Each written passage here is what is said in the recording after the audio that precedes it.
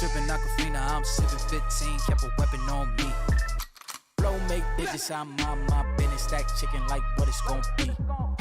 Crew in the cut, hey, you want us, red run when I tell her peace. Love is love. Love is love. Adios. Bendo with the switch again. Boy deliver like he happening. Core with digits, give him estimates. Somersaults for my Benjamins. I got what you need, baby. Skirt the Chevy, make a scene, baby. LABB been the team, baby. Been Papa, word the G, baby. Look, labs till I'm finished. Had a handful of lemons through the hand. Got a bag, now the hands in the business. For my hand, it's a ticket. Talking Mazda for the biggest. That's a comma and a comma and a comma. Gotta get it. I've been playing with the minutes that they been shoulda gave. And I'm flipping every digit that they been shoulda paid. Had to find a way to get it. No, this isn't what you made. If I ever wanna dip, then I'm brink with the blade. And I'm brinking a blink on the brink of some dumb shit. Watch how I move, cause I know the brink's coming. Watch for the blues, cause I know that they dumping. Nothing in my view, so it's hush on discussion. Hush on discussions, you know what you need to. I keep it in the fam to let you know that I don't need you. Y'all cats be see-through, heading out to peace. You been king, I'm regal, got it in my Abisu. Came through trippin' Aquafina, I'm sippin' 15, kept a weapon on me. Flow make digits, I'm on my business, stack chicken like what it's gon' be. Crew in the cut, hey, you want us, red run when I tell her peace. Love is love. Love is love. Hold up with it, got my back on Pippin. I'm back in kitchens with the tray.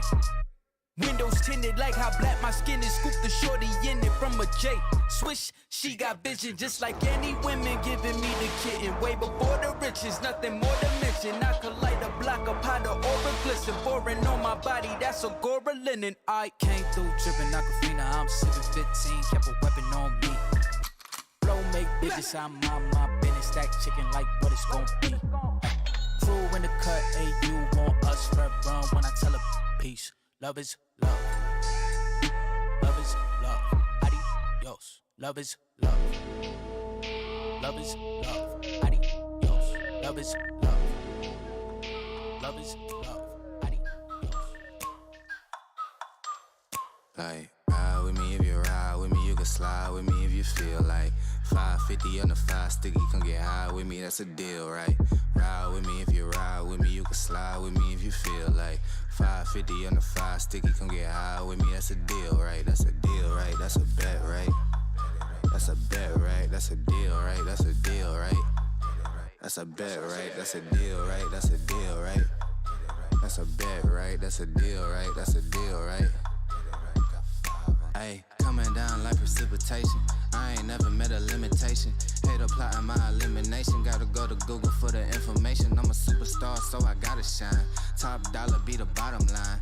Bottom feeding out of line. Turn your heart rate to a dotted line. Yeah, my zodiac probably dollar sign. Got the energy to win it, I'm feeling great. Got a date with destiny, focusing on my fate. I don't give a fuck what you rapping, you been a fake. I'm everything that they ain't, it can't be, it won't be. Wanna see me fall, I can't go, I won't leave. Coming from the block with plain clothes and police. Straight up to the top with bankrolls and rollies. Ride with me if you ride with me, you can slide with me if you feel like 550 on the 5 sticky, come get high with me, that's a deal, right? Ride with me if you ride with me, you can slide with me if you feel like 550 on the 5 sticky, come get high with me, that's a deal, right? That's a deal, right? That's a bet, right? That's a bet, right? That's a deal, right? That's a deal, right? That's a bet, right? That's a deal, right? That's a deal, right? That's a bet, right? That's a deal, right? That's a deal, right? Ayy, 12 can't really stop, so I'm still pushing like a mosh pit. Ice dripping, think I'm hot. In a yellow bucket with the mop stick. I've been jugging jams like wholesale. Everything must go sell. Hitting with the old well. Need 100 milli on the low scale. On my worst night, I'm the best. Wouldn't mess with you, couldn't cap to him. Homie spotted me like 700, brought 1100 right back to him. If I can't do it, then it ain't real. I just make dollars, I don't make deals. I've been going hard in the paint, still blowing kush clouds till I can't feel like. Ride with me if you ride with me, you can slide with me if you feel like 550 on the 5 sticky, come get high with me, that's a deal, right? Ride with me if you ride with me, you can slide with me if you feel like 550 on the 5 sticky, come get high with me, that's a deal, right? That's a deal, right? That's a bet, right? That's a bet, right? That's a deal, right? That's a deal, right? That's a bet, right? That's a deal, right? That's a deal, right? That's a bet, right? That's a deal, right? That's a deal, right? Can I act like you're feeling wavy. Way too early to be hazy. Start a 10 job cause you're crazy. Yeah, you're back in the game and you don't feel ashamed. Always want me at your parties. Like me next to a Bacardi. Cause you know I'm spinning faster than a Harley. Yeah, you're still in the game but you don't feel ashamed. You just close your eyes when you wish to be free. You look up to the sky and call on me. Let me put color in your sky, take away the gray. Turn the roof to a floor on a Saturday. Up it tall and tonight you do what I say. I'm just a getaway, I'm just your getaway. I'll make you warm if it's chilly and I probably make you say things you wouldn't do normally. I'm like a 9 to 5 job, but you work for me. I'm your getaway, cause you can get away.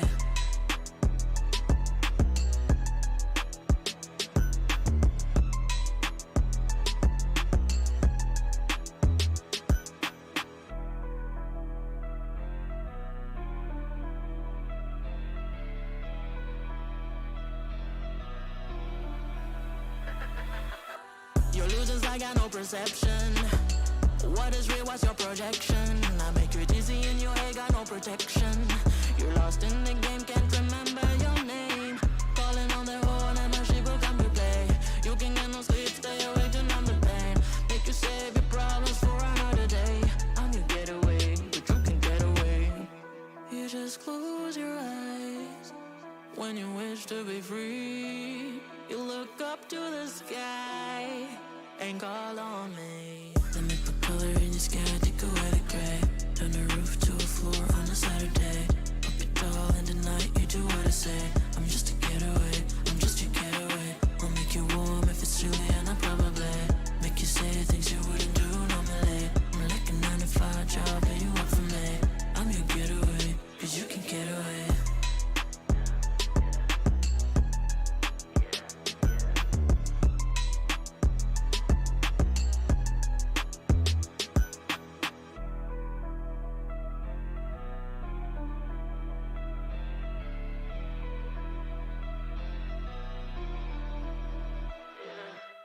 Let me put color in your sky, take away the gray. Turn the roof to a floor on a Saturday. Up it tall and tonight you do what I say. I'm just a getaway, I'm just your getaway. I'll make you warm if it's chilly and I probably make you say things you wouldn't do normally. I'm like a 9 to 5 job, but you work for me. I'm your getaway.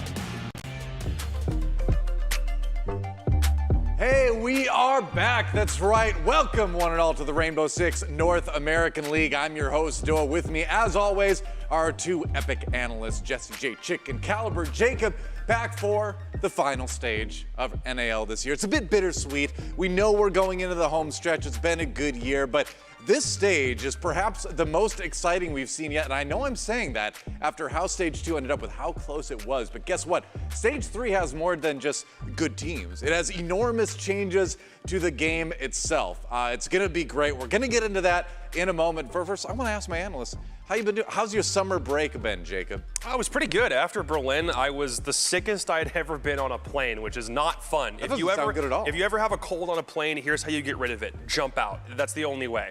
But it was good other than that. It'd be very cold outside the plane. In between stage 2 and 3, I slimmed down a little bit. I hope it's noticeable on camera. You're looking quite swole. Hey, swole. I'll take that too. That works. Yeah, I think I pronounced that right. Jesse, how you doing? I'm doing okay, Doa. I've not slimmed down or anything. I've been a lazy boy I don't think you can since slim anything Berlin. off this frame Yeah, I was already, gonna say, to be fair. what goes? Yeah, I've been, I don't know, I've been working. We did Berlin Major, obviously, and it was flight Would troubles. you like to tell bad. them about your Berlin Major flight experience, I was Jesse? stuck 24 hours in New Jersey. Nobody wants to hear about that, Jacob. Nobody But wants to. since then, we've been chilling. We've been enjoying the nice weather, and now we're back here in LA for one more stage of the NAL.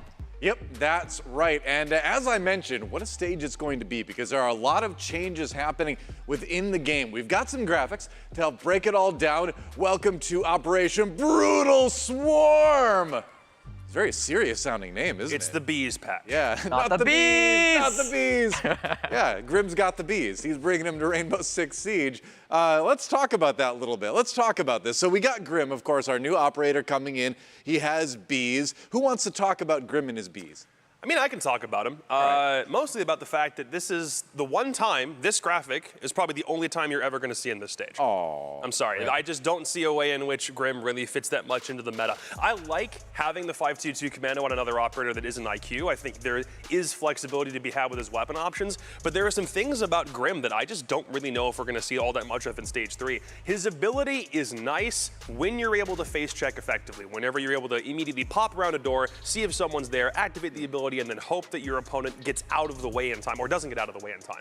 So as far as Grim is concerned, I don't really know where he slots in with everybody else right now. Yeah, I think Grim's ability sounds very scary, right? You've got these bees, they'll track the defenders. Cool ability. They'll make it, yeah, absolutely. And they'll make the defenders very, very scared if they get tagged by those bees, but it takes a little while for it to deploy. It doesn't stick around for super long, so I feel like it might be very situational for when we see teams bring it out. But if it happens, if we get a couple cool Grim moments this stage, I think that'd be pretty sick. And yeah, we'll see how he goes. Yep, always want to see the new operator in action. Remember, as of last stage, there's no more quarantine for new operators, so he is available from today. So it would be really neat to see him in action. Another thing we're going to see in action, probably a little bit more, is going to be the changes, like we said, to the game itself. There's a lot of them. There's a new impact EMP grenade.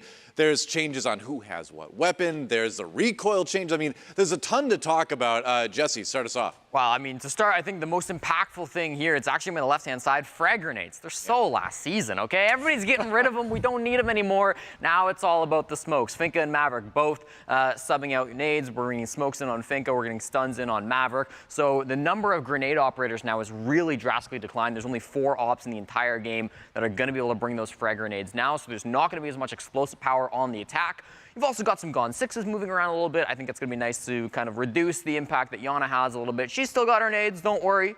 But still, you are going to see that being dipped away a little bit more. And then Buck with the Gone 6 being added in might see some big changes as well. And just the MP grenade. This is interesting because I think a lot of teams, by default, are probably still going to end up banning Thatcher, but need to remember that that's not the way the game is played anymore, because now this does exist. I think from what we've seen a little bit in Challenger League and from watching some of the EUL games from yesterday, I think we might see one player swap out whatever he's got for the impact DMPs and not worry about running a Thatcher, which means I hope we do see Thatcher banned considerably less. Maybe we see more OSA, maybe even more bans like specifically related to Hard Breach that aren't Thermite, because you've got this in your back pocket now. You've got 2 of them per operator. There's a whole list to go through, and there's a couple more that aren't shown here. But now you've got way more options to be able to clear utility off of walls. And it's a nice option to have in your back pocket and still something you can use as a throwable if you really, really need it. I know it's early in the morning, Jacob, but if I can hit you with a stat already. Oh, boy. Not a single Thatcher ban. Not a single Thatcher ban throughout the stage, throughout the first week of the EUL through here in stage 3. That's so already seeing some variety. Yeah, I was in Vegas last week talking to a lot of the players. A lot of them are saying they expect Ash to come back in a big way as well.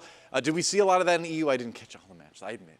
Yeah, I mean, there's definitely been some Ash play, some more aggressive operators. One thing that we did see a lot as well banned out was the Nook, kind of taking the place of the Thatcher in terms of the bans. So yeah, I think we're going to be able to see a lot more of those operators come back to the meta. That's kind of more with the Finka falling off a little bit, with her, ability being, the recoil and the gadget not being there as much, the LMG.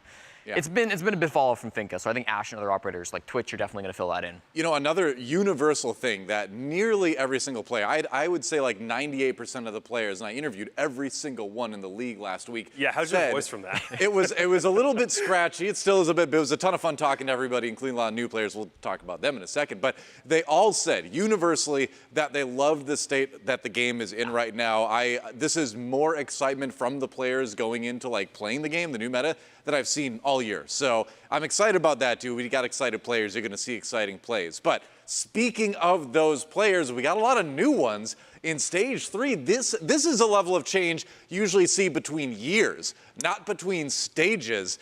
Jacob, start us off. Like, there's a ton to talk about here as well. All the teams but 3 essentially making roster moves. Yeah, basically. And the thing about this is back in stage 1 of this year, we also saw 8 rookies enter the league. This is the same number of rookies entering a stage that we've ever had as far as the NAL is concerned. And they've all gone to just 4 squads. Beastcoast, Mirage, Parabellum, TSM, all picked up guys who do have some tier 2 pedigree to an extent, and everybody else just kind of swapped around. Astralis, XSET, and DarkZero don't make any player changes. DarkZero, for their own part, has decided they want a little bit more backup, so they decided to bring Forceful in as both a scouting and an assistant coach, if memory serves. Correct. And the only other real coaching change we've seen is that Nyx is being moved from a player into that role, but the rest of it's all player changes. Yeah, Sonar coming in for Parabellum as well, being their coach. I think we've really started to see a lot of these teams start to make changes in the final stage, which is a little bit scary. I mean, obviously, these new players coming in, 6 Americans, a Canadian, and a Brazilian. The Brazilians are taking over our league, though. It's getting a little bit terrifying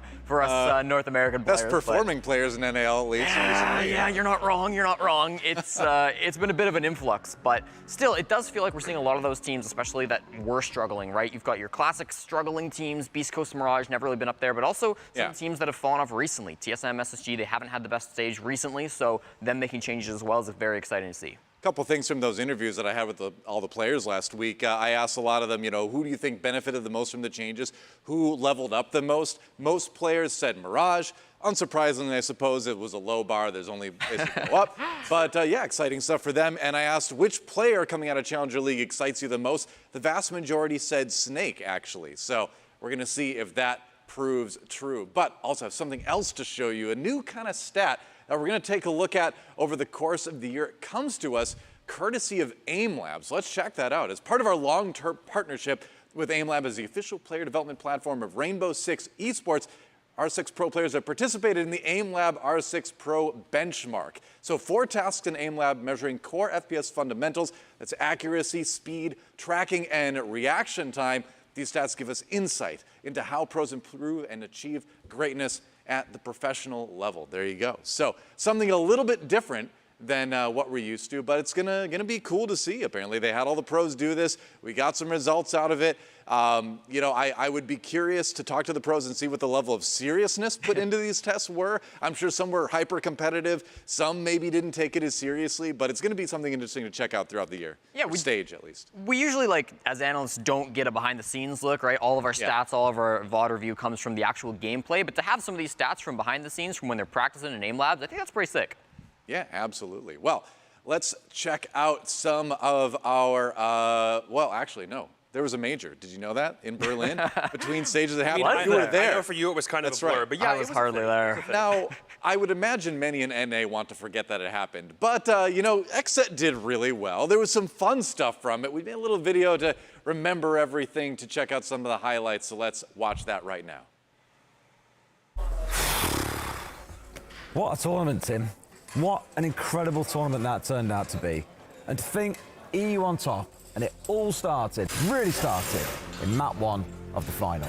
Get one, but Kanto's there for an immediate trade. 1v3 though, cut down, and that is going to be FaZe able to disable the activated diffuser. They take round 15, they take map 1. No, wait, Des. You're talking rubbish. This didn't start at the beginning of the final. This started way back at the beginning of the groups.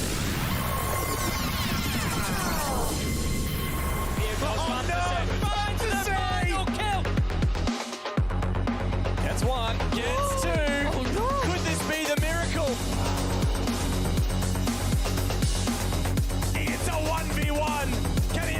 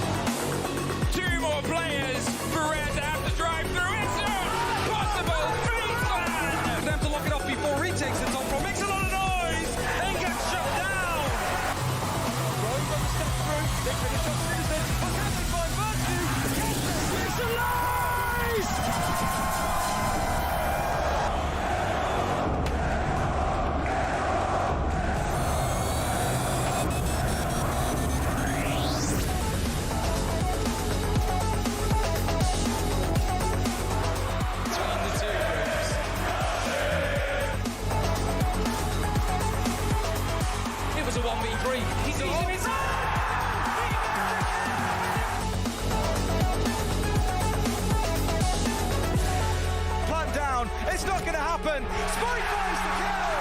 Literally now or never. Spike finds 1, 2 left standing. The pun's got to get stuck. They find the down as well. Yesterday they took the crown from LA. Today they take their kingdom back to town.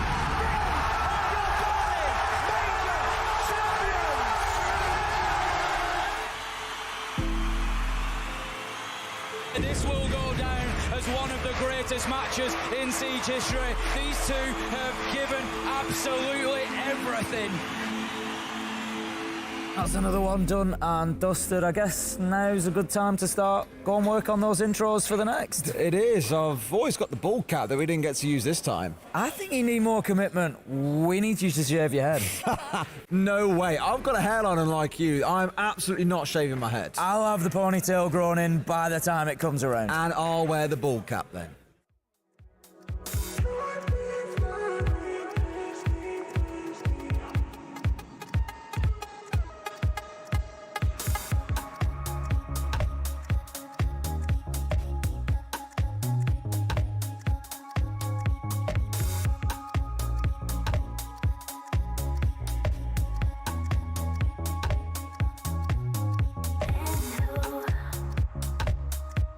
Thought I would make it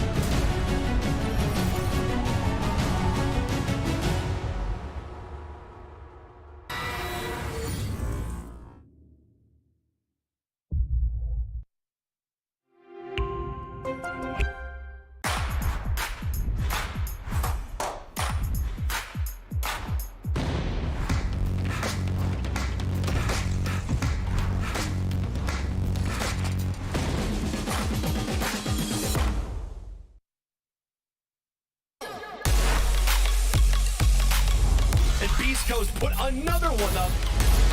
An easy closeout for Astralis. Flawless. Round 4 goes their way. DarkZero in full control. Grabs one hell, but Foxy so good. Foxy absolutely popping off right now. This team is sitting pretty right now. Great teamwork. Soniqs take the lead again. A big victory for the Spacestation. XSET. They play it out perfectly. The challenge now, quite simply, is just survive. Congratulations to TSM. This is the NAL.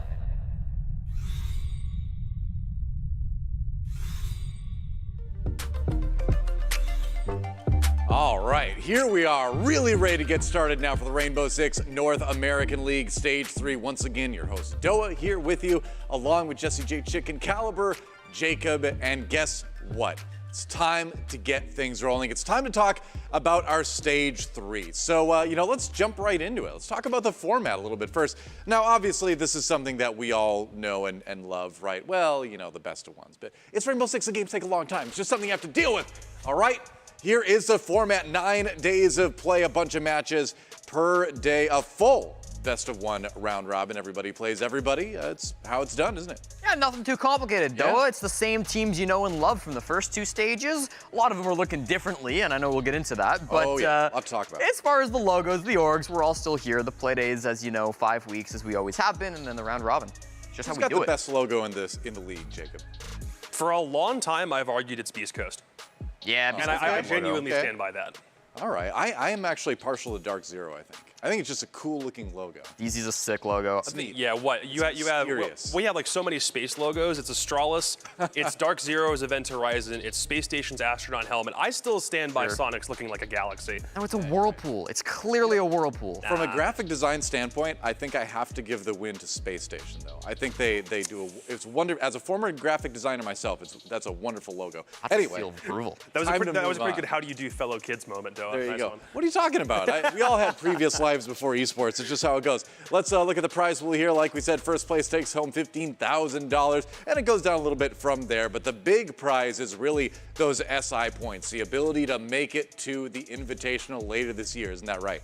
Yeah, and where we're at right now in the NAL, the majority of teams, if they make that top 4, they're very likely to qualify in all the way to the 6th Invitational. Nobody's locked in just yet, but they'd be very, very likely. For XSET, DarkZero, Astralis, and Oxygen, that 100% will be locked in through a couple different placements. And then you get to kind of the mid-table right now. Soniqs, Parabellum, Beastcoast, those are all teams who have pretty good shots if they can qualify for the major to make it in. But otherwise, they're really going to be hunting for those points and praying that the other regions go their way. Absolutely. I mean, even a team like TSM has a way outside shot. Like, they basically need to win the major, but the next major. But it is technically possible, I guess. And there's always open quals. They did it once. Yeah, that's true. You never know. Yeah. Let's look at our schedule for today's matches, see how we kick things off for Stage 3. We're going to start things with Oxygen versus Parabellum. The match 2 is Astralis taking on DarkZero. Ooh, a Charlotte Finals rematch. Then TSM versus Mirage,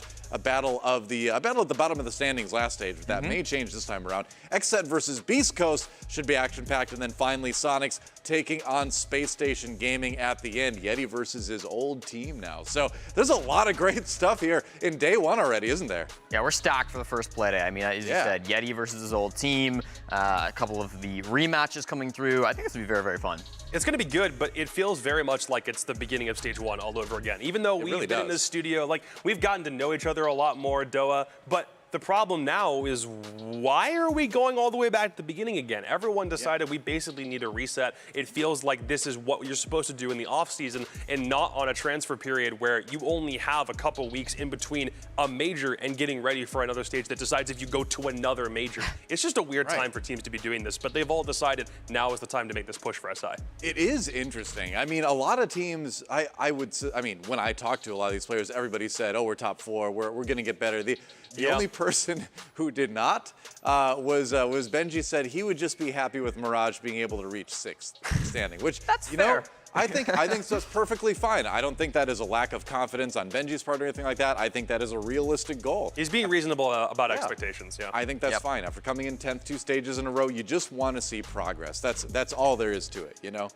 let's talk about our first match of the day. It's going to be Oxygen versus Parabellum. So this one's going to be interesting, right? Because we had Oxygen drop Laxing, they picked up Sweater, picked up another gunner, and again, like, I feel like that's something a ton of players are talking about right now, is that in this meta, you need gunners. And I'm not just talking about the one that used to be on Parabellum and now is on a different team. We'll get into that later. But 5 gunners would be a great team, to be fair. I think it would be, yeah. I'd take that, yeah. I mean, I think in this meta, you're probably going to see a lot of teams go for 4 of them. There's enough power that still remains in spite of frag grenades and some Gon 6s being removed and the LMGs not being nearly as viable with the recoil change.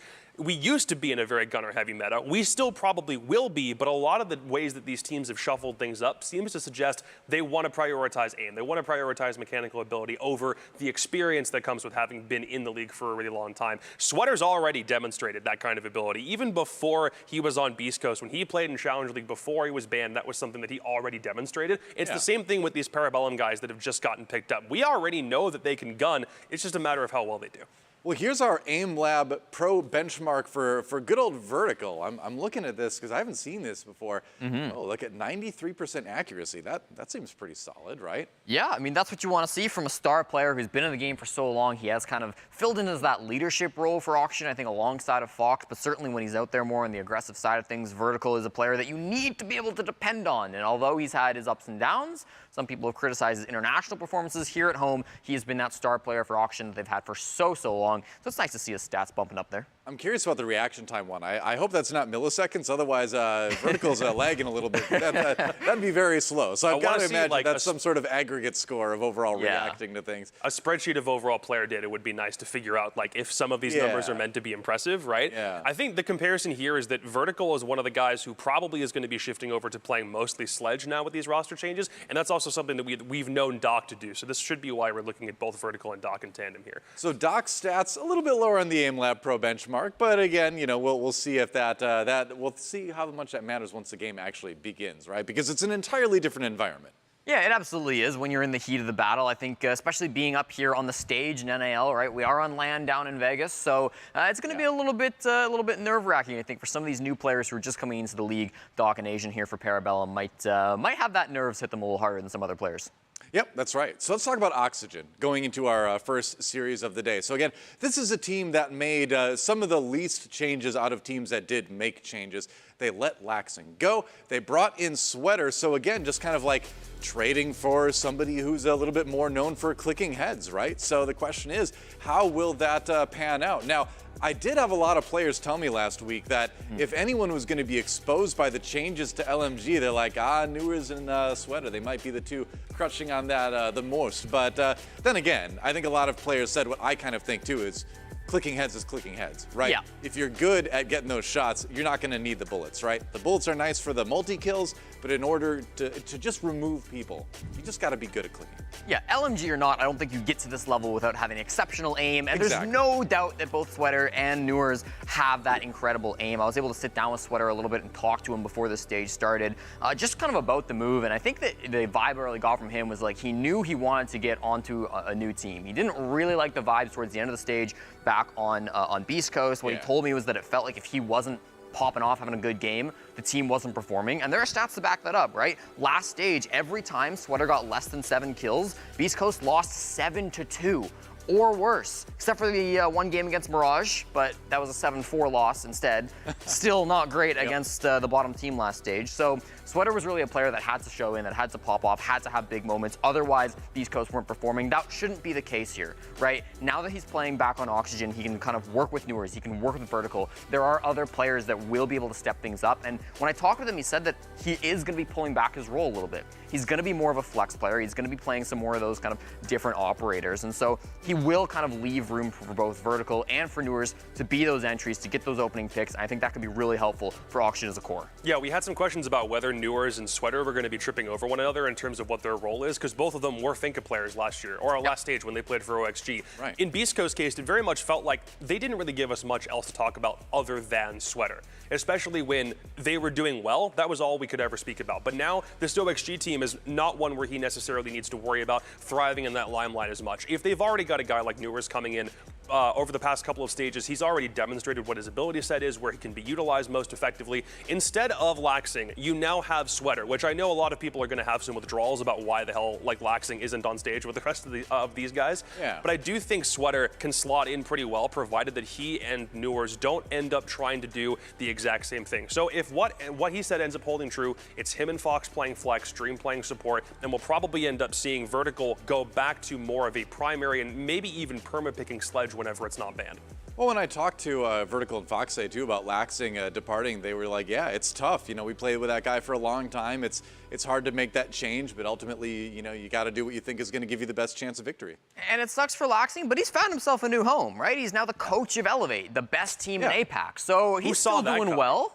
bit of an odd switch, but hey, I'm excited for Laxing. I hope he does well down in APAC. It's the kind of change for OXG that also makes me think that they've been on the cusp of something for a long time. I think even before this year started, there was always the chance they can break through whatever their own proverbial glass ceiling is and raise a trophy. They're getting really, really close. But now that Sweater's come into the equation, it very much feels like the move that a team that is so close to success needs to make in order to be able to do that kind of thing. I love Laxing as much as the next guy, but this is the kind of move that they made because they know if it doesn't work, they don't really have that many options left to go up.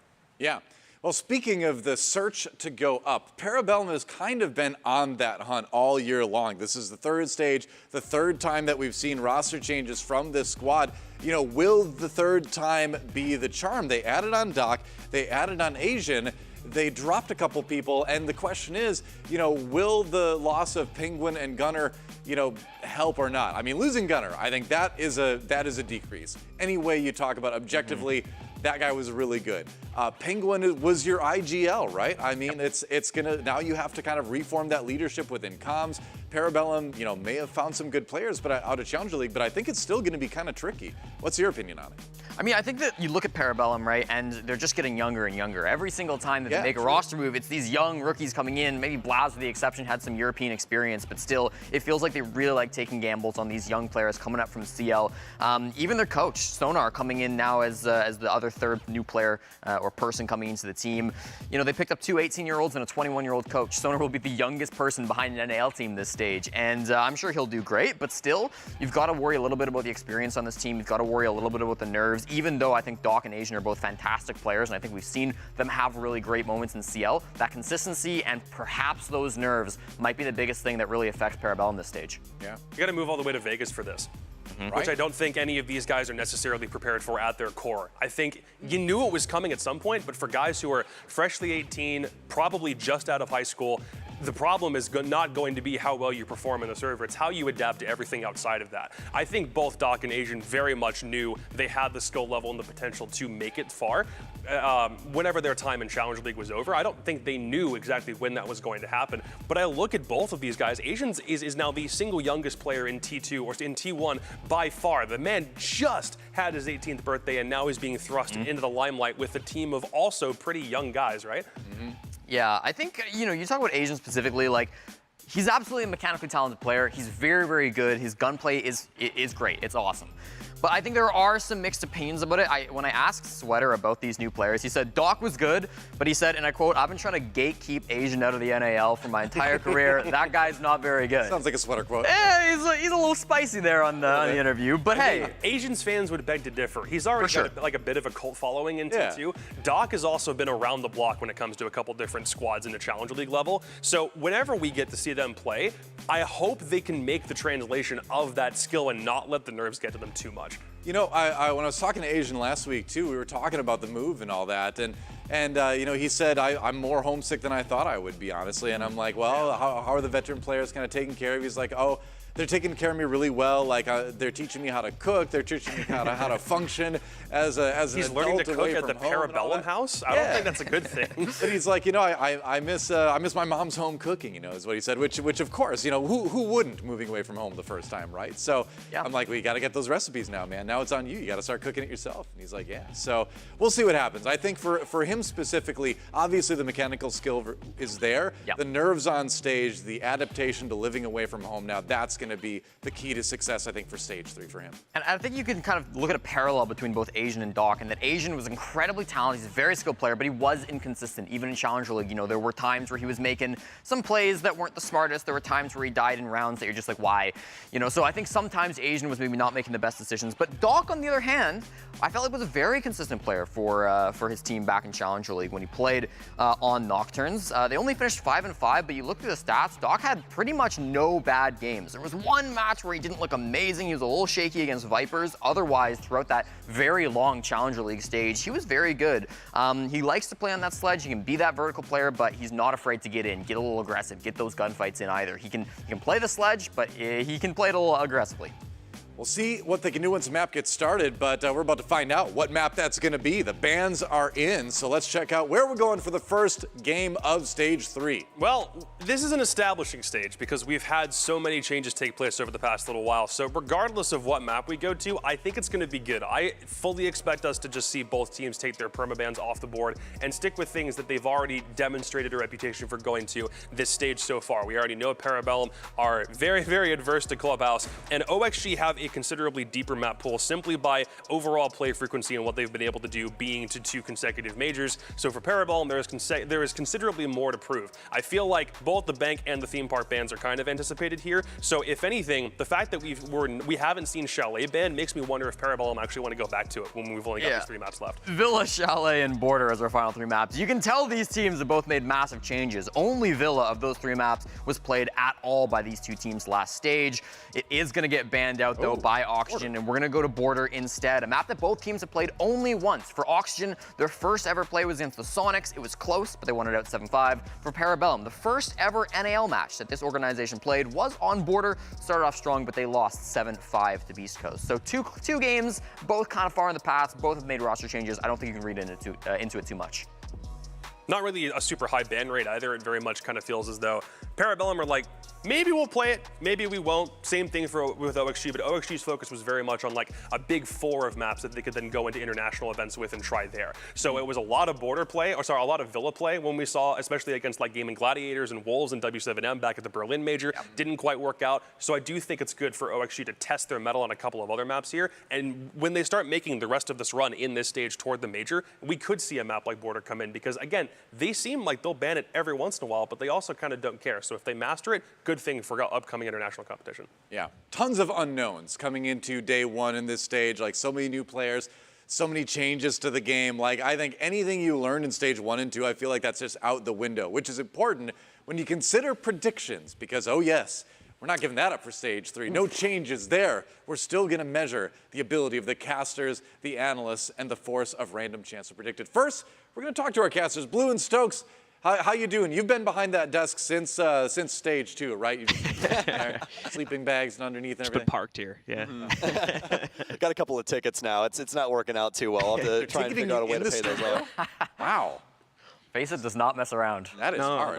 No. All right. Well, who do you got winning this one?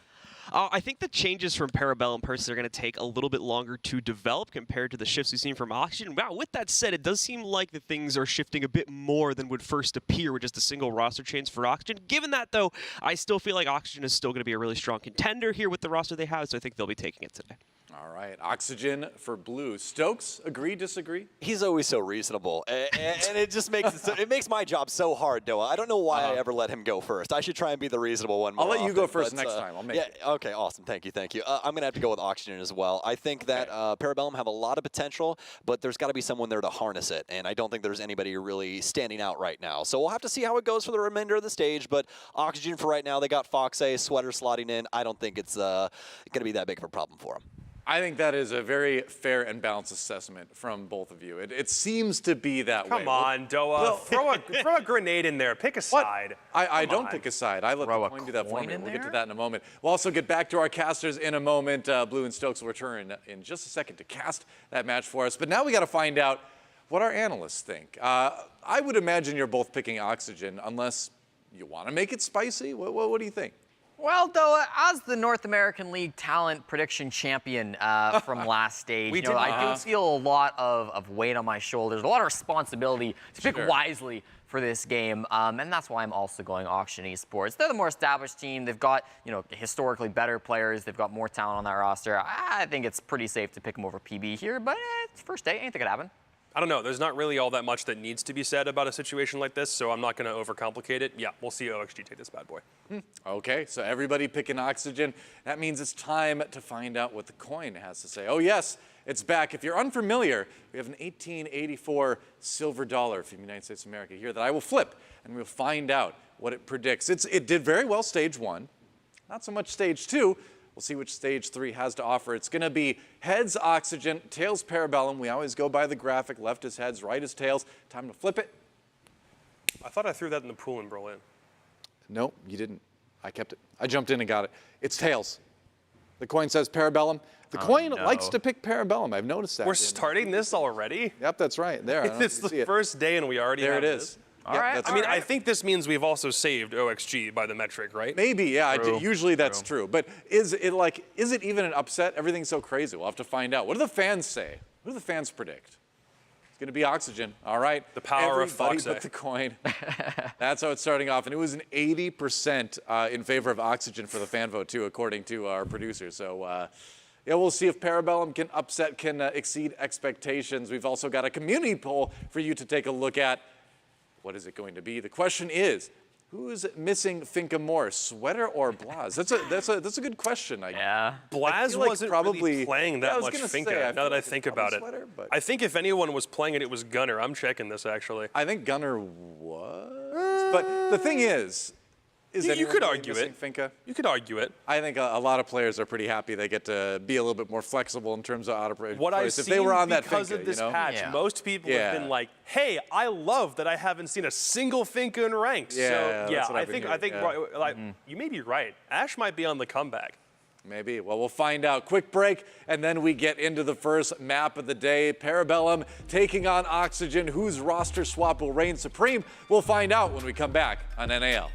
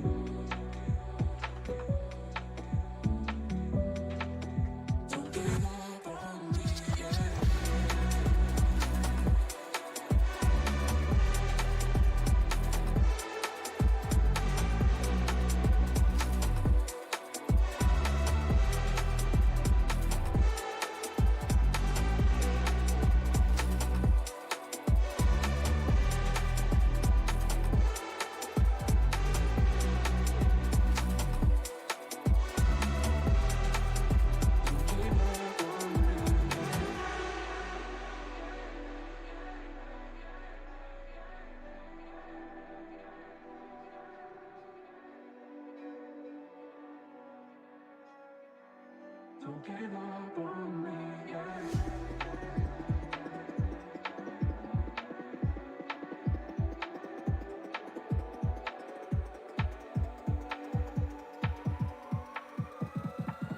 Don't give up on me, yeah.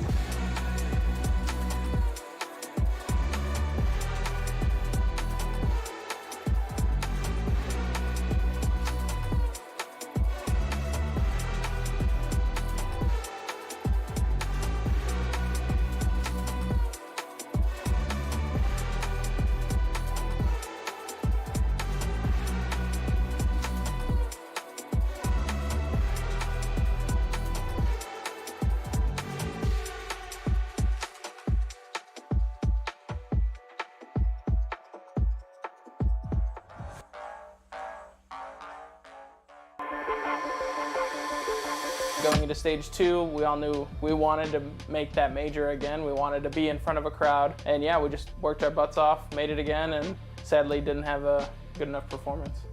I'm pretty sure, are the only team in history that decided to tell our player, which is Lex, that he was going to be getting replaced before the event. We told him a month ahead of time so that he wouldn't feel like he was getting shafted from other team opportunities. Leading up to that event, we were playing great throughout the stage, and then obviously everything transpired, and we knew that we kind of shot ourselves in the foot for the major. And since we told him, practice was wasted that entire month. We played unrealistic rounds. Just ran at the other team. We thought that would just like transfer over, and then we got steamrolled 7-1, and we're like, what's going on? We don't know what we're doing. Like, we actually don't know what's going on. Strats don't work. We don't know how to adapt to this. They're just jumping out windows, killing all of us. W7M, a dominant victory over OXG. We lost to Gaming Gladiators. And Gaming Gladiators will go away with a win to their name. Truthfully, going to the event, it didn't seem like many of us wanted to be there, and it just seemed that everyone was looking on to the next thing that we're going to be able to do. It wasn't even just him that didn't care, it was like all of us. Like, we knew he'd be gone, so it's like, why do we gotta try?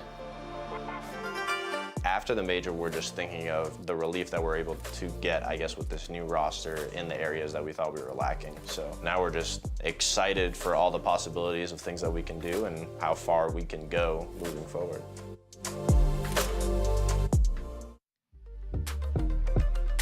Hello, ladies and gentlemen, and welcome back to the NAL. It is just about time for us to hop into the first matchup of the stage here. Bound to be an interesting one. Obviously, you guys have probably seen it at home, but for those who haven't, almost every single team in the NAL has made at least one roster change heading into this season, and these two teams here are going to be no exception. Two new additions have been swapped out on Parabellum, and we've seen one very big change that you guys probably heard in that last video there talked about for Oxygen, and that's, of course, going to be the removal of a longtime standing member of the team. Laxing is out, and now Sweater, coming in from Beastcoast, is in, but not playing in that aggressive entry-styled role you may have expected. At least that's not what we're expecting here, based on how we spoke to the players a few days ago. We expect him to kind of take a step back and put himself into more of a flex position. So this will be kind of interesting for me to see how this works out.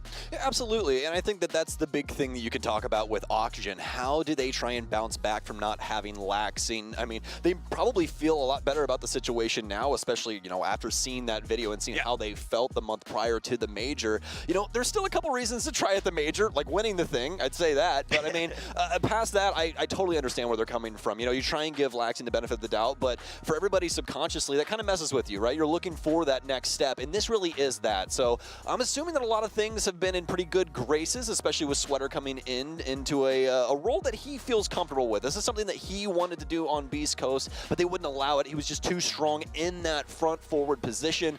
So now he gets to, you know, try and gnash his teeth on this and see what he could potentially produce with Oxygen, one of the teams who's been to the majors most in the last couple of years in North America. Meanwhile, we've got two new additions over on the side of Parabellum as well. Doc as well as Asian coming into the fold. Both these players are coming up from CL for the first time. Asian, of course, coming in from the Luminosity roster, and then Doc as well with a career going all the way back to 2020, at least as far as Liquipedia is concerned as well. So a good amount of experience, I think, for both of these players. Asian as well has results going all the way back to 2021, so these guys will be no slouches in that regard. The bigger issue for Parabellum is going to be who is taking up the leadership mantle, obviously, as Penguin, the longtime leader of Parabellum, has now departed. Somebody has to have the reins, and you know, you have to be on the same page, and you need a grounding rod in order to do that in a game like Rainbow Six Siege. It's very fast-paced when those executions start to go off, and you need things to be like a trigger pull. It needs to be very fast, very calculated. So without them having that, you know, shining beacon, we're like, oh, this is obviously the person that's going to step up and do this. I think it's going to be some growing pains for the first couple of games while they feel things out. Comms aren't going to be as clean as they usually are because there might not be anyone commanding where the team is exactly going. It might just, you know, kind of flow like water for the first couple of days. We're just kind of going everywhere, and we'll have to see if they can potentially get something out of that. I mean, they have a lot of frag power on this squad now, and with a map like Border, that's going to be something that they can abuse quite handedly. Yeah, I think the map plays into both of these teams' new changes as well, giving their new members a little bit more freedom to play around with the opening strategies here as we get ourselves into the map and get ourselves into the bans. We didn't even get to talk about, of course, the most recent patch and how that's almost certainly going to shake up the meta, so we can start talking about it now as we get a knock ban right off the rip. All right, so this is going to take a minute. Sorry about that, but it's going to take a little while, mainly because we got secondary EMPs in now, folks. Impact EMPs have been implemented inside of Rainbow Six Siege, and what they do is exactly what Thatcher does. They allow you to throw them at anything, battery-powered, electrical powered, whatever you want, and you turn it off, and it's gets used as a secondary utility now on people like Nook, who also actually happens to have secondary frag grenades and secondary hard breach, all while being able to sneak around the map, and that's why you're seeing her banned, because she's potentially the best flanking operator we've ever seen in Rainbow Six Siege ever. She just has everything you could potentially want. Past that, there's a lot of other options on the board that are kind of in that same line. Speaking of lines, Lion is one of them. He's got so many things on his secondary utility now, and we know how annoying that primary utility is, so be on the watch for him, as well as Dokkaebi. She is amazing at the current moment. Same thing with the secondary utilities and the Gon 6 secondary, same as Lion. But she has the Logic Bomb, and it got buffed, John. They made it to where when you call, the people that are dead, they don't get to see cameras anymore. So all of a sudden you're dead in the water on info, and you have a bunch of people running at you with rifles that you just have to try and take a heads-up gunfight with. A lot of other changes that came in as well. For instance, attachments might see things you might not normally expect to see, such as a lot of potential suppressors, more than likely going to be coming into the fold for our players now that it is no longer going to have that damage penalty attached to it. But either way, we are live with the first round, ladies and gentlemen.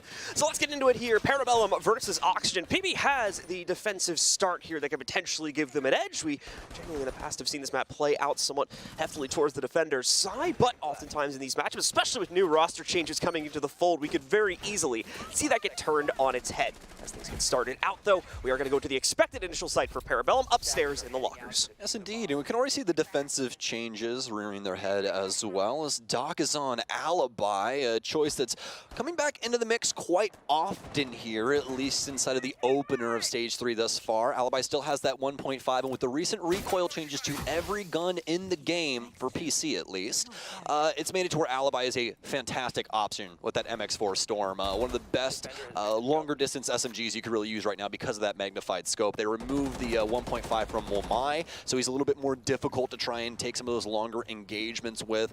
Somebody else you can actually look to for that is actually what Esk is playing right now as well, Goyo, as he gets the 1.5 on the Vector this patch. So it's shifted things around a little bit, but I'd say on both sides of the coin, it's opened up a lot of different opportunities for, you know, both offense and defense to try and abuse the map just a little bit more, but in different ways than what we were, you know, seeing prior. Looks like we're gonna have some frag grenades out here for Newers. He's gonna have the G36C on today. They did a little bit of a touch-up job onto the, oh my goodness gracious, I'm not remembering the other rifle right now at the current moment, but either way, they ended up touching up that other rifle and making it a little bit more difficult for her, no longer having those magnified sights. So we're gonna have Asian locked up in behind Horseshoe. This has been a good delay so far from PB, as Oxygen is just looking to get a foot in the door. Specifically a good delay from Asian here too. Obviously, the prevalence of a zombie is not going to change too much with this patch, and he's ultimately able to go 1 for 1 as the entry finally comes in. Good timing on it from Oxygen just to lock in a simple trade right there. Probably a little bit upset that they ended up losing vertical in the process, but it's only the Zof going down. It's not the end of the world here. Should still have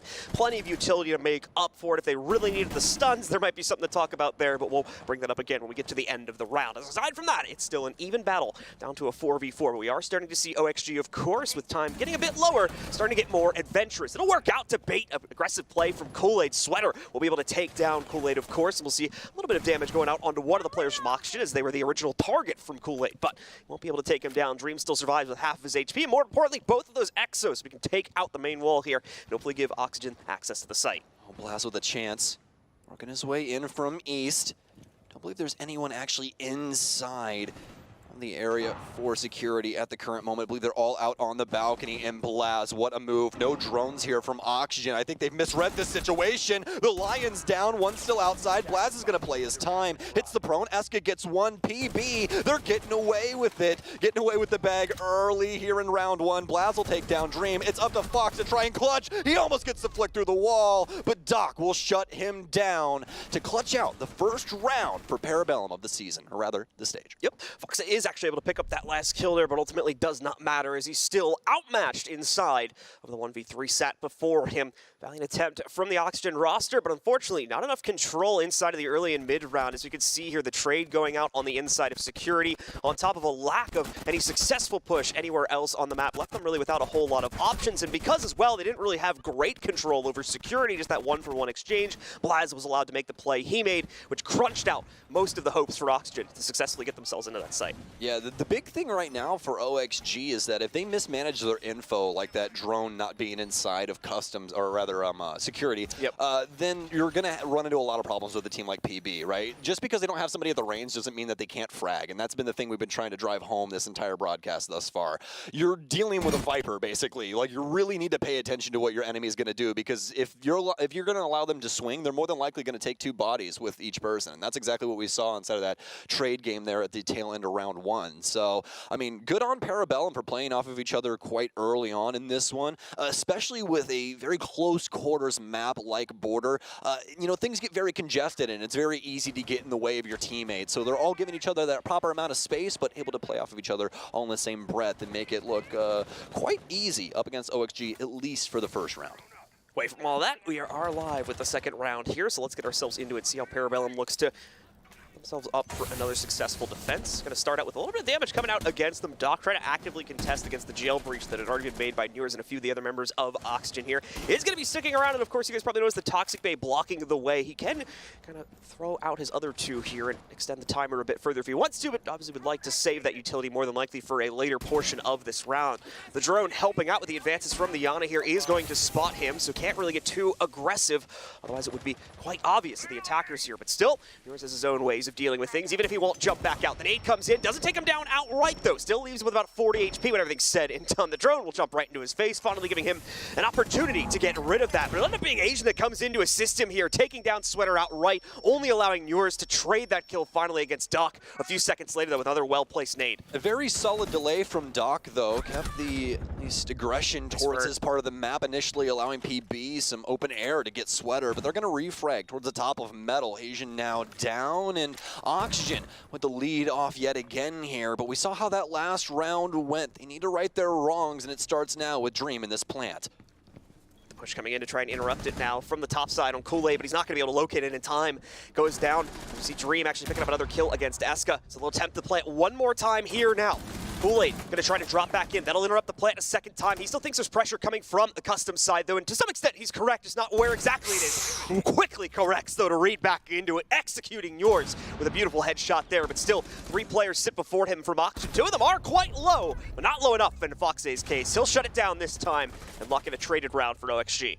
Nicely done. Much more control over the situation for Oxygen, knowing the exact location of where Parabellum was in a lot of different instances there and able to capitalize upon that. Parabellum was some pretty solid delay over in Customs, I'd say. I really like the smoke play there from Doc. You know, chuck out all your smokes, try and delay them over there near detention. That part of the map is really annoying to deal with, you know, especially when you have players patrolling upstairs like PB did. You know, playing around inside of that area and trying to manage Customs through the floor while also managing 2, now technically 3 areas that you can work your way in if you really want to go for that sprint across where you're going to get marked, right? But 2 serious ways into that room. It's just a lot to try and manage as one person up there. So very solid positioning from PB, but it just doesn't pay off. Oxygen's able to get it back in blood, and they're going to be able to find the second round. Let's see if can be claimed by Oxygen yet again on the assault, or if PB is going to be able to bounce back strong. So they need to wait another round, of course, before they can play into the upstairs hold again. Of course, it's going to be locked in since round number 1. Away from that, I see still a successful hold from Parabellum coming in, or at least a potential successful hold coming in downstairs. They'll extend themselves into it. You can just call this setup overall for PB annoying, especially with the mute jammers that Blaz has and the rotations that Eska is going to be able to make.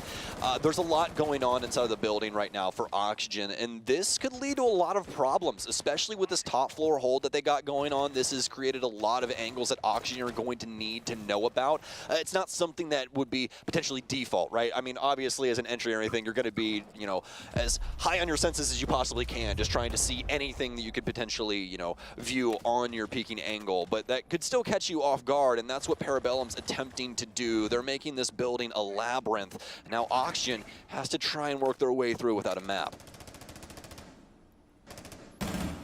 Eska's still going to be patiently waiting here. Get some intel thrown out against him, so it will be revealed, but quickly knocks out said drone, so he'll be able to easily move around this room and maintain another position. Still sitting in relatively the same spot he was playing until a few seconds ago, where we finally see him relocate, only for another drone to scout him out again. Seems like Oxygen is very much prioritizing the elimination of Eska here. Sweater, in the meanwhile, though, is going to be able to take out Asian as he attempts to move in, I believe, to support the position of his teammate deeper into the bathrooms there. Obviously, a lot of crunch coming in from Oxygen here inside of the square lobby room right now. now, so they try to counter it back out with some of their own presence. Doc now ready for the challenge as he still sits inside of Customs. Will catch Vertical, trying to swing out from the inside of one of the closets and equalizes yet again in a 4v4. Kind of an issue there for Oxygen. Vertical goes for the coin flip and ends up on tails, not able to get the head. And now it's a 4 versus 4, as John was saying. Nice peek here from Blaz, but he'll get taken down by Sweater, who's holding things down at the top of Vs. He's been here for a while. This was the starting ground for Oxygen, the square area, as they try to rotate themselves around the building and deal with people like Doc once again inside of Customs. Again, you can see how strong this positioning is, especially with how Parabellum set up the top floor with all those angles around break and around security. It makes it so problematic to try and deal with this positioning. And Doc can just continue to assist them. What a shot from Foxday, though. Has a little bit of a pre-fire. Might have had a punch hole there just to assist a little bit, but either way, what a kill for him. He's opened up the gates and now allows Oxygen a chance to take round 3. 4v2, so OXG certainly in pole position to try and shut down this round now, but they still need to get themselves into the site. Thankfully, with 40 seconds remaining and the overall kill advantage, they've got a good amount of excess time to be able to follow through and shut down the remaining 2 players from Parabellum. The longer they wait, though, the more suspicious it becomes, and the more these Parabellum players will have that clutch potential being activated. For Reska, things are going to get rough pretty much immediately. He's been able to survive, and now he's going to thrive as he shuts down Newer's. Dream, though, will be able to exchange him on the secondary frag, and Foxay once again closes out with the final kill to give Oxygen a second overall round. Parabellum has to try and fight back against Oxygen's map control early there with that setup. All of the reinforcements are pushed towards the outside of the building. You have reinforcements upstairs, you have reinforcements all around detention and all of these other areas to cut off these lines of sight and make the rest of the map easier to play. But what does that do? It makes it to where the site setup isn't as strong. And it makes it to where a lot of those walls are going to be soft, right? So it makes it to where a lot of the gunfights that go off of site quite difficult. And that's what we saw inside of those dying moments. It's difficult to try and get a situation where you can get multiple bodies when you have no cover to play off of. I kill the first person, I immediately get sprayed down through a soft wall. There's nothing you can really do about that. So PB has to answer that call early if they want to go for a strategy like that. They have so much utility off of the site that once everyone gets crunched on and they potentially die, it makes it to where that setup is problematic for the tail end of the round. So not exactly working out for them in the best of graces, but PB at least off, I would say, to a solid start inside of these first 3 rounds. They've gotten 1. Oxygen's looking decent, I would say. I don't think they're astounding at the current moment, but as we were talking about at the very beginning, this is going to be quite the growing pain section of the stage. In-game leadership for Parabellum. Apparently thinks they needed to take a time out this early, so going to jump out of it here to try and recenter themselves after 2 rounds back-to-back now have fallen, mainly off of the prowess, the late round play too, into the hands of Oxygen. So time to see now if PB can change things up. They will have that return up to the second floor hold that they used in the first round to pick up their 1 and only round so far. Let's see if that is going to allow for Lightning to strike twice here and give them the chance to tie things up at a 2-2 scoreline. Not going to see much change up for Oxygen. At least they are going to be sticking with the same lineup to attack this site as used previously. Parabellum be sticking things towards the outside of the building yet again. So see if this will make things a little bit harder. But just to remind you, they are going to be switching up sites. So this is going to be the top floor. We'll probably see a lot more dedication of players around this area. Obviously, we still have that chance to have a few people down low with Nitro Cells or something like that. Probably be a big player like Eska down there trying to hold things down. But we'll just have to see. There's so much info game when it comes to Oxygen at the current moment with the Lion and Yana both working their way in. So if you do try and go off on your own, you might be caught out as a straggler, not really have anywhere to try and play off of some defensive utility. Could get you punished. So Parabellum more than likely going to try and stick to their guns, play some crosses upstairs, and see if they can slow down the Oxygen offensive. Things are going to be very slow overall inside of this round. Oxygen obviously having to think about their first moves a little bit more this time, as they won't have the direct access to areas like jail where they can get an immediate contestation against some of the defensive setups from Parabellum here. Need to work a bit harder to clear out positions like this one from Asian that's really struggled. The Oxygen clear on the last round was played for this site. He's going to continue to deploy out his delay tactics here, whether that's going to come from the Kiva barricades or just his overall positioning on the inside of this room. He's ready. Oh my God! Maneuvers! Still even hard committing to that nade as well after the peek came in from Blaz. Gets the objective done at least, but still, Blaz is going to be able to Pokeball him after getting the down off that initial peek. The trade will need to come in from the sledge, but does the sledge realize? No! Foxay doesn't doesn't catch it, and Blaz claims a second. Beautifully done by the roam game on Parabellum. It's like I said, man. Well, just like water. Keep it flowing, and that's what Parabellum's doing right now. They're making the plays in the moment, and they are taking it to Oxygen on defense. I think things got a little antsy. I think this timeout was good. I think, anxiety was getting to them, and now they're back in the good graces of frag potential, because, oh my, Dream. Dream. It's a double swing from PB and a flawless round after the tack timeout. They're feeling themselves as they'll tie it up 2-2. Nicely done from Parabellum. You can see it there. The coach very happy about the way that round played out, and why wouldn't you be? Almost flawless there from PB. In fact, it was flawless as they indeed shut down every single aggressive opportunity that Oxygen tried to take a hold of, and even past that point, let's be real, Oxygen never really got themselves into the building. They got themselves to the outside of CCTV and jail, and that's it. That's as far as they got in terms of map control. That's the only way those setups kind of work. You have to be able to try and get aggressive with those early points around the map, especially in a map like Border. If you give them an inch, they're gonna take a mile. They are. The map's way too small. Perfect example, Foxy. If you give him detention, what's he immediately gonna do? He's gonna get inside a stock, and he's gonna open up that entire wall, and now you can't really play customs. You can't really try and cross over to server. There's a bunch of different areas that he can just abuse because he's simply there. And Parabellum, obviously in that timeout, recognized that the early aggression is where they needed to be at, and they played it so very well. Fantastic round from them, but now this is where we need to see Foxay step up. Yeah, we've gotten rid of Lax, and we've gotten rid of some of the veteran talent on this team. We need to see him in Vertical make some decisions here and get this team back onto the winning track. Can they bounce back after having a round swept away from them in a flawless fashion? Since they will be able to return to a downstairs take where things, at least as far as an early to mid-round perspective, have been looking much more promising for Oxygen on a round-to-round basis here. With that said, though, it's not going to be the same site they've attempted 2 times previously. It looks like it's going to be over inside of Tellers this time for PB. Things will have actually an interesting extension coming in here as the Azami will still be holding onto CCTV upstairs to maintain that extra pressure that Oxygen will have to eventually clear out. Yeah, Asian is a constant inside of security. He is always playing there, always watching, and why not? Especially, with the Azami. She's fantastic for a position like this where there's not very much cover to play around because she gets to make her own. She's the best architect type operator that we have in the game by far. So more than likely see her continue to get played throughout the stage more and more, and have to see if her ban becomes prevalent yet again, because definitely during stage 2 that was a big thing that was happening. Doc looking for somewhat of an aggressive peak, but he knows to play out this time. The most impactful player for Nocturnes during the last stages of CL, now on PB and making his presence known. But you can see that for the entirety of the squad, they're just playing well across the board, all practically having the same KD spread. Asian's gonna have a lot of pressure upstairs, and it's the double swing from Oxygen to take him down behind Horseshoe. Nice coordination coming in from OXG. Things again working out much, much better now. They don't have the immediate pressure being thrusted against them here for the upstairs clear. Say that, but we do have at least a little bit of that coming in against them as they try to take control, but thankfully they know the support isn't going to be nearly as strong as we've been seeing on some of these other pushes into the second floor holds.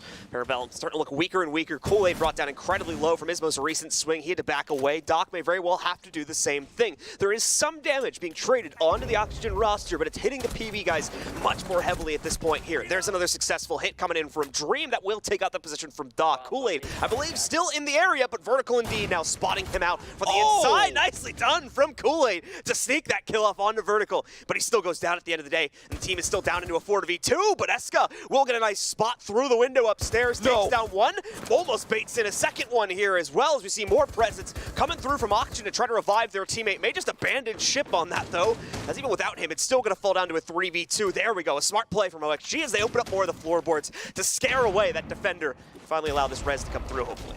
Yeah, Dream says, Vertical? I've got that, don't worry. Skeleton Key rips open the top floor.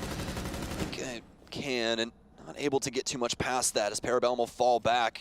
Newers, believe that he knows one's inside of Passport, gets the initial shot, knows where the last one is, but Blast with 2 knocks it down to a 1 versus 2, completely clutchable. Only 10 seconds left. Sweater has the case. The drop right into his face. Blast takes it, and he'll take the last kill in the round 2. My God, Parabellum, slow it down a bit. My heart can't take this at 10 a.m. absolutely crazy round coming in from Blaz there, and it's so unfortunate for Oxygen. Had built up such a careful execute, trying to bait the members of PB out so they could double swing them, so they could get them in the open for just an outright execute, only to have the massive fumble at the end with two players jumping in front of each other, trying to clear out the lobby, causing hesitation. I believe it was on Nurs' part, for good reason, obviously. He doesn't want to take his teammate's head off, but that just lines up a double kill for Blaz, and it all falls down from that point onward. Parabellum and their willingness to continue to play the round. They're gritty, John. This team is fresh. You got to remember, they just had 2 brand new players come into this team, and they are playing down to the wire on every single play. We see them in a 2 versus 4. They're still making rotations. They're still falling back off of things, you know, giving that ghost pressure, trying to take the fights to the floor upstairs, making Oxygen have to make adjustments, and that is what is problematic for OXG.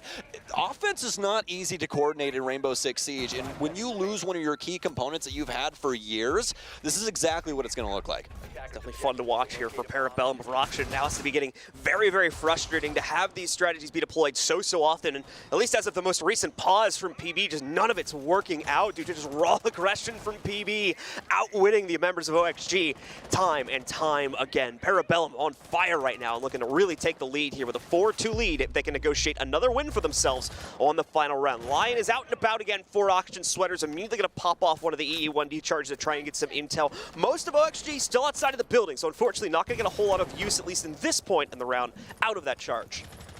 We're going to see Vertical lock up the sandwich window as well as the vents window, making sure no hop-outs can happen on this side of the map. For Foxay, who's going to be managing AC, he has Blaz actually inside here, inside of Archives. Go for kind of an aggressive peek, a frag grenade out. Asian will go down, but Nurs won't know that. He's going to go for another frag grenade. So 2 frags for the price of a life. You know, I obviously would give that over to OXG. The big thing is that there's not nearly as many nades available any longer. Including Nurs. He's not available any longer either. Please leave a message after the beep. Well, we're going to be back into the 4 versus 4. As I was going to say, Sledge happens to be one of the other ops that has frag grenades on him. And then past that, it's Glaz, and then there's one more. There's only 4. Oh, it's Nook. There's only 4 people that have frag grenades now. So we've completely moved away from a lot of frag operators. Dream, what a catch, especially after that drone. You thought he was going to lose it out just due to the animation, but able to get back to cover very quickly. Great correction there, and not letting the unfortunate events, at least as far as OXG is concerned, from the previous round unfold a second time here. Blaz will be stopped in his tracks. And overall, this round is looking much more promising for the Oxygen attack as they've already brought things down into a 4 versus 2. But a nice sneak from Kool-Aid has that cheeky little angle down below through the floorboards to take out Vertical. Brings it into a palatable 3v2. Doc's going to need the support of his other teammate, though, so Kool-Aid will have to try and route back over as he's quickly running out of time. But Doc's aggression once again catches OXG with their pants down. Dream is going to get caught out trying to entry into the site. I believe that's the case going down as well. So Sweater and Foxay now need to reposition to try and win out this even 2v2. I'm scared for Oxygen because, I mean, Doc looks built for this. I'll be honest with you. This is the first game that I've really got to sit down and be intimate with his play style and his management of the potential areas that we could see the offense try and come from. It's just too strong, John. He's like a one-man army, really. And then Kool-Aid is just there to really strike home. He's the jab to Kool-Aid's blow, and now it's down to Sweater with no EE1Ds. Yes, Lion might still be a kind of busted operator, but with 2 impact EMPs and a V308, what can you accomplish, Sweater? The new pickup for Oxygen. We're going to try and put the case down. That's our play as of right now, but he's getting his location bared down upon. He's going to pre-fire Doc. He should have been aware of that. He's going to swing in. He's got a hard ping. Sweater! Oh no! Parabellum's going to get it on the timer instead. It's a 4-2 split in favor of the Canadians. It is smart play across the board, no matter which way we look at it, in almost every single round from Parabellum. That tactical pause reinvigorated them as well after they dropped the only 2 rounds in that half and allowed them to bring, I believe it was 3 in a row, into their favor here. Absolutely wonderful stuff we see over the course of this half from PB, and excellently played. Moments like that where we see there from Kool-Aid is what had been the bane of Oxygen throughout the entire half. Did you see that? Yeah. He saved his own life by proning right there at the very tail end. Sweater would have decapitated him. Like, oh my. That's what I'm telling you. It is down to the wire with Parabellum. They do not care about the man count. They will figure out a way to take that round from you. I love Rainbow Six Siege, John. I'm so awake right now, and I did not get that good of sleep last night. I got like 3 hours, but we're only like halfway through this game, and the adrenaline's pumping. I'm ready for stage 3, man. I miss casting. I miss this whole shindig. It's great. All right, well, let's see if Parabellum can complete the initial upset. Of course, we had the fully loaded prediction bracket as well for this one. Everybody picking OXG, including the two of us. The you coin. Had to bring that up, man. The coin is the only one that picked Parabellum, I believe. I don't even think the fan vote went to PB. Oh my gosh, you're right. It's Doa's fault. Yes, it is Doa's fault. Awesome. We'll make sure to like at least put that in like his recommendations for his future endeavors and stuff. You know, it's like hey, he might mess up some of his predictions with a coin. But either way, so back into this and back into the second half. Auction now on defense, and they're choosing a pretty interesting side-off rep. It's important to note, of course, we got the side switch coming into play now, so Auction probably going to have a little bit more confidence to play into this defensive end of things. PB as well, the coordination needs to be doubly so of what we saw in the previous half, as we saw it in the first half. Things can fall apart quite quickly. Try to play a detached sort of push together, but apparently that's not an issue for Parabellum. Doc catching a wide swing and vertical right at the beginning of the round, opens up access here to the inside of the building. And more importantly, quite a bit of the second floor as well going to be taken because there's not a huge amount of defense on this one. We are going to be in a teller's hold, so this isn't obviously do or die positioning for Oxygen to maintain, but still, going to give up quite a bit of it early on here. I'm scared for Dream right now. I know I said that earlier on, but what a situation to be in, especially with Sweater downstairs feeding you all of this info. Dream, you got 3 people here on the west balcony. You might want to be worried about that. And it doesn't really seem like Sweater's going to have a Nitro opportunity just yet as no one's snuck in. Asian's going to take down Dream as well upstairs. That was a player over near Radio. Sweater going to at least take down once, but Blaz ready for the gunfight again, and Sweater on very low HP. He has to tap the head, and Doc already on top of him. It's done. It's dusted. It's down to the IGL of Oxygen, Foxay, to try and pick this up. Parabellum, they're just too much for OXG. Fox even tried to make a bit of a play to get some revenge for the death of Sweater from a few moments ago as well. Wanted to try to jump out jail, but the jail breach was actually imperfect. There was a little bit left, so it didn't let him out. Meaning that he's locked in the corner here. That would explain why he was over in that part of the map at least, but still he's got no power to stop this defuse from going onto the floor. He's got to just try and bait out a fight or two to make this a little bit more palatable for himself, but even that's going to be hard to achieve. PB, like you said, has been playing lights out here inside of these rounds, especially when they know they have the control. They've been very rare to kind of throw away a player or two for the sake of KD. So once again, they'll keep it safe, they'll keep it secure, and they'll keep the lead locked in as they get their 5th round to start at the second half. Cool, calm, collected, and vibes. That's what you need for a team, and that's what Parabellum has. They're playing off of each other extremely well. Even the situation that we saw upstairs with the sledge that I believe was Doc, we saw him start pushing over towards Archives, but he immediately backs off because, yes, their pacing still fast. They want it to be quick, but they want to be coordinated. They don't want to try and go off on their own and lose these silly gunfights that they shouldn't be taking. If we're going to deal with Dream over inside of Office, John, we're going to do it with 3 people. We're not doing it with 1. And that's what Parabellum's mentality has been. Every single time that somebody on Oxygen gets a kill, what happens?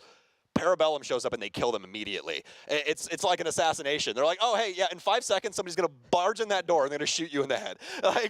And that's what continues to happen to OXG. They are constantly 2 steps behind PB, and they are not ready for the onslaught that they're bringing. And I feel for them because not only is this pressure on Sweater for filling the shoes of Laxing, but this is to show that you didn't make the wrong decision in what you did for the start of the stage. And you're up against Parabellum, who I believe finished 6th last stage, and they just made 2 changes.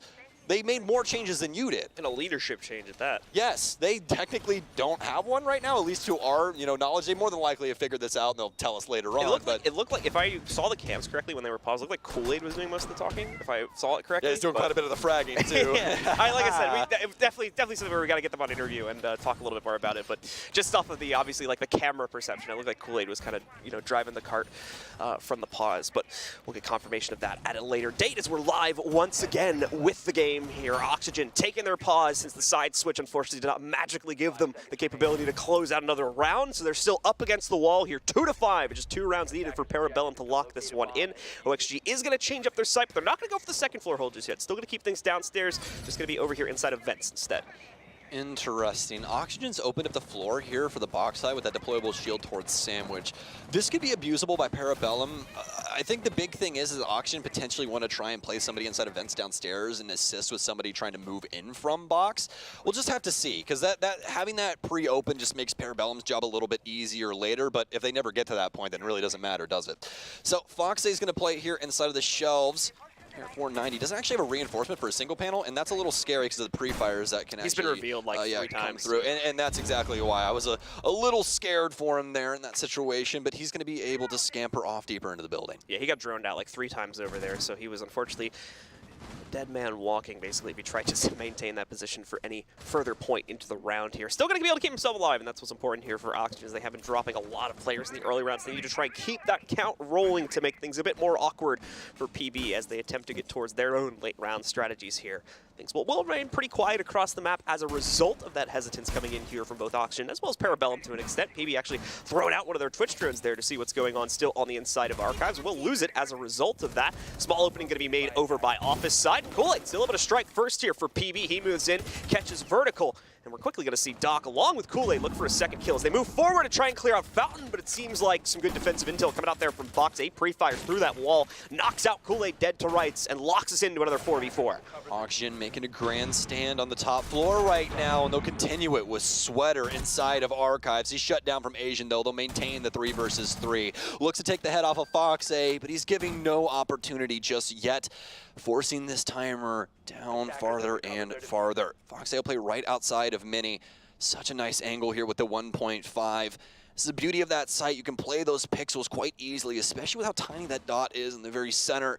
But Parabellum, I don't know if they want to try and push themselves forward just yet. Dream's actually going to take down Eska, and once again, we're into a clutch situation. Asian not able to land the initial shots, but he'll tag up Newers. Fox A and Newers trying to play off of each other here inside of Armory. Blaz is going to be able to take down Dream, and now it's just the 2 top floor bodies instead, but the case is all the way down, or rather outside, on the west balcony. So, more than likely have to go for the frags here. It's going to be a trade for Asian! Oh, and he got it! Oh my god! These two, John! Stage 3 is going to be amazing. That was disgusting. He had 1 HP, I'm pretty sure. Disgusting. He got grazed by a bullet by the other man. That was disgusting play from Parabellum. Max 2 to 3 HP there. I was with the bars, but I don't know the exact amount, but it looked like it was pretty much as low as it could go there. Might get it on the replay here one more time, but what an incredible play. Here it is, looking on the right side there, just a tiny little sliver left. The absolute patience as well from Asian to wait that long to make a play. Such discipline coming in from him. It's looking like Parabellum made some good pickups right now, as it's working out brilliantly in the play against Oxygen so far. Yeah, and if I can make a recommendation, don't allow these boys to play a small map ever again. You need to ban Border. You need to ban Skyscraper. Don't let them get to the late parts. Just play something like Villa. Get them on Oregon. Like, make them have to adhere to the map. You know, oh man, I'm even more excited just because of how crazy this roster is and how open the dev team has made the offensive units now with how the op lineups can go with impact EMPs and secondary hard breach and all that. It's practically just taken the harness off of everything. The only thing that you're chained to is a good hard breach. That's literally it. And even that, I mean, in certain instances, you can be like, oh yeah, we got secondary hard breach. Who cares? Right? And that's a crazy thing for Rainbow Six Siege. If you would have told me that in year 5, I'm like, nah, that's never happening. Crazy. Why would they do that? Oh my goodness. But yeah, I mean this game. Okay. They're nerfing themselves. Not really sure how that happened, but Eska wanted to carry the case. He was like, I will take us to victory, Kool-Aid. Don't you worry. We don't even need a hard breacher. I think that was just some unfortunate timing for Eska's case. Probably tried to go for that pre-fire on the south door, and Kool-Aid just happened to be in the way. So, fortunate start to the round here. We'll see if Parabellum can make up for it. And it's going to cost them their ace as well. They do not actually have secondary hard breach in the lineup here, so if they required it in some form, then that's certainly going to hurt. And we've got the lockers clear, it looks like, so they definitely would have wanted it. I mean, they won last round on a very similar clear, and Kool-Aid just so happened to be the first man that got blasted from Parabellum. So we'll see if it works out again. Blaz finds Newers as he's corrupted Archives. I just realized my brain just turned on. What? Why are you? How? What? I'm okay. Well, I'm so lost how he got there, and no one knew. Oxygen. What is happening? They're falling apart at the seams. They have no idea where any of these PB players are. dealt with the team kill problem. They've equalized it out. The There we problem go. is, there we go. Oxygen now going to go for another pickup of their own. Sweater's been activated. He takes down both Blaz as well as one additional member of the PB roster. He's going to try to get himself into a fight as well, but he's going to end up getting forced back. Makes the smart plays. They only have those 2 players remaining, wanting to try and play this out as cautiously as possible. Parabellum, unfortunately, might be biting off a bit more than they can chew inside of this situation. Of course, with the team kill, limiting their chances to begin with, but still, Doc manages to make that first peek work. Just went for the horizontal spray and managed to catch at least one member of OXG there. Asian now the last one alive inside of a 1v3 here. No case control either. I don't think anyone picked up the case after Kool-Aid got dropped, by the way. It's still been sitting outside this entire time.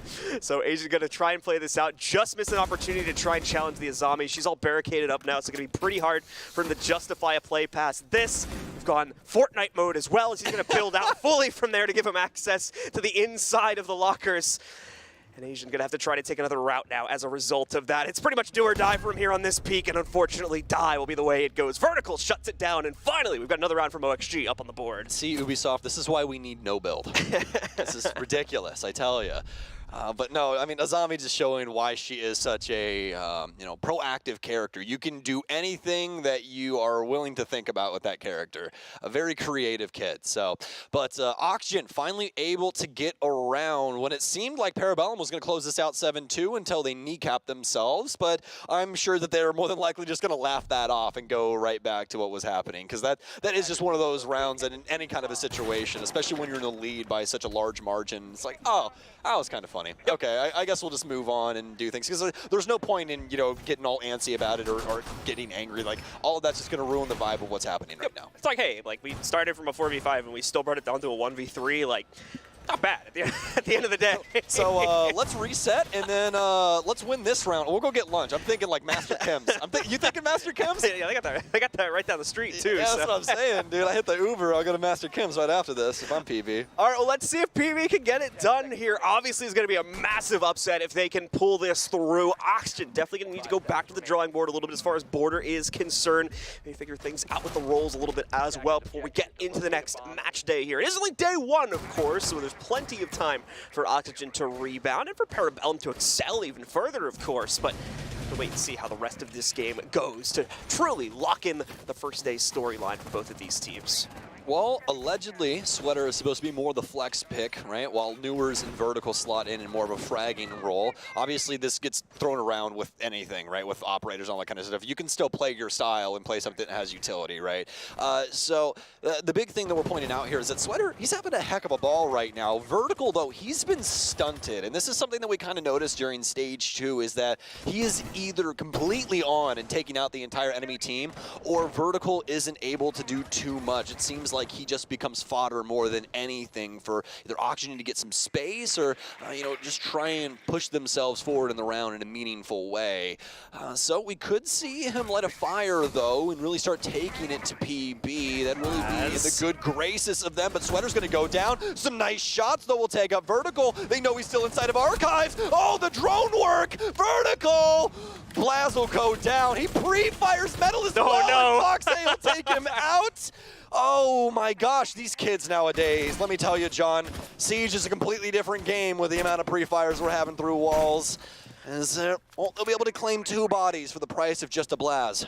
Foxy finally abusing back the aggression from Blaz a bit, though, catching him in the fact that he was going to be opening up the wall to say, like, hey, I could probably get a free headshot off of this. And indeed, he does. So he's able to trade that back, stops the chaos, at least for a moment or two here, brings it down to a 3v4, which is now going to be very winnable for Oxygen with that play from Foxy. He claims the second one. Yours gets the third as Eska falls, and suddenly PB not looking so hot on this round. They've lost the case again as well. Another push from Newers knocks out Doc, leaving only the new pickup Asian in play for a 1v3. Mind you, again, no case control, so we'll have to try and find a way to wrangle that if he doesn't go for all 3 kills. Still on the second floor as well, using a smoke to block things out here on the main landing. It's not a perfect smoke, though. He's just going to use it to separate the fight, and it works. Knocks out Newers, deals with him. There is a clean path, I believe, for Foxy to move through without getting his vision obscured, but he doesn't want to risk it. Dream still has the back end of this hold, and he's going to be able to successfully keep it together as OXG do manage to secure their 4th. A little sketchy, but the OG Foxay shows his face. He gets aggressive on the base floor of border. I've never seen this before, but this time it wasn't with Pulse. Big shocker there, right? As he just flies outside, gets all of these frags, and continues to try and take the aggression to PB that allows the rest of his team to try and step up to the plate too, especially there for Newers with the team swing towards Metal. Oxygen, they're starting to get back into good graces, but I fear it's too little too late. Foxay saw that that attempt to take him down through the wall. I was like, all right, we're in the jungle gym now. Yeah. We're gonna go for these types of plays. So. He just remembered who he was. He was like, wait, he's like, I'm wait, Davide Bucci. I can do that. I can do that too. Yeah, I'm Foxay. I do this. Hold on. Hold on. So we've definitely got a bit of an element to match the play coming in from the European pickup on Parabellum. Blaz coming in here with some very exciting stuff throughout this game, including that very nice ace we got out of him earlier on in the first half. But finally someone else to match his prowess here. Will it be enough to bring OXG all the way back? That's another big question. I think we've downshifted and we're ready for launch here with Oxygen, because we've got Sweater back over on the Pulse for all that info, but a little birdie at the very bottom of this list, John, has switched himself over to Oryx. And Foxay, I think, is going to go for a little bit of a flight inside of this round, whether it be through hatches outside or what have you, we'll have to see, but I can almost guarantee you Foxay is going to be quite aggressive with this pick. We're going to see an abandonment of the security hold pretty quickly here, too. We're going to get another downstairs play. It'll be inside of Tellers, too, so CCTV not going to be a required hold by the defense here by any means. Much more so will the focus be on the area we're looking at now, Office as well as Fountain. That could be much more quintessential to Parabellum's success if they are able to take it. But even then, it's not a requirement considering it's Tellers here. Oh. Big play coming in from Newers as he tries to hold the active defense against the clear from Blaz. Doesn't work out this time, though. Blaz wins the initial frag again for PB. Crucial shots constantly being missed by Oxygen here. And Blaz able to capitalize on it time and time again. 13 and 6, and I believe that he's got like 5+ entries as well. And that's not even to talk about the rest of Parabellum that we've seen be so dominant inside of these mechanical showcases, especially Asian with the F2 showing just how solid he is with that rifle. Vertical, I don't know how long he's got left to live. Luckily that frag grenade won't bounce his way. It will take out the mute jammer and make it to where Fountain is a lot more difficult to try and stick by. He'll have to drop back down into stalls, but he's immediately taken down by Asian, who's already made the rotation for the window. Cutoffs once again for PB. Huge respect to how well they've been able to put things together, given how new these two pickups have to be to the roster. But they are absolutely excelling on the squad right now. Both Doc as well as Asian having a positive KD on top of their overall contribution to the team and other factors as well. Really, really great first showing, regardless of how the rest of this match goes. It's looking promising, regardless, as things have been brought down to a 5v2 now. Dream and Foxay looking for a way to hold out this defense, still with over a minute on the clock as well. There we go, a third kill in the round now claimed by Asian, bringing it all on to Foxay. He was clutch in the last round, but a 1v5 as the plant is going down. Might be asking for just a little bit too much, and indeed it will. It'll be a flawless round from PB to shut it all out here as they take a huge surprise to start the stage off here. Absolute victory versus Oxygen. Never been happier to be wrong, seeing a success story like that. Parabellum taking it to Oxygen in every sense of the term. Fantastic play from them, and I believe they've surprised quite a few of us, honestly. I mean, even a lot of the CL talent that I was talking to and seeing some of what they were putting online and that kind of stuff was like, I don't think that Parabellum's really got a leader. I don't know how this team's going to mesh, and the answer is quite well. Indeed, they do. The new pickups, definitely a risk to be sure with the untested nature in T1 play, but at least for today, it's worked out brilliantly for PB as they excel in huge strides, whether it's with regards to their timing, their intel play, their just overall capability to win 1v1s. It didn't seem like they were missing any part of the picture here in their matchup versus Oxygen. That's got to shift the question to just what the heck happened with Oxygen here today.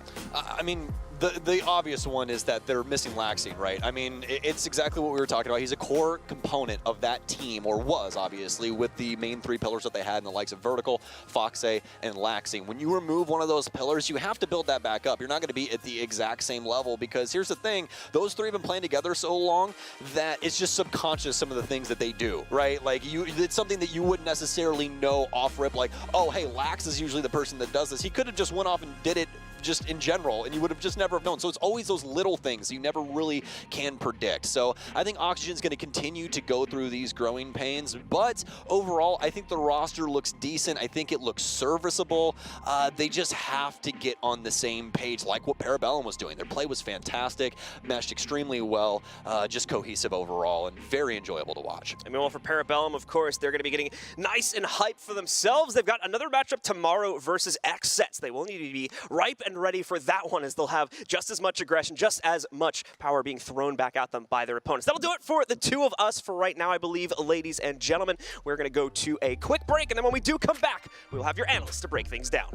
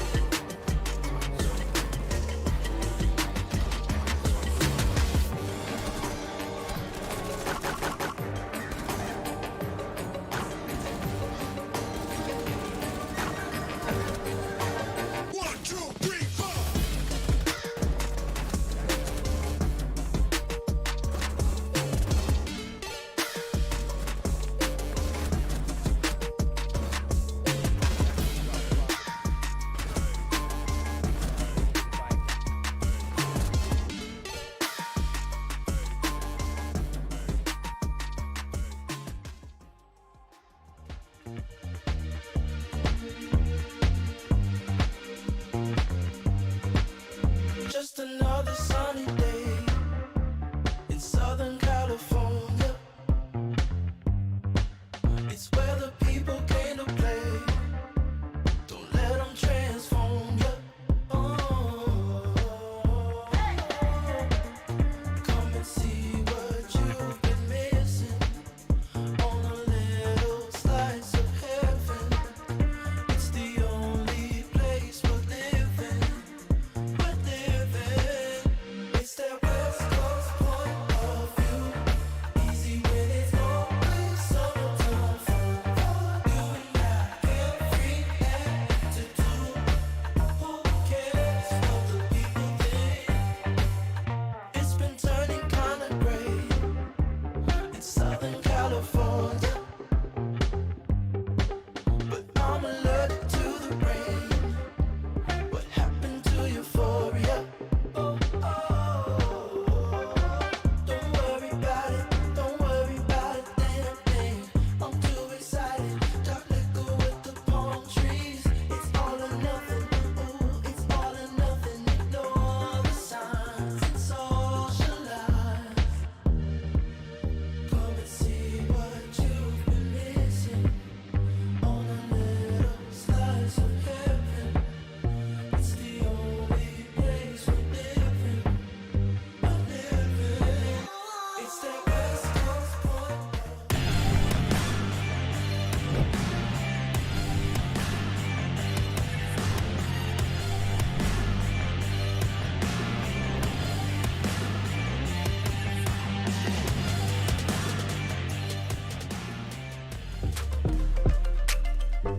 Welcome back to Upset City, aka the Rainbow Six North American League. Parabellum taking down Oxygen in the very first match of the stage.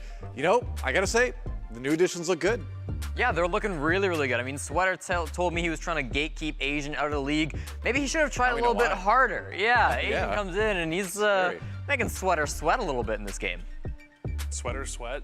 Yeah, it's a different version of... Get that alliteration in there? People thought it meant the clothing item. It turns out it just means someone who sweats. I guess. He is in fact sweater now. Perspiration down his face. Yeah, after a game like that, where it feels like to fit into a role that Laxing left behind, those are some really big shoes to fill, and that game was proof of it.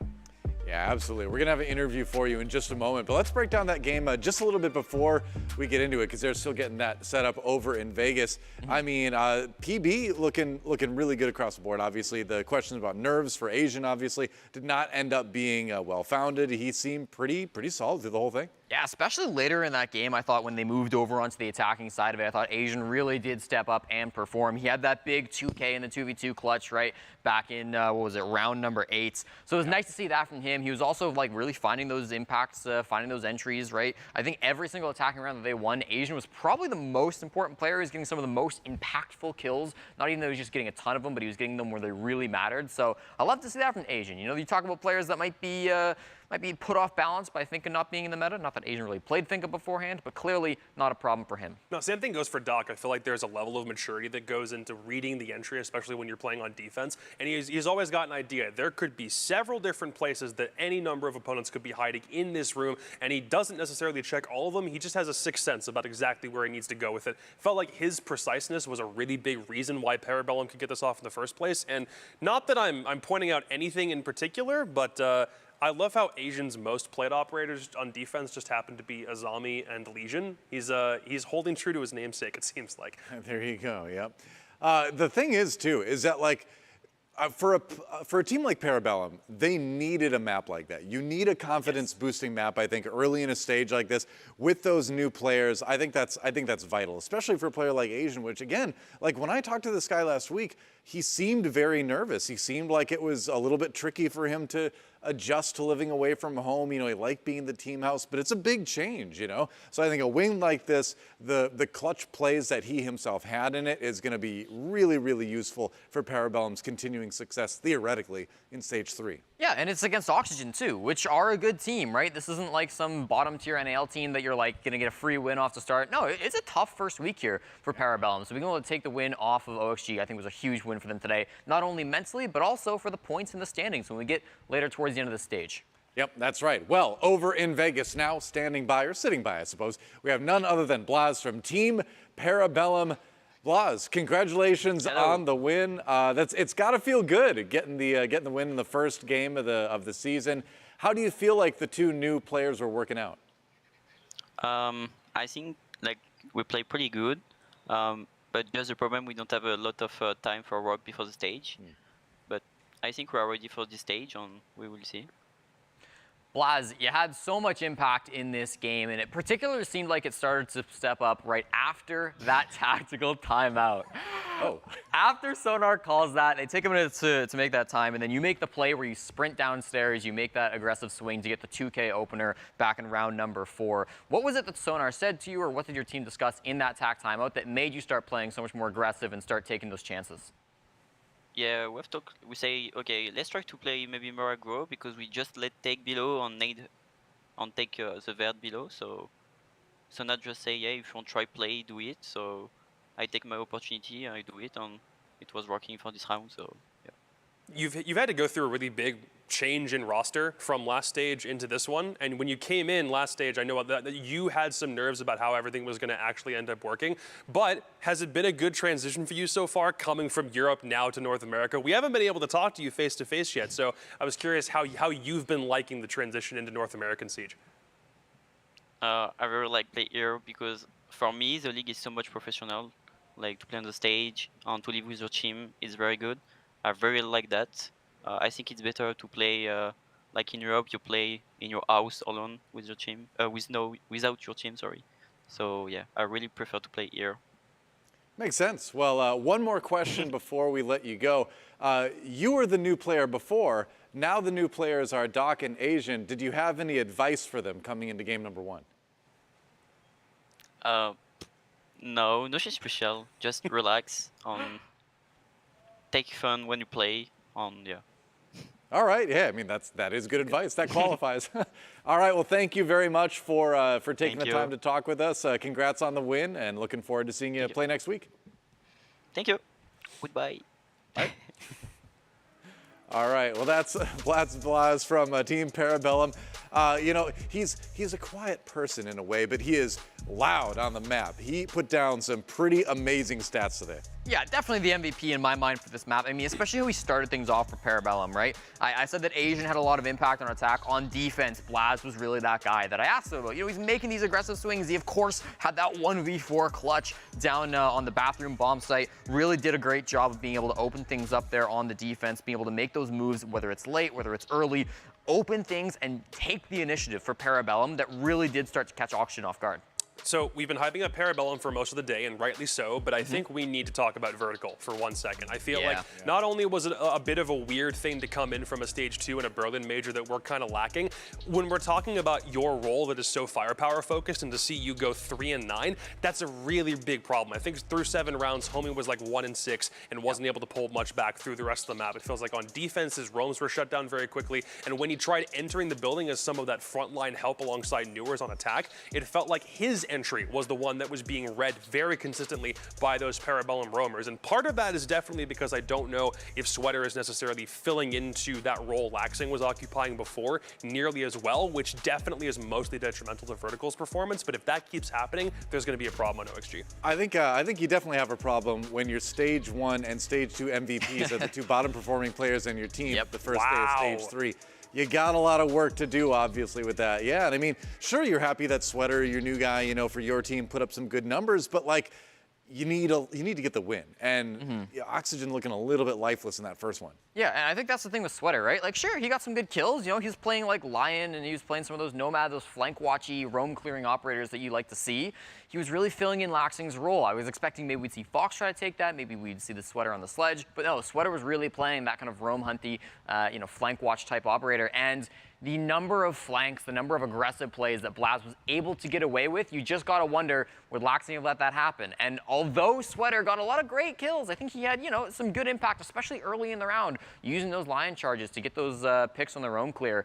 It felt like sometimes he wasn't doing his job in terms of stopping those aggressive plays from happening against his team. I'd say part of it might be the fact that when he's playing Lion, all you have to do is push a button and instant impact, to quote the old Kickstart clip. But when he's playing Nomad, when there's a little bit more that you have to worry about, not only in where the air jabs go, but also where you're looking at particular moments, I think a little bit of that Sweater instinct of being a kill hunter is something that needs to get reined back in, because that's not your job when you're playing on those roles, and you need to be able to fit in with that mesh a little bit more. So I do think maybe OXG might miss some of that Laxing presence. I do think you can get used to a role like that, but for Sweater, it may take a little bit of time if he's playing like this. I mean, Sweater told me he wanted to show a little bit more versatility with what he's doing this stage, and he did, no doubt, but they got to bring it together in some more team coordinations, more wins. Let's take a look at a couple wins in some particular rounds for Parabellum, though. There's some pretty amazing stuff going on. The first one, of course, we got to take round 5. We got to look at what Blaz did. He had that 1v4 clutch, and it was impressive stuff. This guy is good at clicking heads. Blaz is crazy. He's down to the 1v4 here, and then, you know, they kind of don't know where he is. These first 2 kills, okay, awesome. Blaz, he's made that impact. He trades his teammates. I gotta criticize this next play in from Fox, though, dropping in. I think he assumed Blaz had rotated away or something. Terrible drop from Fox, and then finishes off Sweater in the 1v1. Blaz, the mechanical skill to be able to hit those. Really impressive stuff from him. Unfortunate the time was so pressuring Oxygen that they made a lot of mistakes there in that 4v1. Yeah, exactly. Well, we got another round to look at. It's going to be round 8, and this is a big win for one of the new guys, Asian, stepping up in a situation where it looked like he was dead. He had like no life bar remaining. There was like a tiny, tiny little sliver, able to get the kill, able to get the round for his team. And again, for a player like that, big, big confidence booster. Let's check it out. See, here's the thing. This is just a really good patience moment overall from Asian, because he's not supposed to stay alive for this long, yet he manages to persist through a round where OXG are just trying to desperately hold the top floor and makes the instantaneous push to office when he realizes it's there. Oxygen had a couple of rounds where it was very good through the early and the mid game, to a point where they were getting in position for an execute when they were attacking. And then you swap sides, it's just about wasting time. And then you get down to 1v1 scenarios. I think Parabellum had 3 of them in this game where they were able to win in the dying seconds of a round where it's a 1vx situation, one player on Parabellum clutches up. OXG did basically everything right leading to that point. There's a lot of good things to be said until like the last 20 seconds of a round where Parabellum have one player creating all the impact and actually forcing the win in their direction. If all 3 of those 1vx's go OXG's way, we probably look at minimum an overtime game.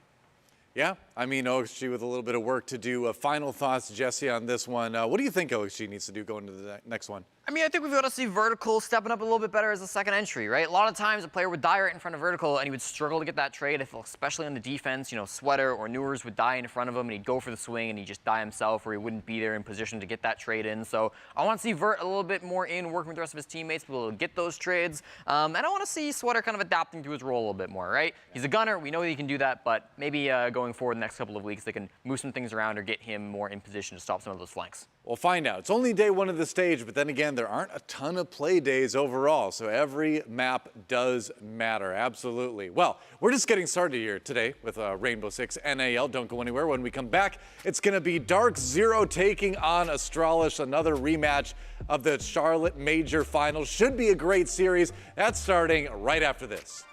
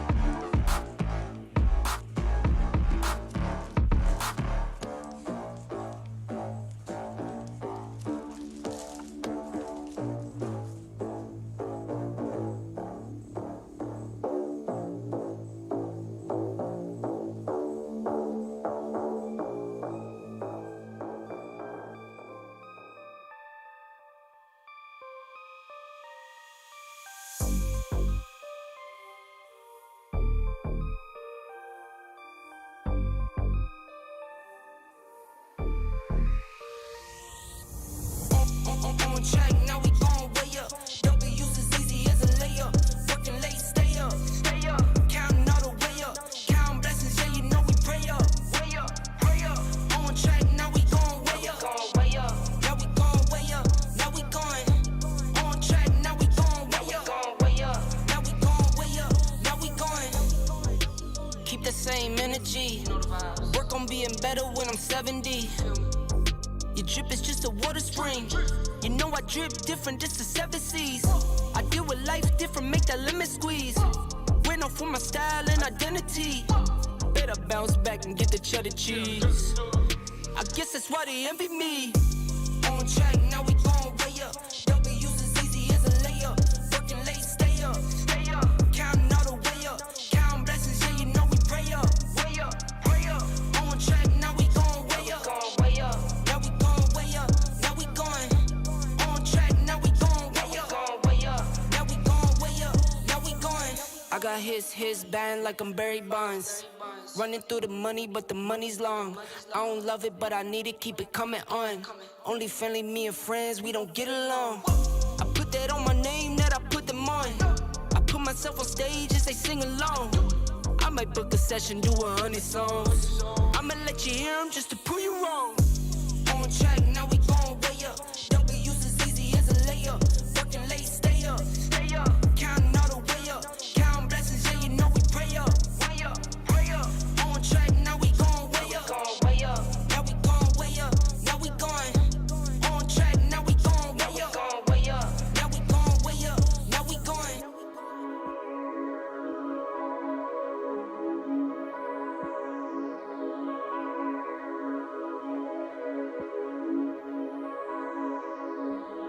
Like glue, the leather stuck on me. I wanna move.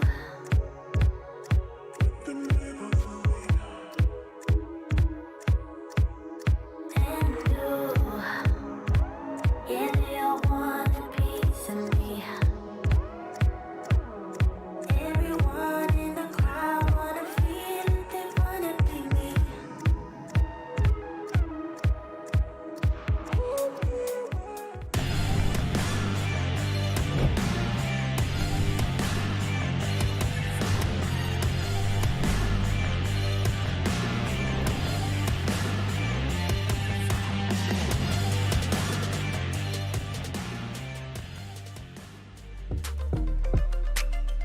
We are back here on the Rainbow Six North American League. Doa, Jesse, Jacob here with you as always. And guess what? We're going into DarkZero versus Astralis. It is going to be a rematch of the Charlotte Major Grand Finals. But before that, we got to talk about a different major. We got to talk about Astralis' trip to the Berlin Major.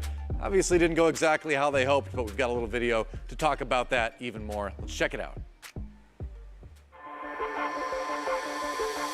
Going into the Berlin Major, and obviously like our mindset was like we wanted to win that like very badly, but just our practice beforehand wasn't the greatest. Problem at Berlin started before Berlin. We lost some of that teamwork and the decisive calling that we needed to have the success we did in stage 1. We weren't playing our style of Siege at 100%. We kind of individually all let off the gas and kind of got a bit like comfortable. So in that sense, you know, we just got smoked. Astralis kept fighting. They did everything they could to keep themselves in it. I don't think we were as hungry and like dedicated as we were the first 2 stages when we were the underdogs, and that's where things went downhill. Berlin was kind of an eye-opener for us, and that kind of got like that spark back and our hunger back. We had to learn from our mistakes, and I feel like it was just about accepting our mistakes and like actually doing what each individual needed to do to fix those mistakes and improve on the individual self. So I feel like that's what we've been focusing on. We got hit with like a reality check and that we need to like change our play style, and we're just gonna get smoked. We have to just press back on the gas and just grind again. I think we approached practice like very differently. Now we're practicing harder than ever, and yeah, it's looking bright.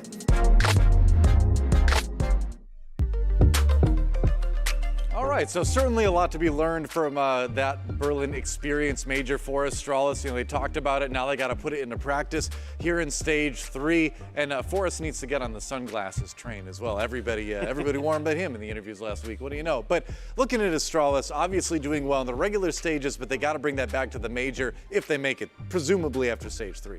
Yeah, it was a tough major, as we know. They finished 16th out of 16. They got last in their group, and they only had 2 points, which was fewer than any other team at the major. They had a single win, 8-6 over M&M, who M&M are fine. They're not a great team. But they themselves at that point, I think, were already knocked out of the major. Yeah, too, so it was a rough game. Iconic, as we see on our screen now, I think has been one of those like key players for Astralis. He's one of those guys that can be really impactful when he's showing up, but sometimes I feel like there's a little bit too much on him. We can see his stats here: 94 accuracy, 185 reaction time, a little bit better. That's more what I like to see. I mean, if your reaction time is in the 500s, that's a little. Are you okay? Not fast. Yeah, well, I do think Iconic is an important player for Astralis, right? Because it feels like he is that, formerly Finca player. We'll see how he does on regular roles. He's established enough that I don't think it's going to be a problem not having the Finca. But, some games, if he's not there, I do worry that Astralis don't really have that initial footing to get going. It's also weird because DarkZero didn't have a foray in Berlin, but even if they didn't get there, they were 5th place in Stage 2. I still feel like that team would have advanced further than an Astralis team that even in Stage 2 and in spite of getting 1st place, still didn't really feel like themselves. Granted, Stage 2 was down to the wire. It was incredibly close, and there was even maybe a chance on the final Playday for DarkZero to have snuck into the mix, but it's a case where even if you've got so much of a tight competition going domestically, DarkZero internationally, especially when they get to best ofs, are a very fierce team, and it felt like they were only maybe a couple of rounds in Stage 2. If they go the opposite direction, we see DZ go to Berlin instead. Well, let's talk about Astralis a little bit more as we get into this one. When I talked to the players last week, a lot of them were like, we didn't even know we could get first. And at the end of Stage 2, they were just like, yeah, we saw it at the end of that match. We're like, oh, great, 1st place. But, it's nice, but it's really about that major performance. And that's where things kind of dropped off. And they, you saw it in the interviews. They seem kind of shocked that's ended up what happened, but a good learning experience. And when you're a team like this that has so much talent, sometimes you do have those missteps, and it's kind of how you bounce back from those that determines how you're really going to end up being as a team. Yeah, they were never really themselves in Germany, and I asked a couple people at Astralis what the main catalyst was. From both their photographer Henry and their coach Callout, the answer was relatively simple. From Callout, he said, we didn't uphold ourselves to day-to-day standards as we should have leading up to and at the event. Obviously, Berlin's presented a couple of other challenges. I know that there were some teams that reacted to the heat in different ways to other teams, but that definitely shouldn't be an excuse. It's all down to the mental ritual and the preparation that goes into games like that, and they just didn't think that they had the same mindset. They didn't follow those routines. They didn't enter games going exactly the way that they needed to. Granted, it was also a much tougher group compared to the Charlotte Major. They had way tougher teams. It was probably one of the hardest groups that they were in, barring how M&M were going to do. They had, Furia and Elevate in the same group as them, and Elevate qualified in 4 games. That was already going to be considerably tougher competition, and they just couldn't stand up to the fire. Yeah, the stats didn't really line up for Astralis either. A 45% defensive win rate was the 2nd worst at the entire event. It felt like the late rounds never went their way. So many throws of 2v2s or 3v1s that they really should have been able to win. The Roamers were struggling to get any of those advantages early. You take a look at the clutch factor, and Iconic clutched more rounds in Stage 2 than his entire team did in all of Berlin. He was so much better in that aspect earlier here in Stage 2 than he was in the Stage 2 Major. Their attacks were even worse than their defenses. 35% attacking win rate, again, the 2nd worst out of any team. That went to Germany. Some games, Iconic struggled to find that impact. Some games he was coming in a little bit too late. Felt like the pushes were kind of one-dimensional. They went too fast. They would get caught by an aggressive angle, and then they would be totally unable to pick up those pieces. That needs to be an outlier, right? That needs to be the one tournament where Astralis dropped the ball, and then they go right back to getting 1st in the NAL, getting all the way to the finals at Majors. Astralis have to put that behind them and move on. I also definitely agree with what they said in that video package. They're not the underdogs anymore. They had one stage of being able to call themselves that. That was Stage 1. They went to the Charlotte Grand Final. Now they're a known commodity, and everyone understands how they play. If any team is going to fall behind in the meta, it might be these guys. They said they've got their spark back. They're looking for a way to shift into the new way that Siege is being played, which is a very understandable position. I hope they get there, but everyone now plays in a very similar way to Astralis. They like to play wild, calculated aggression, and playing more aggressive, even for support players, is something that we're seeing become a championship level thing. We're seeing guys, even if they were to play on hard support roles, get in people's faces. And it's not to say that Astralis wrote the book on that, but they're no longer able to rely on their style of play being something that other teams don't expect, because a lot of other teams are probably going to tap into that this stage.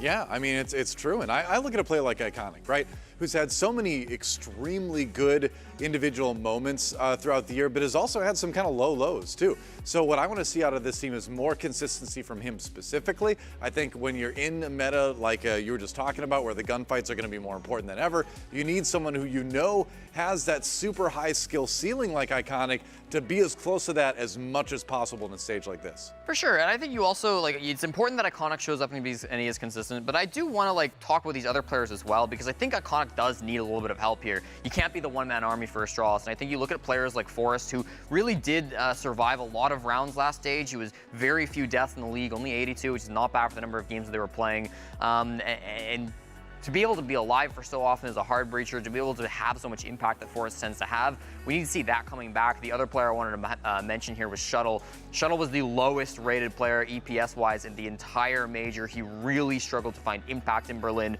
That can't be happening anymore. We need to see him back in more aggressive positions to help out Astralis. Yeah. Forrest also has the widest like gamer stance of anybody in the NAL. I'm pretty sure. Like if you look at this guy, he's like flexing. He's like working those pecs. If there is man spreading as far as gamer posture goes, it's definitely Fofo. It's a wide stance for sure. Well, let's talk about the other team in the arena today. It's going to be DarkZero. On the other side, obviously our Charlotte Major champions. They were able to come in 5th place in Stage 2, a team that, you know, it kind of was a little bit on the outside looking in, but again, I mean, Stage 2 was so close points-wise, somebody had to take 5th, and unfortunately, it was DZ. Yeah, DarkZero got scorched by having a lot of film on them after they won Charlotte. Historically, they have rarely been a top contender domestically. Like, they were 2nd at the NAL Finals, and that's it. There hasn't been a time in domestic competition where they've placed any higher than that, with the exception of the one time we had an online major. I think it was the August major of 2020, which they won 3-0 over TSM. That was the one time. They also took until the very final Playday in stage 1 to lock in Charlotte, and they just got edged out of Berlin major contention in right around the same time frame. They're not a pinnacle squad in NA in spite of their success this year, which is a really interesting thing to say about a team that literally won a major. We've talked about them nonstop because we always think that they're a powerhouse team, but they do still have the ability to kind of get back up there. It's also a really tough league. Stage 2 showed us that very clearly, and it feels as though sometimes this team has just had struggles with keeping up with the pace. Even if it's only minuscule, even if it means they just barely got edged out of Stage 2, they're still in the fight, but they're not a top team. It feels like they've always had the ability to do better, but have never truly gotten there yet. I'm going to counter that. I think DarkZero genuinely looked like one of the best teams in the NAL at the end of last stage. Obviously, yeah, they didn't make the major, but they were so close. Only a couple rounds away from qualifying, and they really picked it up towards the end. They finished Stage 2 with 4 strong games. Their defense against Oxygen in their Final 4 being kind of the only blip on the record. I thought their pushes were very coordinated, multi-dimensional. Pamba was doing well on Endry. Canadian and NJR were clearing the roam as well, too. On defense, it was NJR and Pamba that really worked together well on the roam, especially those last 2 games. So it felt like they were really doing a good job towards the end of that. They need to be able to continue that on, to be able to find the kills on some of these players on Astralis. Players that we mentioned earlier, like Forrest, who I said the least amount of deaths, actually one of the most number of deaths, 82 in the league last stage. So to be able to exploit that, exploit some of the players on Astralis that maybe have been dying a little more often than you would like to see, would be huge for this team to come back in for their first game.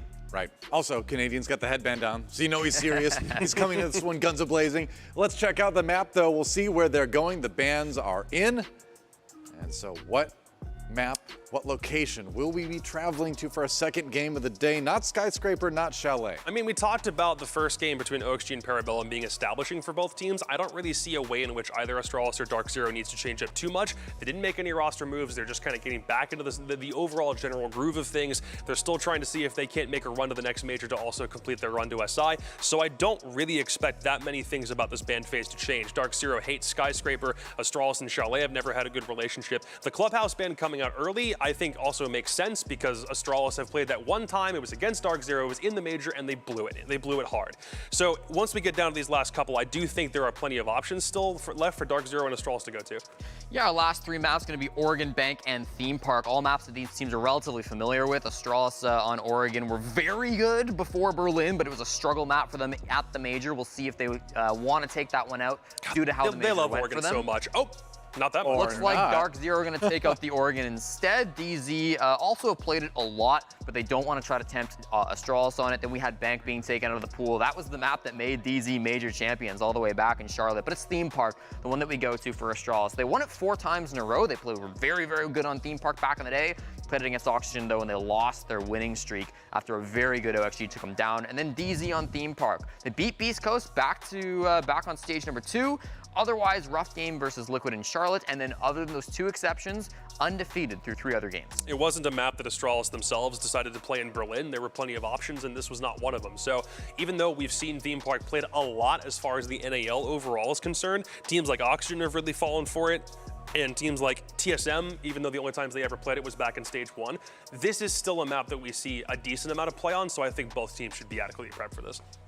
You know, another kind of significant thing for this matchup, weirdly enough, is that neither of these teams made roster changes. It's still the same 5 from stage 2, and which in this stage is a little bit unique. Is a rarity, yeah. Yeah, exactly. But obviously neither of these teams really needing to make much of a change anyway. I mean, you make it to the finals of one major. You do well in stage 2, obviously, again, that 5th. So tight on points for DarkZero. It's hard to hold it against them too much.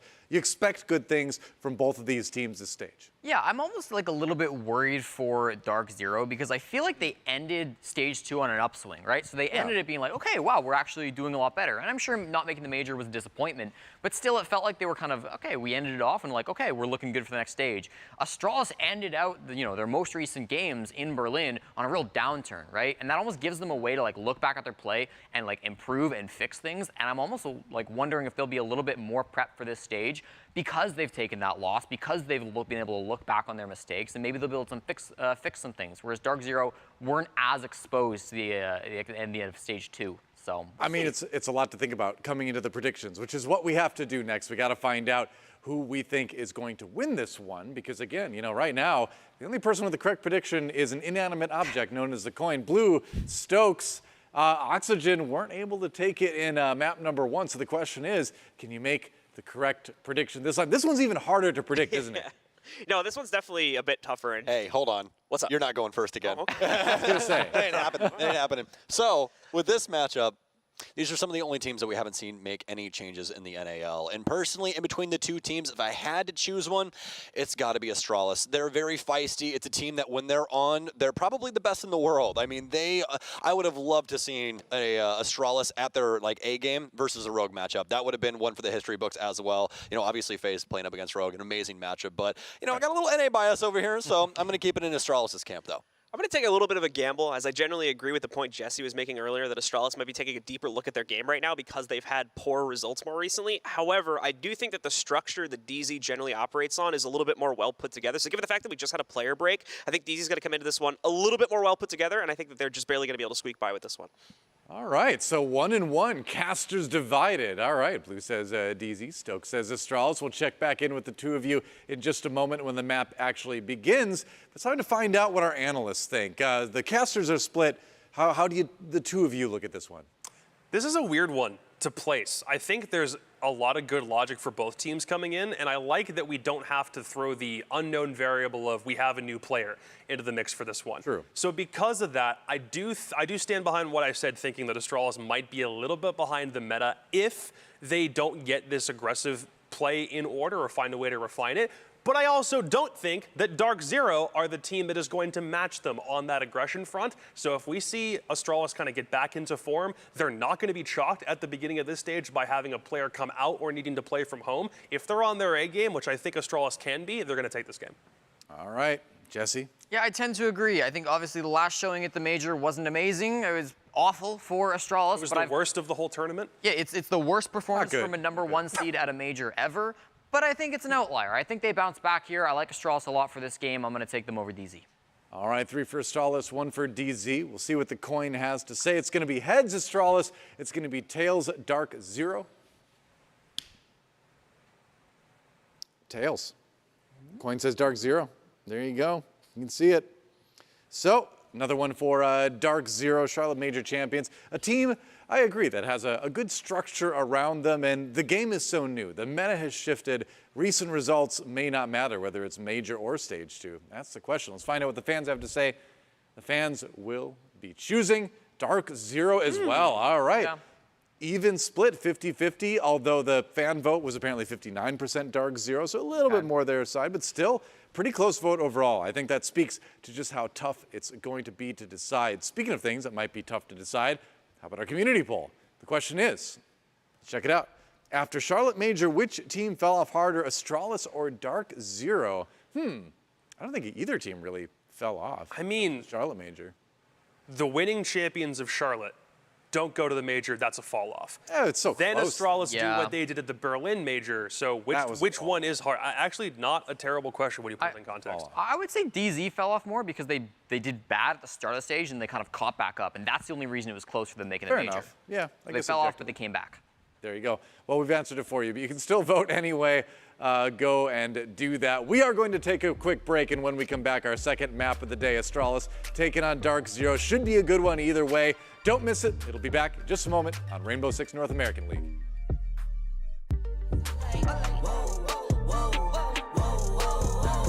Neighborhood on the scene, neighborhood on the strip, neighborhood be the name, neighborhood no crib, neighborhood that's me, neighborhood that's Nick, neighborhood do the dance, neighborhood do the dip. Okay, thought I'd never make it like no way, I'm the real deal, no role play, my days off, that's no days, no I hustle hard, young rose, E be the shooter, that's cold case, those on the deals, that's brose, got no pay, on no say, okay, this the news, tell them read it, been the one since the fetus, don't sleep on me, Tempur-Pedic, that's a no, no, no, spending dope for no reason, got a ball head, Mr. Cleaner, heard the big bags overseas, then we gon' go, go, go, whoa, I press the button and the doors go off like, whoa, that money clip us now, the new now looks like, whoa, upgrade her diamonds, now her girlfriends are like, whoa, whoa, whoa, whoa, I press the button and the doors go off like, whoa, that money clip us now, the new now looks like, whoa, upgrade her diamonds, now her girlfriends are like, whoa, whoa,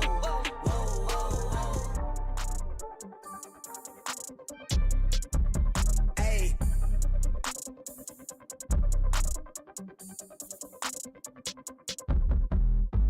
They been on it, jump on the rail. I wrap it, I bag it, I pack it for sale. Got feeling on speed out, I hit me to chill. I give it a thrill, I put it on film. If I get applaud, that ain't real. Come to my section and flex, we can tell. I got a show where she dipping them nails. I'm flipping my L's, I know they can tell. I did it too major, they hit me for favors. Been hit since the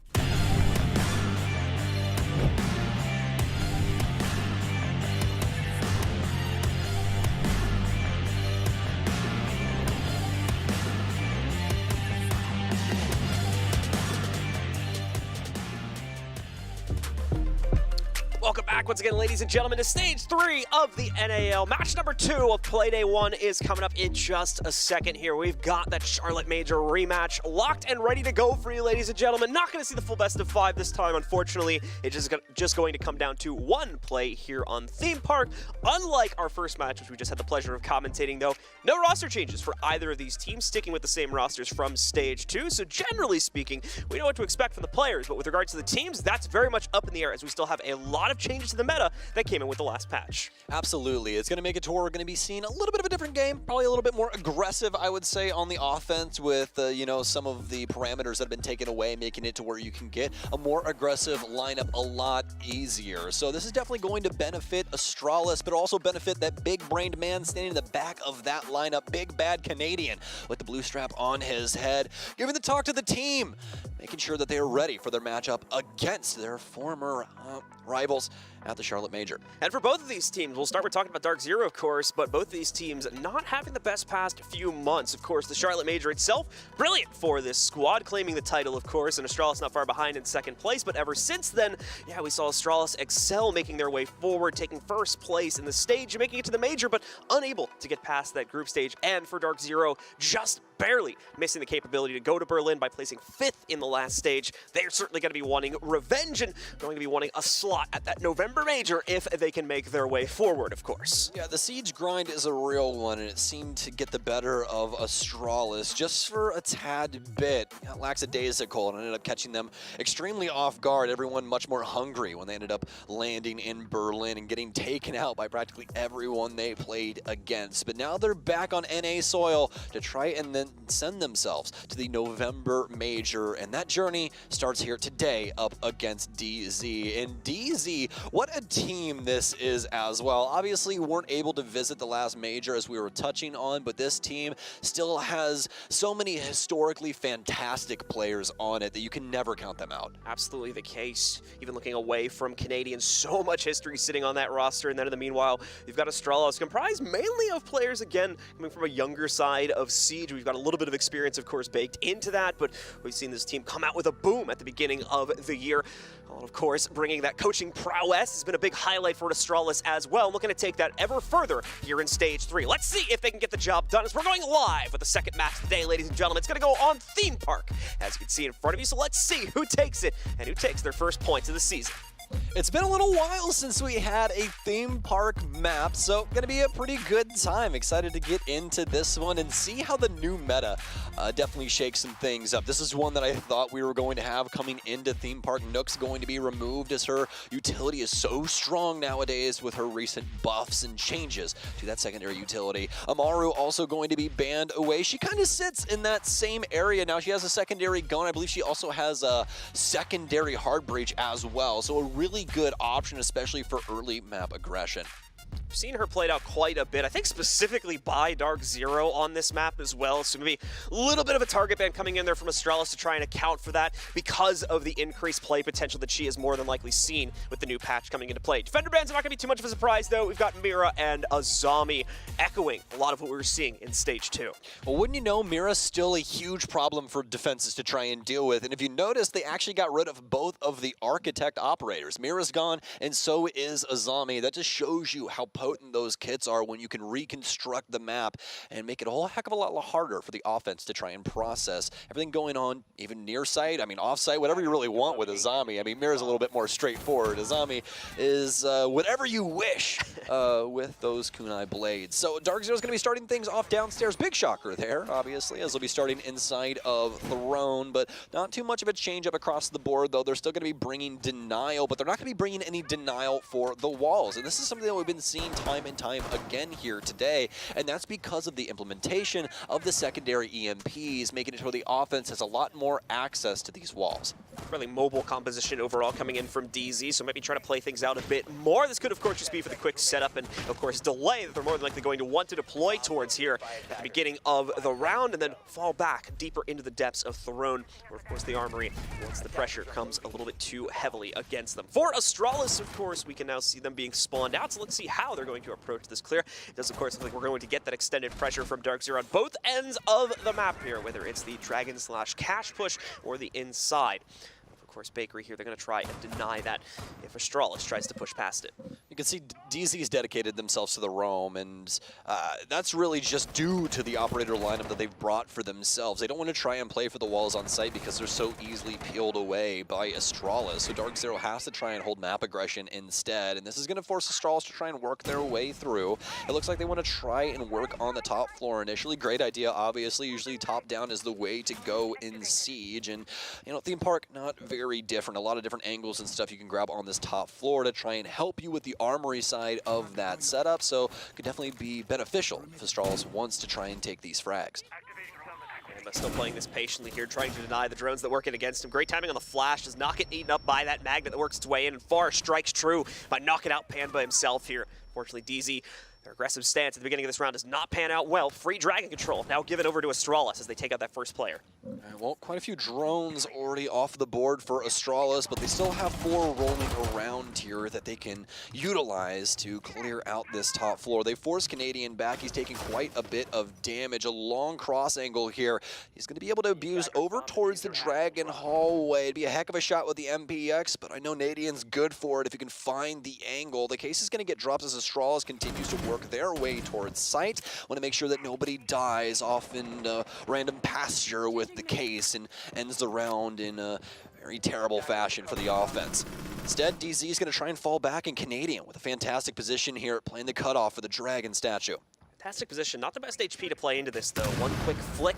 Nice shot off of that one. Would make up for the difference, but nicely done as he manages to catch a member of Astralis still on the drone. And now is in a pretty annoying position to play into here as well. NJR, because they've made a breach into the closet, is allowed to go for another one, and so is Canadian as he strikes true yet again. Finally, Iconic's going to be able to deal with it, but the damage is now done. Less than a minute to play into here, and DarkZero now has the player advantage, and they finally spot out the intel that was unfortunately causing so many issues for them here at the top of Dragon. It was so very well done from DarkZero. Cool, calm, and collected. Exactly what we expect from this veteran roster. And the IGL himself making some moves to give Astralis a hard time around Dragon. It's led us up to this. A 2 versus 3, and Iconic on the entry, but NJR will dust him very quickly. It's down to Forrest. He'll back himself off of Yellow Stairs. Has an angle, but the timer, it's dwindled down to 13 seconds. Not very much he can do here, so he'll back off and try and use this extra time to talk to his teammates and see if they can right their wrongs in round 2. will close things down there, and that'll be DZ setting the status quo after the first round closes out. Is that? Did you see? No, I missed it. What did you catch there? I think Hyper's got a literal hand warmer, but it's like a fan. Look at this little box down here in the bottom right. So no more like electric hand warmer. It's like a plug-in thing. Yeah, it's like a space heater. Yeah, I've seen a few of but those it's before. for your. Yeah, you just hold your hand up. You hold your mouse hand up to it. That is so bougie. I need one of those. I think there's like a second one further down too. I think a couple people have them. Let me get this straight. This man's got a hand warmer and like a $500 final mouse, and he's playing on that Logitech mouse pad. I mean, like, one of these things is not like the other. That's like a $10 mouse pad. Great mouse pad though. I'm just saying. But I mean, if it works. Hey, exactly. That's one of those things where it's like, just don't touch it, right? Like if it's working and you're fragging, don't touch it. But besides the point, DarkZero, fantastic round one, especially with the way that they were able to handle Astralis early on coming in from that Dragon balcony, or rather Cash balcony on the outside of the building. Playing solid delay and allowing Canadian to get away with a lot. Not only on the top floor as he backed off, but also making that fantastic move in towards Dragon and able to get one over on Astralis. All right, well, into the second round we go. Astralis going to see if they can iron out a few of those issues with regards to their clear, especially on the exterior parts of the site. Unfortunately, that camera from the Valkyrie played by Canadian there, just giving away way too much and opening up way too much play potential for him, specifically off of the backs of the comms from his dead teammate.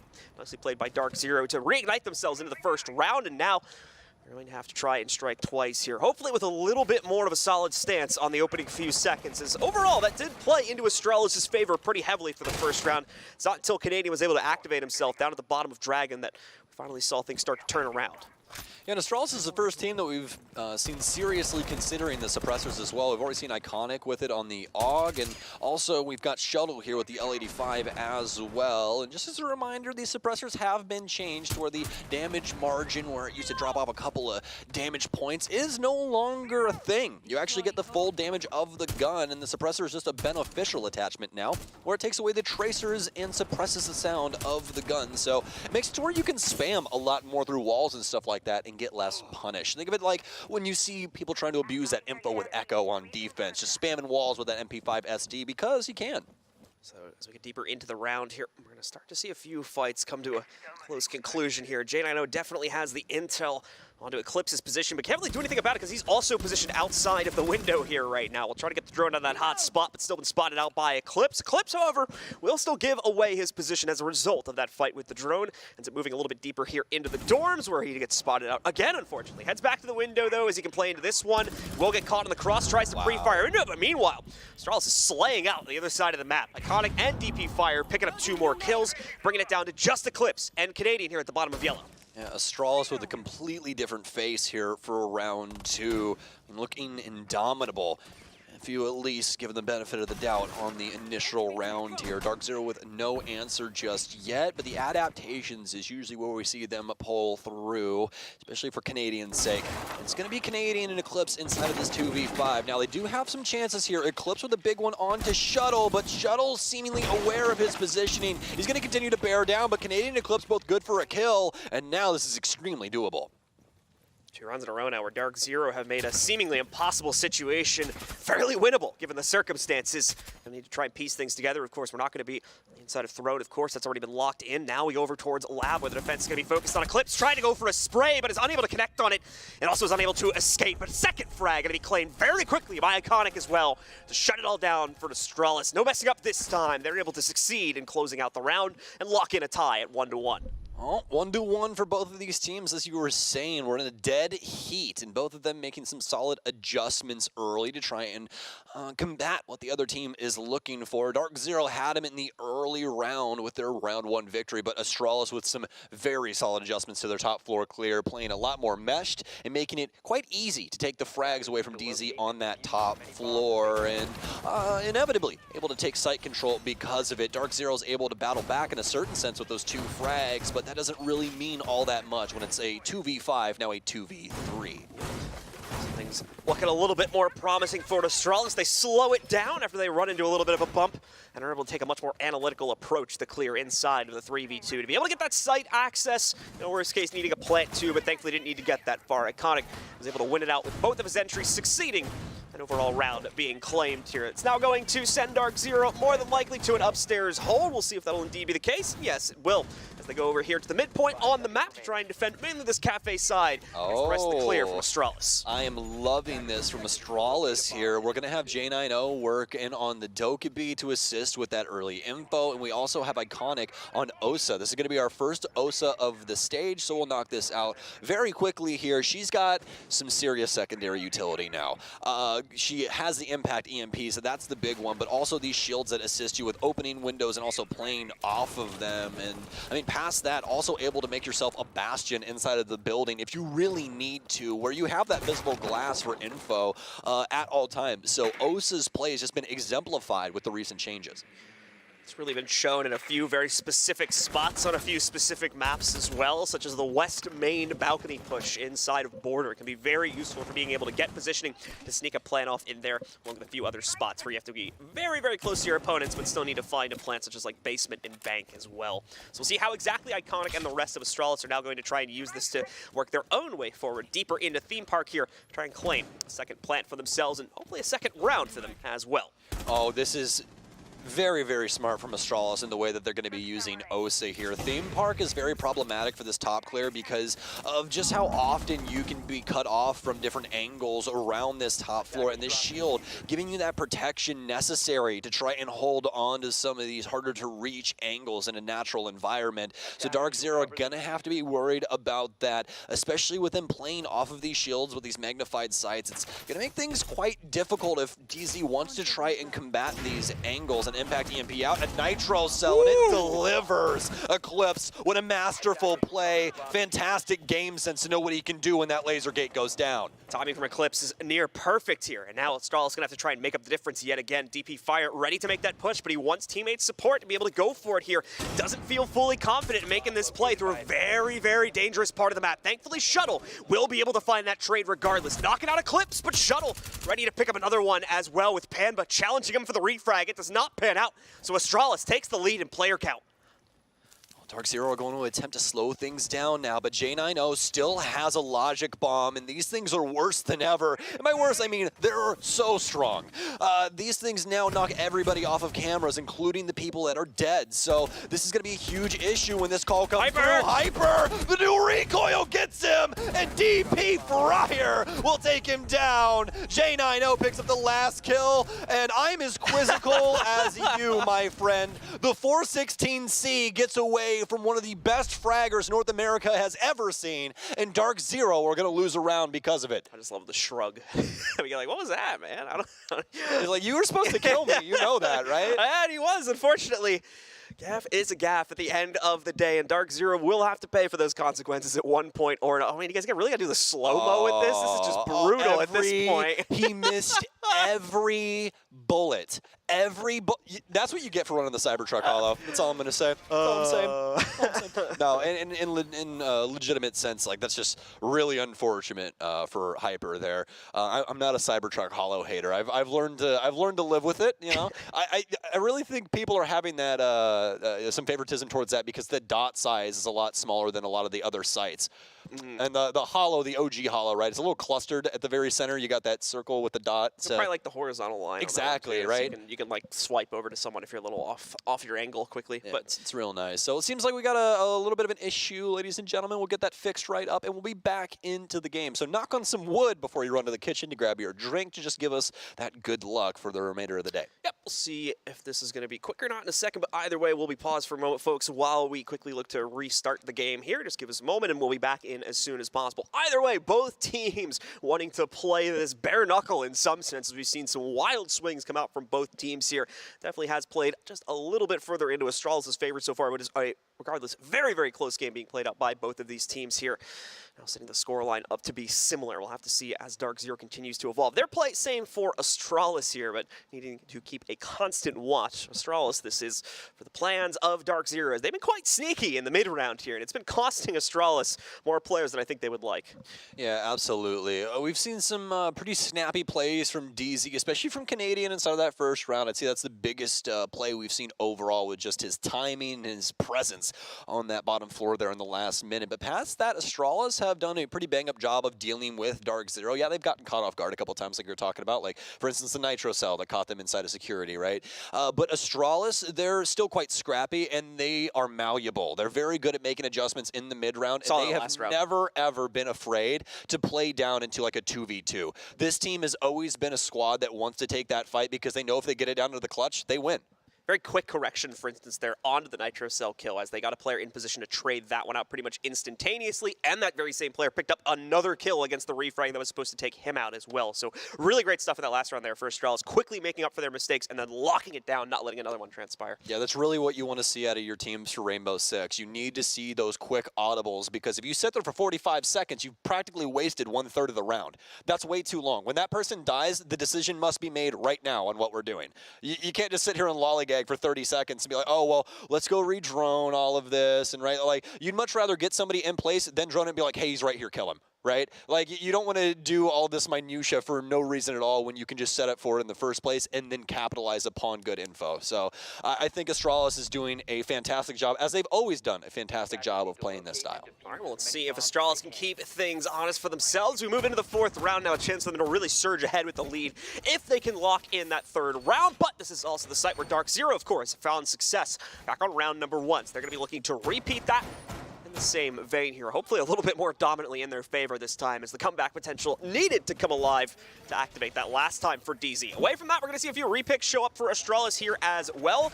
DP Fire as well as Shuttle currently changing up their operators as well, as bringing a little bit of extra hard breach for Shuttle, exchanging out the soft breach that he's currently playing with. J9O should be able to fulfill what is needed in that regard. And then the Ying will be snuck in for DP Fire. We're even actually going to see another change up for J9O, so very minimal soft breach going to be alive on the team. Again, though, because we're on theme park, because the site we're playing into shouldn't be too much of an issue. Yeah, you really only need good hard breach when it comes to these sites, and that's what Habana's going to provide. Not only that, but an abundance of it, where she can open up practically everything necessary. You can use the little, you know, 2-shot pattern to open up some random holes, make it difficult to play the back of Throne. You can use some other patterns to open up some walls and create better lines of sight. She's just such a fantastic hard breach at, you know, being a good audible. Whatever you really need out of Habana, you can manage it. You just have to deal with the fuse time. And the good news is that no one's really been playing defensive operators that can deal with hard breachers, because they know how impactful those new EMPs are. So Canadian, the rest of DarkZero will once again try and play outside of the site to try and combat Astralis away from these walls that they know will inevitably be opened if they allow it. And that's exactly what will come to fruition here inside of the building. Nicely done by Astralis, kind of throwing all and showing their entire hand, it seems, at Top Dragon, throwing even smokes and candelas in there to make it look like they were going for this big swung execute, when in reality, they had Forest sneaking in down below to be able to access the wall that leads into Throne, and was able to get that open, I think, with no interruption. So they already have their viewpoint. Astralis, this is into the site. They just need to set their players up for positioning for the execute now. Yes, indeed. DZ, solid delay thus far, and Pambazoo still in such a great spot, but Forest with the pre-fire will take him down at the top of Dragon. They found an opportunity upstairs, and Forest might be going for the floor change soon. The fastest elevator you've ever seen as he flies out the window. Canadian will hop down via the hatch, and he can start playing for the outside of the building as well if he wants to get that aggressive. Astralis, they've got plenty of time to drone this out now in a solid position, so they don't have to worry about that all too much. They just need to try and find what their next step is. So the rest of them continue to move forward here. Got J9O. He's trying to swing forward, still keeping this composure alive for Astralis, and a way for that. Ready to move himself out into the open, but at the same time, the defense is still lurking around, causing problems here as well. We've got at least one player waiting on the inside of Drums, and it seems like Astralis want to try and isolate that player out if at all possible too. Hyper has been thrusted into the fight though, and doesn't expect the hop in from Iconic on the back window. He catches him instead, brings it down to a 4v3. Finally, DZ's gonna be able to strike back here as Eclipse moves in, catches Iconic, but DP Fire immediately making up for the difference here. Knocking out Engineer, leaving only one in the depths of the site, and can't do anything to stop the plant from going down. Eclipse doesn't have a great angle onto it either. They can at least get the Pokeball off after, I think, downing DP Fire from an earlier engagement, but there's a big swing from Canadian to maybe bring things back. Eclipse with one more as well. DarkZero, they're doing it again here in Throne Room, as it's suddenly just brought down to Forest in a 1v2. Where is this case set up, though? Forrest, he's going to have an opportunity. They're trying to get rid of it. Nice shots off, and he gets it! Canadian swings immediately, adhering to the call of his teammate dying, and he'll lose the round for DarkZero. What a clutch up there at the end for Astralis, as they'll continue their reign of terror here on Theme Park. Massive plays from Astralis there to make up the difference. DarkZero swung back into the site, seemingly with full intel on how to retake, and had a perfect setup as well to get the counter defuse. Realistically, there's a realm of possibility the player sitting on counter defuse right there would have been able to stick it and make it through, but more than likely does not end up transpiring, as he has to hop off of that to try and take the fight, where he ends up losing himself. So we'll end up in another pause. I believe this is going to be tactical, but we'll get a confirmation on that in just a second here. As regardless, Astralis is now ahead by a decent margin at 3-1. I'm assuming we're getting a DarkZero timeout. I don't want to talk about offensive and defensive biases just yet for maps, because we are not deep enough in this season to really know what is going on and how things are going with these impact EMPs, and the fact that we have, you know, secondary hard breach everywhere and going 6s everywhere and less than 8s. There's just a lot going on right now in the meta, so you're going to have to bear with us as we learn more and more about this, along with the players. They're right here with us trying to figure this out. I'm sure this is the exact discussion DarkZero is having, where they're like, how do we stop them? We can't go about this in a traditional way. We can't just lock down the walls and be like, you have to get rid of this Electroclaw. You must do this. Well, we'll just impact EMP it and walk right through it. So what's the next plan, really? And that's what DarkZero is looking for right now. The aggression is kind of punishing them early on now, because Astralis has been able to capitalize on it so often, and just in a more beneficial way. DarkZero's obviously able to get their shots in, but it's not in such a, you know, knockdown way that we see Astralis get it done. But yeah, that's basically the big difference. Is Astralis is just such a heavy hitter with some of these opening moments, and DarkZero's only able to kind of reconcile with it. We're going to jump out of game for a second. Looks like we just had to do a rehost real quick, folks, so stick with us, and we will hopefully be back in game as soon as possible. Once again, though, seeing the players from Astralis come out with a nice victory for themselves, able to make sure that things work out in their favor. They clutch it up one more time, bring them back from the brink, and are able to control that very chaotic situation. So good stuff from them. We're going to get a little bit of an interruption, though, as we just mentioned, for starting out the next round, as we do have to quickly restart our server due to a bug popping up. Yeah, we'll get that solved, and we'll be right back into the game to see if Astralis can continue what has been quite the dominant performance for them here on Theme Park thus far, showing us an offensive showcase of the new patch, especially with all the suppressors that we're seeing. Funny enough, Shuttle actually getting bombarded with rounds from Canadian due to that suppressor, and how unbelievably long they are, because, well, obviously you need some area to get rid of that gun sound, right? So, yeah, so it makes it a little bit difficult when you're playing those really close angles. If he had like a flashlight or a compensator, you don't have any idea that he's there. But since he's running a suppressor, you have that little tidbit hanging off, and Canadian's able to pre-fire him because of that. But obviously, it didn't play too much into how that round ended. Just something to point out with all the adjustments that we've had in recent history. Yep, absolutely the case. Looks like we're working on getting back in game now, folks. We'll wait for confirmation, of course, that the game is stable and ready to go back into before we actually do so. But just wanted to keep you guys updated with how things are moving here, as we, of course, work to get ourselves back in game as quickly as possible. For DarkZero, need to see some improvements in the early game here, especially with their delay tactics, too. Kind of just seems like Astralis has been allowed to execute exactly how they've wanted to for all the rounds that have played out so far. Even the ones that DZ came back and won, only won it off of a clutch in those final moments. And even away from that, too, DarkZero had some mixed results in the early round with their capability to win or lose duels, but we need to find a ground where they can kind of lock things in and not lose any further territory, and they just have been unable to negotiate that position so far at any one of these sites. Astralis seemingly has been able to make their way forward past it most of these times, even going back to the throne room that we just played out, of course, on round 4. And they've presented an even bigger issue here to DarkZero. What you would more than likely see to try and make a stronger stand on defense is going to be more utilities like deployable shields and things along those lines.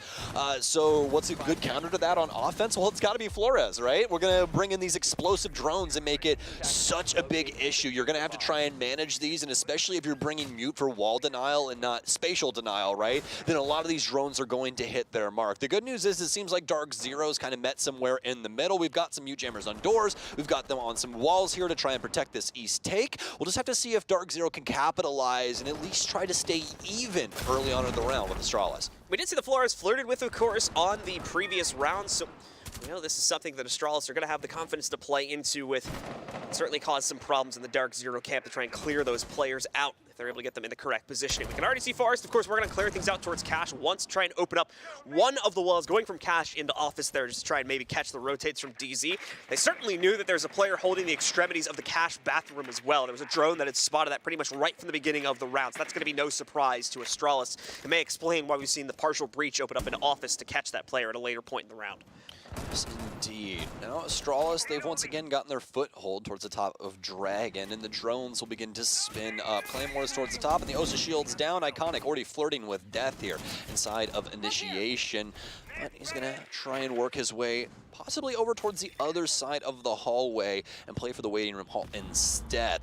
But for now, DarkZero have done quite their due diligence here early to slow down Astralis, and not only that, John, not lose any bodies.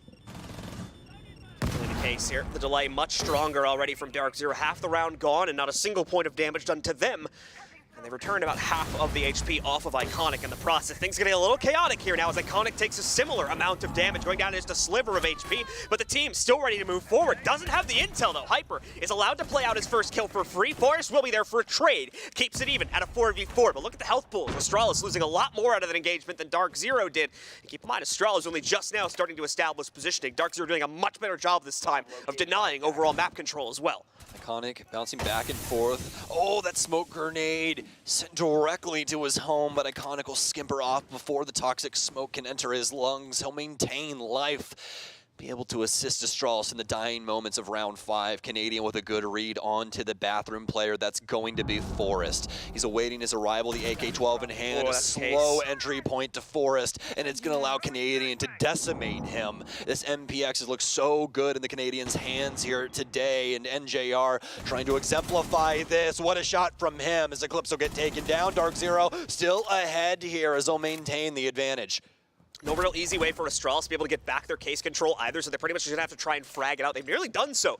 Giving credit to them here. Missing one player on the inside of Upper Arcade, though. That could be problematic, as now Panba allowed to swing. Can't easily secure that kill, though. 10 seconds left. They need to get this case back and play for the site, but it's just not going to work out. Canadian with the fadeaway Nitro to knock out J9O. It's going to leave Iconic alone in a corner. He got the case back, but he doesn't have time to get back upstairs, so DZ will win this one quite simplistically on the timer. Much better job of playing off of the utility setup that DarkZero has in punishing the aggressive play of Astralis. They kind of just threw that one at the wall and hoped it'd stick. They just tossed down smokes and tried to go for the entry frags. It does not work out. And once again, we go back to what we see in these early rounds a lot of the times. The advantage favoring one team usually ends up with that team having a dub, and that's exactly what happens for DZ. They're able to trade things down, maintaining that man advantage and pulling off some big kills there at the tail end in that even 2 versus 2, especially Canadian with his management of that Nitro cell dialed in and blowing those Astralis members sky high, maintaining the round and able to bridge this gap at least a little bit closer at a 3-2 scoreline. DarkZero, of course, as you said, bringing things to a much closer point in scoreline here, going to look to make up for things. Meanwhile, Astralis is keeping things pretty much exactly the same when it comes to operator lineups. No huge switches showing up, at least yet. We still got about 8 more seconds, so we could see a repick if they spot something with their drones, but more than likely, not going to be a case in a huge regard. Iconic, at least, will switch out from the OSA. We did see that as a little bit of a clutch pick to try and give them a bit more positioning, especially over towards areas like Control. Just didn't really work out, I think, as well as they would have liked. So they're going to go towards the Twitch, where obviously they get that extra drone utility, and of course a very confident gun for Iconic to play into as well. Absolutely, and really there's nobody else on the team that you'd want to have this gun. I mean, you can make, obviously you can make a point for DP Fire, but when it comes to that LeBronic style play, you're definitely going to hand it over to Iconic. This man with the reins will take control of a round in the snap of a finger. We'll see if he can do it yet again here, as we're only moments into round 6, so it's still a lot of the boring parts of Siege. Droning and making sure you got flanks set up and everything else in between. You want to make sure that info's solid for your squad before you start working your way through that building. Panda strikes first this time. DarkZero continuing to look strong here in the early rounds ever since we had our longer pauses. Definitely looking like a turn of the tides here, much more so in the favor of our defense, and especially so considering that we've gone back to another throne defense for this squad too. Pam is going to continue to maintain presence at top yellow, defending a very large swath of the map here. Astralis, thankfully, is nowhere near after he found his earlier kill, so he doesn't have a whole lot to worry about. And that large defensive matrix he's set up towards. Wait for that, everything's gone pretty quiet. Astralis seeming a little bit stumped right now from their current positioning about where to proceed next. They're going to try and rely on the drones to give them that info. Astralis want to make sure to measure twice and cut once here. Looking for what potentially could be their opening frag. DarkZero have a couple of stragglers around the top floor, but they do have some assistance in tow, at least if you want to count those two bodies and their potential to save each other's lives. Obviously, with Iconic going down, this has complicated things. What a catch. J90, he's gotten here just in time to catch Hyper off guard, as he'll try and fall down through the hatch, and he'll get dusted due to that. DP Fire will try and sneak his way out onto the balcony. SMG-12 getting away from him a little bit, but he'll find Eclipse, and now Astralis have the lead for a moment's notice before Shuttle gets taken down. DP Fire thinks he knows where Body is, and he'll see him on the quick peek, and he'll fight his way back towards the palm tree. Pambazoo will at least be able to avoid the stun here and continues to slow down Astralis, allowing Canadian to take down Forest. Pambazoo, he's doing so much right now, and that might be the rounds. It comes down to J90 in a 1 versus 2. Second round in a run out where Case has been dropped somewhere near the yellow stairs as well, so Astralis has to try and put some better safeguards onto this, as it's going to potentially cost them 2 rounds in a row here now. J90 proceeding over towards it. Keep in mind, if he had the control or if a teammate next to him had carried it forward, this would have been very, very winnable inside of a 1v2, but now wasting this 20 or so seconds he needed to try and go grab the Case, it's pretty much impossible at this point given he has 0 intel to play into. A Toxic Babe is now blocking his access point. I think 2 of them, in fact, are chained together, which is almost certainly going to nearly knock him out. Down to about 20 HP. He'll try to make a play, but it'll go exactly as you expect with DarkZero immediately shutting it down and claiming the tie point at 3-3.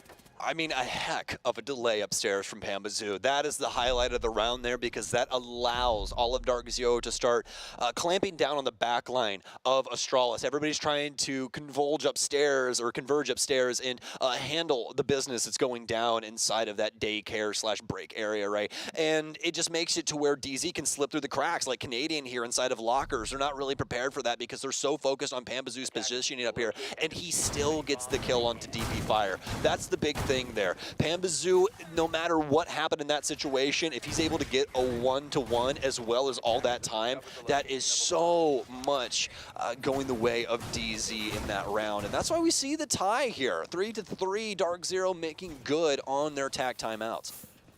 So, for the members of Astralis, it is now very much time to make up the difference here. Try to bring a much better stance forward on the defensive side of things as they continue to move themselves into the 10 seconds remaining. Well, we'll have the admins worry about what Canadian just typed in the chat in a moment, but away from that, we'll still focus on this round until an admin call is made. So we get ourselves into the round itself. DarkZero is ahead right now, of course, at 3-3. Just bringing it back from a deficit. Astralis, of course, was the first to get to 3-3, but in recent times have been falling behind. Hopefully the side switch going to allow for them to bring greater strength into the play, considering they do like that kind of out-and-about play style. And this map plays pretty heavily into that. Things working out well so far on our defensive side, at least towards the tail end of the half, and now we need to see how they build on that. DarkZero bringing a pretty expected lineup, a little bit more heavily playing into the soft breach side of things, both with Panva's pick going over towards the sledge, on top of course, bringing those destructive drones on NJR as well. We'll see how they try to clear things out. As for this first 40 seconds or so, things have been relatively slow. The team not wanting to get too adventurous with their early map control, and definitely relying on the drones a bit more to do that for them.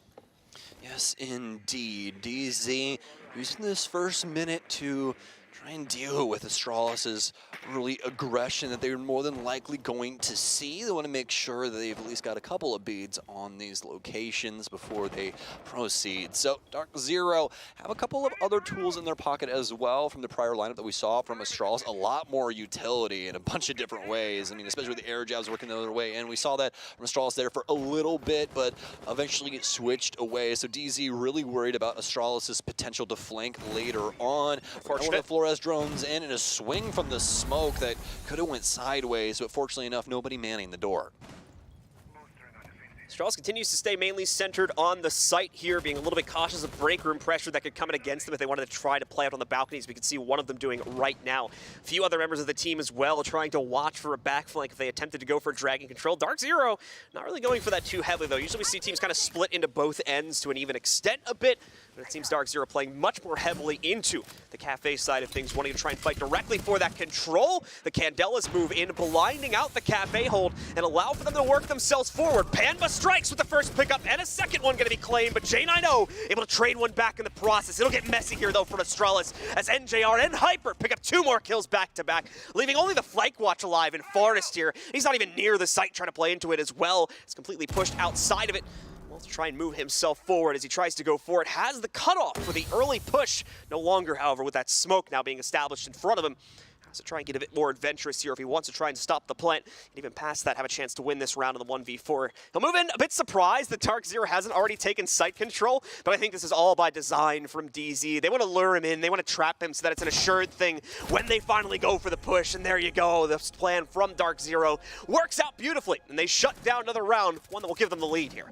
Canadian will give Astralis no hold. You are not allowed to exist. We're going to take our time. We have 30 seconds. You're getting droned out. That's what's happening. No one's moving forward. Everyone, as you said, everyone just dead stopped. And you could see like the quizzical look and just the body language of the player moving in for daycare, because it's like, you should be here? Why am I not being shot at? Yeah, like, what's happening? Just looking around, you can see he's like proceeding so slowly. Exactly. Too. He's got the cutoff. He's like, all right, no one's coming through the door. Yeah, no nobody's on this rotation. Nobody tried to kill me from Cafe, and then. And I think that's really smart because it like immediately denies his clutch potential. Because he's flying blind. He has no intel to play into. Yeah, and you have all of it. Like, the world is literally in your hands. If you lose that round, it's completely your fault. So DarkZero just using that benefit to its biggest advantage they potentially can. So fantastic job on their end. And I mean, DZ really bouncing back in a convincing way. Yeah, absolutely the case. Rough few first rounds, but they are coming back into it now. And we are going to have a quick little rehost, it looks like, folks. You may have caught it at the beginning of the last round. Canadian mentioned, I think we had like a rule set incorrectly with regards to diffuser pickup, so I think we just need to correct that really quickly, and then we'll start the game off exactly where it was. This should be pretty quick, though, folks, as like we said, we're on the land build and everything. We've got the capability to get players back into the client really fast, so hopefully it shouldn't be too much longer before we are live once again with what is going to be, if you are just joining us, the second round of the second half between these two teams. This is a rematch of the first major of this year's finals, the Charlotte major, that is. We saw both of these teams make it to said finals. DarkZero was the eventual victor, but of course, that was over a very lengthy best of 5. Astralis has a little bit of an easier time on this go-around, as they only need to take 1 map against their opponents, not a full 3. Yes, indeed. And DZ looking pretty solid here today, and you could say the same about Astralis. Just haven't found their stride on defense just yet. It was just the opening round that DarkZero was able to claim, their opening salvo hitting its mark, and now in the lead for the very first time here, as they've only been able to tie things up with Astralis. So now Astralis in the hot seat. Loving the adjustment so far from DarkZero, especially in their patience game, like we were talking about before. But I mean, you can even look to their offensive lineup and just see how many pieces of utility that they've been able to utilize to benefit themselves inside of the round. Things like the air jab, some of the extra utility pieces that we had laying around to just deal with some odds and ends like Flores and other things like that. It makes the game extremely easy to play on offense, and is going to give a lot of opportunities for teams that are a little bit more calculated in their play. I mean, we even saw it there at the tail end for DZ, right? Very slow, methodical, calculated 1v4 that they dismantle very handedly. So excited to see how the rest of this goes. A bit of a trend here today, too. We were seeing similar things from Parabellum in the previous matchup as well, where things would be down. Like, yeah, Parabellum's got the round, but still, they'd be playing it very seriously, keeping everybody together, not willing to throw away 1 or 2 players for the sake of, like, giving them a free KD boost or something like that. It's very structured all the way down to the bitter end, even when it seems like there's no chance of you losing the round. And that may be the type of meta that we are in for quite a few of these teams. As DarkZero playing into that, it's working out beautifully for them right now. You know what I say? good, because that is Siege. I'm telling you, that is Rainbow Six Siege. If you play the game any other way, you're just trolling yourself, man. Like, you have to be on the same page and you have to be malleable inside of the round. Those audibles have to happen, and you all have to be willing and able to accomplish a majority of things. And that's why we've seen Astralis take off this year, and a lot of teams that have that potential for their squads, teams like Rogue, teams like FaZe, where every single slot is filled with somebody that is a superstar in their own right. These teams are amazing, because as long as you're able to maintain vibes, everybody's egos in check, and you're there all for the same thing, you're going to produce. And that's what we continue to see, you know. And you can say the same for DarkZero. Yeah, they don't play the exact same style as Astralis, right? It's a lot more calculated, but even them maintaining that same page mentality are able to produce so well in a lot of different instances where it would be quite difficult. So it's just been quite the game so far. And finally, we are back in, hopefully, here. We just got to make sure everything is right as rain, folks. We'll get this back on your screen. Thank you once again for your patience, ladies and gentlemen. We know that we've had to hop out of game like 3 or 4 times, so we do apologize for that. Just the nature of the beast, unfortunately, sometimes we got to do it. So we're working on getting ourselves back in as quickly as possible, and I think it is time. So here we go, folks, live with the round. Already well into prep phase here, so it's looking like we are going to be doing another lab hold from Astralis this time as they shift downstairs for hopefully a better hold for them. And DarkZero, of course, now with their newly crowned lead. DarkZero, as you can probably tell on the right side, they're definitely not expecting to go to labs. We're going to see 4 out of 5 of the operators get switched up. Yeah, changing things out a tad bit here. The Buck coming through, as well as the Dokkaebi here. Dokkaebi going to have these stuns, as she has access to quite a bit of secondary utility now. The EMPs working their way into her kit as well, so expect to see Dokkaebi quite a bit this stage. Things will start out very, very quietly. These for everybody except J9O. J9O is going to attempt to go for a little bit of a walkout there from Dragon back. Won't be met with too much of a challenge, but he gets some shots sent back his way, and that's enough to scare him back into the doorway. So he'll continue to wait out for more play potential. Forrest, at the same time, also going to be positioned on the inside of the closet just outside of Throne Room here, waiting for a hop-out opportunity. You can tell he's got that pre-plastered, but as we're taking a deeper look at things now, there's really not a lot of play potential to come into. Moving forward past that, DarkZero's main focus is, of course, going to be over here. We see much more pressure working its way in through Cafe. DarkZero will be the first to strike, though, catching Forrest. All that buildup only for him to get slighted. Definitely not going to be happy with his play on this round. Unfortunate circumstances befall Astralis, and now they're forced to pick up the pieces. Astralis trying to reconcile with this by playing around Cafe and potentially picking up a DZ member that waltzes their way through the door. A logic bomb in, and a swing here from DP Fire. Won't find much except a few bullets that'll tag him up in the chest, but he won't go down just yet. Iconic's gonna go fishing here as well downstairs inside of Labs, but he won't see anybody from DZ as they're all trying to deal with this top floor hold. Some nice shots back and forth, but it's still going to keep things in favor of DarkZero. Canadian works his way in with Eclipse and the rest of the squad, but it's a bloodbath in between the two. A trade, and now down to Shuttle to clutch things out with a suppressed SMG-11. Already giving away his position too, so no real choice but to deep dive right into the site. Timing on this one a little bit late, unfortunately, although Dokkaebi hasn't wandered entirely outside of the zone of damage just yet. She nearly wanders back into it, in fact, and NJR nearly becomes the victim of that. But NJR will be able to survive with about 5 or so HP here. It definitely sets up for an easier clutch for Shuttle, but no real visible progress that he's going to be able to immediately calculate, unfortunately, here. Just waiting. The top downs will potentially reveal him. Once again, DarkZero wanting to play this out very, very cautiously. This echoes the sort of 4v1 we saw deployed in the previously played round as well. So NJR will be trying to play this back. He knows they're going to wait until all intel is locked in before making that final push forward, and he'll try to capitalize on this to the best of his own capabilities here, but as he finally moves in, moves out, tries to set up the first fight, he'll win it, knocking down Hyper.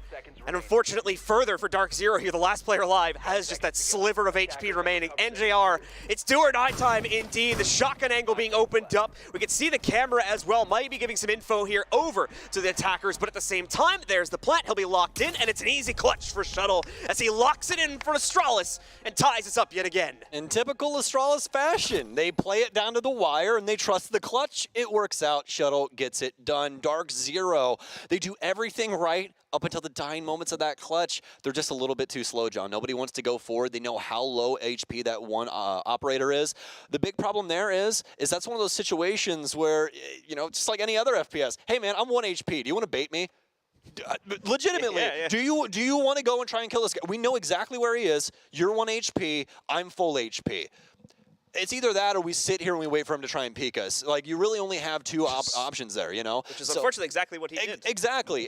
And that's the thing, is when you sit on an angle or you just sit like that in general and you allow the other end to be active, there's a large chance that they're going to end up clutching out the round because they have that advantage of having the peek. Yes, they are on land, but that guy's ready for the fight because Shuttle's the one peeking. He's prepared to see somebody on the other end of that angle. The other person's just awaiting his arrival, and that's a lot more difficult to try and win out in a situation like that. So what a round from Astralis, but specifically Shuttle, as they'll clutch it out for Astralis. They'll take their tack time out, they'll talk through things, and we're going to jump back into it with a tied ball game. Still a bit of a messy round for Astralis, given everything that transpired. So the coach having a bit more input to give here about how to course correct just a little bit further to make things hopefully a smoother sailing ship from this point forward. The rest of Astralis' defense, they look to close out at least 3 of these remaining rounds. DarkZero, in the meanwhile, trying to fulfill the same exact thing. We're going to once again see a pretty major shift from their initial operator picks. They may have not been expecting to go to this site. In fact, all 5 players are going to change up here, and they will ditch their hard breach entirely unless one of these is going to be bringing the can opener as their secondary. I am loving this. Canadian is going to be picking up the Twitch. I'd say probably the most beneficial player as of right now in this game for DarkZero. Every single time that we've seen DarkZero pick up a round, Canadian has been one of the key members in making that happen, whether it be on flanks or being, you know, the main focus of Astralis' lineup. He's able to get things done and get it done in quite a convincing way as well. DZ is going to be back out and onto the board, and they're going to be sticking to their guns in a lot of different ways, especially with the Flores still working its way through. We'll have the Yana as well, or rather the Ying as well here coming in. And a little bit of an LMG change in recent history with all of the recoil changes. They made it to where all of the LMGs have a little bit more recoil, and yes, indeed, that does include Ying. Her gun, I would say, still quite manageable. Out of all the LMGs, it kind of feels like Zophia's is the worst out of the mainstays, right? Finka's is still manageable, but there's definitely some recoil to that thing now. So be looking out to see if Hyper potentially falls to the new recoil changes yet again, like he did with the 416 earlier. And away from that state of play, we're going to continue to see mainly just utility dumps from DarkZero here, at least in the form of the Rotero drones from NJR, just sending them all out to try and clear out as much of the utility as possible before the team commits. Again, still locking in hard to that full play strategy, but they don't want to take a risk on anything until they know every single possible variation to it has been accounted for. This cost them the round playing into that sort of play style in the previous round, but it also won it for them back a few rounds back. So a little bit of a mixed bag showing up in DarkZero's playstyle right now, but they still have confidence that it's the right way to proceed. Yes, indeed. DP Fire has been able to soak up quite a bit of the clock, but he capitalized on it with a frag to back that up. He's got Iconic in tow here to try and assist, but he's playing from inside of the site, so might not want to go full out and into it as he could get caught off guard and give an even bigger advantage over to DZ, but Canadian will take that for himself anyways, so gun down J9O. 2 more kills show up, though, for the players on DarkZero again. The all-assured strategy continues to excel as Astralis cannot contend against the entry power coming in from DZ, shutting them out. DP Fire blind as a bat right now. He can't do anything to contend against it, and his teammate falls with him. An incredibly clean round from DZ. Takes us a while to get to the action, but once it starts, it ends very quickly. If that's not the most staple DarkZero round I've seen in centuries, I don't know what is. Basically, everything from the outside of the building, the utility flies in, everybody just dies all at once. It seems like a Canadian-led team to me, let me tell you. But an amazing round from DarkZero. The way that they were managing their utility especially took it to Astralis. You could see how ready Astralis were for those gunfights, but DarkZero wouldn't give it to them. They wanted them to sit there and have to wait that out while all of this utility is stripped away.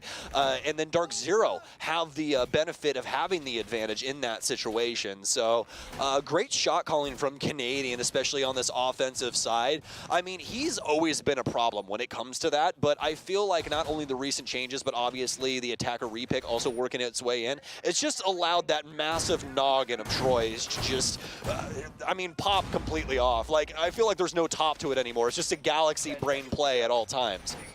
So another full team switch up from DarkZero here as they're going to need to change up the operators. We're going to see a Zero, a Lion, a Sledge. We see the Doke act. Oh yeah, Canadian's going to go into the Doke. We've seen a few other players on this team pick it up too. She's obviously been quite a bit in play just because of the recent changes to the meta. And we'll actually end up with both of them too. We already mentioned the Lion, but it's going to go on to Hyper alongside Canadian's Dokkaebi pick. What's worse than one or the other? Probably both. that's what I would assume. Imagine having a phone going off as well as not being able to move all at one time. That's what we've got in store for the Astralis defense, and it sounds like a death sentence if you know anything about this team and how movement-based they are. They really want to get in the faces of their opponents in a convincing way. We'll have to see if they can get past all of this extra utility. And not only that, the extra info utility as well with Eclipse coming in on Zero. Panba establishing early positioning, not going to pull the trigger on it just yet. Wants to wait for this type of a swing to come in from Forest. If he goes a little bit deeper, he would have been able to line it up, but obviously Panba on the other side of the map here, taking Gong control for himself. We could very well see this duel come to blows, though. Both players just yet to align, and Forest very quickly losing positioning. He's even ready for the swing from Panba. However, impressively, Panba still wins the fight, taking down Forest there with about half of his HP being drained. Well, DP Fire starting to get in some hot water here on the top of Dragon. He'll dash over towards Cash. Knows one's outside on the balcony. It's going to be the Sledge here. And JR looking to see if he can potentially get some assistance as there's so many Astralis bodies in the way. More than likely going to want at least an extra DarkZero member to try and help him. So he's just going to play out on this balcony and try and waste out some time. Hopefully pick up an Astralis member that's lackadaisically moving through Cash. What a shot there from Shuttle. Tries to transfer it to Panba outside, but he'll catch him from the window. What a play to keep things in the advantage of DZ. Definitely the case. DZ really locking in their victory, or at least wanting to at this point forward here. DP Fire still got a little bit of fight left in him, though. He evens it back out by trading into Panba. Things grow a little bit more chaotic here. DZ may have to take a step back if they want that full control that they've been able to exercise towards throughout the rest of this half, as they no longer really have things secured, especially when you look at the bottom of Dragon there, where you now have, I believe that's going to be J90, or actually more correctly, DP Fire, excuse me, looking to cause more problems here against DZ's remaining clear. It's been scrappy, but both of these teams looking for those minute mistakes. Tight angles, making sure that no one's able to rotate around this map on either side in the way that they truly want to. DP Fire still holding on to Gong, and he's going to get collapsed upon by the entirety of DZ. They'll take him down as J90 still upstairs inside of Cash. Iconic will be the only one on site as the Warden. He's got the goggles to go around the stuns of Hyper. We'll have to worry about the frag grenades of NJR still. Some shots out towards Eclipse. It's going to be a spammed angle, but a dead Eclipse at the end of the day. We're going to have a pick up here from J90 as he'll move in, but won't be able to find a frag. NJR takes down Iconic, and he's able to work his way into sight and start this plant. Hyper on the oversight, but where is he? J90 is having some trouble trying to find him. He's inside of the site as well. A Nitro Cell, but he gets stuck to the pillar, and it's going to go into an even more difficult clutch moment now for J90 as they know exactly where he is. He's eaten a frag grenade, low on health. A single bullet will take him out, and that's exactly what will do it. NJR will take him down with the secondary pistol. And DZ propel themselves onto map point. Once again, just a really impressive rebound over the course of this match so far from DZ here. Really rocky to start things out as they try to play things more directly, even on their defensive side too, wanting to play into that roam game, wanting to kind of match the pacing we generally tend to get on match days from Astralis, but very quickly realizing by like the third or fourth round, they're like, all right, this isn't working, we got to pull it back, we got to play to our own style. Ever since then, they've really been excelling, except for like 1 or 2 rounds where Astralis has been able to sneak in some wins. Yeah, I've been really appreciating the way that DarkZero has been able to strip away not only map control, but very key utility pieces from Astralis, and it's made it very difficult for them. That's what this round, or rather this map's really built up to for Astralis. They haven't been able to find the adaptation that gets around over on DZ when it comes to this utility clear so far. They haven't been able to find it in the frags because DZ's playing so patiently, and also they don't really have anything to stand around because Flores continually tears apart the entire setup, or they just bring Dokkaebi Lion to make it to where you can't move on your roam game anyways. It's very, very problematic for Astralis at the current moment. And I mean, even thinking farther into that last round, like we were talking about, you still have the 0 on top of all of that. So they're practically set up like the defense, but on offense with the amount of info utility they're bringing into that building. So for a team like Astralis, it makes things really hard. You can't rotate how you want to. You're really stuck inside of these different parts of the map away from a majority of your teammates who more than likely can't rotate to you, because if they do, they'll just die to a DZ player that's sitting in some random corner holding their exit. As we get deeper into this round now, do or die time yet again for our losing team here, as Astralis needs to close out the next 2 consecutively on their defense. Playing things quite similarly with regards to positioning and even operator choices too. We're not seeing a huge amount of variation show up, just adding more and more to that kind of free roaming capability on their own operators. On the attacking side, obviously things have shifted quite a bit, though, more so in the fact that Finka has finally shown up yet again here on Panba, obviously with the notable lack of her frag grenades currently, but still gonna have that utility that'll come from those little micro droids. Or adrenal surges. Yeah, adrenal surges, yeah. Little plugs there. It's been a little minute. It's been a little minute. You know, you got 53 unique utilities in this game.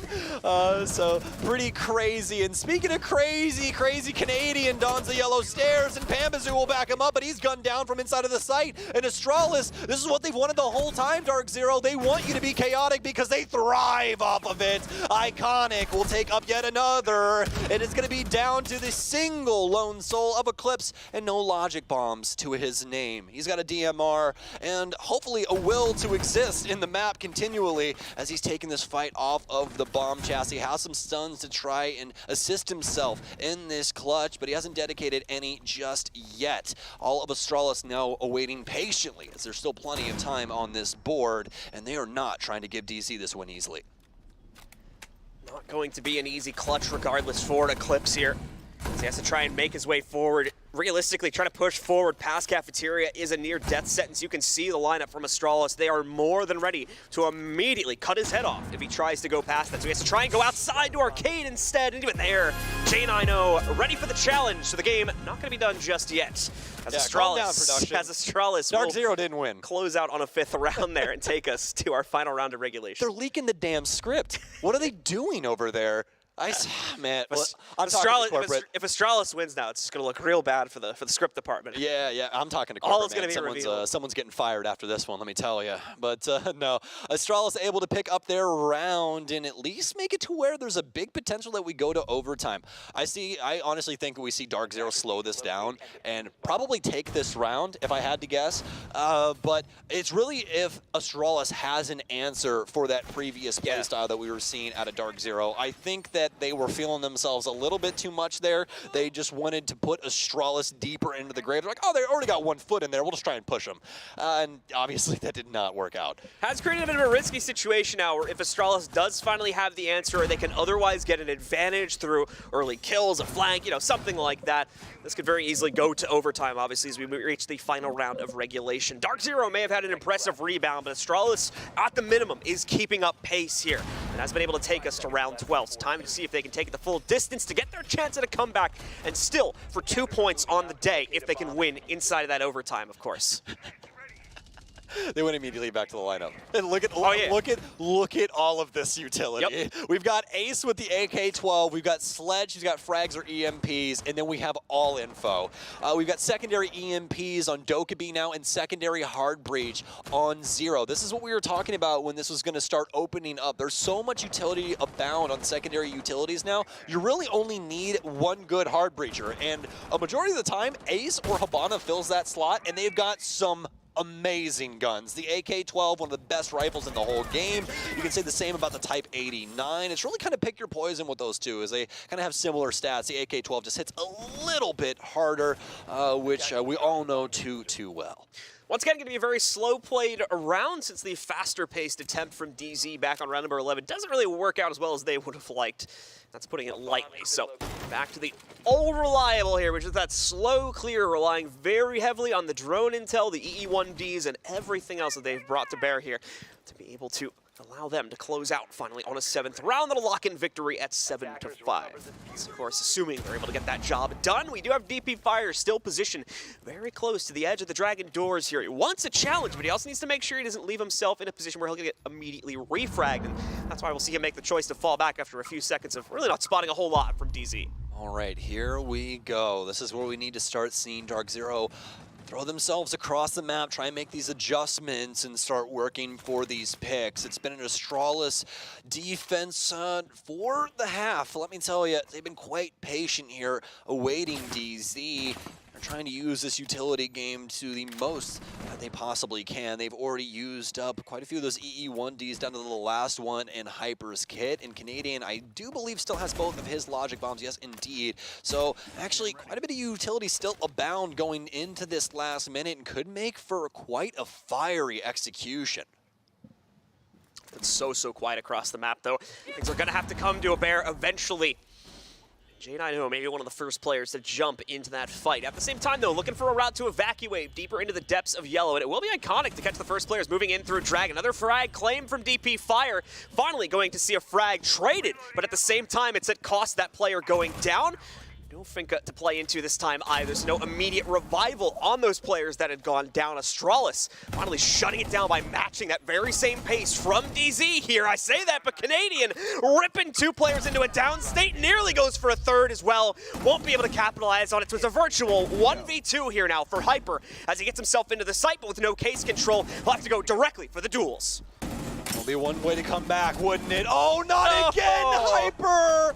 Oh, 2 in 1 game. Oh, we can't have this. That is back out in the open, too. You see that sponsor at the very bottom of the screen, AimLab? I'm gonna stop right there. Let's get Hyper's AimLab profile up on the screen in a second here. We need to investigate a little further here because something's off. These new recoils are getting to him, man. They got his goat. Let me tell you, it just seems like he cannot get it in those really clutch moments where just everything's quite antsy, right? You're really into it, a lot of adrenaline pumping, and it just seems like the recoil is kind of getting away from him still. So that's gonna happen, folks. That's how these adjustments go sometimes. So kind of got to give Hyper the benefit of the doubt, especially because I mean it was a clutch situation, right? Like, it's not like he's supposed to win it at the end of the day. Just very unfortunate circumstances befalling him.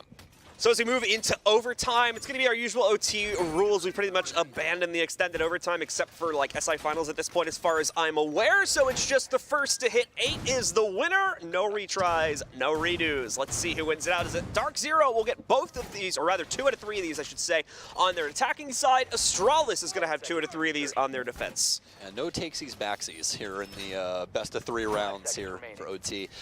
DarkZero, that last round, John, how are you feeling about it? Because personally, I feel like they didn't meet themselves in the middle. I think they went super slow in comparison to how they were using their info utility before. Well, the thing is, I think Astralis matched that pace to some extent in the last round. I think Astralis also slowed things. I was like, all right, you guys just want to play the waiting game? We're on the defense, so like we're cool with that. We'll just chill on the side or in our anchor positions, just wait it out basically. Exactly. And for the most part, that's what they did. Yeah, they still had like 2 players occasionally trying to move forward if they thought there was a situation where they could get an advantage. Super safe position. Yeah, it was all very safely done to an extent. Exactly. So a very nice adjustment from Astralis, and now the ball's back in DarkZero's court here. We need to see them make changes in overtime. Otherwise, being on attack here could be a pretty big disadvantage for them, in my opinion. Yeah, absolutely. Astralis' defenses are being overseen by OSHA. They got PPE and everything, let me tell you. They got the high vis on, hard hats, you name it. Astralis has it. DarkZero need to try and meet themselves in the middle with their aggression. If Astralis doesn't want to come to them in these early moments, they have to express deliver and start taking it to the house. Otherwise, the rounds will more than likely look like what we've been seeing from AST. Constantly dogging DarkZero in a lot of these mechanical duels and able to win the rounds through that means instead. Forrest, Jammer on this drone might go flying here as he's not going to get air jabbed if he does fly out of this, and what a shot from him. And I do believe he's actually going to be able to make it all the way back as well. There's no one even on that side of the building. Oh, he swung wide there, actually, interestingly enough. I think that he was just trying to potentially get a benefit for someone swinging him on that angle, maybe catch them off guard being towards the outside of the angle, but obviously he's spotted constantly outside, so a little bit of a weird one, but that's besides the point.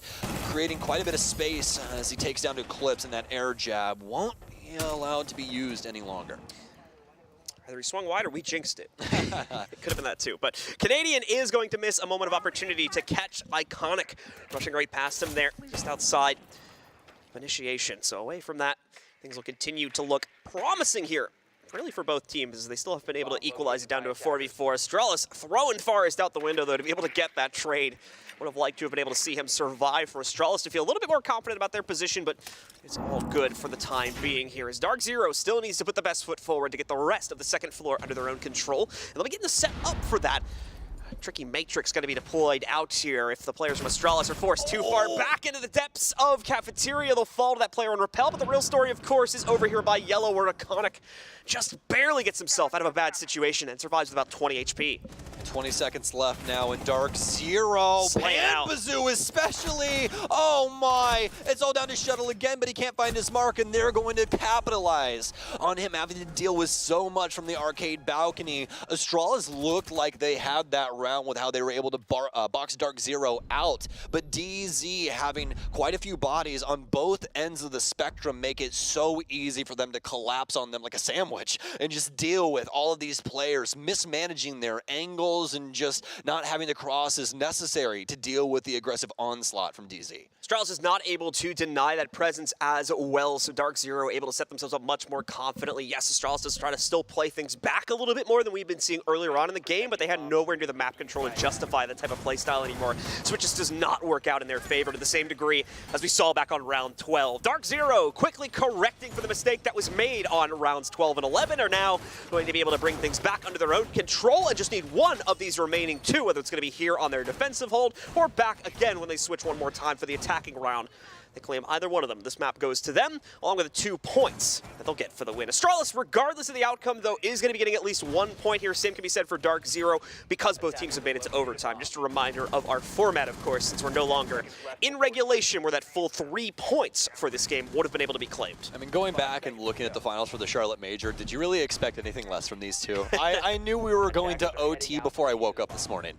So now that we've reached this point, I honestly thought that it'd be Astralis that would take this, obviously, as I chose them today. But DarkZero, they're looking lights out, I'd say, to start the season. They're doing a very good job of managing things. I think that there's some stuff that's still slipping through the cracks, but that's to be expected for the start of the stage, right? You're getting back into the swing of things. These matches truly mean something now. It's no longer just a scrim, so there's a lot more, feelings around it and things along those lines. Speaking of feelings, Bambazoo's not going to be feeling too much for the rest of this round, so he'll be riding the bench after getting taken out early on. Clean kill from Astralis. I believe it happens from outside of the building, too, so absolutely zero chance of a refrag coming in from DZ here. Things will stay very strong, but Jared will at least be able to deny some good utility as Selma goes down to the wall, and he very quickly pops both of those off even before the first charge is able to go through. It's nicely done on his part to be able to catch that as quickly as he does. We'll need to move away, of course, from the break room area, as it very obviously reveals his own position, but thankfully, once more, as we mentioned before, Astralis didn't really move anyone into the building yet, so there's a zero chance for them to punish that as well.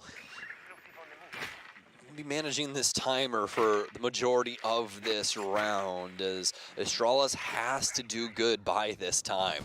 DZ have already started off decently strong. Obviously, losing Bambazoo isn't the best, but they've been able to delay somewhat outside of that, forcing Astralis to look back into the building and see where they can try and sneak some people through. It's going to be a logic bomb out. Eclipse will have avoided that due to his mute jammer, same as Hyper, so he'll try and move up onto the wall. Forrest is going to take a shot just through that soft paneling there for the center hallway, but it might be Hyper's time. We're about to find out. The swing won't come through, though, so they just don't have the solid info over on initiation just yet. But no, they were just waiting on Iconic, but it gets away from him now, and Hyper makes up for it with 2. Oh, it was a clutch there that we could have seen from the earlier rounds, but it doesn't matter. Hyper gets away with so much, but now, how has this happened? It's Astralis favored yet again here, as Eclipse just feels himself too much. DarkZero, they're now staring down the barrel with 45 seconds remaining. Eclipse, big mistake there as he walks right into the spray. Maybe the recoil sound still adjusting to how close that may have actually been to him as he walks right into it, thinking he might be able to get a pump off, but no, that's not the case. Headshot is immediately claimed against him, and he's way too far to get the pump he needed to win it anyway. 2v3, massive disadvantage now thrown into DarkZero's court. Canadian already spotted out by a drone as well, which is why you just saw him reposition to the inside of initiation. Might try to go for a bit of a late flank against this push, and that could realistically work, especially with that frag being sniped away. NJR going for 2, and he'll get him. Only 1 remains here. Shuttle will be able to trade out onto NJR, so now it falls to Canadian, but he's established this back flank that we talked about before, and that'll shut it all down as DarkZero close out their first map of the stage. King Canadian, MVP of DZ versus Astralis. He had a hand in every single roundup that they were able to muster. And not only that, but obviously a lot of those calls being his brainchild as well. Imagine doing that all inside of one man. That is what Canadian has to offer to a team, and he'll get a game over on Astralis yet again. Inside of these last handful of months, have to be feeling themselves here as they will get the dub against AST to start off the stage. Certainly had to go the full distance, but what else would you expect with 2 top echelon teams clashing against each other? We really needed it to fully test both of these teams, and we certainly did. Astralis, unfortunately, is falling a little bit short, falling behind as well due to the strategy switch from DarkZero that occurred near rounds 3 to 4 and just really struggled to rebound past that point. Credit to them, they kept up the heat, they pushed it to overtime, but unfortunately just couldn't win out those crucial rounds when we hit that point. So it all goes DZ's way. They'll be getting 2 points for their win here today. Astralis will be taking 1. Yeah, absolutely. That last round especially was quite the DZ showcase, especially for Hyper there. I think he reconciled with a lot of mistakes that he made in that game, all inside of that round, just playing from inside of the vault, and able to get so much done. Yeah, he's not able to get the 3K in 1 magazine, but I mean, beggars can't be choosers. He played so well in that situation, especially handling Iconic on that off angle, sneaking up yellow stairs. That's something that is just game sense in that situation. He has no idea that's going to happen. He has to do that off of just spatial audio, and what a play from Hyper to assist with DZ's victory here today. DZ done for today, but of course we'll have an interview hopefully with them when we get back to our desk. And aside from that, they've got another tough match coming up tomorrow as they'll be facing off against the newly loaded Soniqs roster as well. So make sure you guys tune in for that when we get to tomorrow, but that'll do it for both Stokes and myself for right now. We're going to go to another quick break, and then when we do come back, we'll have that interview hopefully with our winners as well as their analysis to break things down.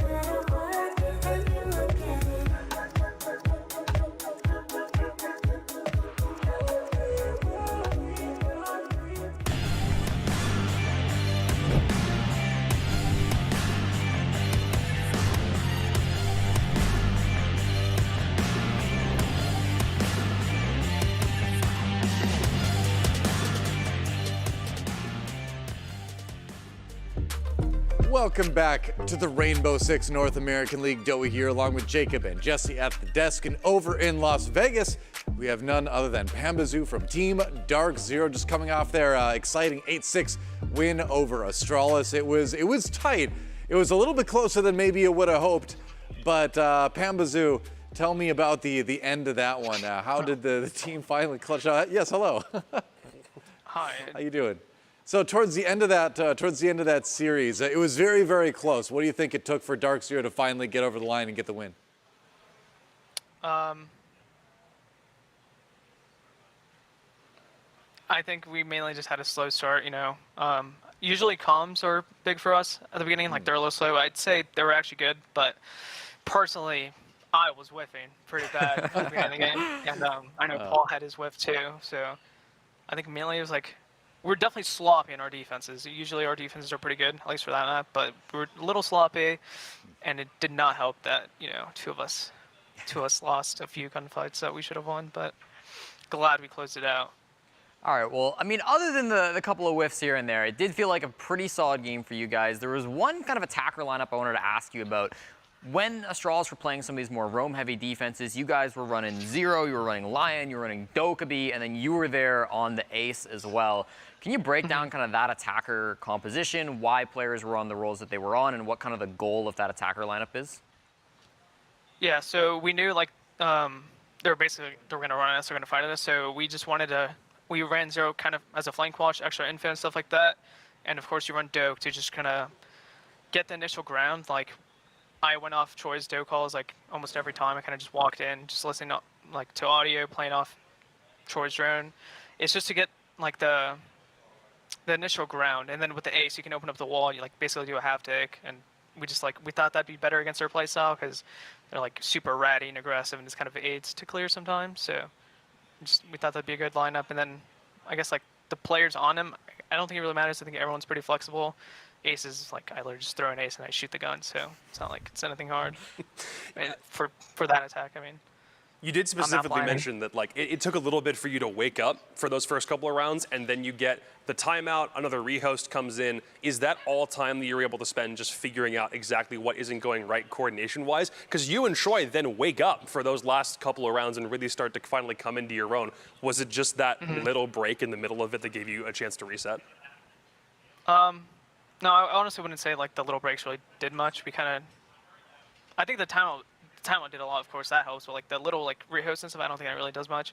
I think it just, the timeout really helped us like piece the final pieces, because we were pretty close. We were just being sloppy, but yeah.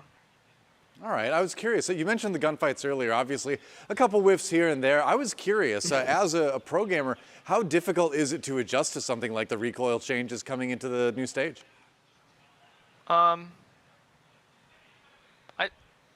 Well, we've been practicing with it for a week, so I don't think it's too bad. Like, I wasn't whiffing because of the recoil, I was just whiffing because like I suck for the first 2 rounds, for whatever reason. But, I tried to give you an out, man. Yeah. No, it wasn't the recoil, I just suck. All right. Well, I mean, it happens to the best of us. But thanks for taking the time to chat with us. Congrats on the win, and good luck in the game tomorrow. Thank you. Look, man, he said it wasn't the recoil. I mean, hey, I tried. I tried to give him an out. He, you know, the thing is, he took the honorable route. He put it on himself, and that's the mentality of a pro right there. And it was a close one, but DarkZero got it done. I love how, I mean, we spent so much time talking about Panba and Canadian. I think I completely missed the fact that NJR dropped 17 kills. Yeah, NJ was like quietly there, you know, in the back lines, cleaning things up. He wasn't necessarily the one that needed to jump in and start off the rounds, but he really was finding those impacts, you know, when things kind of slowed down towards the end of things. One thing I also want to really highlight with this is Pambazoo got into 9 entry engagements. That's more than half of the engagements for his team in this map. And 4 and 5 doesn't sound amazing, but keep in mind, he started 0 and 3. So he started really, really poor when he's talking about whiffing those first 4 rounds when he was not having the greatest of time, is what he was talking about. Then the attack timeout happens, he turns things around. Since then, he went 4 and 2. So very good for Pamba on the entry after that initial kind of slow start. Really nice to see him doing that and being able to pop off there. Those opening picks really contributing to the wins for DZ. Yeah, I think DarkZero has always been a really good team at reading the entry. I think they're probably not nearly as an aggressive team as, say, Sweater on Beastcoast was, with asserting exactly where attacking teams were going to come from and then trying trying to meet them headway. That was mostly what Pama's job was, even if it did take him a couple rounds to find form. As far as Astralis go, I think they probably telegraphed those attacks a little bit too easily, because the prevalent thing throughout this game was there's always a late roamer, in addition to the early roamer that you see for DarkZero. There's somebody taking the initial engagement, and then there's usually somebody in position to flank them late. It felt like Astralis didn't really have that part on lockdown. It might have been the main reason why we went to overtime in the first place, and like enabled DarkZero to lock these in, because there were a couple of times where Astralis straight up misdroned a couple of players from DarkZero who were in those spots. Even if Astralis go on to win the round, it still turned into this scoreline in the end. One thing that Sam actually said, Stokes, right as the cast was ending, was Canadian, the MVP, was contributing to every single round that they won. And look at that 93 cost. He's absolutely correct. Canadian was so impactful every single round, consistently getting a pick here, a pick there, something which really did come through and shine for his team. So great game from Canadian. I think definitely strong candidate for MVP in this game.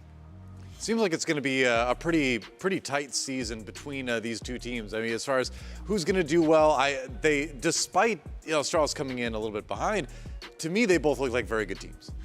Certainly, I think especially, you take a look at that first half, and while there were a couple of missed rounds from DarkZero, the way that they bounced back I thought was really, really nice. From Astralis, you looked at a lot of their early pushes, and it did feel like they did a good job of really focusing in on the site. A couple of times ignoring the roamers behind them, not focusing on who might be able to flank them in later, but just being confident that they could get in, control that site, and then play within it, that they could get that kit down, they could kind of play around with it. So I liked the pushes that I saw from Astralis. Ultimately, they only went 3 for 3 on attack, but hey, I still thought it was a good showing from them. Yep, that's right.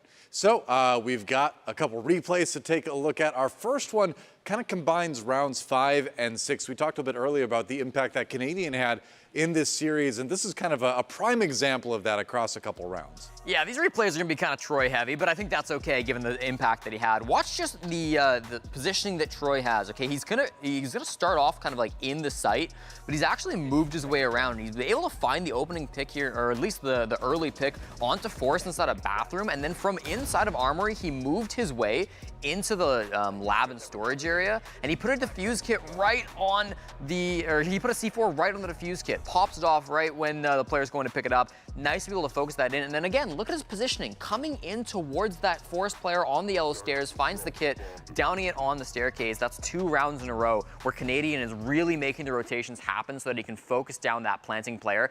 You got to kind of take it away from Astralis so they didn't have anybody else with Forest to protect him from plays like that. It's just unfortunate, and Canadian was able to waste so much time with those plays. Yeah, that's right. And then finally, round 14, where DarkZero put it away. It was looking so close, even in overtime, that Astralis might have what it takes, but no. Round 14, let's check it out. DarkZero gets it done. Yeah, this one needed to be a little extra special just because it was the final round of the game. But again, watch the positioning from Canadian, okay? He's going to be the guy right now on the right-hand side of the screen in initiation. It's also a great spot from NJR inside of break room. He's got the long angle to deny the planter. Forrest getting in now, gets downed. Beautifully done there. And Canadian, look at this moves across the map. He's sprinting over to the top right on Malusi. He's going to go all the way to yellow stairs, bottom to top. And we see NJR eventually goes down, but Canadian finishing it off again. That positioning to know where to go, so important. Yep, that's right. I mean, Canadian, kind of the figurehead of the team, taking the leadership role out of the map and now in the map once in a while as well. I mean, he's been around for a long time, but he absolutely still has the skill to both win majors, as we've seen earlier this year, and maybe, just maybe, get back to another one after stage 3. I'm curious, before we get a break, Jacob, what's your kind of knee-jerk reaction on both of these teams after seeing him play one map? Initially, I'm not that concerned, which I think is a great thing for an Astralis team that had such an abysmal play back in Berlin. Most of it was because even if they had games that went to overtime, it wasn't a result that was this close or I'm not really thinking that their season started off in the gutter. You don't want to start off with a loss. Yeah. I think it's going to matter more about what we see from both teams over the course of both games this week, so I want to see them bring this same kind of gumption into tomorrow's matchups. But once we get those two, then we can kind of get a really good assertion about, are we expecting them to immediately push for a top 4 spot, or are they going to be kind of meddling, maybe seeing if 4th place is a little bit more attainable for them? But I'm really not concerned about either team. This was a good game. Yeah, we'll find out. Well, the good games are not done by a long shot today. Still 3 more maps remaining. We're going to see TSM versus Mirage up next. Two of the teams that kind of struggled in stage 2, trying to get a good start here in stage 3. We'll see which one of them does just that right after this.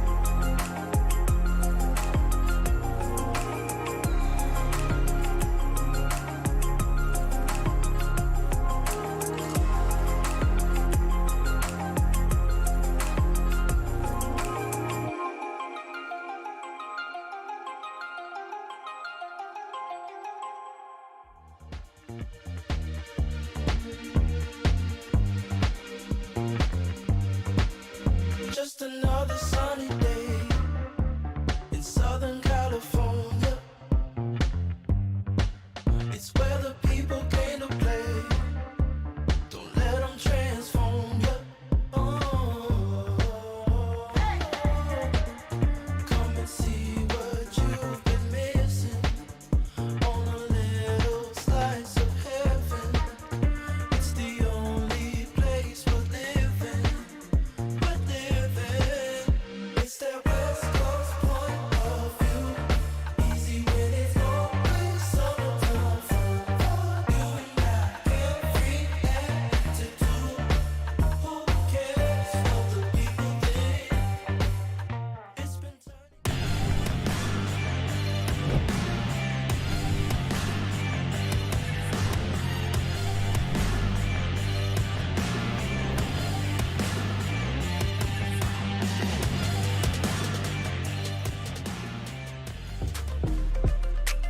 Welcome back to the Rainbow Six North American League. Your host, Doe here, along with Caliber Jacob, Jesse J. Chick, our wonderful analysts. And guess what? It's time for map number 3.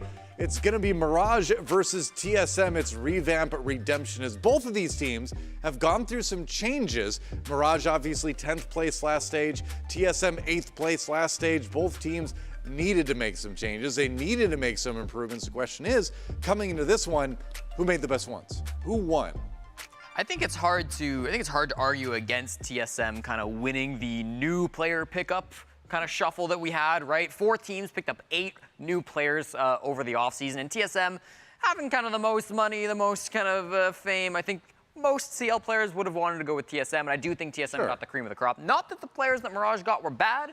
Some very good players on that team as well, but TSM, I think they kind of got their picks there. I think Mirage, just on the surface of things, probably got the two players that they needed most for their own personal revamp. They needed fragging power, they needed leadership. I think they got it in spades, but TSM had a very different priority in terms of the players that they want to pick up. They know they needed somebody else who was gifted mechanically, so Snake is there and fills that void, but then they needed somebody else who could also help on the communication front, and they went with somebody who needed to play Breach, and they went with somebody who doesn't traditionally play Breach. So we're going to see how that one works out. It's going to be interesting. I mean, I talked to Snake last week, and I asked him about the pressure, right? I mean, there's got to be a certain amount of pressure both coming into the end of the year, so you've got one stage to kind of prove yourself.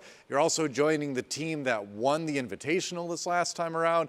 I mean, that's a lot of expectations. He said, yeah, I feel that, but the team's been really great in terms of supporting me. Bolo bought him food, apparently, which is nice. It goes a long way in making you feel at home a little bit. So, you know, it seems like they were gelling nicely when I had talked to them, and we'll see if he can kind of take that and bring in the mechanical skill that he's been kind of known for and get the win. Meanwhile, on the Mirage side, you know, we'll see. This is going to be an interesting one to see if these players end up working out, because if any team needed the edge, needed the improvement, it was definitely Mirage after the way their year has gone. I think so, and we can see the aim lab stats here. 97 accuracy from Melted. I think Snake had 65. I don't know if we'll see that exactly reflected It's also in the server. 500 milliseconds again for Melted. He's That's trolling. true. That's true. Yeah. there may be some differences in the server when it comes to aim between those two players, but still. Melted's a guy that we need to see stepping up here for Mirage. Didn't have the greatest of start on this team, but I'm excited to see him coming back, right? With this new team, they can change roles around a little bit. Maybe now this will be his chance to really step up and play well for the team. Mm-hmm. So I think it's time to zero in on TSM specifically. And again, like, the big story, obviously, talking about the new players. I mean, they did let go Chala, Geometrics moved over to another team. They brought in Snake and Gasher, the other addition from Challenger League as well. And again, the pressure on these two new players is immense. Along with the pressure again of being on the team that won SI, they're also under the pressure of having to elevate a team that's really struggled this year. And I swear Gasher does smile in real life. He didn't do it in the selfie I took with the team on Twitter. He didn't do it in this apparently.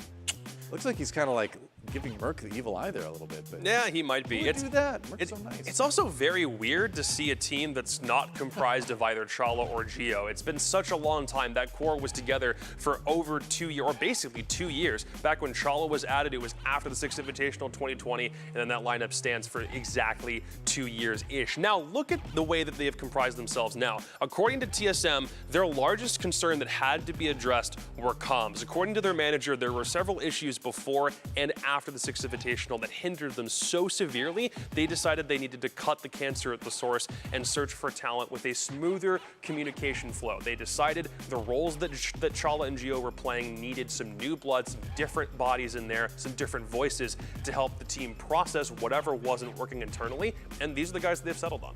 Take a look at the other guy they picked up here as well, Snake, I think really needs to be honed in on, because most people that I've talked to have called Snake the best young pickup that's coming into the league right now. Talked with Canadian a couple nights ago, and that's exactly what he said.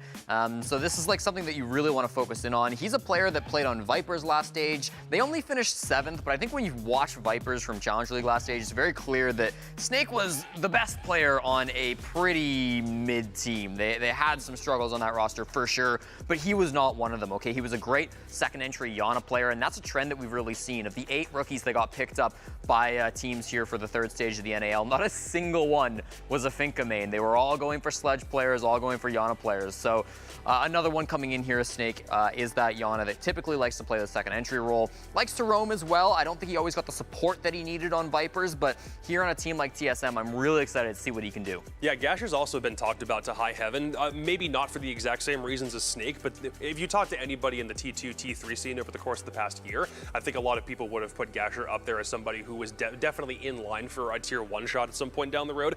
The thing here is that Snake is coming into the roles that he's basically known for. He's been not super prodigy level, not nearly as well known, but definitely someone who's known for his frags. Gasher had IGL responsibilities when he played on Aqualix and a couple teams before, and was definitely not as much of a Breach player, yet he's coming into this TSM lineup and he's playing Breach. Again, Snake and Gasher were chosen for their communication communication above all else. So if they fix that problem, then they know that whatever roles they shift players into that's going to have to work because they solve their primary problem. But you've got Gasher playing something that he doesn't traditionally play, which isn't necessarily a bad thing. If he's already proven that his aim and that his gun skill is good enough and his communication is on point, then putting him on Breach isn't necessarily a detriment. It's just a different playstyle from what he's normally used to. So if this team gels well together, then hopefully it should work out. Yeah, you know, another big question is, I know everyone's dying to know, I asked the Chief about the beard. I was like, is the hair going to remain for the stage? Is it safe? He said he has no plans to shave right now, but you never know. He said sometimes just wakes up in the morning and decides he wants to go clean shaven. So I don't know. I do think there is a connection between the hair and the power, but, you know. I mean, what, he cut it and then for 2 stages they didn't do great. Yeah. They did abysmal. There was definitely a downgrade in terms of overall skill. I think he's aware of it. He's keeping it in mind going to the stage. Just so, I know a lot of people wanted to know, so I did the scouting for you. You're welcome. Let's talk about Mirage on the other side of the arena. A team that came in 10th place, obviously stage 1 and stage 2. They're going to see if they can do better this time around. And these pickups might just be able to do it. Dexter and Mohesi join the squad.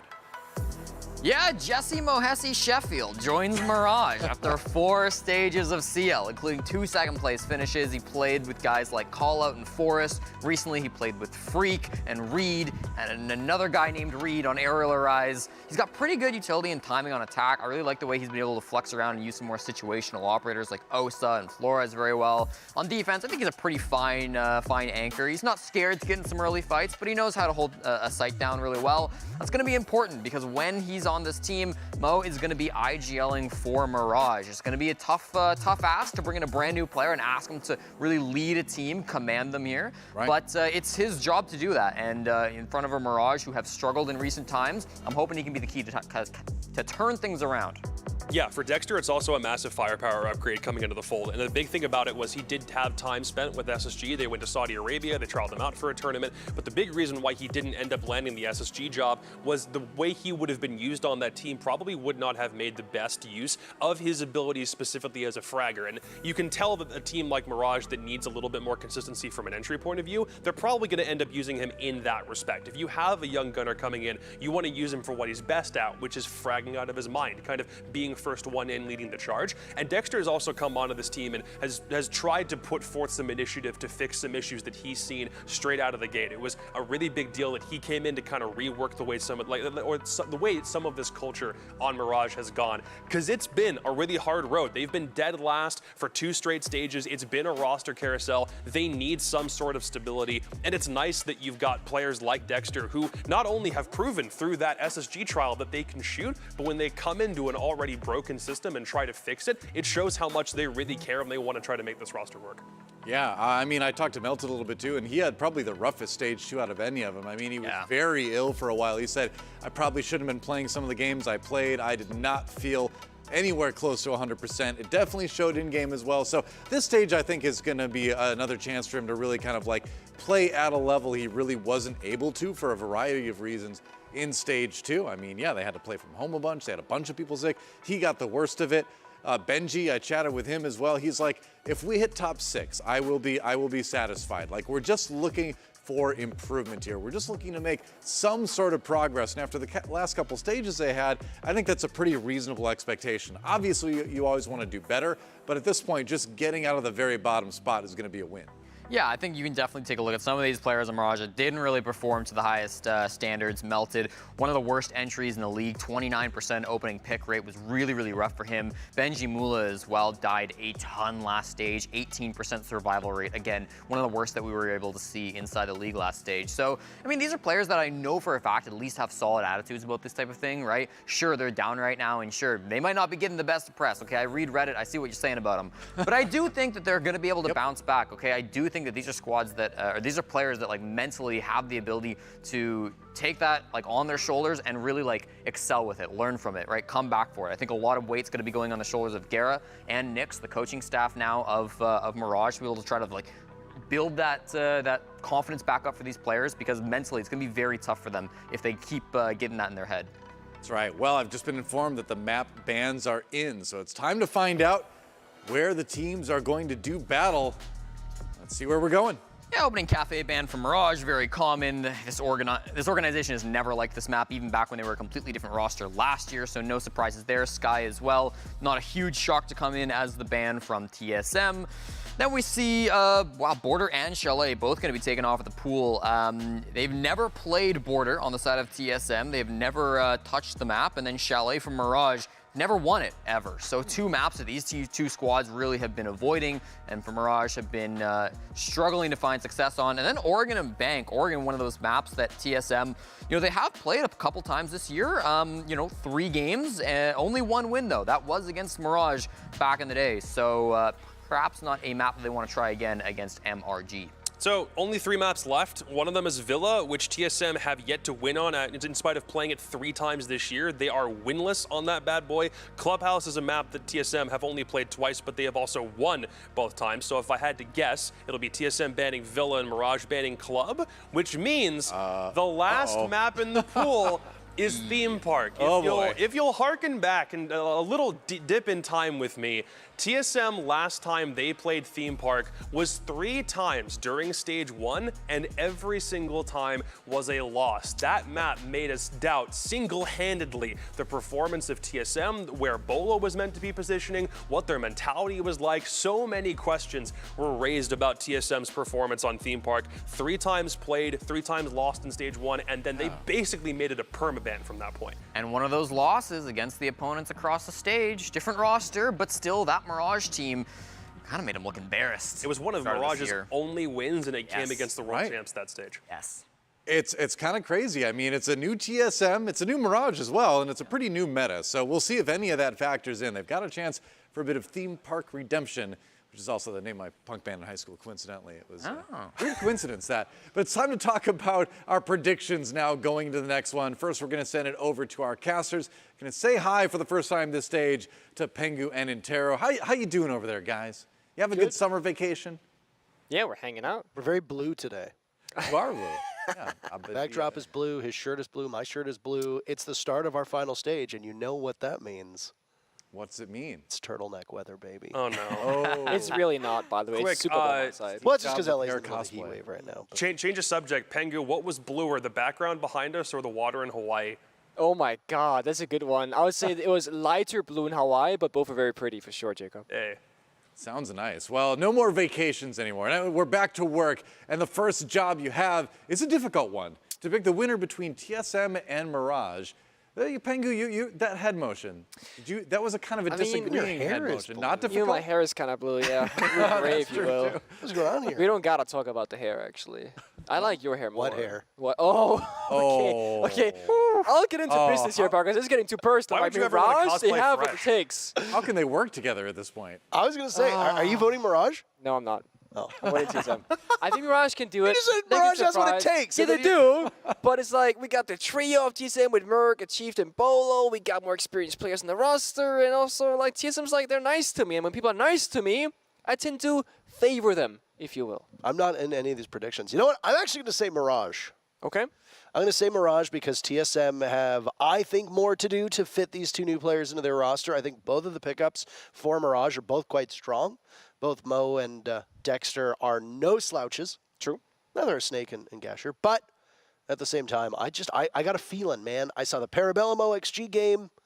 I'm thinking, okay, maybe this is going to happen again. Parabellum wins over OXG. I think Mirage is going to win over TSM. Okay. Interesting. All right, the casters split. We'll check back in with the 2 of you in a moment when the map begins, which means now it's time to find out what our analysts have to say. Are you going to be split as well? Are we going to be split? Are we going to be split? Are you going to be split? Okay, There's only one way to find out. We'll say our prediction on 3. Ready? Right. 1, 2, 3. Mirage. Yes, Sam. That's a problem. You waited, What? though. Okay, I did. waited a Because moment. I thought it was obvious we're both going TSM. Why Mirage? No, okay, so I agree on the point that TSM need to do more integrating with this team, but Mirage are probably going to be playing this entire stage with basically nothing to lose. They know 10th place for 2 consecutive stages is probably too much to come back from for any meaningful attempt to make a major, and Benji said it himself. He was the only guy on any team to say, something other than we're probably in a position to make top 4 this year. Their expectations are low. They will be playing with more heart and more gumption, and TSM have too many things they still have to iron out. I'm giving it to Mirage. Nothing to lose, Jacob. I'll challenge you on that. Okay, Mirage, they're hunting for SI. If they make it to the majors, They're hunting for survival. 0.7% chance. That's not zero. If they win the major, if they win the major, if they win the major and get lucky. They're not in if they just win the major. Yeah. One step at a time. One step at a time. They just got to win the stage, win the major, and then it's easy, right? Well, let's see what the coin has to say. The coin, by the way, I believe that says 100% right there. The only 100% predictor on the broadcast. 2 games in. It's a good time. I'm going to enjoy it while it lasts. We're down here at the bottom, bro. Let me have this moment. TSM is going to be heads. Mirage is going to be tails. We'll flip it. Oh, my goodness. Oh, my goodness. It's tails. Mirage. The coin says Mirage. Now, which means, to be fair, Jacob's remembering what I'm about to say. The coin really liked Mirage in stage 2, and that did not turn out so well. I wasn't going to say that. I was going to say the Twitter poll is going to be TSM. Can we just do that? Of course. Which means now we have a full split. TSM. Look at that. Yeah. All right, another 3-3. Now, it was DarkZero after a 3-3 split last time around. Is it going to be Mirage this time? Is it going to be TSM? We'll find out soon. For now, let's check out the community poll. What's the question that you at home have to think about going into this one? Which Challenger League rookies do you prefer, Snake and Gasher or Dexter and Mohesi? The thing is, a lot of players had a lot of really good things to say about the vast majority of pickups from Challenger League. They said, yeah, everyone's good, but nearly every player when pushed said Snake's the best. So we'll see what happens. We'll see what you think. I got a feeling, again, it's a TSM-related poll. Probably going to go TSM's way, but we'll find out. The game is determined by the players. We're going to take a quick break. When we come back, we're going to see who wins at TSM versus Mirage when we return here on the Rainbow Six North American League.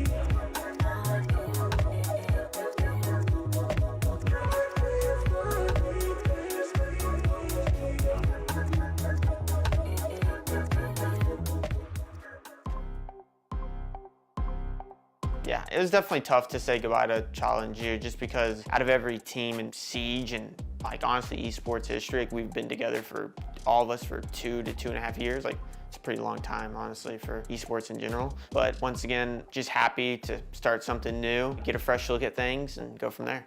Yeah, it was definitely difficult to say goodbye to some longtime teammates for sure. Along the road you build a friendship and kind of like a brotherhood. Yeah, so we brought along some two rookies, only have played CL, Snake and Gasher. I think my advice for them is just, keep calm, do your thing. We're here to win it. We're all here for the same thing. As soon as I turned 18, I had 5 tryouts for CL because I was really good in T3. Joined a decent team, but I was the best player in CL pretty much, best rated player, one of the best rated players. I was the best entry for sure. End of stage 2, I got tryout for TSM, and then yeah, I joined. So Snake is a young up and coming player who brings a lot of confidence and mechanical skill to the team, for sure. Gasher, when we were trying him out, we really noticed his voice and how he is able to kind of guide the rounds along with me, kind of just another voice of someone who's able to call executes and call what he thinks we should be doing. I guess obviously there's an expectation on me, but I try my best to ignore it. I don't feel pressure as much. It's more of, I understand that, I'm here to win, I want to win. I understand that TSM is about winning. So I know there's an expectation, but I don't feel necessarily pressure put on me. I just know that, in the past, in my opinion, if I just work hard and do what I've done, I think the results will come their way.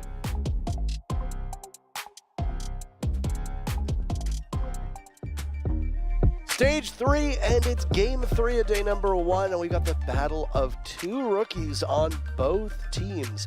I would like to gesture, if I may, to a tweet that was made by a Mr. Drip Boolin. Okay. At the start of the day that said, "It is still insane to me that Asian and Doc ended up on the same team. Horrible scouting by other teams who picked up CL players." And not only do I think that he's somewhat calling out TSM and Mirage for their pickups, but I also think in a roundabout way, and Adam, if you'd like to confirm or deny what I'm about to say, feel free to. I also think that he is talking a lot about the potential that is down in Challenger League right now. Yeah. And we're going to see 4 of those players make their debut right here, right now. Yeah. And that's the thing, that there's been a lot of talk the last 2 years in Siege about where's all the new talent coming from. It's not really coming anywhere, but the last 6 months especially, Neuros OXG as well, for example, we're seeing so much young talent, not just being a potential factor, but a proven factor, in fact. So, and this is both in North America as well as Europe, and even in APAC and LATAM. So across the entire board right now in Rainbow Six Siege, we're seeing young gunners taking the old boomers' jobs. One of whom, his name is Gunner as well.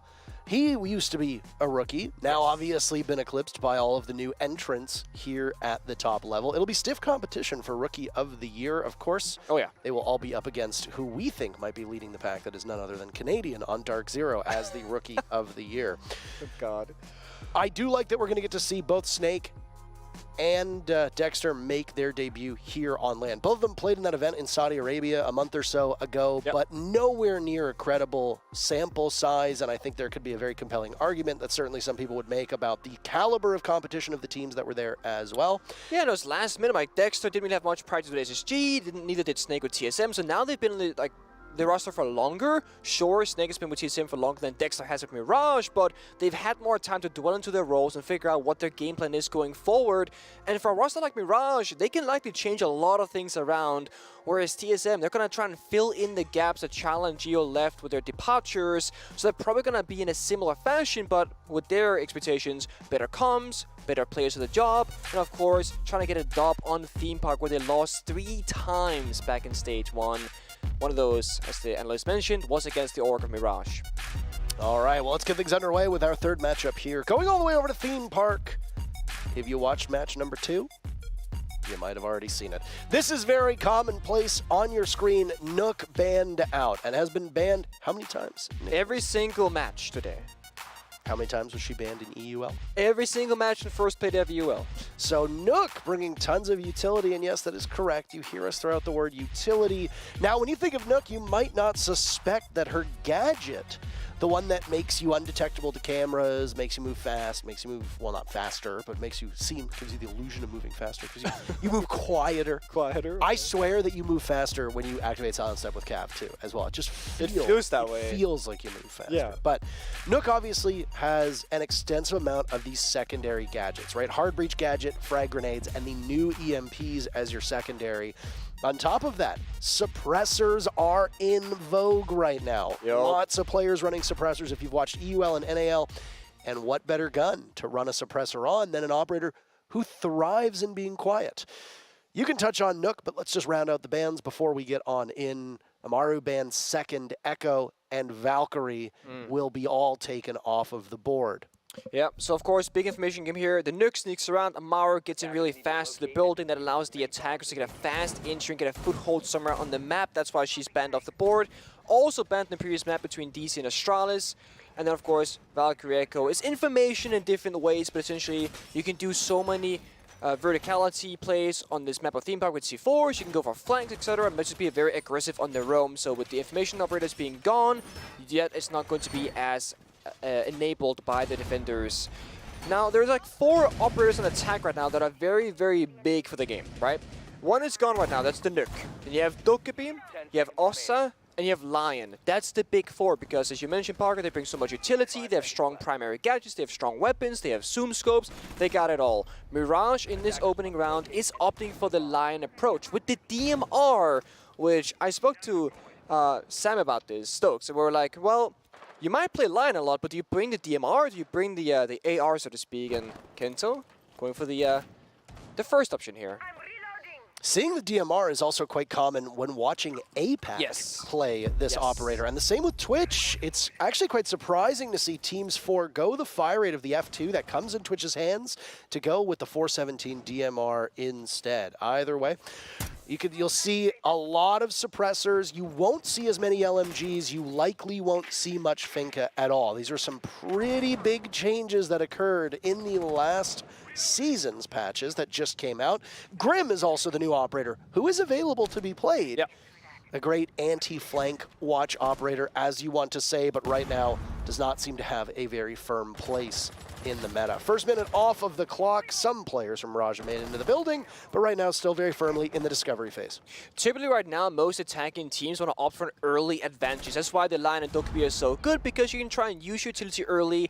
You know, the Lion scan, the Dokkaebi phone call, try and get that opening kill and play that 5 versus 4 round with the advantage. Right now, Mirage taking a slow approach towards the building. Again, making sure that nobody falls early. 3 members outside Cafe, 1 member down below, and TSM, they recognize they can play the waiting game because Mirage have to make all the right moves, all the first moves as well, and there's only 1 set of grenades on this roster right now. That's Dexter on the sledge. You can't just toss these around like cookies anymore because they're so rare. Only 4 operators have access to that nade. First kill of the matchup goes to Achieved. Kento gets a little bit too aggressive on those stairs by Arcade. He's refragged by Melted. Down goes Mo to Gasher. The 2 rookies getting in on it, and another for Merc as it's Melted to fall. TSM doing good work. Only 1 kill so far for Merc, and he and Gasher are the 2 on the board. Good eyes to go out, maybe give a little bit more coverage with a minute to go. Mirage staring down a 2v4. And not a ton of utility left to work with. No grenades available, no throwables, just the Rotero drones from Benji, one of which will be piloted in towards Arcade.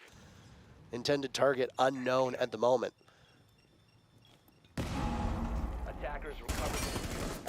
Engagement by Merc over by the door to Arcade, and now it's Benji up next. A nice shot onto Snake, and a warm welcome to this level of play. Another from Benji onto Bolo. They can't out-peek him this time. Still at the top of Arcade, killed 10 seconds off of the clock. Dexter will open things up, and Merc decides to swing. There's a second, and a flick from Merc. 3 kills, all of which coming in the final moments for TSM. The first started off the final stage of round number 1, and TSM gets on the board first. And it's a stronghold of a defense, right? Because TSM didn't really do anything. They set up their shields, set up their keeper barriers, and they just held their ground, and they traded out better. For the side of Mirage, they still had 2 Rotero drones left on the floors when they went for that execute with the lost 3 members, and the shield where Gasher was playing on top Arcade was still alive. So arguably a few more things could have been done, because you see right here, Gasher's position is crucial for TSM. It shut down what was going to be the opening force for Mirage, and with that, they could not find any footing. It was Merc with a good trade, Snake as well, playing on that yellow stairs. In case anybody would be flanking, he had that covered as well. Theme park defense is, of course, extremely favored on this map in theory, but it all comes down to execution for both teams. Not exactly sure why we have a tech pause here, but we'll update you as information becomes available to us. Once again, if you didn't listen to Blue and Stokes' casting in the very first 2 matches of the day, or if this is the first match you're watching as a VOD, maybe a rewatch on whichever content hosting platform you so choose, well, the difference between a tech pause and a tactical timeout, or a tactical pause, is that a tech pause is caused by a ghost in the machine, if you want to call it that. A glitch in the matrix. Maybe it could be that somebody's audio isn't working correctly. It could be a headset issue, as that looks like it might be the culprit here on Mirage's bench. That's our good old admin Larchtree, just looking. Headset off. A tactical timeout is when teams take a timeout to settle things down. 30 seconds goes by while both teams are able to communicate with their coaches, and you get one apiece. That's it. Look at the synergy here from Mirage too. Red mouse pads across the entire board. That is quite beautiful, huh? Oh, it's ruined. Oh, it's ruined. Oh no, not the opposing camera Benji, angle. No, Benji, what have you done? It was beautiful. It is no longer. It appears that there's an issue with Melted. Oh. As he is the only player who is not front and center at his PC. That makes sense, I suppose. I noticed something when we were on TSM's cam. Bolo was, first of all, mouse spinning, as he does so well, which we love to see that. But he's actually started to like pull off his left mouse like switch. You see it right there. He's pulling the switch off the actual mouse base and then putting it back down. I've never seen a player, I think, have that kind of habit, because I would think for myself, what if I break it, right? Then I can't shoot left, like shoot straight anymore, essentially. So not sure what the vibes are like there, but it seems to work so far. Not sure. You're right. Not sure. No other information for you right now. That first round on Bunks as the bomb site, the only real place that we saw any considerable action was in front of daycare leading through the cafe doors and then the top of arcade stairs. All of the action, and I would wager almost all of the kills, except for I think the one player from TSM, who's Bolo, who's playing all the way back in Bunks himself, peeked by the arcade unit.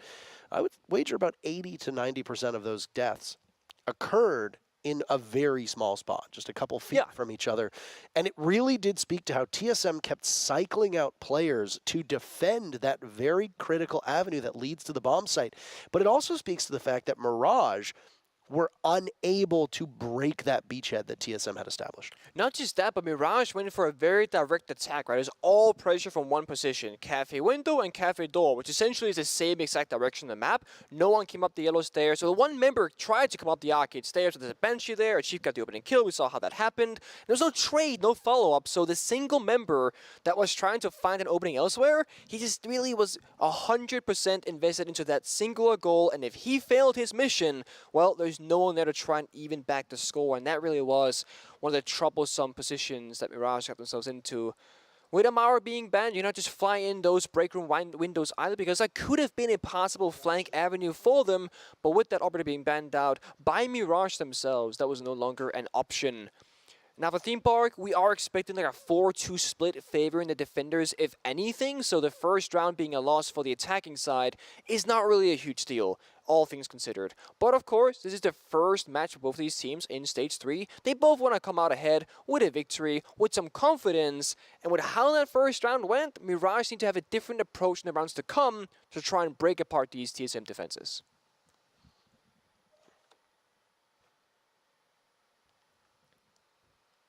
Back at his PC, Parker, he is, but no headset on, which means progress perhaps, but not fully finished. There's still work to be done. It's a low bar for progress these days. That's what I get off from this. Yeah, I mean, we have no update to give you. We have not been told what the issues are. We have not been able to relay that information for you for the sake of transparency. Tell me about your trip to Hawaii, by the way.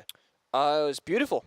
Took some photos. Went to the zoo, actually. The zoo? Saw some elephants, some giraffes, some zebras, or zebras, as I would call them. Zebras is correct. Zebra, yep, thank you. Whenever I'm in like, so my last name is Mowitson, it has a set in it. Whenever I tell Americans, oh, it's set, they go, huh? I go, oh, it's C. They go, I get it now. What's up with that? Why can't Americans understand set?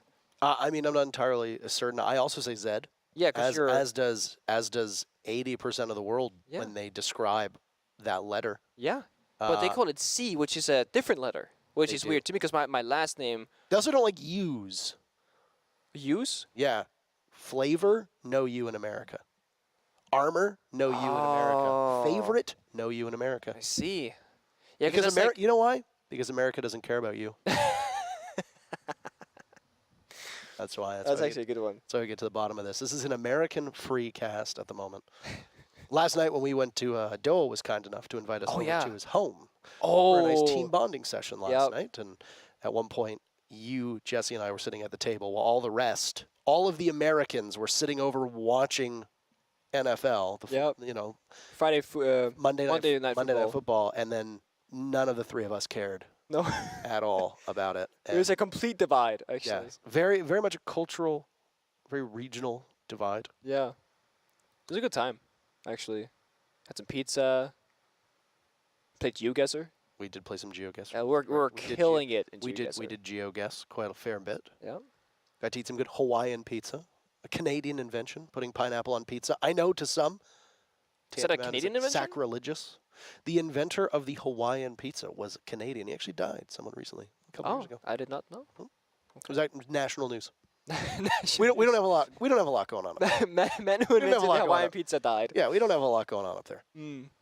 But no, that's fair. Melted is Melted Canadian? I can't remember. I think he was. He is. He was? He was. He is. I can't remember. I'm gonna go with. Mirage used to have Canadians on the roster. I remember that. They used to. I don't remember the exact nationality of everybody who's competing. Pojo Man is Canadian. He stands behind the TSM bench. Correct. We know that much.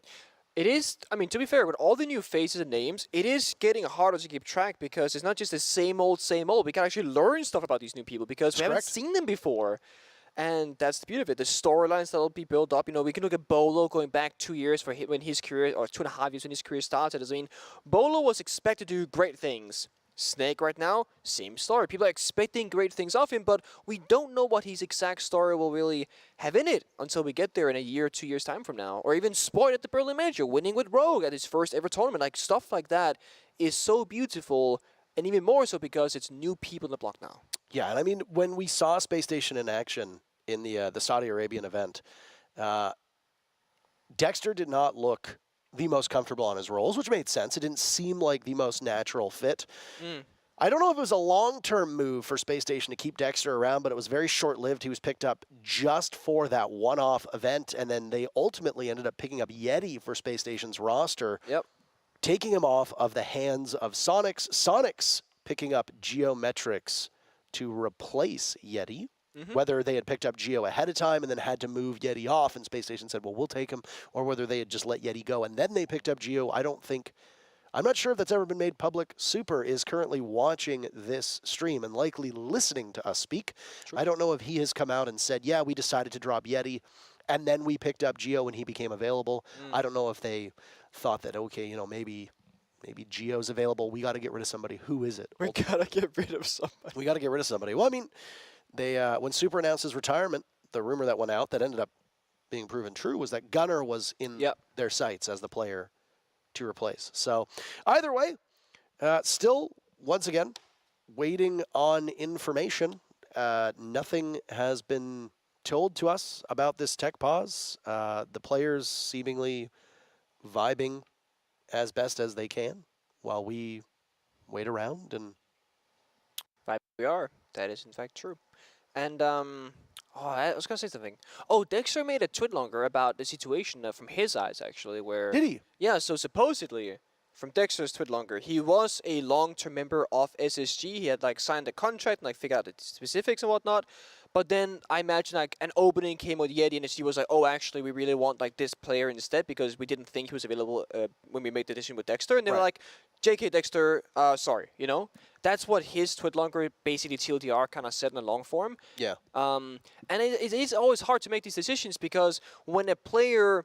When you think you got the roster you want to have, looking at the landscape available, but then all of a sudden one player is available because a change was made last second in a different team, you're always going to be like, well, is it worth trying to gauge if this player could join us instead last minute? You know, do we bench the player that we just picked up, etc., like in good faith? Do we just let him go for free? Like, there's all these like complications, like politically and of course contractually, you gotta consider when you make these changes. You know, it's not that simple. That reminds me of when you want to go out.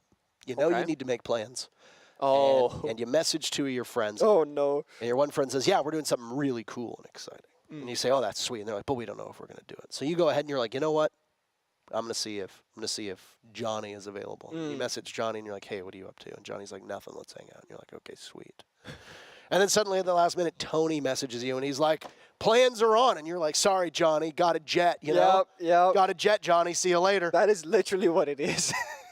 And it's just you're looking for the better option. And I mean, hey, it ended up working out. Dexter did still make it into the league. Yep. just albeit on a different team's roster, and yet he gets to continue playing. Yeah, everybody wins, I suppose. Everyone got a piece of the pie, which is honestly not too bad. Well, than that, I mean, the big difference this stage is that almost every single team, besides 3, DarkZero, Astralis, and XSET, they have made at least 1 player change. Most teams have made 2. That means that normally, if one team makes a change, you're thinking, these guys are going to have a rough stage because they're the only team who made a change. They got to learn the maps, the strats, the calls, and get back up to speed. But when everyone makes these changes, it's like there's an even ground now. Now it's about the individual players, how well they play, how fast can they adapt to the environment, and of course, how does the individual teams match up in that 1v1 scenario. And then we can look at Astralis, XSET, and DarkZero and be like, okay, well, is keeping the core the same and just working on the fundamentals going to be a great step forward? Or is picking up this new blood actually advantageous? Because we can look at the end of stage 3 and look at who placed 1st through 10th and be like, well, clearly, if Astralis, XSET, and DarkZero find themselves at the bottom, maybe the future is just to make these changes. You know what? I have a change ready for us. Okay. We're going to throw to a break. Woo! Woo! All right, we'll be back whenever, I don't know, whenever the mystery fix gets comes resolved. in. We don't have any idea what's going on, so we're going to throw to a break. We'll be back sometime. Nothing less than a honor. Full court press, straight flex, close the curtain. Full court press to the top from the surface.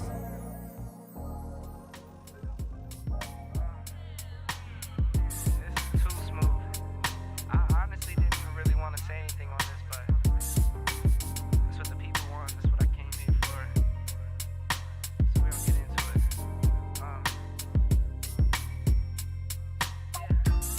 I like my coffee black, wife too. Don't turn this to no controversy. It's my boo.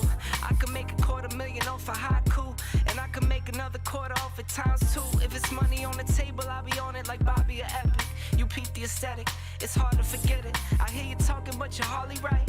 I'm the voice of your prototype. Summertime and then why? Summertime and then why? It's too cool. Get the drop tops out. Summertime and then why? It fits right. Bottles over here. Summertime and then why? Summertime and then why? I'm talking 6 a.m. tea times. 18 with the mayor talking land banks. I waited for it, gotta get mine. Snag a seat up at the table if my man can't.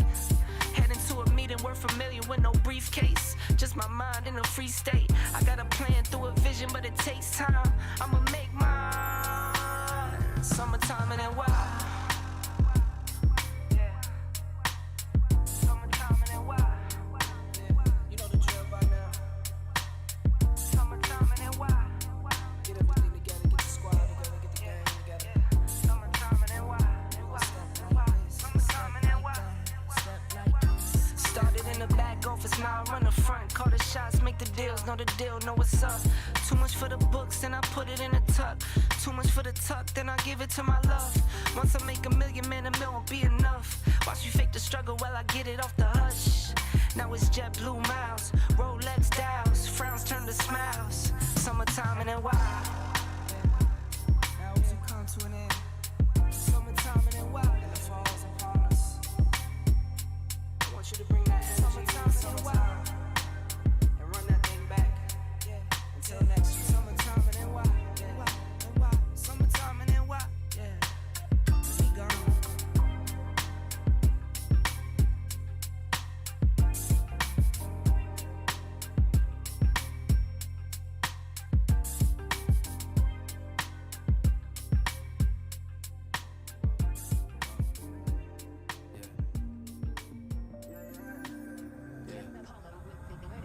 Beat by Apollo, stop at new Apollos. Cop a Henny sour, and I'm puffing Jack Sour. Yeah, I feel a black power. Yeah, this time it's really ours. It's time to get the bag. Yeah, it's time to get the bag. Yeah. Dollars coming, let me see it. Multi-million, I'm a bid. On a mission, best believe it. Ask for it, you receive it. Dollars coming, let me see it. Multi-million, I'm a bid. On a mission, best believe it. Ask for it, you receive. Ask for it, you receive it. Got it locked, put the key in. Got them looking, yeah, they praying. She like, I like what I'm seeing. Now we up, they agreeing, play full, yeah, we eating. Now you can't ignore this feeling when you got it from him seeing. Why these B.O.D.N. If I love, why you cheating? She know that I'm never leaving. They want beef, but they vegan. I don't know why they on that. Get a pack, then I roll that. She got, tell her throw that. Start her on, it's a throwback. Just a straight roll, I don't even pay tolls. The boy a genius and I ain't talking yay though. Been a living legend since I was like a day old. I remember days though, listening to J. Cole. I remember days though, listening to Drake though. Had to up my profile, had to up my payroll. Getting too high, yeah, you know I had to lay low. Getting too fried, eating on some big though. Yeah, I came through, and you know I had to make do. Yeah, I came through, and you know I had to make do. Getting all these dollars, yeah, you know I had to make them. Yeah, I came through, yeah, you know I had to make do. Beat by Apollo, stop at New Apollos. Cop a Henny sour, and I'm puffing Jack Sour. Yeah, I feel a black power, yeah, this time is really ours. It's time to get the bag, yeah, it's time to get the bag, yeah, yeah. Dollars coming, let me see it. Multi-million, I'm a bid. On the mission, best believe it. Ask for it, you receive it. Dollars coming, let me see it. Multi-million, I'm a bid. On the mission, best believe it. Ask for it, you receive it. I dip in the corner in something imported. I'm copping the land of the sand where the shores. Beautiful women who time in the mirror to show up the shows and see me perform this. Used to ignore me, I'm all the day here, but I used to be timid. I don't know what fear is. Just talked to my dog and he told me he got me. I hopped up the line and went straight to go get it. I got us. Building this up out of mortar and brick. The way that it's going, I don't see it ending. The pigment is tinted. I'm really that. Go figure. I'm tapped into a higher power, feeling bigger than me. It's centering me. My enemies silent, they see that I'm fire. I can't put my energy. I got some real ones on my sideline, abiding by them guidelines. I'm way up near the skyline. You so belly fine, right? Only kings around me, others go now. Why I shine bright? Yeah, you hella fine, right? Hey, you looking like the wine and dine type. I'm basking in that limelight, Brody. Get your chip stack, I'll teach you. I'm the wise guy. I'm getting right back that shit I'm sending out with vibe wise. You know we good on this side. I feel a black power.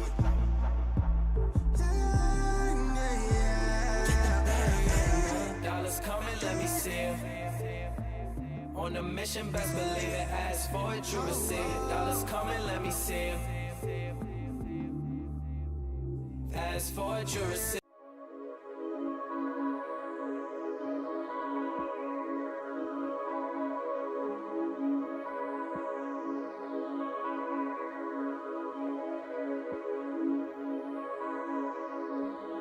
Like glue, the leather stuck on me.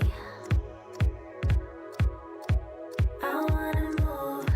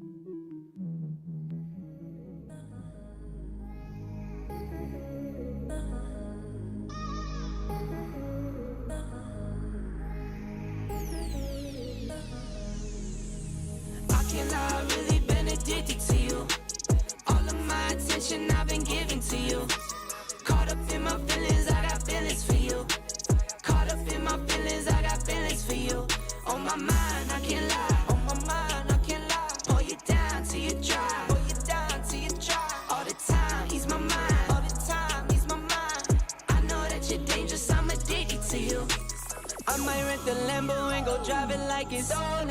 I've been living wild, I'm just going through the motions. Stumbling out the Uber, grab my hand, gave me the notion. Swimming in your water, but it feels just like the ocean. I can't lie, I've really been addicted to you. All of my attention I've been giving to you. Caught up in my feelings, I got feelings for you. Caught up in my feelings, I got feelings for you. On my mind, I can't lie. On my mind, I can't lie. Pull you down till you dry. Pull you down till you dry. All the time, he's my mind. All the time, he's my mind. I know that you're dangerous, I'm addicted to you. I was sipping more for 2 years straight to the face. Champagne belly bubble still won't go away.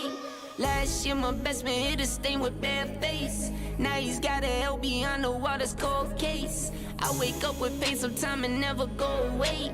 Wonder why I bow down to my knees when I pray. In my city gritty, gotta keep it on your waist. Or you might be a victim, they'll find you DOA. I can't lie, I've really been addicted to you. All of my attention I've been giving to you.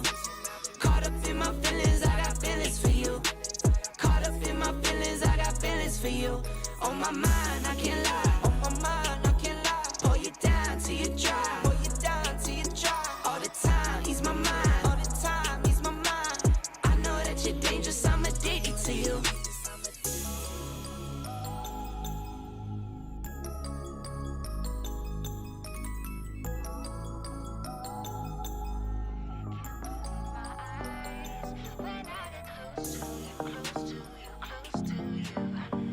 You said hello and I lost my control in just one tiny second. You do to me what I've seen in the movies, but this really happening. My mind explodes. I can feel my bones shaking to the beat of my bleeding heart. An overload. Don't know how this goes, but I'm pretty sure you just made my world stop. I can't believe my eyes when I get close to you, close to you, close to you. So pretty I could die. I can't be close to you, close to you, close to you, close to you. Close to you, close to you, close to you.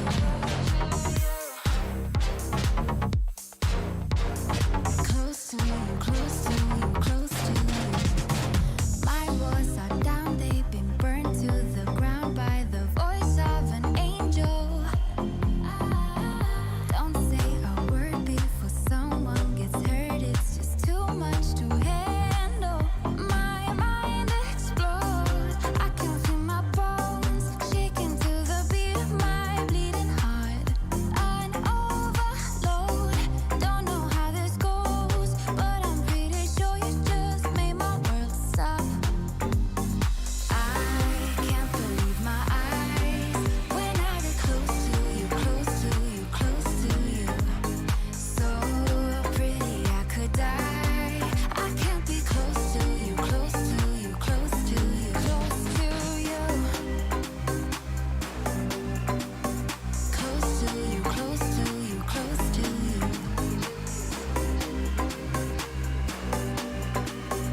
Close to you, close to you, close to you. If you're as perfect under the surface, I don't know what I will do. 'Cause I can't believe my eyes when I get close to you, close to you, close to you, close to you. Close to you, close to you, close to you.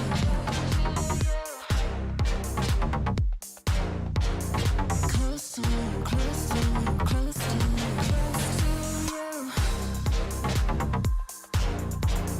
Close to you, close to you, close to you.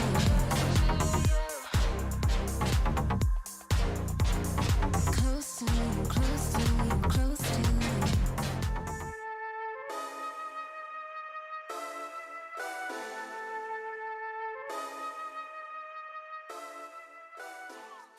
All right. Good news, everybody. Good news, everybody. Good news. We are back. It is Melted's birthday, and because of that, he had to suffer a roughly 30-minute long tech pause. So happy birthday, Melted. Is it actually his birthday?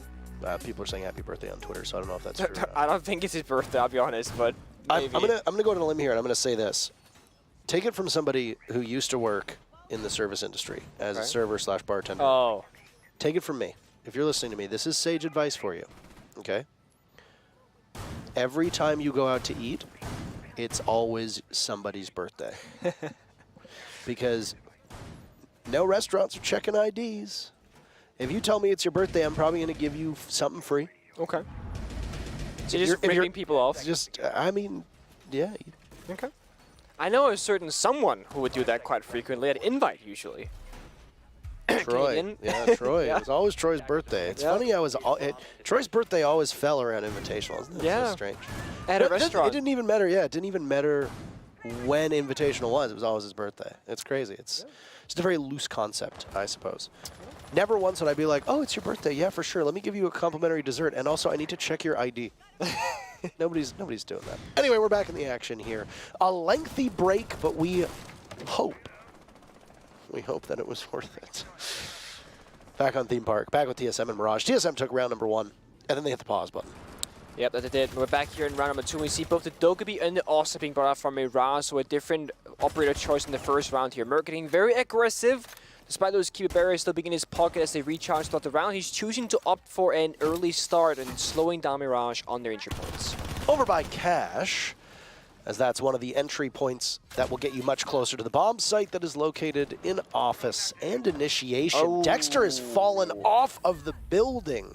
Finka back in action. Finka's pick rate significantly lower than where it was in times before. Also, the LMG not really as controllable as it used to be. So guess what? If you're running a Zofia, which Melted is, and you're running a Finka, which Kento is, you're going to be running their assault rifles, the Spear for Kento, and that AK variant for Zofia. Merc, he got 3 kills in the previous round. Won't be able to do too much. The stead that he'd created at the top of Dragon Stairs, all for naught as he gets picked off with half of the round to go. Logic bombs go out too, and TSM will find a way to get out of the actual bomb site as the advance from Mirage gets ever near. Yeah, no real help there from Merc. No trade goes out. No jam, I don't think, on that wall towards the bomb site. That means Bolo's now forced back to top white, but this top yellow rather. But this Osta now enabling Mirage to have these long lines of sight, some cover as well, and she has one more in the pocket that they can use to approach the bomb site and get down that diffuser later on. But first, they have a minute to work with. Cameras get hacked, and this is the thing, when Dokkaebi's on the board, you want to have someone nearby at dead body to shoot down that camera foe, but here we go into the bomb site. Kento's in there like swimwear. Gasher and Bolo come out ahead with the kills, swinging the advantage in favor of TSM. Behind these Talon shields, Mirage has a little bit more coverage, but they have to move past them as they continue their advance towards the bomb site. Benji can pick them back up, but I don't know if he's going to have time as there's very little still remaining into the round. A stack up over by Bathroom as both Mo and Benji are near each other.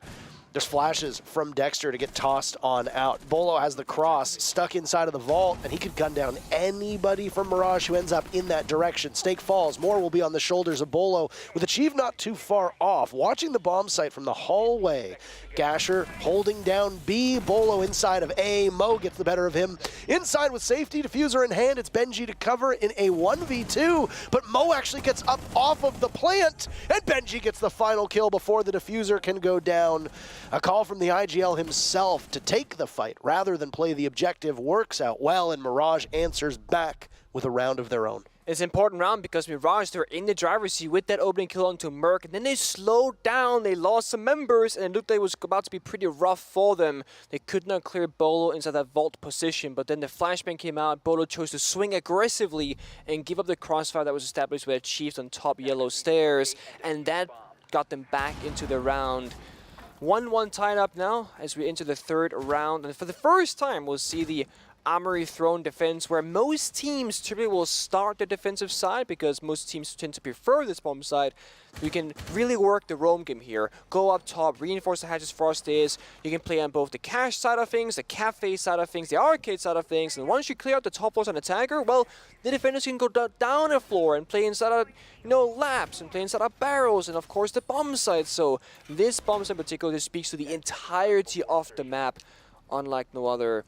It's common here that we see Jackal being brought out. That's not going to be chosen for Mirage. So I'm going to stick with that think and stay aggressive. The healing did wonders in that previous round. Dexter, who fell off the building early on, was almost back to full HP by the end of the round. And that was well needed for him because he ended up getting some important value on the board with the entry and the kill. Well, back into the action. Finka on the board yet again. Snake playing over by Gong to try and ward off any of the attackers nearby. Repel sounds going out. Snake can play off of this, but he doesn't know if there's going to be a set of eyes watching the main doorway. This will be a gamble for Snake, but if he times it successfully, he could easily cut one of these players of Mirage down.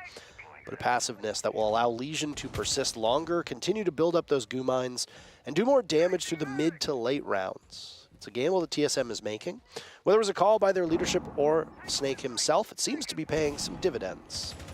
Yeah, Ninja comes in, but it's Bolo who wins the fight there. But a good trade from Mo back onto Snake means it's a 4 versus 4. But Kento, he's not done just yet. He finds Bolo up above on the box.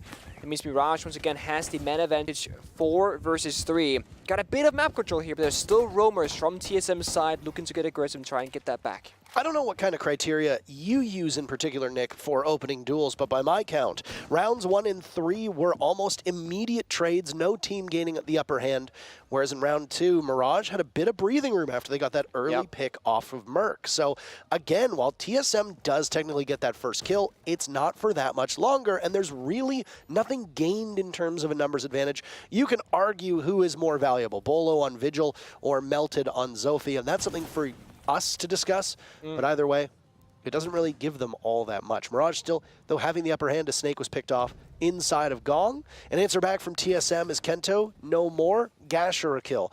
A debut for Gasher that seems to be going quite well as he's now picked up his 3rd kill on his very first match at this level. Yeah, mind you, Post got that 1.5x now, which seems to be a favor. Mo down on the ground, injured no longer. Gasher C4 also spent in that round. 1 C4 left in pocket of Merc, who's off the bomb side. Now, Roni's not going to have a lot of munition to deal with. He falls off after shooting a number of bullets down towards Benji as he retrieves Mo. Gets the ace back up off of the ground. Limited intel, but Gasher's been spotted out by Dexter. Merc gets the bait off of it. A 4th kill for Merc onto the board. And Gasher is still retrievable, but Benji in this position, no DMR in hand. So a lot more bullets to go forward with, and Benji picks up 2. Dexter credited with the final kill because of the down. But boy, oh boy, what plays from Mirage. They take the lead 2-1. Mirage are now finding and winning those gunfights, but TSM there are arguably playing a bit too aggressive. There is no real reason for Merc to swing split door towards the breach because, well, your teammates is inside of armor. He can see the walk in deep. He can cover that plant. You still got a C4 in your pocket. You got options to play with.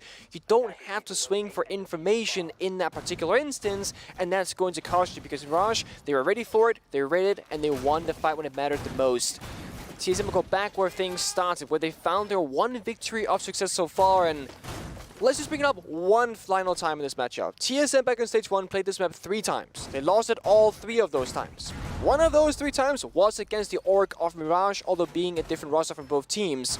TSM have something to prove on the theme park, because if they lose this time again, you can argue that they just need to put this in the trash can and never show it ever again, because it doesn't work for them. That means that their map pool gets significantly weaker, other teams will have no issue going to the theme park against them, and TSM themselves will have no confidence going back here in the future either. So there's a lot on the line of your TSM right now because of the map that you're playing on, whereas Mirage, I think it was Jesse who said it, or Jacob, they got nothing to lose. They've gotten really terrible placements in Stage 1 and Stage 2. They're here to play, to improve, to have fun, to learn, and just play with no pressure because it can only really get better or equal to previous stage performances. Yeah, I mean, you've got to question the wisdom of coming back here. I don't think it's fair to talk about this TSM team like we did previously. There is a huge difference between this squad and the World Championship winning squad of TSM that we saw in Sweden back in February. Not just that, even if the roster has stayed the same, the meta is so profoundly different at this moment than what was played under back in those conditions that teams sometimes just fall off because you can't play the same operators. You know, you can talk extensively about how Finka was a crutch operator and Zofia on LMG was a crutch operator and all of that, and now it's exposing all of the frauds. But there is a real deal when it comes to the meta changing and teams just not being as quick to adapt. So, theme park, 4 months ago, Theme Park 8 months ago, wildly different from Theme Park today for both of these squads, let alone TSM. And Bolo ends up getting the first kill onto Kento, even though Melted had gotten it down and is still holding his position up by Dragon. Yet again, a very quick trade. No team gaining a sizable advantage. EU1D tossed out by Mirage in hopes of capitalizing off of Bolo, but can't be done. Half of the round done, off the board, and it leaves us in a 4v4. That it does. And it's again TSM aggressive but slowly falling backwards here. Split pressure mounts towards them, and when they start losing Merc on that early aggressive playstyle that he's playing right now, that's normally key that says, alright guys, let's fall back. If Merc stays alive, we stay aggressive with him, we support him, but he's our first line of defense in all of these rounds. Only downside is Merc is playing an operator that's a rechargeable gadget. Previous round, it was Asami, you get the Q barriers throughout the round. This round, it's Wamai, same story. You want to try and stay alive ideally on this particular operator because you get more value the longer you survive for. That's not the case, so they're going to play without the magnets, no Jaeger on the board. Any nades that are remaining, one from Dexter, could be lethal at that, as nothing can quite stop it. Bolo's moved off of his position. The last time we saw a defense from TSM, we were much more nestled inside of the bomb site. But Cafe has not been the focus for Mirage. Instead, they decided that they'd hit the bomb site from the back. Office and initiation have been opened up. Office in particular, where Mirage is choosing to make their main push come from. EU1D goes off, and Mo will be the one to lead the charge. Walking in, but not knowing his corners. He gets spotted by two separate members of TSM. The crossfire good. Mirage looking to answer back. It's a bullet dump as it leaves Dexter in a 1v3. He's in the midst of the bomb site. He has to find the two off, and it's Bolo to be the savior of the round. Tying things back up for TSM. Bong successful for TSM, but nothing else but that so far. 2-2 is the scoreline. And again, the bomb side is where TSM find their success. Time and time again, the crossfires really well established, trading 1-for-1 successfully and swinging 2 versus 1 in almost every single instance. Really their bread and butter so far in this matchup. When they can do it, for example here, Merc playing alone, that's when they falter. But when they can play close together, that's where they find most of the success here. Snake playing with Bolo, Gasher trade off as well. Just left Dexter all alone at 1v2 where Bolo also found his last gunfight victoriously. Now Marathon will get another spin here. It's TSM, they're gonna try it one more time. The only difference right now, no pulls from Gasher. He's on to the Kaid instead. That's gonna help you play more passive again, as you got some wall deny either on the hatch or the wall itself. Now, mind you, when you play Kaid, normally we would see like, oh, but Thatcher's bans, okay, it's super strong. Newsflash. Thatcher's almost never banned right now throughout Stage 3 of both EUL and NAL, and even if Thatcher were to be banned, you're always going to have the possibilities of that secondary EMP impact grenade that operators like Lion can bring to the table, which Benji on the line has brought. So as long as you can find the Kite Claw with a drone and get a yellow ping out, you can always use that EMP, disable the Kite Claw, and then get the wall of the hatch opened up. Something that you couldn't do in the past, but you can now. It's obviously a wonderful change. I don't know if a lot of teams would argue that just simply bringing those secondary EMPs are enough, and then you can bring any additional utility that denies you the Thatcher pick in the first place. Not sure. Bolo decides to leap out of a window. Mirage makes him pay for that. No capitalization from TSM.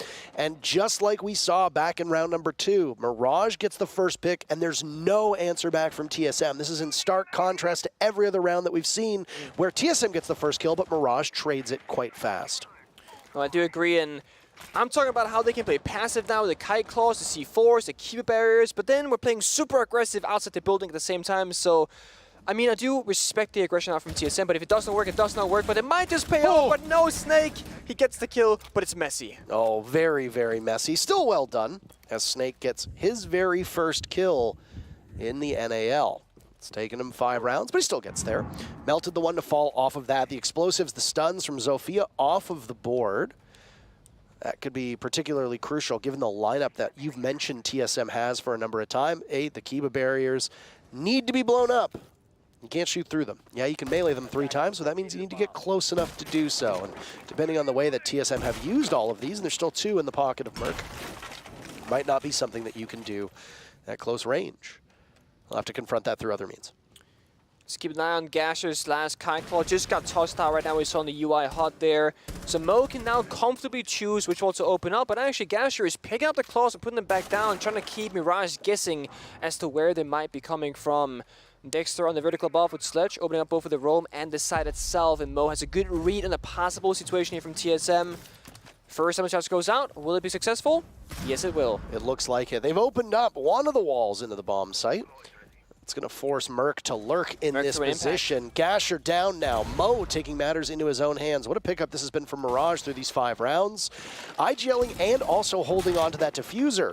Snake in the hot seat as some of his protection goes from above, but again, the obliviousness of Mirage is their undoing. Snake was able to take out Melted earlier, now does the same to Dexter in very similar situations. Mirage none the wiser. Benji looking the wrong way after the EE1D goes. No marks being given out, and it's a stack up on the doorway into Throne. A third kill from Snake. He's on absolute fire right now.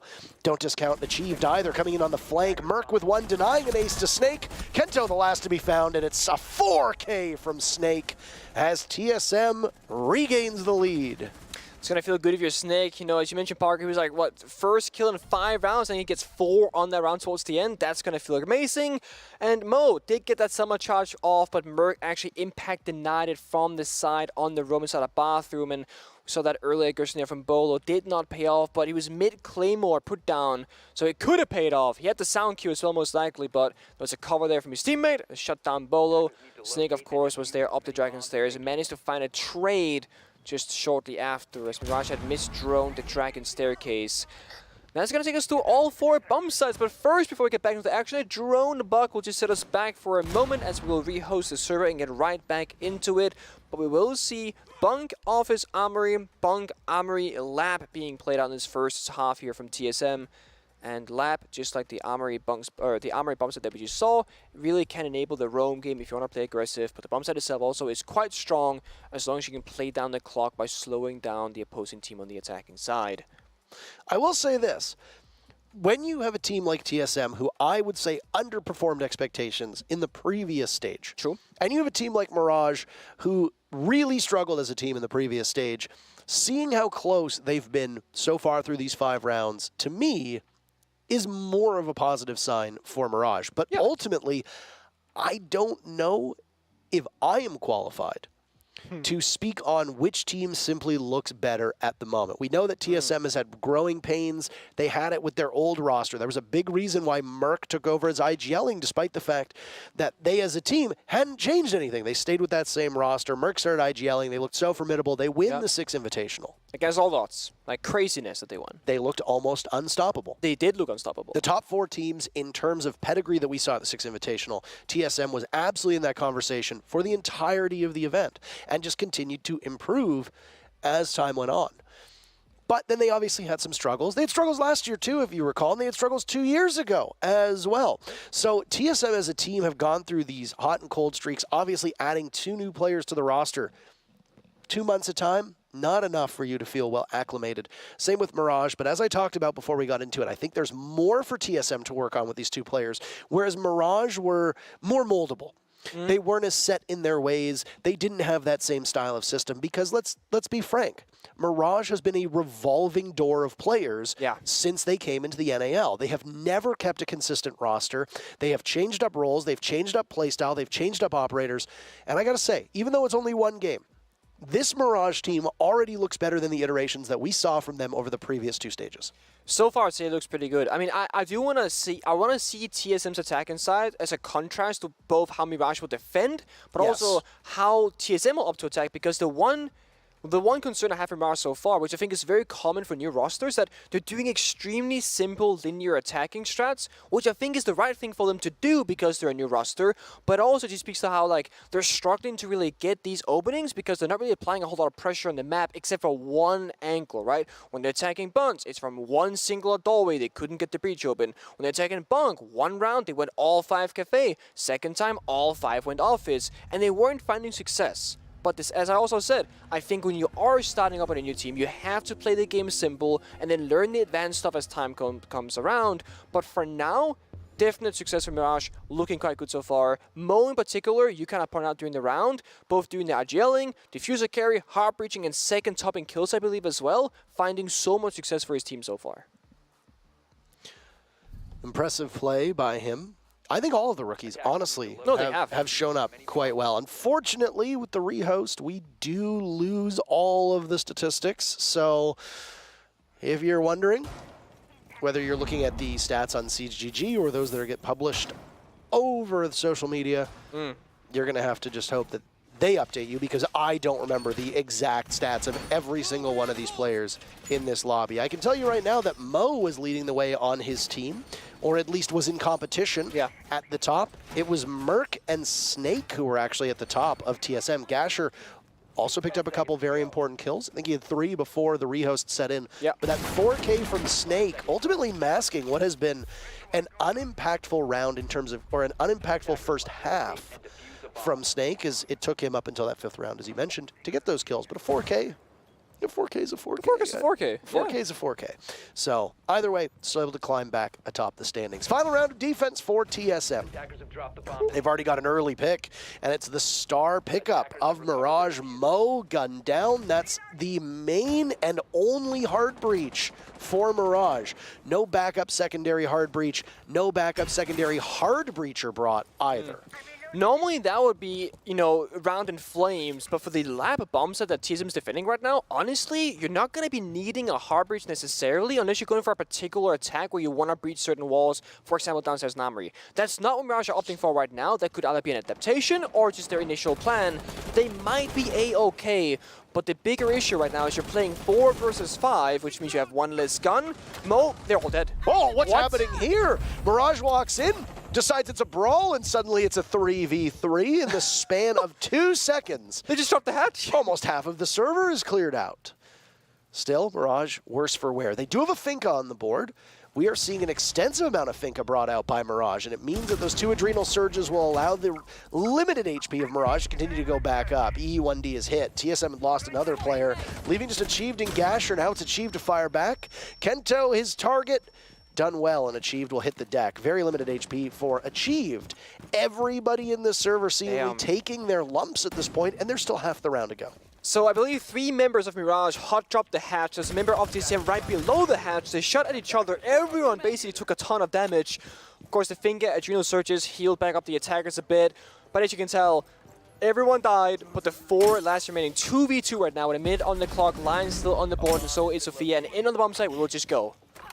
Oh my, now Benji the one under fire. Where's Melted to help out? He's got the diffuser now. Achieved lurks off of the bomb site. Very limited HP, so Achieved again could not engage the way he wants. Gasher, a beautiful shot onto Melted. Both Achieved and Gasher will line up, sync up with one another. Now it's incumbent upon Benji to do this. I don't know if he saw the Malusi. A warning shot, maybe.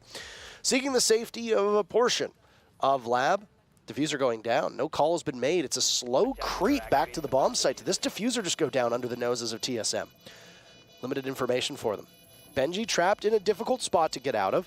An easy pinch for TSM if they decide to prioritize the bathroom for Achieved. Just dancing around the corner. Benji sees one, engages again, but he loses the gunfight to Gasher. Tough go of it for Benji, and plenty of time for TSM to get the disable. Meaning TSM take the first half 4-2. They do. A lot of people have been asking my opinion on like Gasher at TSM and Snake on TSM. I always said like Snake, like most other people, I feel like there's a lot of confidence and like he will be a formidable player. At the very least, there's a good chance for it. I wasn't sold on Gasher, but I also said I want to see him play first before I fully judge him. And so far in these first 6 rounds, I will say Gasher is impressing me with his decision making on the server, on the map, and how he approaches these fights. Not overswinging, not being unnecessarily aggressive. He's taking his time, making the right decisions. All right, so that's the first half in the books. Let's go through as we do the tale of the tapes for those first 6 rounds. Obviously, you will notice, first and foremost, that there have only been about 1 death that's occurred for these players in the server. That's because there was a rehost after the 5th round. It means that, well, we're not going to have accurate statistics. Either way, the bomb sites that were played, all 4 bomb sites showed up. Bunks showed up twice, Throne showed up twice, Office just once, Lab showed up once. In terms of the defenders, obviously they took it 4-2. TSM only had a single round where they got the opening pick and held that advantage. And that was the final round that we just witnessed on that first half. Other than that, there were 3 trades to start off the round, and then Mirage got the opening pick twice. Yeah, I agree with those numbers. I have the same thing here. Good stuff. TSM, however, doing something a bit different. They're bringing the Dokkaebi, which, of course, Mirage did one round themselves as well, but that's not what I want to talk about the most here. They're bringing a double Heartbreacher situation, both the Thermite and the Ace. If TSM can establish enough map control, aka clear out all these roamers from Mirage, they can breach basically every single wall towards the bomb side, because they have 4 grenades and 2 Heartbreachers that can definitely stop Mo on the Bandit to try and trick those walls. But that's a talk for about a minute and a half from now. We need to clear out these roamers successfully without losing these valuable members, because if anyone from TSM dies, you're either losing Heartbreach, you're losing grenades, or you're losing your smoke grenades. So every single member is so valuable. Who's going to actually do the entry job right now? Well, our eyes are on Snake. He was picked up as an entry. He said in the player interview before the game that he is the best entry player in Tier 2/Tier 3 Rainbow Six Siege in North America, at least. He's got to prove it right now by doing a good job on that exact role. Mirage, they've just kind of ran away, actually. Good job entering. A couple changes that we see to the meta of this theme park defense with the very first attempt from Mirage. They do a bunch of damage to Bolo. Let's save our thoughts for maybe farther on down the line. Kaid not in play. Instead, Bandit being brought. And the Bandit tricking of old doesn't seem to be anywhere near as popular as it used to be for a number of reasons. Teams like to invest fewer resources being stuck on the main wall. Additionally, Maverick made Bandit tricking extremely challenging on a lot of bomb sites. So, obviously, being able to throw those Kaid Electroclaws into tricky spots, instead of just a Bandit battery being stuck on the bottom panel, can make a big difference for the defenders. I do like that for TSM, they have brought back up Hard Breach here. That was something that caused problems for Mirage in the previous first half. But right now, there hasn't been a lot of Hard Breach happening. One of those Selma charges tossed out for Merc, but the focus seems to be on just the exterior of the bomb site. Lots of time being wasted right now with TSM maybe getting into position, but not exactly seeing where they're going other than Achieve doing some work above. Merc, the first casualty, Kento. The kill for Mirage with 30 seconds left, 9 players still in the lobby. Time is going to be an issue for TSM. They have yet to breach a wall. Sure, Snake finds the kills at Benji as well, 4v4, but they have no time to get rid of the bandit charges and find the wall too, so they gotta find the kills and Achieve doing just that. Kento's eyes somewhere else because the sledge was clear as day above him and Achieved punishing the one player from Mirage, now giving TSM the advantage. The clock very much not on the side of TSM, so Mirage needs to take the engagement right directly to the Mo. He's got a lineup. Look at what's going in. 1 kill, 2 kill, a third is there as well. Mo out-dueled by Achieved, who has to hop on the diffuser. Can Melted save the day? Snake watching in this direction, and there it is. The newest member, or one of the 2 newest members from TSM, making it count, stretching their lead, and the very first attack for TSM goes in their favor. What a steal of a round, what a heist that was. It's basically like 40 seconds left. It's a 4 versus 5 in favor of Mirage. Everything's against TSM. They have nades, they have smokes, they have flashbangs, they don't have any walls opened up. They have no real vertical control on the bomb site either. No one's watching it. Achieved finds a kill. Snake found one right before that. Kento struggled inside his maintenance position. And then TSM said, smoke the door, run in through this door. And you see this? There's no holes in this soft wall between the Oryx and Mo on the Bandits. There's no real crossfire being established. That singular smoke grenade that blocked the double door pathway that at the final kill that just occurred, well, if that soft wall was opened up, Mo can stick in the corner, talk away, and you can let Oryx take the first confrontation, then establish that crossfire. It wasn't made, and therefore TSM, they just walk in and take a singular gunfight to their left, and they trade 3 members for 1. A timeout being called now by Mirage to try and get themselves back in this game. I feel like the praise that I gave to Mirage might have been a part of the old fabled caster curse. Because Mirage looked far more confident through those first 4 rounds than they have in the 3 rounds since. And I mean, that's the problem when you say things with such a small sample size, Nick. It's, you know, you look at the results today and you think, okay, great, you know, Parabellum's going to be the best team in the league. Look at how decisively they won their game against OXG, a team that consistently represents North America in the top 4. There's no way to make that prediction and actually be able to stick to it after 1 game. We won't really get a good lay of the land until about the 4th or 5th game in the stage, and we're just a couple weeks away from that. No, I think you're absolutely correct. And it's the same thing, like, also maps are different, right? Like, right now we're playing Theme Park, but how do these teams grab on a Clubhouse or Oregon? So there are so many different factors that play into this. And of course, consistency is what I would argue is the most valuable skill of all. To consistently play at the highest level successfully at Rainbow Six Siege is much more valuable than occasionally playing really good Rainbow Six Siege. Yeah. Early chances for Mirage looking like that's on the menu, especially this peek by Kento on Arcade Window. Bolo's in the proximity, but then decides, or in the vicinity, but then decides, nope, he'll go elsewhere. Again, you might be a little bit surprised to see how many suppressors are showing up, and that's because suppressors got a pretty big buff in the most recent patch. Yep, so silencers or suppressors used to make you do 15% less damage per bullet. That's gone. You do the same damage as any other attachment or no attachment. You do have a little bit more recoil, but that's about it. And at this level of play, we can handle most recoil, I would say. Some players. Some players. We saw Hyper today have a bit of a whip. Some difficulties. It happens sometimes. Of course, most importantly, it's an adjustment period, right? Yeah. Recalls are changed, you can now play suppressors, all these things. Once you get accustomed to it, it's gonna be okay. Dexter knows, has a premonition maybe, that there's one over by security, and he fires away, hoping for a pre-fire. As these players love their jiggle peaks, but he's not finding anything just yet. Losing the deployable shield, gadgetry tossed his way. This could be a position for Dexter to die off of. Mo has the cross, long range, and he's used all of his toxic babes with still half of the round to go. Not ideal timing, but if you're Mirage, you're hoping that that utility that you're disposing of right now is being done to help the anchors on the bomb site. Benji, the first pick, it's on to Merc. Merc has been a hot hand for TSM.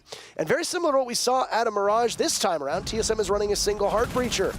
And that's the first casualty for TSM. A damning position to be in on this Bunk's bomb site. And it is. I mean, Dexter somehow still alive despite being stuck in this position the entirety of the round, but he gets the kill and he gets out. They do, of course, have his spare reinforcements who want to use it, but I don't think they think they're safe enough to do so. And TSM, they gotta try and hold on and hope that Mirage will swing them, because right now Mirage can do absolutely nothing but stay in their corners, and they should be A-okay. TSM, they gotta make the first move.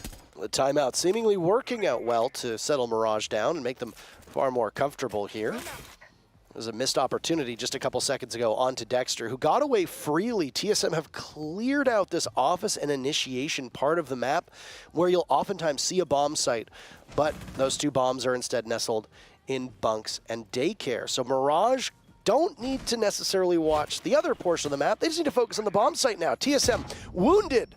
Only 3 players to all 5 for Mirage. And the timer continues to tick away. There's Snake down for the count, and it's a flawless round for TSM. Mid-sentence, the final 3 players for TSM walk to their demise. Indeed, a flawless round. Mirage come on top. And Merc falling early on the ace, I don't think that's necessarily like a massive issue for TSM, because it's not like those walls being opened up would have changed a whole lot, but it comes down to trading efficiently and getting those kills. And Dexter was stuck in a position that TSM was very much aware about very early on. They got the shield cleared, they droned him, and they had 2 members challenging security.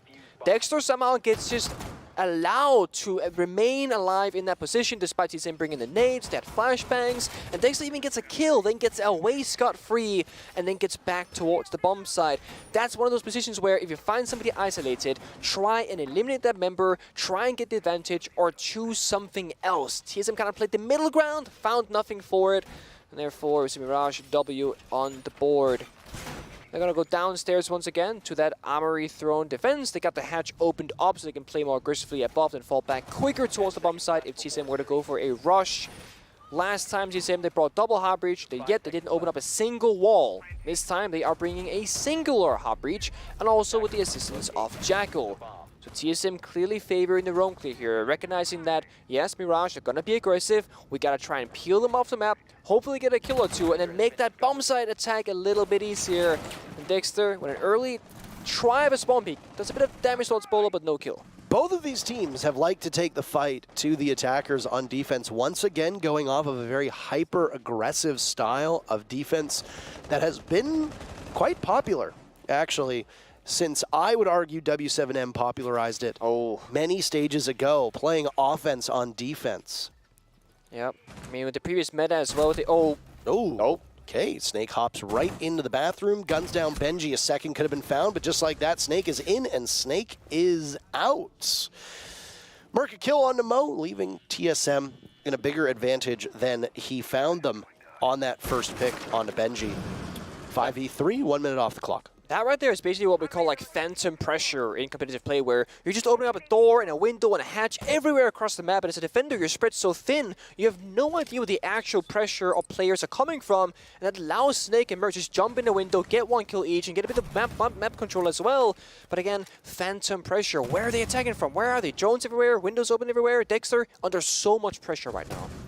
Well, there's another to fall. Kento down for the count. TSM can taste match point at this moment. But Melted's got a nice shot onto Merc, denying a flawless round for TSM, as TSM had been at the wrong side of the flawless previously.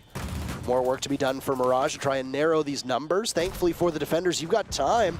The attackers, though, it definitely benefits more. Dexter finished off. Melted in a 1v4. Again, the birthday boy himself. He's plagued by those tech issues earlier on as he settled the nerves down. Can he capitalize off of a couple isolated picks? Sees one on top of Dragon, but his position's been given away, and he knows that there's no way to get out from his current spot behind the throne.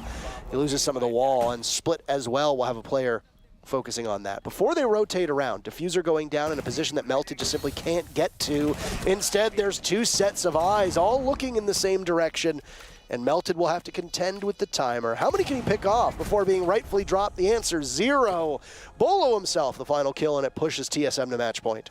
That round was basically 5 roamers from the defenders against the 5 roam clearers from the attack. I mean, TSM obviously did not realize this, but there was no one from Mirage on the bomb side for a full minute in the midst of that round, up until Oryx, of course, got back towards the bomb side. And TSM honestly didn't quite need to know that, because they had so much map control early on from both Merc and Snake, finding those kills each, that allowed them to just kind of keep up the pace, keep droning it, keep figuring out where is Dexter, where is Benji, then isolate those members, and they did just that, and they found those kills, and that's forced us onto match point now. Mirage backs against the wall, are going downstairs into the lab bomb site, where they're bringing both the castle and the Frost to try and help the bomb site in case a rush comes out, while still enabling themselves to be offensive on the roam game by bringing secondary shotgun castle, secondary shotgun alibi, and bringing a primary shotgun and smoke. I mean, we even go all the way. They even got a Frost secondary shotgun. A lot of rotates, a lot of verticality, a lot of dynamic play on this bomb site that really allows you to shape it in however way you choose.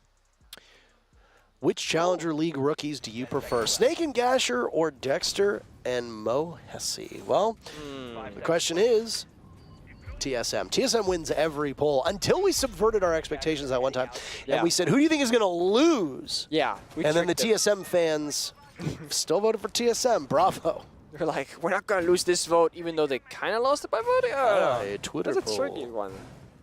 You want to know how to throw TSM fans off their stride. It's a Twitter poll. But either way, there goes one of the Goyo canisters that was on top, or rather, there goes one of the castle barricades. That confused me for a second there. I thought so it's the new dog logo, right? The Castle Elite animation has this like red dog logo on it. Yes, it looked like a Goyo canister. And I was like, wait a minute. I was like, I don't see a Goyo, so what was that? Yes, fire. Castle Elite is in the game now, by the way. You can go purchase it if you so choose. Trip me up for just a second. I'd seen it before, but it never really like clued in. Oh my goodness, what a shot by Merc. The master of the good night himself takes out Dexter. Merc is same old, because Merc is either the winning factor of TSM early on or the losing factor now. He gets in all the opening kills on both aspects of it, or both sides of it rather. So is Kento right now under fire, so is Mo, and TSM fighting all fronts. Melted with bad timing with a canister in his hand, but gets saved by the shield. He stays alive for now. Melted still in this position by the cafe door. A shield that saved him persisting. 2 ADSs that have now regenerated their charges and can easily catch anything thrown or shot their way. Kento for backup, not too far off. Very limited HP for him though, so a single bullet from just about any gun that TSM carries will be enough to put him in the grave. Clock continues to work away against TSM. They need to be quicker to these punches. They've got 3 rounds in order to not go into overtime. Gasher on the hunt. Here's the logic bomb goes off. Kento and Melted fall. And suddenly Mirage are just being out-dueled all over the place. Benji, the next one, up too many angles. So he decides to get out of his position. seeking some shelter inside of this trophy armory bomb site. Down goes Benji, and could it be a flawless round to end this matchup? Mo, one of the two new players from Mirage, will need to keep his team in it, or else TSM takes all of the glory for themselves. He's got some spam marks, no flawless to be done. Mo takes down at least one in the process, and then will fire blindly and helplessly through the ground before it's Snake, TSM's own newest member, to seal the deal. All the points for TSM as they get this one done relatively quickly. 7-3 in favor of TSM as they pick up their first win of Stage 3. And also their first team victory in 9 months, basically, at least since Stage 1 started, however long that's been at this point. Good job for them. Mirage, they had moments of success, moments of greatness on the first couple of rounds, but then once TSM kind of came back into it after that tech pause and whatnot, it was kind of a different story. And of course, the side swap, when TSM got into the attack, they just started doing really good with that phantom pressure, finding opening kills, and finding more stable rounds for themselves. Well, an impressive debut from all 4 of the players, to be frank. It isn't easy to jump up from Tier 2 all the way to Tier 1, especially on teams that have their own separate set of challenges. And I think that is fair to say for both Mirage and TSM. There's a lot of work that they need to do for a variety of reasons. That said, that's our third matchup of the day in the books. We still have 2 more to go. Sit tight. We'll come back with more of our very first play day here in NAL Stage 3.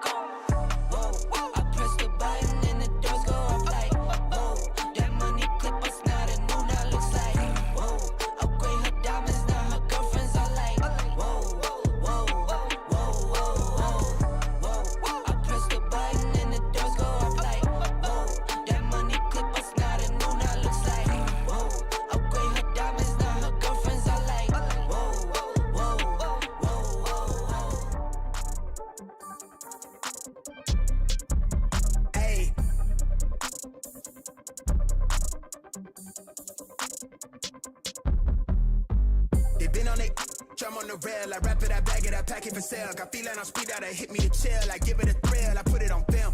Facade get applaud, that ain't real. Come to my section and flex, we can tell. I got a show and she dipping them nails. I'm flipping my L's, I know they can tell. I did it too major, they hit me for favors. Been him since the cable was cut in the cradle. What's up, only right that I do it. Colossal until I'm a fall, so they want me to fail. Look, we prevail. Jump on your tail. Know that they talking, they telling them tales. Just know how to tell that for the sale. Hey, they talk like they got it, but they need to stop it. I'm leading with logic, my heartbeat is frosted. I seen it, got optics I needed from Shawty. She mean with the top and it's obvious. They need him a target, I'm dodging their darts, make 'em reach for the stars. I'm dumping, I'm forcing the pun off the runs. I'm moving with caution, I'm saucing my nigga is nothing. From nothing to something they'll never be. Tycooning, I'm Dre with the thizzle face. I'm nothing my section has ever seen. Run the ice so I'm...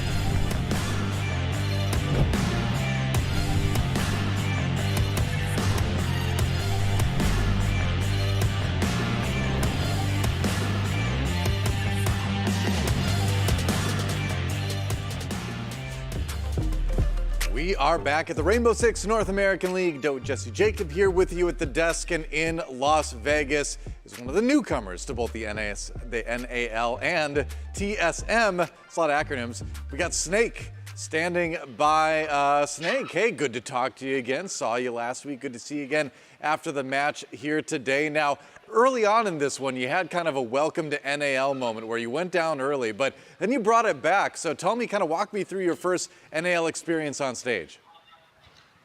Well, I'd been on a stage before, but the NAL setup was a little different. The setup just didn't feel right, so for the first 3 rounds, I was kind of adjusting to like my new mouse position, how the keyboard felt, and like my wrist on the table. But after I got over all that stuff and I just focused in on playing, it went pretty well.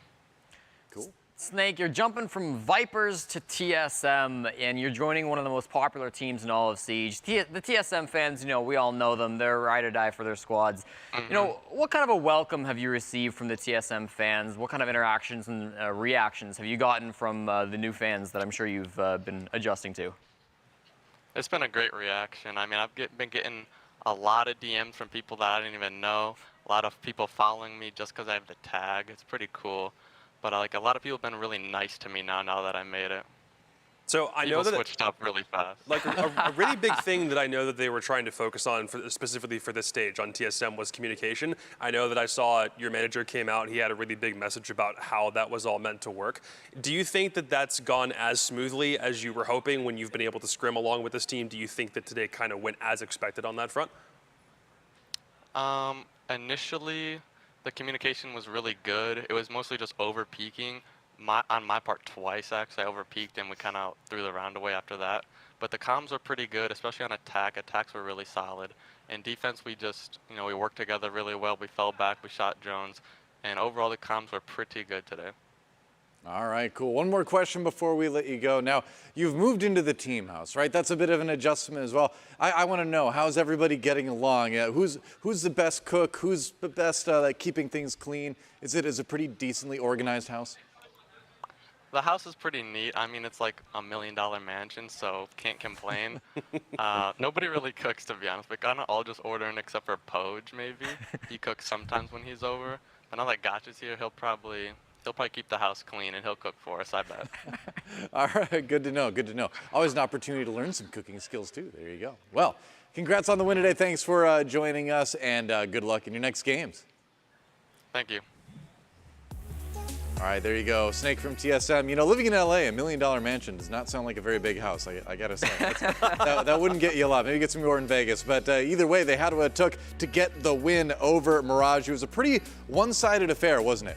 Yeah, it was. I mean, they might not be cooking at home, but they're cooking in the server. 7-3, dominant, especially after they kind of got their feet underneath them. Went down 2-1 and really did not slow down after they turned it around in round number 4. So beautiful to see. Gasher, the new player that we did not just talk to on TSM, top on the scoreboard for us, 10-6. Really strong performance from him. He played fantastically this game. Snake as well. I don't think there's any player on TSM that really didn't have a good performance. That's what you want to see from a team that is once again shooting to get back into relevancy for North America. Yeah, the problem for Mirage also comes down to when Melted was the one who had that massive tech pause at the beginning. Apparently he wasn't able to come back and have all of his equipment working at peak efficiency, so he was kind of fighting from behind.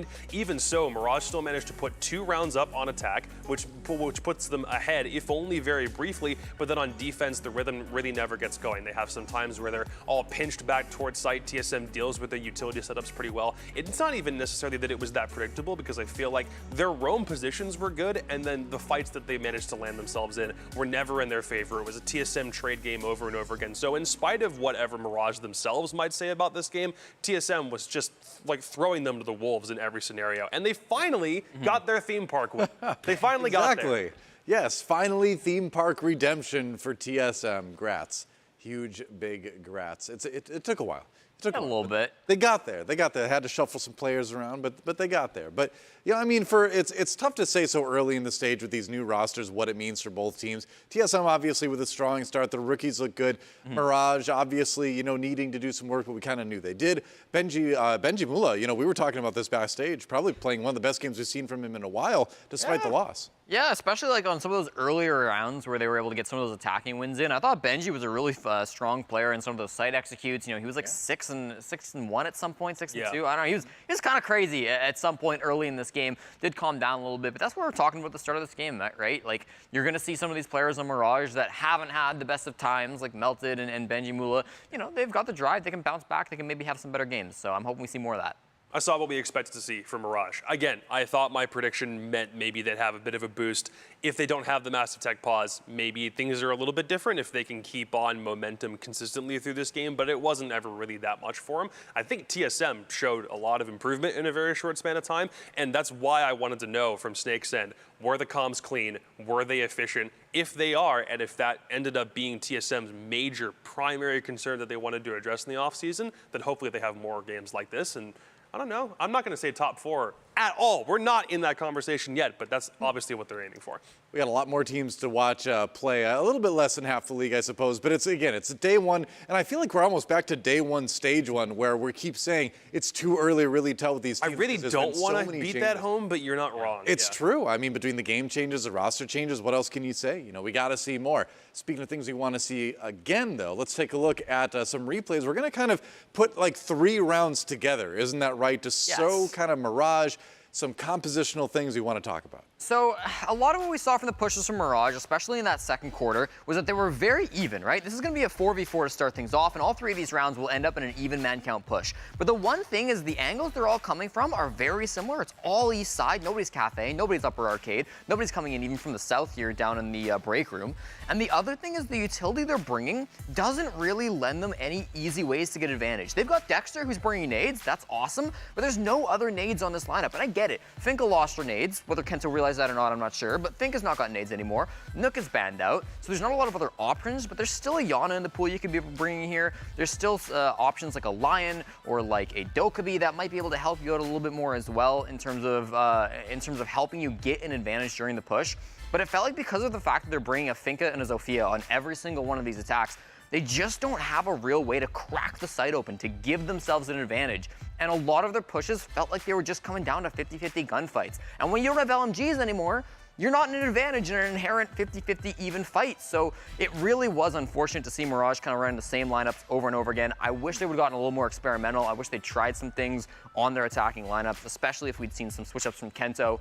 Might have helped him a little bit. He didn't have the greatest of games today to start things off, but just a trend I noticed from Mirage and something that I think we've seen other teams do a lot better today. I think the problem is more figuring out roles for Mirage. It's something that we already knew coming in was going to be interesting. None of them on this team was really touted as being a breach player, so we knew somebody had to take that mantle. It looks like it was Mohesi, but then that also begs the question, if it's not him, who do you shift vertical to? That went to Dexter, so then we're like, who is meant to be Enshriek? And you have this cascade of questions that keeps coming up over and over again. The puzzle for Mirage at a baseline paper level still doesn't seem as though it makes all that much sense. So that's going to be their period of discovery for this stage. I can comfortably write Mirage off, I think, for top 4 contention, because they've already kind of done it themselves. So if we're not talking about them in a top 4 context, look at how they're progressing this stage to hopefully, when they start looking towards the qualifiers at the very end of the year, do they have all of these different things ironed out? Right now, I see about 4 or 5 different things I would love if they could actually lock down by the end of the stage. Wow, a lot to work on for Mirage. Maybe a glimmer of hope in some of those rounds, but again, the team needs to gel. On the roles front, too, a lot of players telling me that, like, there are no roles in Siege anymore. Like, everybody's so flexible. Everybody needs to be able to do a bunch of different things. When I ask what role the players play, they're like, I don't know anymore. Flex, I guess. You know, some had it very defined, but the majority are kind of like, things are very fluid at the moment. So when you're putting together a team of players that's kind of needing to learn how to play together, that's another thing, you're right, that they need to kind of work on, an extra layer to making things happen in the NAL. So a disappointing start for Mirage, but TSM finally gets the win they've been looking for on Theme Park for a long, long time, but we are not done yet. 2 more games to go here on day 1 of stage 3 of NAL. We've got Beastcoast versus XSET coming up next. It is going to be a thrilling, exciting series, so do not go anywhere. The Rainbow Six North American League returns right after this.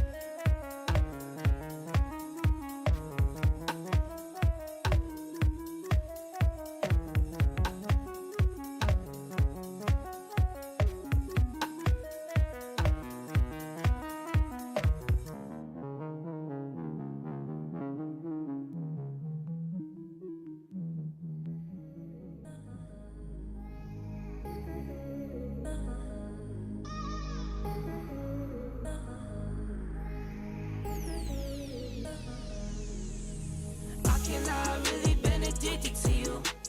All of my attention I've been giving to you. Caught up in my feelings, I got feelings for you. Caught up in my feelings, I got feelings.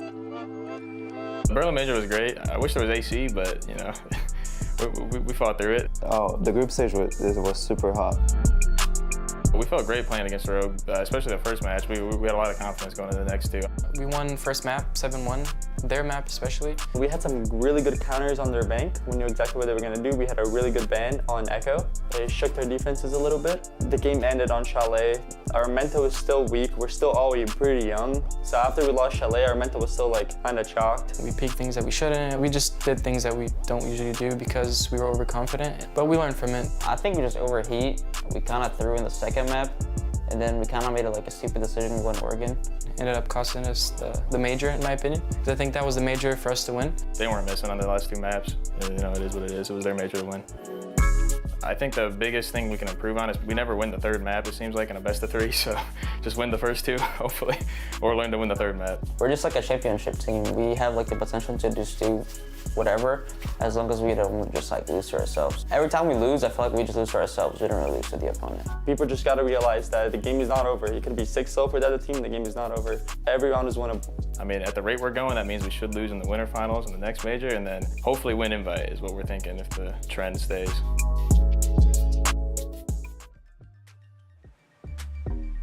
Well, there you go. They got the strategy all figured out. You know, lose the next major finals and win invite. That's like one step at a time. They'll get there. As you can see, XSET, one of the two teams in our next match, going to be XSET versus Beastcoast. Welcome back to the desk here at the Rainbow Six NAL Doa. Jesse Jacob here with you as always. And this should be an action-packed one, right? XSET looking better than ever, fresh off of semifinals. Appearance at the major in Berlin. Their opponents, Beastcoast, making some changes. Always an exciting team to watch. We'll see, what the personality, what the makeup of the team is now with these changes. So a lot to dive into with this one. But let's talk about XSET a little bit first here. We have Gomez on the screen with the stats. 2.1 reaction time. Yeah, Gomez pretty cracked. I think that this is obviously a team that a lot of people are expecting to do well here in the final stage of the NAL. They're the only team XSET to go back-to-back into the major playoffs. So this is a squad that people are very, very high on. They played a great Berlin major, in my opinion. I think Gomez was a big reason why. You can see his stats there, 60-second speeds, 222 reaction time. Is that up to your standards, Doa? How's 200? Oh, I think it's okay. I think it's okay. As a former StarCraft guy, the APM is pretty important, though the reaction time is higher than in nearly every other game, so I'm a harsh judge when it comes to that. But you're doing okay, Gomez. Doing okay. All right. Ooh, Xeno, though. 421, I don't know. Not quite blazing fast with that, It's blazing faster is what it's doing. Slightly. Yeah, a little bit. Well, the higher number is for slow. the record, I had zero idea what Xeno looked like until this exact moment. There you go. I had no clue. He's a good-looking young man. That's a man himself. And I talked to him last week. He said one of the big things was transitioning from fan to teammate, He had where he watched the members of Beastcoast play. He was fans of those guys. And, now he's sitting on the desk next to them, competing with them. He's like, you got to make that transition. You're a coworker now. You have to forget that fan mentality, be a partner. I've definitely had moments where I was like, wait a second. That's Seltzer. I've liked Seltzer for a while, and all of a sudden we work together in Stockholm. I'm like, how in the world is this happening? So that's a relatable feeling for sure. I think we all have that when we jump from, fan to working in the industry at some point, whether it's player, caster, whatever, for sure. Let's talk about XSET a little bit more in depth. When I chatted with these guys last week in Vegas, the big through line that all the players are saying is we got overconfident versus Rogue. You heard it in the video there too. They won that first map 7-1, and then after that, things went downhill, and they went downhill pretty fast. That overconfidence, that it puts you in a fragile mental state, and that's what they got to avoid if they want to ever take a major win. Yeah, in that semifinals on Chalet versus Rogue, they lost a couple of clutches, and you could tell right after those two huge rounds, the mental just escaped from them, and they were not in it for map number 3. But overall, you cannot say that XSET had a bad major. They had a 64% defensive win rate, the best of any team at the major, and a 54% attacking win rate, the second best of any team at the major. Statistically, they did fantastically. They had the most grenade kills in the tournament, and they had the second most survival rate at the tournament. In the NAL last stage, they were also incredible statistically. 61% defensive win rate, the best in the league, and having a very high team KPR, 3.73. The stats don't lie. This squad is fantastic. I think a lot of it comes down to the coordination, right? DS, Yaga, or whoever it is inside the site are really, really strong at being able to work together. Kino, I think, one of the best smoke players in the entire league. And then you take a look at the Rome as well. Spirits and Gomez on that extended position is such a deadly combo. Yep, they are back-to-back major playoff appearances, the only team in North America to accomplish said feat, and the greatest group stage performance of any team in the NAL under the current major format in Siege history. So that spans Mexico, Sweden, Charlotte, and now. It was such a good performance, 15 points in that group stage prior to even worrying about the semifinals. But they still should be the favorites to make top 4 again, unless for some reason their play style gets countered. And if I'm honest, I don't really know if it will. They've always seemed as though they've been at least that one step ahead of the curve they've needed to be in both stages 1 and 2, in spite of being 4th place in both stages. In a best of 1 domestically, that might not be where they thrive the most, but in both group stages at Charlotte and in Berlin, they've been exemplary. They've been kind of leading the way, and it's really proving that this project, this hodgepodge of players that came together in stage 1 right after SI, it's paying massive dividends so far for XSET as a whole. Yeah, and we talked a little bit about teams needing to adapt their play styles, change things up a little bit for the new meta. XSET is probably one of the teams that has to do that the least, I feel like. They've already been a gunfighting team. They've already relied on taking a lot of those things. They've already been really good at hitting those shots, and I feel like that is a massive edge coming into this one. So you don't need to really change a lot. I'd say you don't need to. I think they've developed their attacks beyond just being fast starters, because we said, hey, we know that they had some leadership questions. We didn't know who was meant to be calling the shots when they focus on the execute.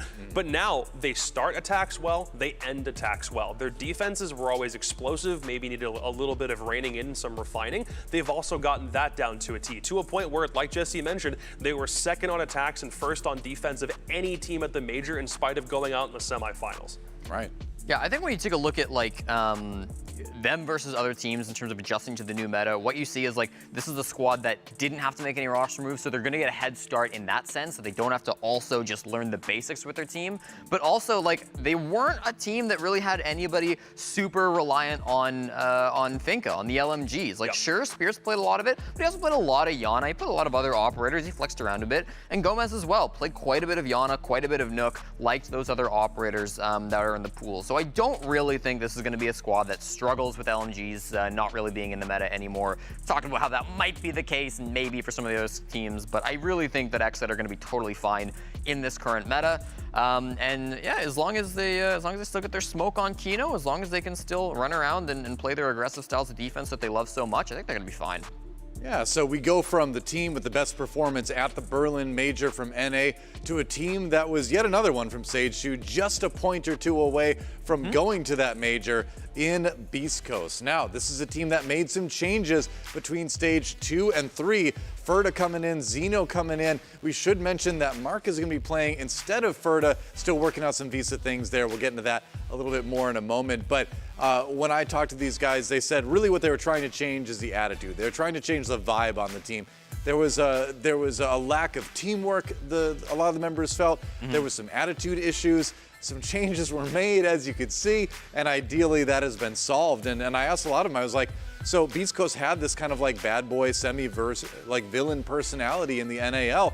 Where do you feel that personality is at? And the remaining members, like Anthony Surf said, you know what, like that's not us anymore. We're developing a new personality for the team. We're gonna see where things go. So we might see a change in a lot of ways for this team coming to stage 3. We'll see. But it seems like kind of the intent is there. Yeah, it's a new team on Beastcoast, and vibes are so important, right? You have to have players that know how to work together. You have to have players that can play in a fun environment. It's something I talked to Lycan a little bit about Spacestation Gaming as well, having some of those issues. I think perhaps it was even worse for Beastcoast, as just speculation, but it does feel like now for them, if they've gotten all on the same page again, if they've gotten these new players in, they can do well. Obviously, Zeno is going to be the one new player in this server today. Ferda comes in a little bit later. Zeno played 4 stages of Challenger League, pretty mid results, all things considered, anywhere from 5th to 10th, depending on the stage that he played on with a couple different teams. just last stage, he finished 6th on Nocturnes alongside Doc, who we saw earlier today. I think he's a very good second entry player. When you watch him play, I think his ability to refrag, walking in behind a Finka main on Yana has been really impressive, can often chain that into 2 or 3 more kills as well. I really do like the way that he's been able to fit himself into that role. Probably won't be a Finka in front of him this stage, but whoever it might be, if he can get onto an operator that he's comfortable, if he can work with a partner as he enters into the building, I think he could be really, really strong, but it's all about finding that partner. And on Beastcoast, it's questionable who that might be. Yeah, I think Xeno is honestly probably going to be able to still thrive in this format, at least for a while. But the problem isn't Xeno. The problem is Ferda, because Ferda is not here. And as much as we might want to talk about him and his impact and what he might be able to do, it's Mark the Shark playing instead. Now, this is a Mark the Shark that has fully transitioned into being a coach, so I don't have any expectations of the old Mark that we saw from Tempo Storm or Reciprocity or any of the other teams he played for back in the day coming out on this Beastcoast team. I see an opportunity for them to just fully put any support duties on him. He can work in tandem with somebody like Slash, because that's a lot of what he was playing in Stage 2. He could have flexed around to a support if it was required, but I honestly think you need to put somebody like Mark on Breach. The issue is now Beastcoast coming into a stage not having their full team with them, knowing that they already needed to make adjustments. So you have, like you mentioned, the basics that you have to work over with the team, and the whole of understanding that whatever plan you had for this stage can't fully come to fruition until Ferda comes back. So you've got the mental thing to overcome, as well as the base issue of not having all the players you want on the server at the same time. It's a double whammy of suck for Beastcoast. Yeah, I mean, you can see Mark smiling on the screen, though. I mean, he does keep a positive vibe with the team. As Zeno said, he really likes being coached by him. He says, you know, he points out obviously when things go wrong, but he keeps that vibe going well. So at least you got that going for you in the game. We're not expecting a ton of the team, obviously, playing with a sub, but we'll see what they can do, I guess, as we find out what map we are going to. The bans are in, so let's check it out. Let's have a look here, hey? It's gonna be their first time. We might see some changes. Initially, I'm seeing a border ban coming through. That makes a lot of sense. Take a look at XSET on that map, and they are undefeated. They've only played it twice, but still, those are some pretty decent teams, one of which being NIP back at the major. So that's certainly a map that they're not too bad on. Then you get Villa and Bank. Bank, kind of an interesting ban to be chosen by Beastcoast. Yeah. That's a map that they were undefeated on in Berlin. They're on a 3-game win streak. Despite that, though, I think feeling that maybe it's a little overplayed. They don't want to show it. They don't want to give it to a Beastcoast who might have learned some things from that. And then another kind of interesting ban for them, Oregon, going to be taken out of the field. That was their most played map in Stage 2. A lot of footage out there, though. Yeah, you're right. There is a lot of footage back there. And although they only had a 50-50 win rate, you know, they lost twice to Rogue, you know, the eventual champion. So clearly still a good map for them. What this has done is it's put 2 of Beastcoast, or both of their perma-bans for both stages, at the very end of this ban phase in both Club and Cafe. They're both still here. So it's a toss-up about which one Beastcoast might decide to ban. Theoretically, they've always hated Cafe, so that might be what they go for. But it means XSET then have the toss-up between a map that they've tried pretty consistently and never really found too much success on, or a map like the one that I think we're going to go to, which is Chalet, that is the one that started their descent into madness back at the Berlin Major when they lost to Rogue. That was the last time they played this one. Overall, for the course of the year, Chalet is one that they've tried 4 times. It's an even 50-50 win rate over the course of this year with majors combined. And as far as Beastcoast is concerned, the only 2 times they played it was back in Stage 2. The difference being it was 100% banned by Beastcoast in Stage 1. Those 2 times that they tried it before, it was way more middling success, but it's still not that great. As you leaned on, Jacob, for XSET, this was their map pick in both of their series that they played in the playoffs for Berlin. So you've got to think that maybe Beastcoast have leaned into that and given XSET a map that they already like. They don't come into a map ban phase like this without a plan, so I'm sure they've got a strat for Chalet, but it's certainly not going to be one that XSET are uncomfortable on. Yeah, we'll see. It's, you know, reworking sort of like the map pool was a big priority for a lot of teams between Stage 2 and 3. I mean, yeah. DarkZero said it was their main priority, basically. So a lot of teams are thinking about it.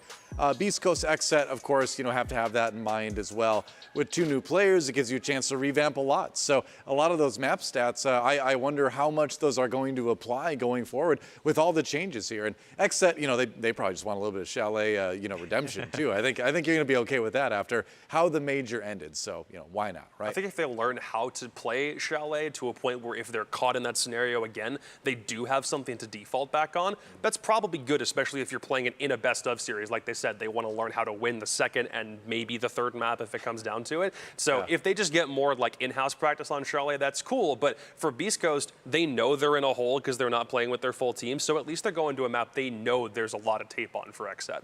Yeah, that's right. Should be fun. We got all the information we're going to get before the map, which means it's time to make some predictions. First, we'll send it over to none other than Pengu and Intero to see what they have to think, or what they have to think, what they have to say based on what they think. What do you have to think? You were wrong last time, by the way. Thank you. You're welcome.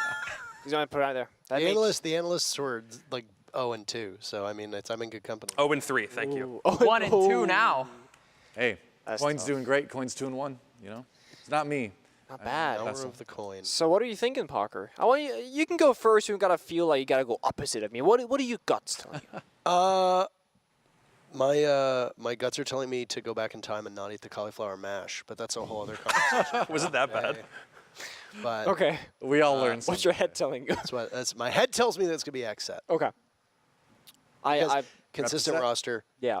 Beastcoast, I think, are a good team. Obviously, I am very curious as to what Zeno and Ferda are going to do. Ferda is, I'm assuming, trapped in Nova Scotia. Can't get out. He can't get a visa in time. That's tough. He actually is in Vegas, he just can't play. Oh. Yeah, he's actually in the house playing with the team. It's just a matter of, you can come into the country and do something like practice with the team, appearing on stage and actually being in an official capacity. For that legal requires purposes. the proper thing. So if you wore a mask, Keeping things on the could level do like it. they need to, yeah. No, okay. That's defrauding the government of their money. Okay, don't do that. Competing illegally. Don't do that. You are not allowed to I do don't that. enforce Do that. not- No, we don't recommend do Not that. listen to his advice. Not Get himself advice. I think deported XSET's going to win. Mark's obviously not bad. Mark has proven time and time again that he is perfectly capable of playing at this level, but he hasn't played in a long time. He's not an actual member of this roster. He's the coach. I think XSET's going to win. I agree with the same sentiment there. If Ferda was here, I think you could argue a 50-50 in this case. But also, I mean, XSET lost at the major against Rogue in the semis. They lost 1-2. So it's like they lost the major winners. XSET's not a bad team. Correct. They got this one. Yeah, well, I think it's hard to disagree with that. The Pengu and Taro, like pretty clear cut. It seems like. We'll catch up with you again once the map starts. Thank you very much. And so, analysts, XSET. I mean, sure, but I want to say I'm so excited to see Zeno play. He's kind of like my sleeper pick of like one of the rookies that like is going to pop off and people aren't really hyping up to the extent they should. So I'm very excited for Zeno. I want to see him have a good game, but it's XSET, probably the best North American team right now, versus Beastcoast playing with a sub.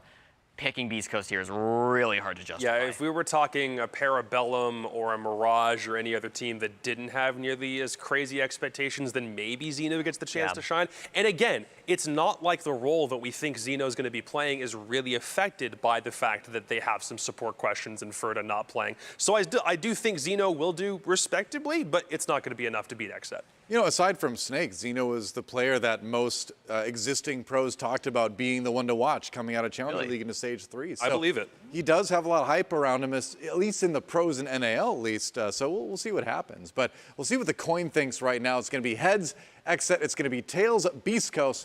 We'll do the flip. Oh, my God. No! Uh-oh. Is this the second time ever? Day one. Day one. They want to lose it. Uh-oh. Now What happened the last camera time has he to dropped follow it? What me as happened? I come down. I don't Luckily, we're all remember. wireless here, so I can do this. Here. There we go. Thank you. I did it. I dropped it. I don't know what it was. We're going to flip it again. Uh-oh. If you dropped it twice, One was though. easier. I would never drop it twice. That's ridiculous. That's just silly to even think about. You're right. It's tails. Beastcoast, clearly the winner. Stupid coin. Anyway, it's time to see what the fans have to say. You finally said it's stupid. The fans have to say about this. I think the fans are probably going to vote XSET as well. There you go. The coin likes to predict upsets from time to time. We got one right today. Yeah. Look at the Parabellum right. Okay. It's not going to get this. We're not talking about the It could. But it doesn't think. Remember, it does not actually have like a consciousness. That's what It is- you We think. know. We know. You've right. told us. Oh, I know. I have to keep reminding people. I don't want anyone to attribute any sort of mystical powers to this. That's just not right. Well, let's see what the community poll is going to this next series. There you go. Who will get more kills while using suppressors, Yaga or Surf? That's a very specific question. Well, I wouldn't- suppressors yeah, are we hot can't, right we can't now. track They that. certainly are. So we actually won't have the answer to this question when we come You back. can I'm sure Somebody's out there figure writing it down out. manually, possibly. Yeah, Justin, get on it. please. Thank you, Justin. I'm so embarrassed I dropped the coin. The walk of shame is the worst. You should be. It's not as bad as... I've done a walk of shame before. I was going to say, it's not as bad as your walk of shame at the Berlin Major. That was... I never want to do that again. Yeah, but it's close. Anyway, don't go anywhere. Quick break, and when we come back, the game gets going. Beastcoast versus XSET. Beastcoast with an uphill battle. XSET looking to get a strong start after a strong finish in Berlin. NAL will return right after this.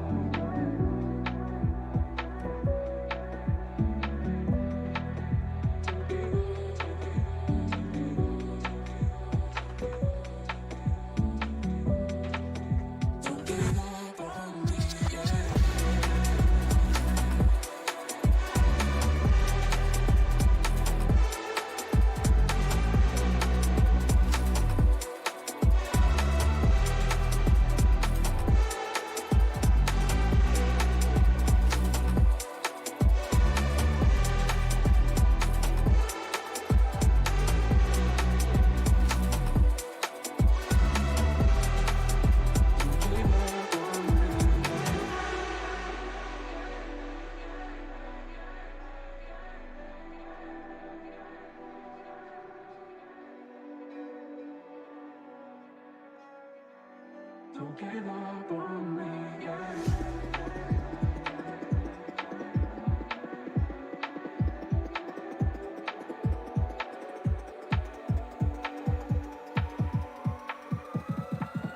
Don't give up on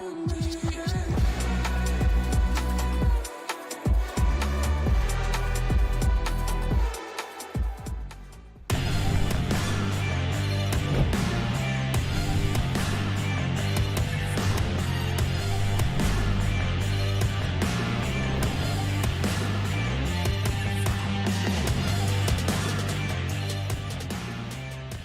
All right, welcome back, everybody. It's time for our fourth matchup of the day. And we predicted XSET over Beastcoast. Yes. You and I were in unison. For once. And we're going to rep the set. But Beastcoast are no slouch. They've got a new player on their own roster, one of many who happens to be making their Tier 1 debut today. I believe there's 8, was what Jesse and Jacob said. I think 8's accurate. Unfortunately, we won't see all of them because Ferda is stranded in Las Vegas. Not the Maritimes, like I thought that he was. No, no, no. The Nova Scotia boy, as his Twitter bio says, he is, well, he's right now chilling in Vegas, but legally, he is not allowed to play. Damn. Bummer. Unfortunate. I mean, if you're stranded in any city and you can't legally work, Vegas is a pretty good city to be in. It's not like he won't be able to find things. So he can find things to do. Sure. If he wants, maybe go on a hike. Is he have legal age to drink? Does he have legal age to gamble? Can he go to a casino? I don't know. Probably not. Actually, Vegas would suck. Actually, super Vegas hard. would suck. If you can't do any of those things, then Vegas would suck for that. It's like, hey, congratulations being in Vegas. You can't gamble. Can't do any of the fun stuff that people go to Vegas for. Maybe taking a show. Anyway, we're ready to get into the game. Chalet is the map. We saw Border in our very first match of the day. Theme Park followed in 2 and 3, and now Chalet. Nice amount of diversity when it comes to these maps. In keeping, Nicholas, with the tradition so far. The Nook ban. The Nook ban. It stays on the board for every single game of the EUL Playday 1 and so far throughout NAL Playday 1 as well. Nomad, I believe, first time, honestly the first time of Stage 3 has been banned. It was played earlier at least. Also on Chalet, one of those options you can choose to if you want to, like, you know, make it more difficult for the attackers to stop you from flanking, etc. Nook is a pressure, the utility, the silent stepping around, and Asami is one of those very frustrating operators on Chalet because you can deny so many lines of sight as a defender and really make it so much easier to defend Library, most notably when you're extending around the map. So Asami is a very common Chalet ban. All right, last ban coming in, and it's a Valkyrie. Unsurprising. With the fact that we see a very different meta in front of us, the operators that have been center stage, both in those that have been played and also in those that have been banned, they all have one thing in common. They all tend to work around information. Yes. We saw some IQ play earlier today. We've been seeing a lot of Lion play, so don't be shocked if we continue to see these info ops continue on. We are missing a member of XSET. I don't know exactly just not there. why, but yes, they are not present. And we don't know exactly what is wrong, but immediately, unfortunately for us, there are tech issues. Whole computer crashed. I don't know how a whole computer crashes, but there you are. Oh, apparently someone said he's stuck in the ban phase. Kino said, that boy Bossman is stuck in ban still. Maybe they got banned. Oh my god, there's some banter in chat as well. I like this. Ooh, you're missing all of it. Yeah, sorry chat, you guys can't see it. We can see it. These teams are very good friends. I took a screenshot of the, probably shouldn't do that, but I took a screenshot of what the players are talking about before the, the map ban started. And one day I'll put it out on Twitter, and it's a pretty good laugh. It's pretty innocent, but it's pretty funny.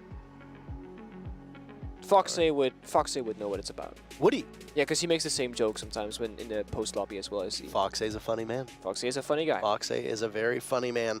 For those of you that have not followed the off-season roster moves after dropping Drip on Beastcoast, they also dropped Sweater. Well, they didn't drop Sweater. Well, yeah. Sweater got acquired Yeah. by OXG, which left Beastcoast needing to fill 2 roles, so they picked up both Zeno and Ferda. Ferda boys.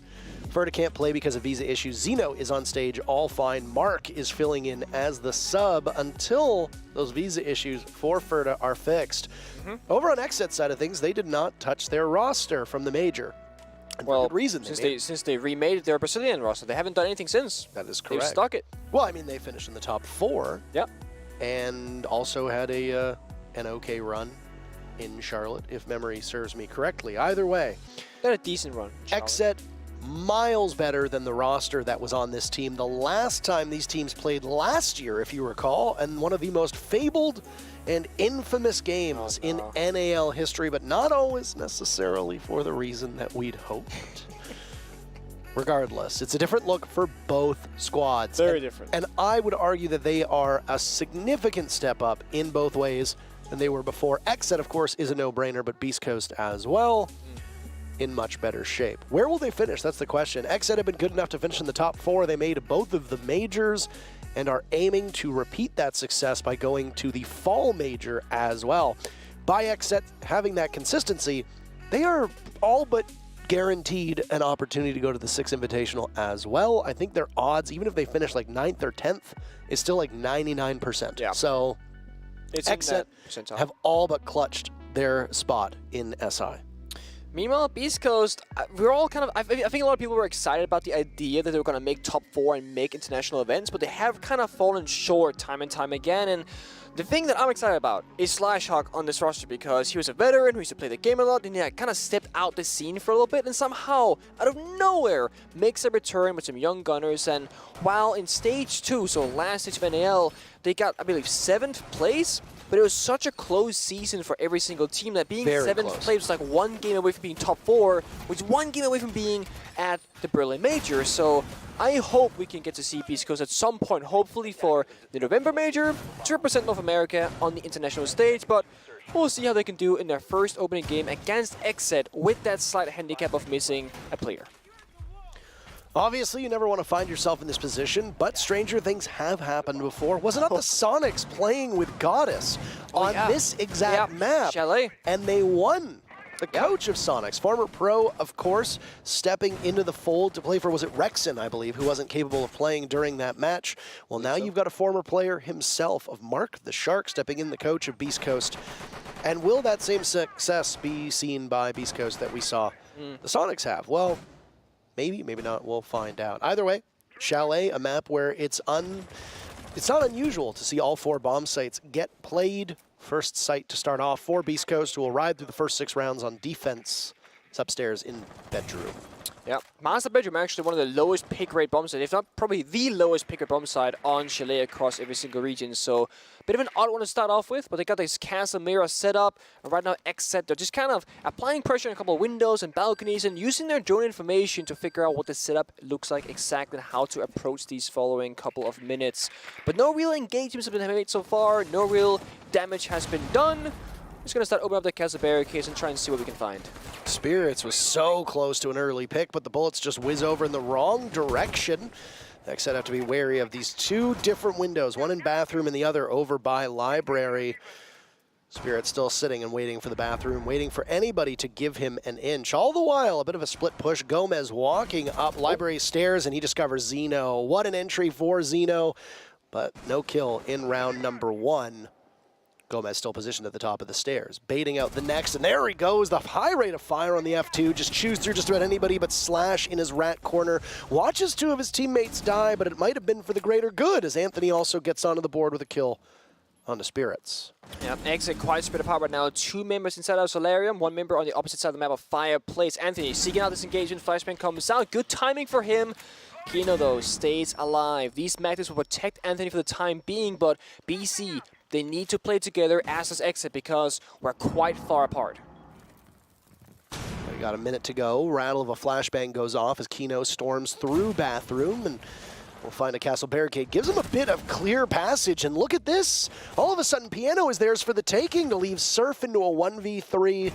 Unfortunate for him that the castle barricade is there, but the diffuser goes down as Kino gets sprayed through. Diaz has the trade, and XSET with the numbers advantage seal the deal with that final kill and take round number 1. I mean, Gomez just made that round so much easier for XSET. Getting the 2 kills, only then just to be traded, that's crazy value. Walking off Fireplace stairs like it's nothing, and then finding that much value. Of course, Slash, he did get the backstep towards the end, but it's Castle staying alive of all operators. It's one of the weakest guns in the game of the UMP. It's not the one you want to keep alive. We see it here. Boop.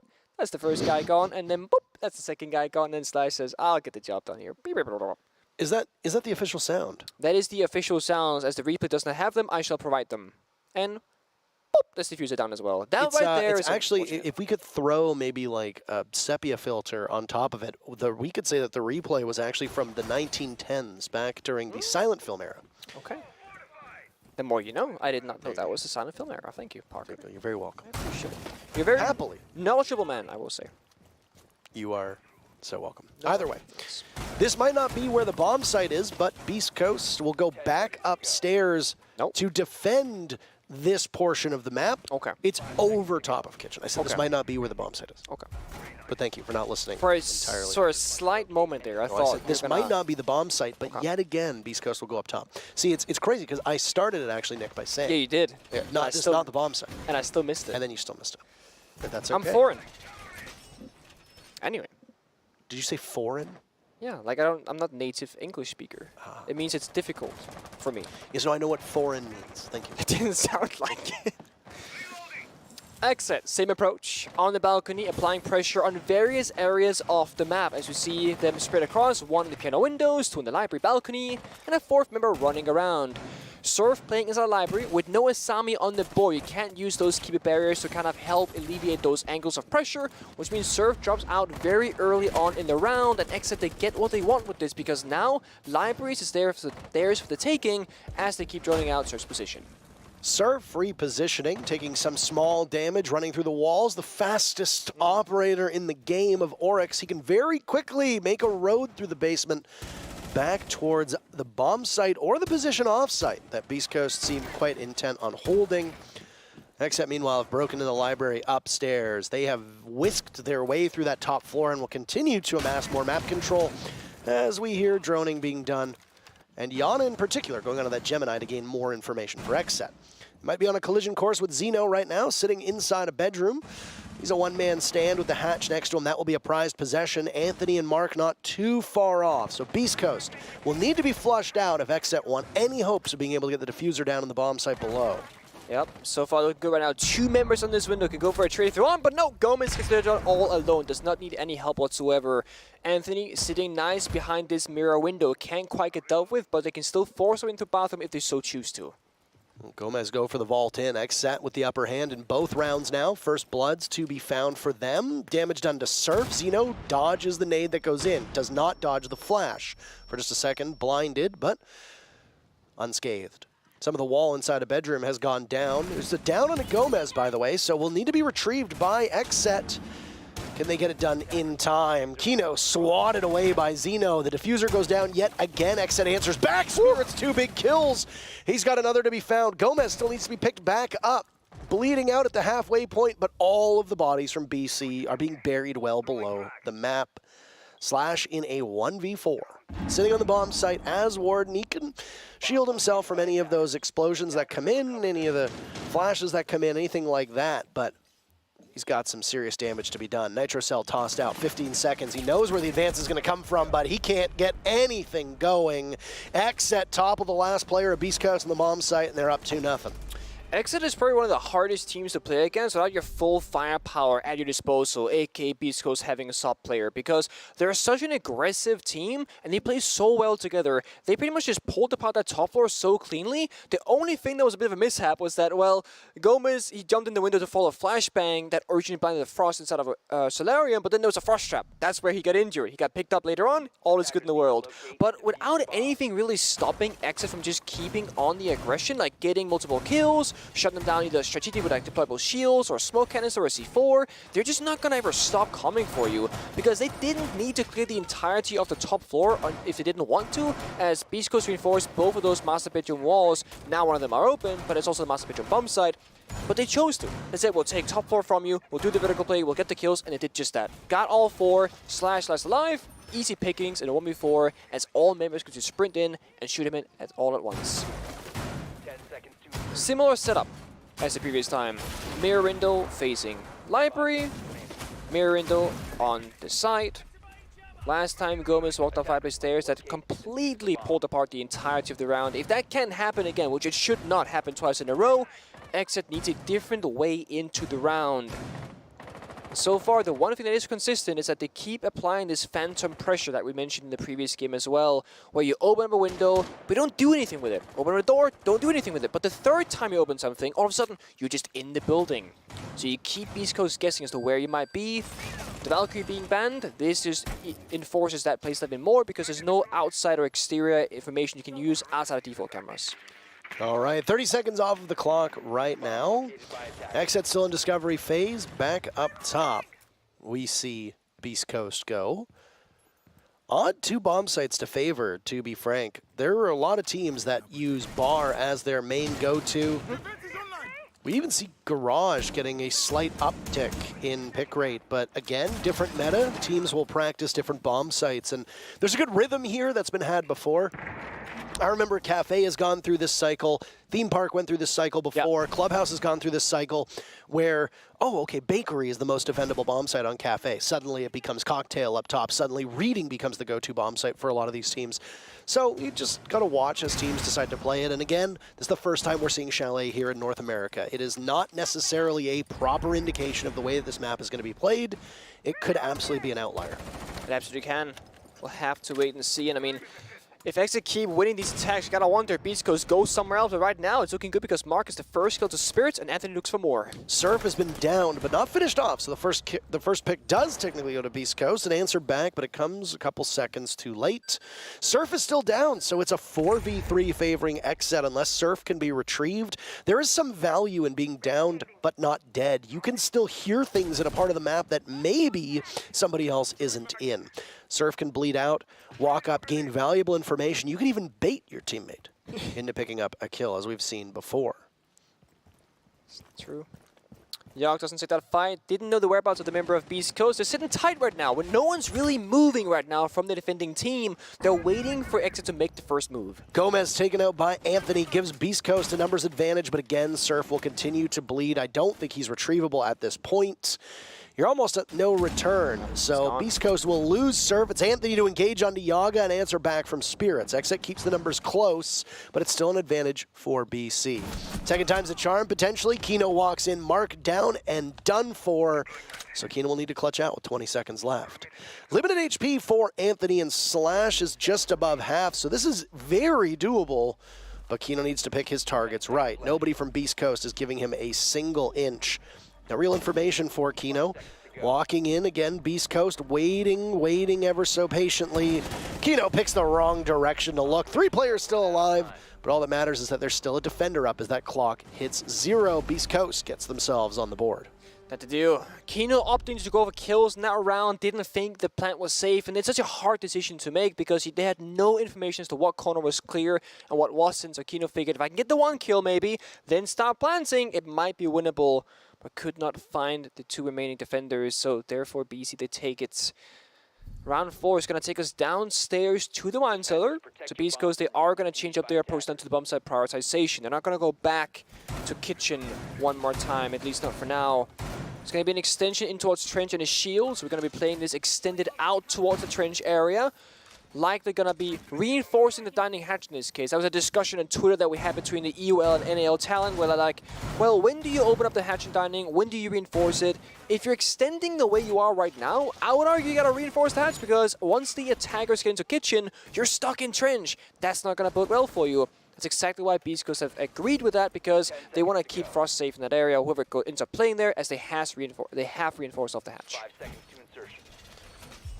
It's the 3rd bomb site to be spotted. Spotted. Objective is to locate a bomb. No bar coming out just yet. One of the most played bomb sites on this map since Chalet has re-entered the map pool due to its changes.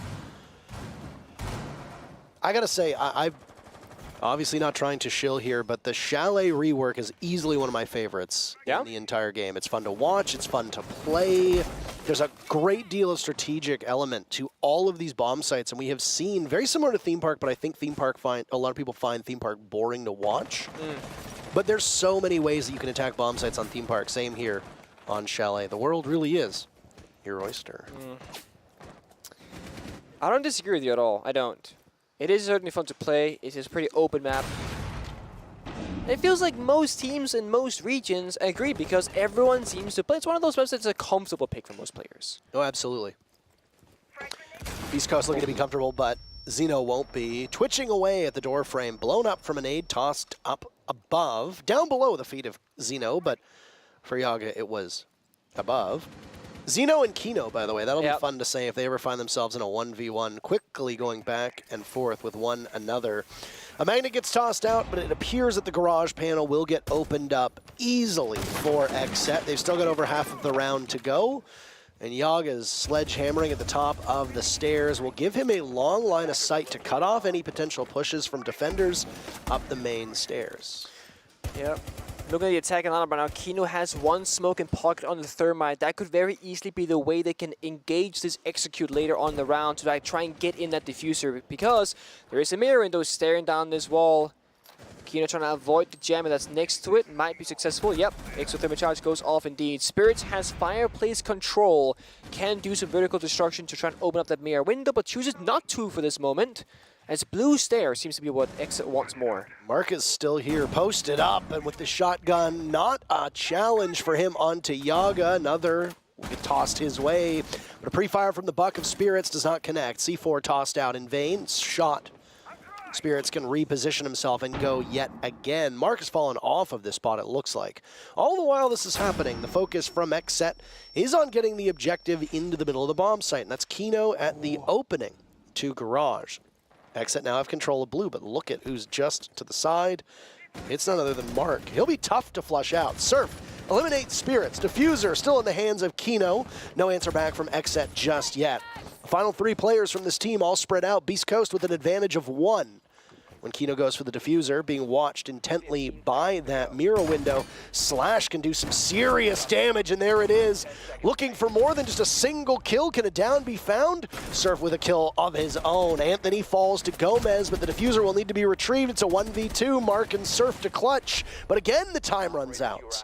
2 rounds in a row that Beastcoast wins a war of attrition with 3 players in rounds 3 and now 4.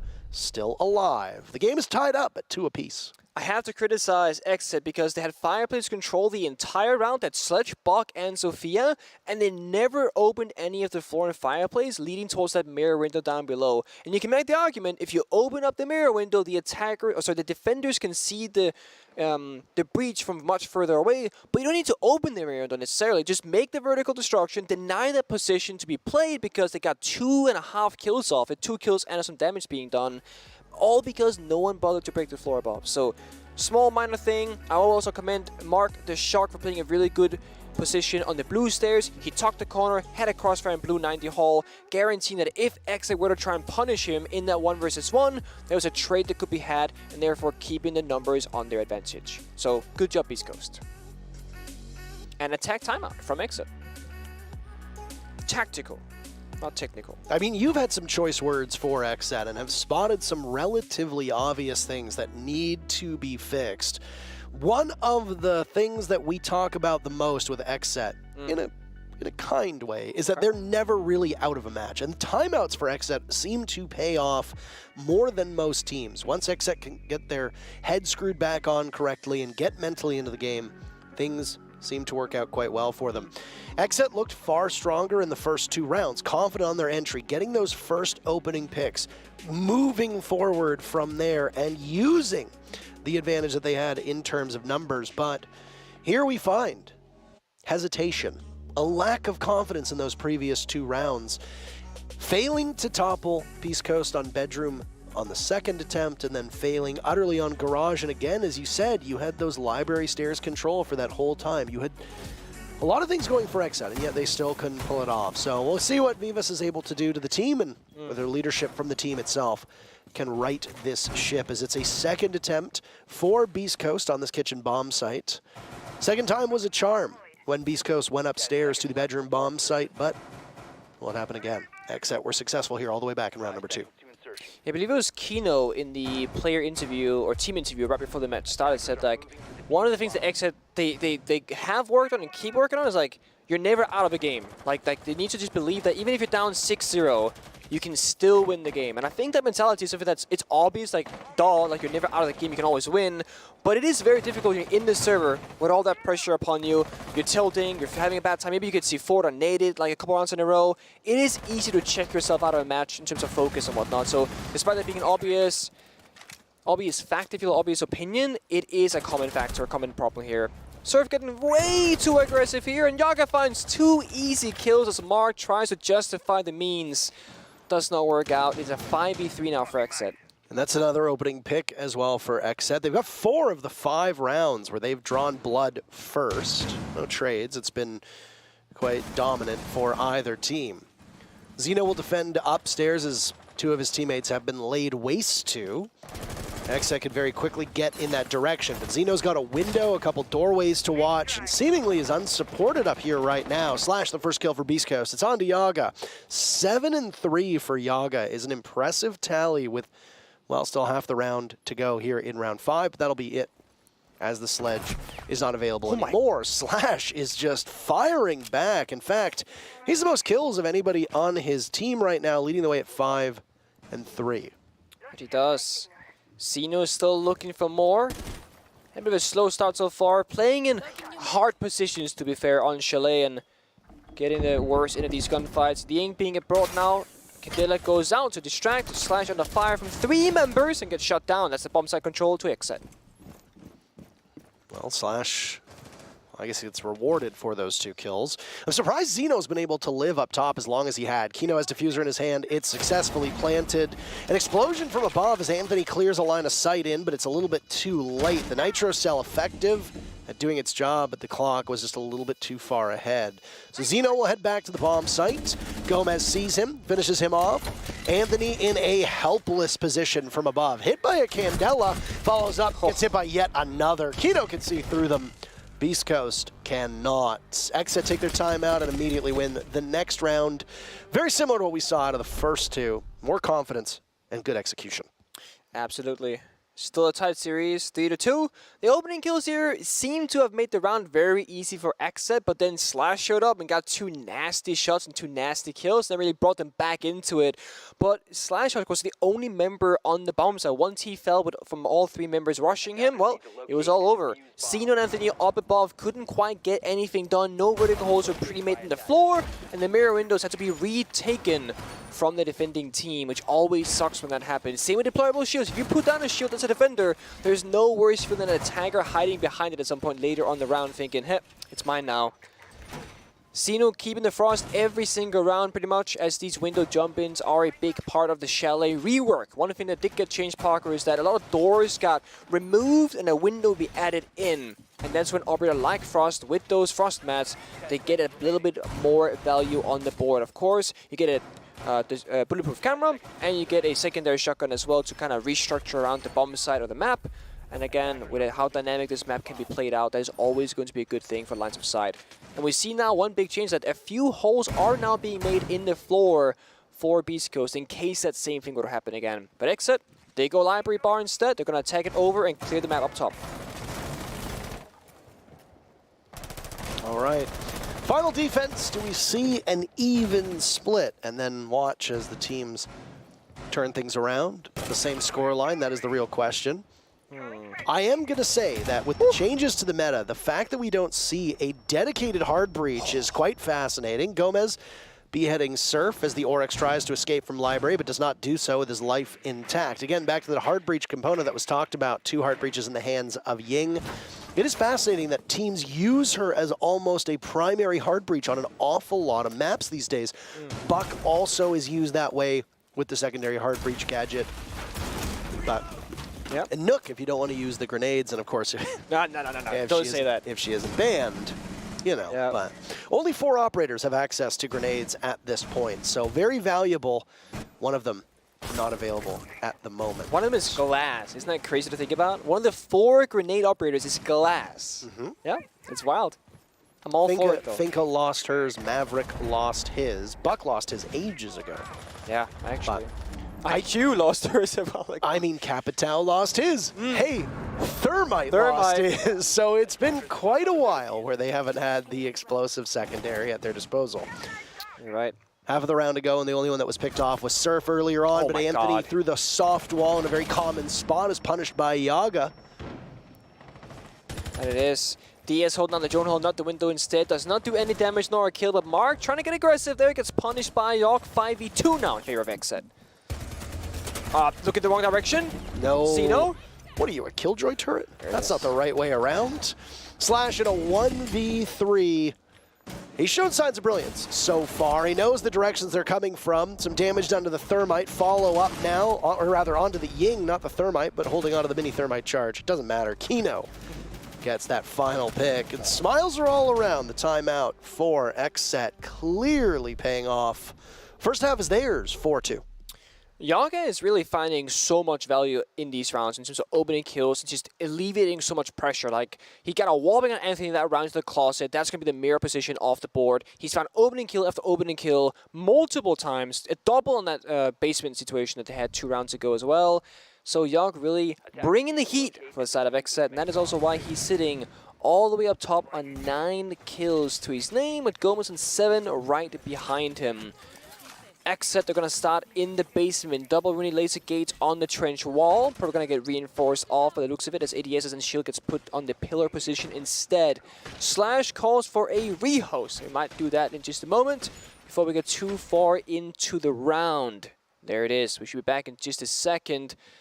Get the members back in the server, and we go again, as they say. We go again. We go again. We'll say a basement start. I'm all for it. A bar start, I'm all for it. I might even get tricky sometimes and say kitchen could be a fun start, but master bedroom is one of those bombs that's just so difficult to hold. I am surprised to see Beastcoast play it twice. Now, Beastcoast lost master the first time, won it the second, so it is quote-unquote a success. 50-50 in that regard. But I am curious to see if X is going to follow a trend, or if they will keep to the old meta game of Chalet, which is like the bar and the basement of the kings, and then kitchen becomes the tertiary. You see there on Yogg's screen, 4 members in the server so far, all from the same team. Good job, whoever team that is. And I guess that's XSET because Yogg is, well, it's his screen. Very fast to the rehosted server. Something that players have perfected over the years of Rainbow Six Siege. Because back in the day, back in like year 1, year 2 of Siege, a rehost would take a significant amount of time to get done. Because players would like go take a pee break, they go get some water, and then like, oh wait, I gotta join the server now all of a sudden, and then 10 minutes go by. And they're like, come on, hurry up, we got a game to play. That's a lot better these days. Kudos to you guys. Quick to get back in and quick back to the punch. A rehost right after the first half means that at least the stats are locked in for the first half. Yeah. Our community poll question about who got more kills with suppressors, by the way, again, good luck to the statisticians trying to keep track of exactly what the answer to that one is. It would have to be Surf because Yawk didn't play Suppressor, right? It was Yawk and Surf, if I'm not mistaken. I believe so. You're asking the wrong guy. Okay, no, I'm talking out loud. I'm pretty sure Yawk and Surf played Suppressor, and Yawk didn't, unless I'm completely mistaken. But that's what I've got together. Nicholas, there's already so many things that you and I need to keep track of in an average game that you're expecting me to not only keep track of who was running suppressors and how many kills they got. Yeah. You're expecting that. Slash played Suppressor on Warden. He got like 4 kills. I know he did. Oh, so you do know? Yeah, but was Slash in the community question? No, so let's talk about Surf. Did Okay. Surf get a Suppressor kill? I don't know. Why don't you know? You know about Slash, but not Surf? Yeah. Is that favoritism? It's because Slash was often left in a 1vx, so it's much easier to spectate him when Surf oftentimes was dying relatively. Surf was playing Oryx an awful lot, and I don't believe there even was a suppressor on the T5. So there might not have been. I don't remember either. Yeah, see? It's hard. Call me out It's when hard. the same thing is happening to you. By the way, now that we have the time to do it, we'll go through the stats of the first half. XSET coming out on top of the first half, 4-2. It only cost them their timeout. They used it at the tail end of round number 4 after XSET went up 2 rounds to tie the game. XSET then wins rounds 5 and 6 and emerge 4-2. In terms of bomb sites, Kitchen was played 3 times and was never once won by the defense. Bedroom was played twice, Beastcoast won it once, lost it once. Garage downstairs played once, Beastcoast won it once. The only time it was played, and that's what prompted the timeout. In terms of first blood, XSET drew first blood 5 of 6 times. Yeah. And what was it, 2 diffusers were planted? I only got 1 noted down, personally. 1 might have been planted at the tail end. Right at the very end. Yeah, it might have been. Because the second last round Kitchen, the bomb went down. That was when Slash got rushed on with 3. Yeah, that one went down. That one went down. The only rounds that Beastcoast won, fun fact, were not won on kills, but were both won on objective play, aka XSET was unable to get the diffuser planted in rounds 3 and 4. Those were the 2 rounds that Beastcoast won. Both of those rounds, Beastcoast had 2 players left alive, 1 player from XSET. All of them survived until that clock hit 0. Very first defense for XSET, by the way, is going to be Wine Cellar downstairs. It looks like we've got everything in working order, so we'll throw to the game in just a second once we get confirmation. So a second defense of this garage bomb site, which is the Wine Cellar bomb site, will come out, but it'll be XSET going to it instead as they now begin their defense. They only need 3 rounds to send this match away and put it in the W column. That they do. Set trench being reinforced, the gates heavily favoring the backside here. 3 gates, 1 door, 2 breach, 2 ADSs, 1 shield, all facing the trench side, so a big preference there, expecting Beastcoast to hit that side of the map. Beastcoast themselves, of course, there's a Tagger repick still in the game, could change that lineup, but it looks pretty locked in right now. It's going to be a single Harbinger Thermite with the Dokkaebi and the Lion, so a ton of different kinds of utility, and honestly, I was expecting maybe a smoke grenade or an EMP grenade, but it's going to be double flashbang here from both Surf and Mark. But a very execution-heavy situation here. Of course, Slash on the Thermite did bring 2 smoke grenades, so they do have that available to them. It's quite favorable on the basement attack, because there's all those long lines of sight you can deny with those smoke canisters. Gomez roaming above, making this rotate hole nice and slow. At the 30-second mark into the round, Yellow Ping comes out. We don't know what for, but there's a drone on the ground. It gets found out. It's the first drone loss in this round for Beastcoast. They got tons of info to work with. Xeno in, making his way fast to the bomb site. 45 seconds off. At long range, gets out-dueled by Kino.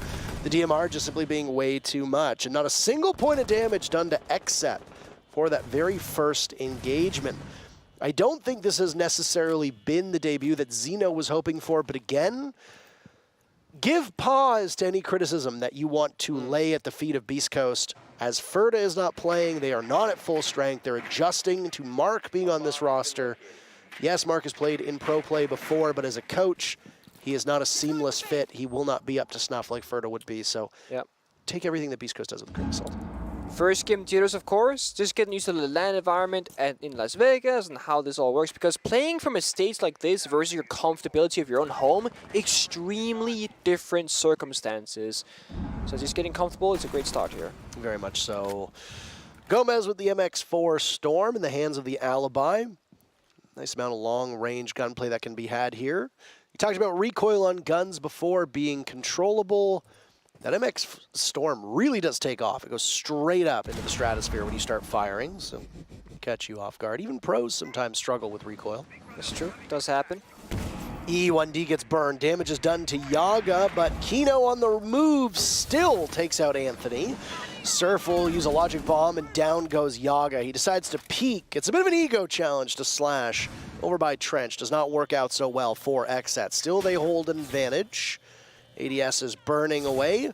Diaz's position safe for now. What goes out next? He doesn't have anything to keep him safe. A third kill from Kino, but that's all he'll get. Mark shreds through him. Diaz on this position, and Spirits with the final kill. XSET gets their very first round on defense. They continue to stretch their lead. They pick up round number 5. It's a tough situation to be in if you're Beastcoast, because your entry player is Zeno. Zeno is playing Iana. Iana is the only operator you have with grenades, and he died first, as an entry normally would. That leaves only Anthony and Sophia with any sort of self-destruction, but guess what? Anthony was a second member to follow from the roster as well. That deployable shield on the pillar position could not get cleared even if they wanted to, and that is one of the tough situations right now. Without the finger grenades and the Maverick grenades, you just don't have that much self-destruction anymore on the attacking side, so you have to reconsider the value of your Iana being the entry if it's the only set of explosive utility, or only set of grenades rather, that you have at your disposal. Now, I'm seeing something interesting. I'll use that word sparingly. Interesting is that Slash is going from Ace onto Sense on this bar attack. And it's also going from the Heart Breacher onto a Smoke Operator of Sense. This could be a potential rush of a round. I'm going to try and set the... It's gone. It's Oza. Attacker repeat is such... It's back to Sense. We're back on the board, baby. All right, this could be a fast round, so keep your eyes open. This could be one of those crazy situations, because I don't know what else the Sense would be picked for. We'll see. We'll see. Is that a double spawn peak that we just saw happening? Or? Yeah. Door and window. Oh my goodness. Come on. XSET clearly feeling very good about this one. You were correct that there is a Sens on the board. They're moving over. They're doing it. Very quickly. Do you want this to happen? The, God, did we ever come up with a name, by the way, for their gadget? There was a couple tossed around, nothing got settled on. They're all it is a mouthful of a gadget. Let's put it that way. More than a mouthful. More mouth than any person needs, Nick. That's really what it is. But at least it provides a cool visual from above as the projection screen, if you want to call it that, from Slash. Playing heavy utility operators, first playing Warden and now going on to Sens.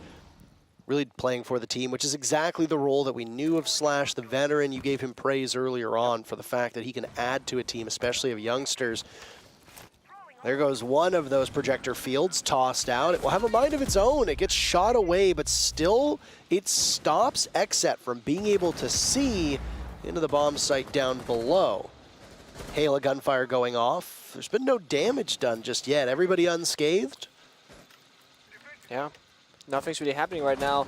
There's a bait execute to see if XSET would act and run in towards the members of Beast, who's holding them stuck, but nothing so far. They got more to go. They got options. Oh, Zeno very nearly loses his head. Gomez dancing around an aid. The Lion charge just a bit too slow. Down goes Surf, Slash follows. XSET absolutely mopping the floor right now with Beastcoast. Sidearm for Gomez out. Will he get it flawlessly? Yes, he will. XSET moves to match point. So it did look like Beastcoast had a strat in mind, but they didn't really get what they wanted. They couldn't get the opening, didn't get library control. The Jaeger dropped down the hatch and got away, but it did look like there was an intent that if they could get into library and shut down the position of that initial hatch position, they could then use Sense's gadget, use that projectile wall to then deny the line of sight and possibly enable a plant or a push, but we never quite got there. It wasn't a rush. It wasn't like we're just gonna head against the wall, kind of go for it, but there was a thought, there was an idea that just wasn't really an execute in that area. It's gonna take us to Kitchen. as XSET so far is going basement, bar, into kitchen. So as we expected pretty much in terms of the bomb site prioritization, they have followed that to the T. All right. And now we've seen all the other bomb sites, by the way, with that bar coming up in the previous... That's right. Just in case you're keeping track at home. It's like a bingo card. Like you gotta check, you know, opening kill, check, all the bomb sites, check, plants, check. Suppressor kills is now the newly added one, of course. Oh, yes, of course. You gotta have to keep keep that. your eye on that one, don't you? Well, if this one ends up going into the books 7-2 for XSET, it will be the most lopsided of all the matches that we've seen today. The previous record holder was that Mirage TSM matchup that occurred just before this. Has not been exactly the most competitive day for some of these teams, but that's to be expected on day number one. Not just a huge shakeup with the meta. LMG's out. You're just not seeing them get played. Finca, largely out. Teams adapting to huge sweeping roster changes, and not just roster changes of veteran players, but lots of newbies being brought up to Tier 1 from Challenger League down in Tier 2. So, with the sheer amount of debuts happening in Stage 3, meta change, teams trying to find new grooves, role swaps coming in, it is to be expected that we will see, I think, more of a disparity between teams than we saw in Stage 2. I think that makes sense, to be honest with you. I shall agree. Minute off the clock, and we're scouting right now for Beastcoast. Spirits finds one, he finds two, in fact, the table. That's going to bode very well for them. Could another flawless occur here? Surf is inside of Trophy, and he's going to lose the wall next to him. Yaga's been downed, but he can still be retrieved. Final player up is Mark. He just has 1 HP. Sprays through and actually gets a collateral, and Yaga's still down. XSET could throw this round, but they won't. They clean it up, but they won't. He for real like that. XSET 7-2. They put Beastcoast out of their misery, very narrowly getting a flawless, just losing out in the tail moments, the tail seconds, whatever you want to call it. 3 big points for XSET. They go into the winners column with that match. And you said it, Parker, normally after a timeout, XSET they show up. What do you know? Since that timeout on round number 4, they won every single round since that moment. That's pretty crazy. It's crazy. It's like I've watched games before. It's almost like they should take the timeout on round number 1 and just like start with a 7-0, right? If that's the activation factor, just take it. I mean, I'm no mathologist, but as the head of statistics, I think statistically, as the head of statistics and percentages, it does certainly seem like you are correct. A disappointing day for Beastcoast, but I imagine their disappointment came well before they ever got onto the stage. Finding out that Ferda could not join the team as an active player. He can join them in Vegas in terms of proximity, but he cannot actually join them by competing due to visa issues. They had to play with Mark, their coach, which also meant that there wasn't Mark to stand behind them and help them too. That's the other thing. It's not just that you have your coach playing, but if Mark is not actively in the game, he can watch all 5 perspectives. And then when the timeout gets called, settle the team down and give a vantage point that is missing when you actually have your coach in the action. No, you're right. I'm sure some people argue that, oh, if your coach is playing with you, he's in the server, he can always talk to you. But, I mean, if you're Mark and you haven't played in a while, you're going to be focusing on your own game plan, on what you got to do as a player, because it is a different environment for you to be in. And he did his best, and they did what they could, and they got the 2 rounds off XSET, which is something. And I mean, if you look at the way that the team played and the stats that came out from the team, Mark was not even necessarily the problem. I wouldn't even say there was one single defined problem for Beastcoast. I'm sure the desk has some things that they want to discuss that went awry, but outside of that, it was more of a team effort for both of these teams. Anywho, that's it. We're ready to go to a break, and then we'll come back with our very final matchup of the day, and it's going to be an exciting one. Yes. Sit tight. Don't go anywhere. We'll be right back. Close to you, close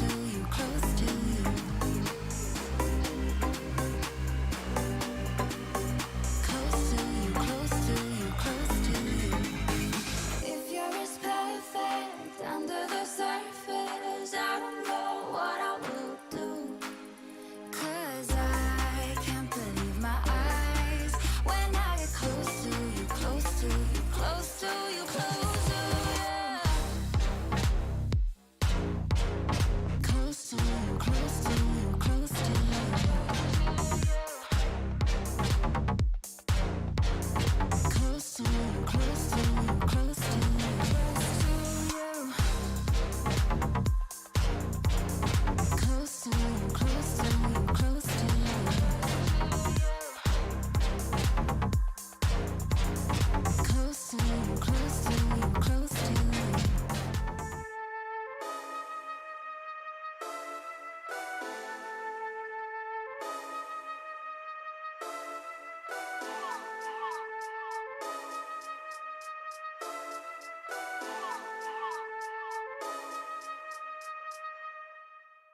through dripping Aquafina. I'm sipping 15, kept a weapon on me.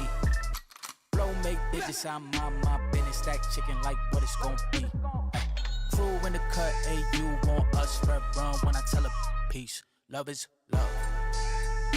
Love is love. Adios. Bendo with the switch again. Boy, deliver like he had.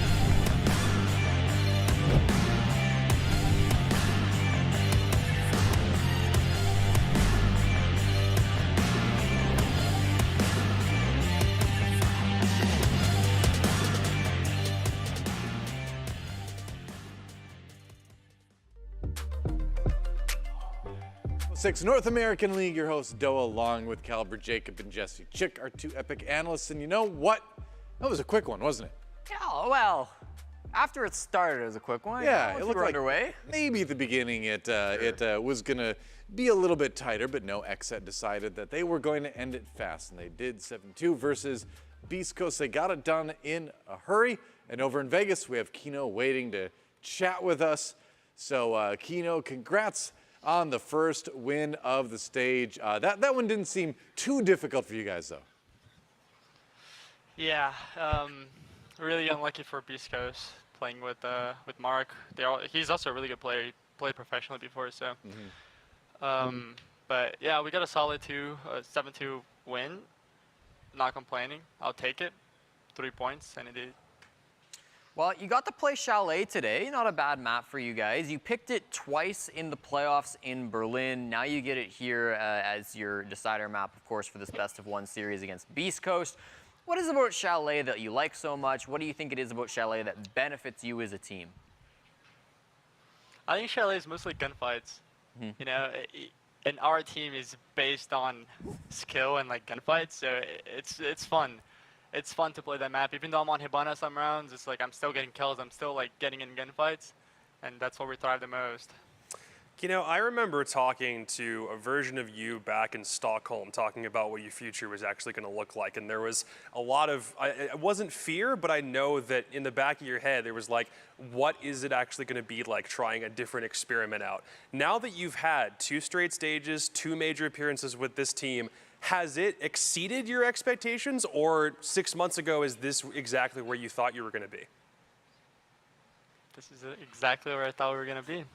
Really? And we're just starting. We won a title. That's all we want. I'm not quitting until I get a trophy. I'd expect nothing less. If you said anything else, I'd be disappointed, dude. All right. Sounds good to me. One more question before we let you go. Tell me about the new tattoo, man. Oh, this one? Yeah. Scorpion. That's sick.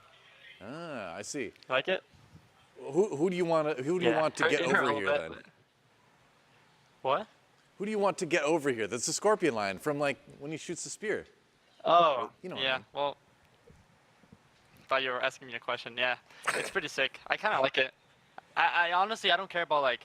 Of course, I like Scorpion, but I don't really care about like the meaning of the tattoos. If it looks cool, it looks cool. You know. Yeah. I'll take it. Looks dope. Fair enough. All right. It does look cool. Well, also cool is a quick win over Beastcoast as well. Good start to the stage for XSET. Thanks for stopping by, and we'll catch you next time. Thank you.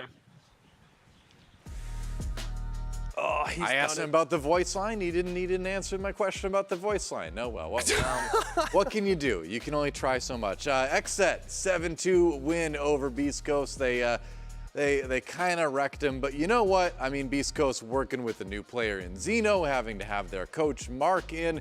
Not an ideal situation, not conducive to getting a lot of round wins. Tough for them. Hopefully they can get Ferd in the mix soon. I'm so sad for my boy Zeno down there at the bottom of the server. 2-9, 0-4 for opener. He had a rough time here, especially when it came to that opening pick, right? I mean, it was only a 9-round game, so 4 of the rounds, that's nearly half of them, he was taken out immediately. Didn't really have another opportunity to fight back or find any value for his team. So unfortunate start for the season for him. I do think when he gets into a team that has a little bit more structure, when they can play, when they have their full roster, I think they'll be playing as a team better, which will allow him to play a little bit better. But obviously not the start that he wanted to see here on Beastcoast.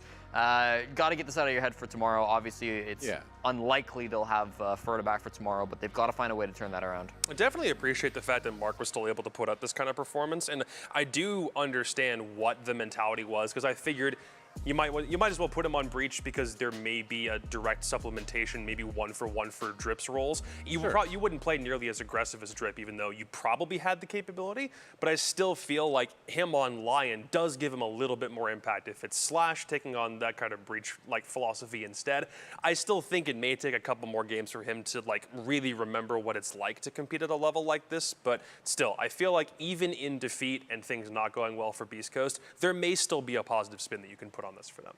Yeah, I mean, I think the spin is you know you're going to have Ferda at some point in the future. You can still practice with him. He's still in the team house. So you're still building towards that eventual Beastcoast squad that you're kind of imagined coming into Stage 3. So we'll see how they do tomorrow. For now, though, we're going to take a look at round number 1 of the entire match. This was one where Beastcoast had an interesting setup, and then XSET kind of dismantled it a bit, huh? Yeah, it's going to be an XSET attacking round when they started the one off with. And what I really noticed about the defenses coming in from Beastcoast was none of them were on bar games, and they were all very Mira focused. They liked this Mira being unbanned. All their setups revolved around it. Notice they've got one at the top of Mezzanine here that looks into Library. Their second one is actually between the two sites, inside of Office looking at a Master, and Surf's playing behind that second one. Kind of a cool little Mira. I feel like we don't see a ton of experimentation, with different locations for Miras. That one that's between sites is like kind of interesting. You got the shield behind it. Ultimately, XSET do a really good job dealing with it. They had Gomez walk up the mezzanine stairs from the front door, from lobby, be able to get that opening pick on the player that was playing up there. And then, unfortunately for Surf, all of his teammates die before he really gets to use his mirror window at all. So without any of that support, it's very difficult for him to have an impact as a mirror player playing this like anchor site position. But that is kind of the nature of this bomb site, right? It's the reason why a lot of people don't like playing on this master bomb site. There's so many windows, it's so open for the attackers. They're probably gonna find ways to pick off your far off players before they find your anchors. So it's a cool idea, it's a cool strat. It did work later on in round number 4, I do believe, or perhaps round number 3. Yeah, round 3 when they ran it again. So I think there's some potential there, some cool strats coming through, but ultimately, yeah, XSET. Pretty easy job there to able to take it out. Yeah, decent amount of that map for Beastcoast defensively was also played on that side of it too, whether it's a kitchen defense or whatever it might be. I feel like there still is a lot of potential for some decent site setups up in Master. Yeah, totally. And so much of that is dependent on if you're defending kitchen, can you defend top floor for any reasonable amount of time? There was one time where XSET just decided, you know what, we're not going to worry about it, just punch straight through, come down solar, they get the kills they need, don't even worry about clearing out top floor as effectively as they need to. But that's the thing about this XSET squad. They've matured from being a team that started well to a team that can now also finish well. So for Beastcoast, it's a nice idea, but hopefully if they play Chalet again, it can get a little bit more expansive. Yep, that's right. So at the end of the day, quick win for XSET. Beastcoast going down to 0-1. They've got a chance to redeem it tomorrow. Still going to be a little bit tough with the coach, but we'll see what they can do. Meanwhile, XSET off to a great start. And that means we have just one more game remaining today in our first day of Rainbow Six NAL Stage 3. It's going to be Soniqs versus Spacestation Gaming. A lot of spice with that one, so don't miss it. It's going to be a great way to finish off the day in just a bit.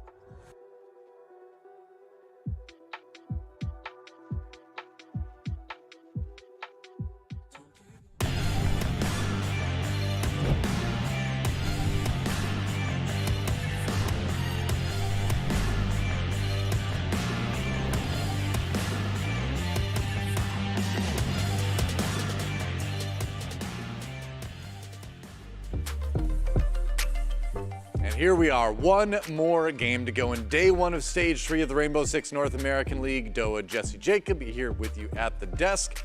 And it is going to be a banger to finish out the night. It's going to be SSG taking on Soniqs. And I don't know if you're paying attention, but there was a bit of a roster swap that happened between stage 2 and stage 3. Yeti dropped by Soniqs almost immediately, picked up by Spacestation, but here he is playing against his old team in the very first match, and that leads to some feelings which he and I talked about a little bit last week in Vegas. Let's check out what he had to say. So, I mean, yeah, obviously it was a very rough year. We had a lot of ups and downs, I would say, internally, and it kind of just got to like a breaking point where, you know, it was like, okay, we need to make a change. Dropping Alex was kind of just a thing majority of the team thought was the right move, and you know, towards the end and when we started to struggle, we kind of had some internal issues with some of the players, and when you're living together, playing together, and you're in a very competitive environment, like you start to realize like your relationship with your teammates, even outside of the game, is a huge part of how you play. You know, I think we had like a practice where there was an argument, Lycan was just telling Alex something, and Alex didn't really listen to the coach. So he's like, if a player's not going to listen to me, like I don't know if he should be on the team. We needed a fresh look, and the best way to get the fresh look was getting rid of Alex and then bringing in. We did try Dexter out for Saudi. People weren't in their best spots compared to when we tried out Yeti and obviously picked him up. The process of joining Spacestation and my eventual leave from Soniqs was sudden. It really wasn't my choice to leave. Two of the people on that team, the current GM and then Grixer, wanted to get Gio once his departure from TSM was public. The way that was going to look up, it was going to be Gunnar was going to play Seth, and then we could have toyed around with the roles, or Gunnar could have played Heartbreach. And then basically they were kind of concerned about the roles because Gunnar didn't want to play Heartbreach. Instead of asking me if I wanted to play Heartbreach, they just picked up Gio. Basically, I was in the kitchen one day making chicken skewers, and Grixer, Rexon, and Evan all walk in, and Grixer looks at me, I'm like, are you okay? Looks like he's about to cry. And he said, no. I'm like, what's wrong? And then Kansas is like standing to his left, and he's like, you're getting dropped for Gio. And I'm like, oh. I said, okay, it is what it is, and then they just kind of explained why. And then yeah, I was on the market for, I want to say, a little bit less than 48 hours before Lycan messaged me asking me to try out. I tried out. They offered me. And then I told the other teams I had tryouts for that I'm joining SSG, and then here I am.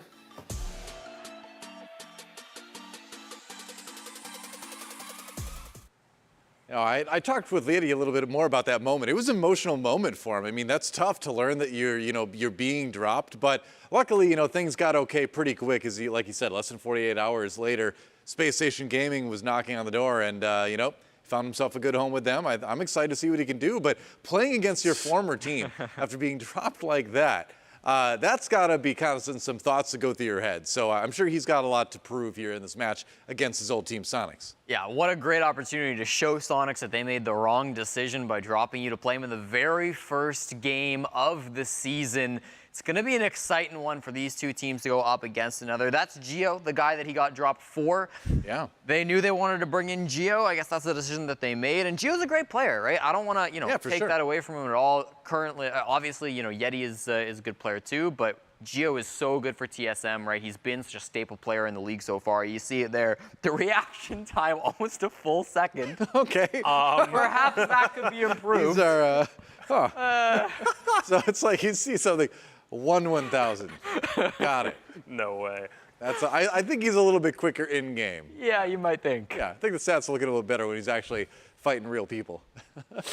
But there you go. But yeah, I mean, Geometrics, a big pickup. Obviously, somebody Soniqs wanted a lot. Meanwhile, though, on the other side, Jacob, we got Yeti. There he is. It's reaction time though. Wait, what is it? It's not 774. Okay. It's not as bad. The only thing on this sheet that matters is the number at the bottom. Can I get a nice in chat, please? I will not indulge this anymore. Look, man, if AimLab want to push this, they gave us the number. I'm just running with it. The problem is it's Yeti. And I'm biased because for me, Yeti was the first pro that I ever remember by name or by look back when I first started getting into Comp Rainbow Six right around 4 years ago. This is Yeti, long hair when he played for Noble Esports, like season 8 of Pro League from... Still had all his teeth not knocked out. He hadn't done the worm at Raleigh, that's true, yeah. So for me, I love seeing like his progression. I would hate to get dropped, especially in that manner, but I think this might just be the rebound that both he and SSG need, so we'll see. Yeah, I mean, there's probably a lot of pressure, right? I mean, this is just the first game of a stage. It's usually not a map that you would really be too stressed out about, right? Especially with a player with a veteran status like Yeti. But I think there is going to be a little bit more pressure on him. I mean, he said it himself, right? I mean, he wasn't happy about being dropped. Obviously, he's happy about being on Spacestation. The thing we haven't talked about, though, is that, what he brings to Spacestation, a big part of that is on the emotional side of things. I mean, when I talked to a lot of the Spacestation players, and we kind of heard it a little bit in the video too, they wanted someone who was going to bring more of a positive mentality into things, into somebody who was going to kind of keep spirits up when things got a little bit tough. They felt like they didn't have that with Skies, and they all really feel like they have that with Yeti now. Every single one of them talked about how good it was to have Yeti in comms, have Yeti kind of cheering people up. So, we'll see how much that comes into play, but at least on paper, at least from what we've seen in scrims, what they've told me, they're pretty happy with the pickup. We'll see if it's good enough to take down Soniqs with Gio and also Gunner as well. We didn't even mention that. Gunner moving from Parabellum over to Soniqs. There. This match has so many stories with it too. I mean, Parabellum, I think, had a lot of success with Gunner. He was one of their best pickups, obviously. But then they pitched him over to Soniqs. There you go. Should be a good pickup, though. Yeah, I think when you take a look at these two teams, Gio coming in for the squad especially, I think is going to be a very good one for Soniqs. Obviously, we're all sad about Yeti not being on the team anymore, but Gio is a player that you really can depend on, okay? He's one of the longest standing players in the entire league, playing since the very start of year 1, and this is only his 3rd team since September 2018. He was on TSM for more than 1,000 days before leaving them and now joining Soniqs. He is not a player that is bounced around very often, and the reason for that is because once a team gets him, they don't want to let him go. Finally, we did see him move on, though. He's here on Soniqs. He's a very dependable support player. Last stage, he had the 2nd best survival rating of any player in North America, a 0.4 SRV, tied with Grixer, who plays a very different role, but nice to see them both up there, not taking in a lot of deaths. He played kind of this like flank watch for TSM. Typically, Charlo was more the hard support.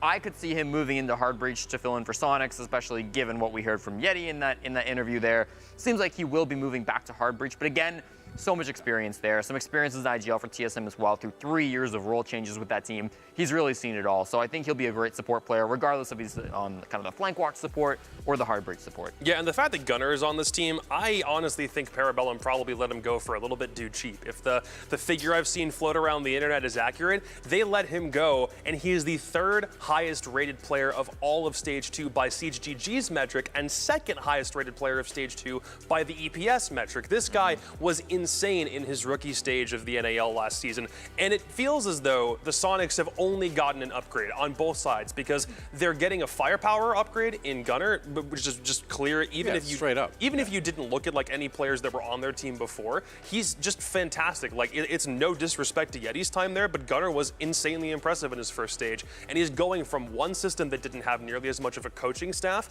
to this one that has had a very stringent idea about exactly how they want to play for a super long time. It was more flexible in Parabellum. It's a lot more hardcore on a team like the Soniqs. And I think this should be an area where he can thrive. He may not do it initially because he's got both Grixter and Rexen that he has to do it alongside. Right. But it still is the kind of thing where you don't want to face all three of those guys in the lobby at the same time. And then you have the backup of Geo in the back line. It's going to be fantastic to watch these guys play. You know, before we move on to SSG real quick, last point about the Soniqs is that you think about how's the coaching situation, right? Goddess in that coach role now. You know, Super in the past years said that was something maybe he was interested in doing. He's in the GM position now. I talked to the players, they said for a little while, Super was really involved in practices and things like that. You know, really kind of wanted to still be part of it on a very intricate day-to-day level, and he's still involved, but he's apparently moved more fully into the GM kind of role, and Goddess has taken more fully that coaching role over as well. Things are kind of progressing smoothly from what I heard on people on that roster, but I'm sure we haven't seen the last of him. Yeah, I think so. I think it's the second person from Soniqs who's gone from dedicated just Rainbow Six to kind of more of the org side in general. Joe Bro had a similar transformation, now does analysis for all of their teams. So I think it makes sense to phase Seth out slowly. He's a player that was so crucial to both the identity and the team play and the abilities of the Soniqs throughout their entire history. So immediately Axiom wouldn't really be the play. I'm glad that he's slowly kind of being phased out, still able to help with some of the strats behind the scenes.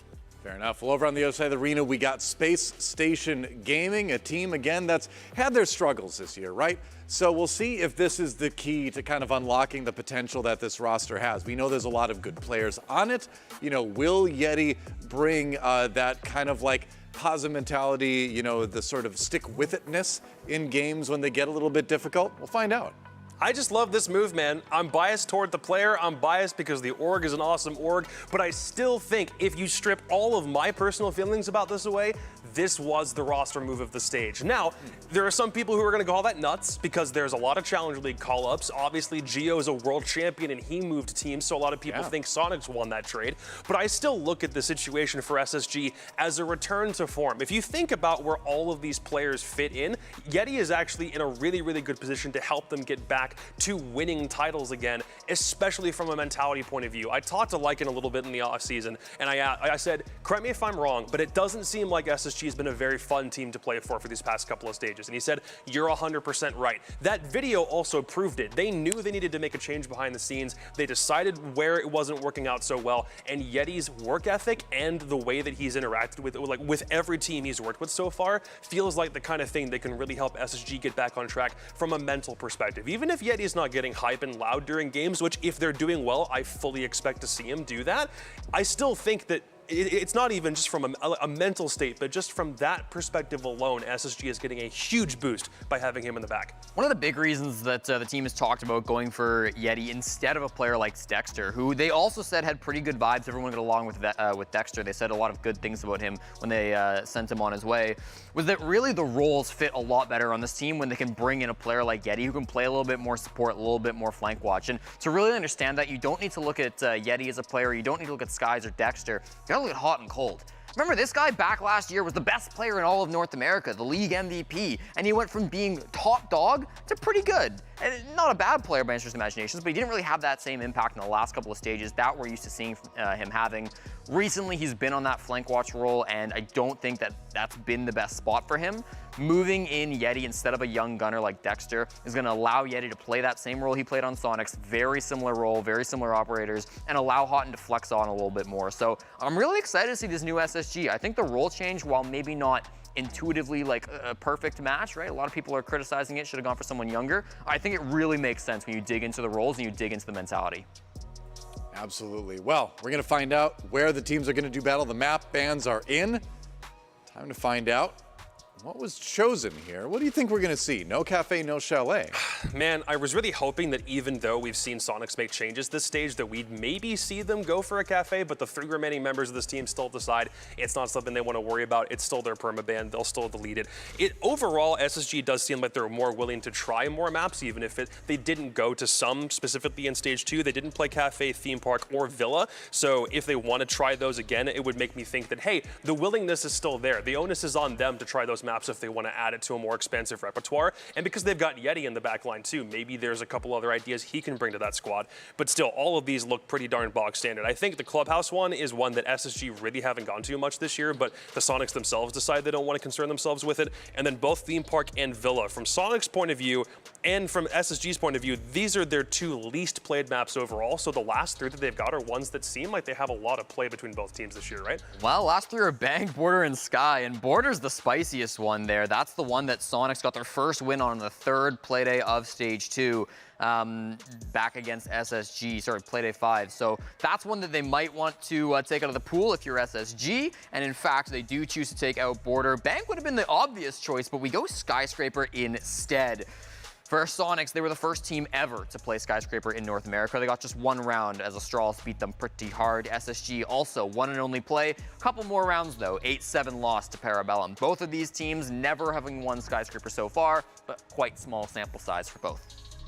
I still remember that one Soniqs game that they had against Astralis at the very beginning of Stage 1, where it was the first time we saw Skyscraper brought into a professional context in North America, and everyone was like, how are we going to play this? Turns out, for Astralis, the answer was mostly running around, playing crazy on roam or offside plays, and Soniqs didn't have an answer for it, and that first half was, what, a 5-1, 6-0 slaughter? It was insane. Yeah. And since then, Soniqs have basically said, we don't want to worry about this ever again. But I think you've got some new mentalities coming into the pool. Back when Geo played on TSM, they did play this map, I think it was twice. So there is some experience for the guys who play this, but as far as I'm concerned, it's very much still a bit of a neutral pool since neither team has really found that much success on it this year. So I like a relatively neutral battleground for this game. That's fun. Yeah. Yeah. All right. Well, there you have it. We know the map we're going to. We've set the stage.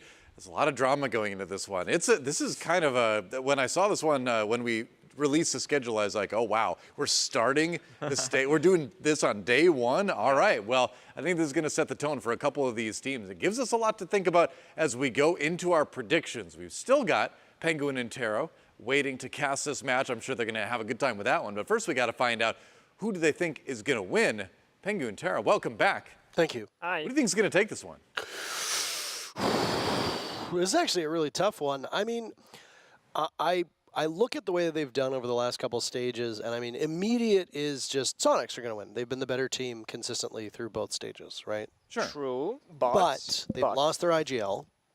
They've lost an integral part of the team who also could be a voice of leadership, who is now on Space Station. Yes. And so Space Station changed one player, Soniqs changed two. That means correct. more change, more time needed, perhaps. I don't know. I gotta go back. I gotta go back to the other two stages and say, like, roster changes be damned, meta changes be damned. I'm just gonna go with Soniqs just based on their performance of the previous two stages. I'm actually gonna go SSG. I think Soniqs will be a great team in like Playday 4 or 5. When they get more time on the stage without Super as their IGL, I think they're gonna have a weak beginning. I'm gonna go SSG. All right, caster split once again. There hasn't been a lot of like consensus between the casters. How's that going for each of you so far? I mean, I'm gonna keep track. It's going great for me, as you can tell. Oh yeah, good for Pengu. I mean, I personally love it when father and son fight, so just keep doing it. There you go. Lynx is That's strange desires for he's not Jacob there. Lynx is my child. How do you feel about your kid having blue hair? Is this a phase or? I'm not your kid. Lynx has blue hair. I don't know why. I'm not Lynx. I don't know why. Oh wait, who's kid? Which one's the dad and which one's Yeah, the son? Lynx is my son. That's what he just said, But sorry. Jacob oddly called Pengu my son. So Okay. This is more confusing than Game of I don't Thrones think I when it want comes him as to my dad. familial relations, but offense. we'll try to hopefully the figure it cast out. ends better. You brought it there. Casting is definitely better. We'll figure it out as we talk to our analysts as well. We'll catch up with the two of you again in a moment. All right. Well, on that note. Yeah. Listen, I think a lot of people have been really hyping up the roster moves from Soniqs. A lot of people have said that the Soniqs have won the roster mania of the offstage. I don't know that I'm as confident in it, especially as Nick said early in the stage, losing your primary IGL, who was so influential on the team previously. I think it's going to make them take a hit, and you've got SSG, who've got that kind of insider information with Yeti coming on the team. I talked with Lyke, and I asked him how big of a factor that is. He said it's not crazy huge. Obviously, Soniqs, they might play a little bit different, but at least in the map bans and stuff, he does think it gives them a little bit of help. So I think I'm going to go with SSG here as well. I agree with a lot of stuff that Nick was saying. I think that with the fewer changes and with the similar playstyle, I think SSG can take this one. I love the firepower upgrade. and that's something that Gio can also do. Like, Gio is not somebody who you just put on a support role or in like a clutch factor. Maybe he's like the last guy to make an engagement role and just kind of assume that he always has the round in the bag. I like that he has that kind of factor attached to him. And I think for Spacestation, it may be a bit more of a slow build than I like, but it still is a little bit too 50-50 as far as I'm concerned. So I'll say Soniqs and then just C, because I think, am I still at 0%? Wait 25. a second. Okay, no, right. I got the last one, but I need to pick Beastcoast. I need to get back in here. Yeah, Yeah. All right. Well, I mean, it's also a determining thing for the coin, too. Is it going to end the day above or below 50%? We'll find out now. Soniqs will be heads. Space Station will be tails. I'm not going to drop it this time. There we go. Oh, much better, huh? Well done. Yeah. All right. Tails again. The coin just loves tails today. It's going to be Space Station Gaming, which, you know, honestly, if I were picking, I think I would go Space Station as well. I think Soniqs has made some changes. I think Space Station can take that strong core of what they had already that they were building on. I think Yeti's going to be additive to that. So I'll throw my weight in behind the coin, such as it were. I'll agree with the coin, straight up this time. Yeah, we think you're a dummy. I didn't ask. I didn't mean it that maliciously, but, you know, I'm not going to contest it. Anyway, we're going to find out what our community poll is as well, right after we find out what the fan vote ended up being. It's going to be Soniqs. All right. That's what I would Popular expect. team. Is that the third 3-3 split of the day? Yes. Maybe. It was a close vote, too, apparently, on the fan poll as well. So I think a lot of people are having a hard time deciding this one. The roster changes just make it so difficult, too. Community poll. Let's see what you have to vote on over on the social medias. Super's evil genius or Yeti's revenge tour? That's the question. Now, it's only evil if it doesn't work. Is that right in terms of esports roster shuffles? I don't know. I mean, Evil Geniuses, the team, often didn't work, and they were, I guess, pretty evil in that sense. So maybe. And I thought I had Whole the different EG story. hot takes. Jesus. Yeah, we're doing okay in a different game, not this one. But anyway, there you go. Something to think about. They did just lose this weekend, to be fair. This map is going to be awesome, though. It's going to be quite good, so you do not want to miss it. Quick break, and when we come back, Penguin and Taro bring you the final game of the day, SSG taking on Soniqs, right after this on NAL. Hey, baby. Skirt the Chevy, make a scene, baby. LABB been the team, baby. Bim Papa word the G, baby. Look, labs till I'm finished. Had a handful of limits through the hand. Got a bag, now the hands in the business. For my hand, it's a ticket. Talking Mazda for the biggest. That's a comma and a comma and a comma. Gotta get it. I've been playing with the minutes that they been shoulda gave. And I'm flipping every digit that they been shoulda paid. Had to find a way to get it. No, this isn't what you made. If I ever wanna dip, then I'm brink with the blade. And I'm brinking a blink on the brink of some dumb shit. Watch how I move, cause I know the brink's coming. Watch for the blues, cause I know that they dumping. Nothing in my view, so it's hush on discussion. Hush on discussions, you know what you need to. I keep it in the fam to let you know that I don't need you. Y'all cats be see-through, heading out for peace. You been king, I'm regal, got it in my Abisu. Came through tripping Aquafina, I'm sipping 15, kept a weapon on me. Flow make digits, I'm on my business. Stack chicken like what it's gon' be.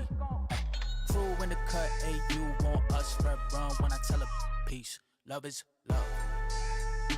Love is love. Hold up with it, got my back on Pippin. I'm back in kitchens with the tray. Windows tinted like how black my skin is. Scoop the shorty in it from a J. Swish, she got vision just like any women giving me the kitten. Way before the riches, nothing more to mention. I could light a block, a pot of aura glisten. Foreign on my body, that's Agora linen. I came through tripping Aquafina, I'm sipping 15, kept a weapon on me. Flow make digits, I'm on my business. Stack chicken like what it's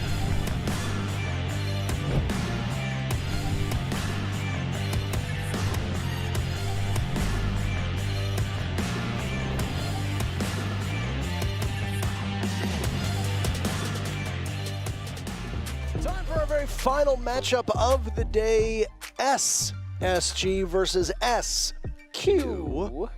And Yeti is now playing for both these teams, going from Soniqs on over to Space Station.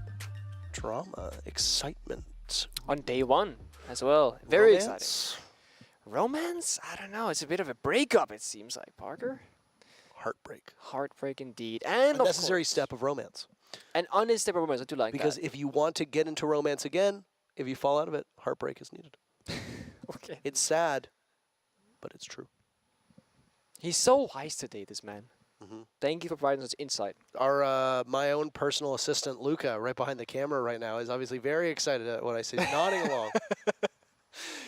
Our player, our talent manager, I suppose. Luca's the greatest goat. He's not my personal assistant. I do not have one of those. I mean, you kind of use him that way, but that's a different story. I spilled You a whole demand mug of things. water during the analyst segment. He came running out with toilet paper or a paper towel. We mopped it all up. Yep, we fixed it. Cheers.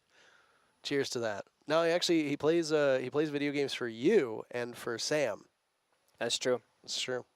In the room with the computers. Anyway, that's enough about us. Let's get into the goods. Spacestation versus Soniqs. Ooh, she's got an R6 NAL champion shirt. That's kind of neat. It's got all support staff and players' signatures on it. Goddess standing behind her team. If you are just tuning in, the Soniqs replaced one beard for another. Throw a baseball hat on Gio, and he literally could pass as super, sitting there at the desk. Gio joining the squad, coming off of TSM. That's a world champion, Gio, for the record. True. And Gunner getting picked up from Parabellum. Yeti gets shuffled out of Soniqs, goes on over to Space Station to replace Skies, who announced his retirement. Yeah. Who I believe is actually co-streaming right now. Might be co-streaming this exact match. I believe he was approved. He was earlier with Laxing, I believe. So those very two nice. guys dueling up on it, yeah. Very, very nice. Both of them former teammates. Yeah. With Gio, so they know it quite well. Continuing to go to different maps today. We had Theme Park twice, but other than that, it's been a different map every single time. We're going to go over to Japan, and we're going to start off on Skyscraper for our very final map of the day. Has not really been that close of a day, to be honest. We had one game go to overtime. That was DarkZero versus Astralis. We're not going to tell you what the score was, but then the other three matches were all quite decisive. Will we see a tense battle between these two teams? Space Station loves overtime. Space do like Space overtime. Station love overtime. Neither team loves Skyscraper, though. Hold on. 2 seconds away. Do we break the streak? Nook. Oh, we broke it. All right. The streak is over. Ying ban for the first time since EUL Playday 1 that happened Monday, yesterday, right? Yeah, that's yesterday. That's correct. Nook is open for the first time in 10 games, or on the 10th game, rather. Do you think that the Nook bans are to take advantage of your native pronunciation of her name, as she is the same country? Absolutely. Same country as you are? It's got to be the only reason. That's the only reason. I couldn't think of another one. Same. Azami bans, quite frequent as well. We've seen a number of those today. Bandit. Bandit and Maverick being banned out is quite surprising. So, two operators who don't see it. A theory here that I'm thinking is this might be impacted by either Thatcher or secondary EMPs, because Bandit's the only real counter to the EMP situation in the game, right? Because kite tricks are too slow to activate in the wall, mute jammers just don't really do anything once they're like deactivated, but Bandit can trick through EMPs. So this might be one of those situations where want to get the walls opened up if you're Space Station, but they start first on the defensive side. Of course, they've also banned the Maverick, so that is off the table as well. Maverick, as you mentioned earlier, Parker, no longer has frag grenades. He now has flashbangs and I don't know, not smokes. He has flashbangs and something else. And it's Finka who was given smokes instead. Finka was played a bit earlier by Mirage. Kensen right now, a tanker re-peeking onto the operator. Gio actually keeping the tradition from TSM also here in Soniqs, because Gio would always hover like glass or blitz and then swap to something else. Unless, actually, that might be achieved. Am I getting my people mixed up, Parker? Can you help? Do you know better than I do? Say it again. So one member from TSM always hovers glass or blitz. I think it's achieved, but I also thought it was Gio. Either way, Gio's on ace. They've changed things up. Also being brought out. Muncie was hovered early on as well. No direction here on the take. SSG playing it quite aggressive here. Capkin, Lesion, and Alibi all going to be volatile operators. Look at these impact grenades. 2, 4, 6, 8 impact grenades on the defensive side. 2 being spent on rotate, 6 being kept in pocket. Whatever might come.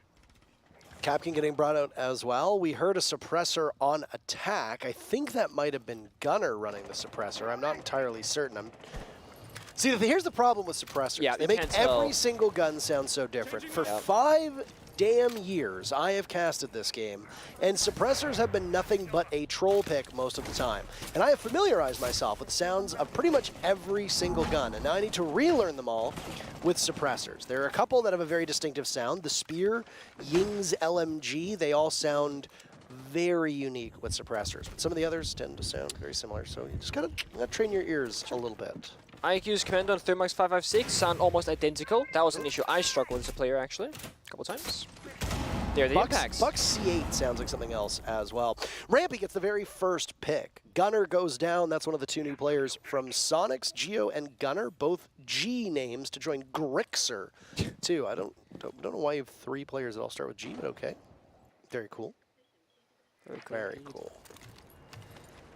Slow round. As Soniqs have lost a member, they're now slowing down the pace here. It's Ossa off the board. Those shields are no longer in play. And there we see Bosco with a nice crouch peek onto Rexon, making a 5v3 in this kitchen defense.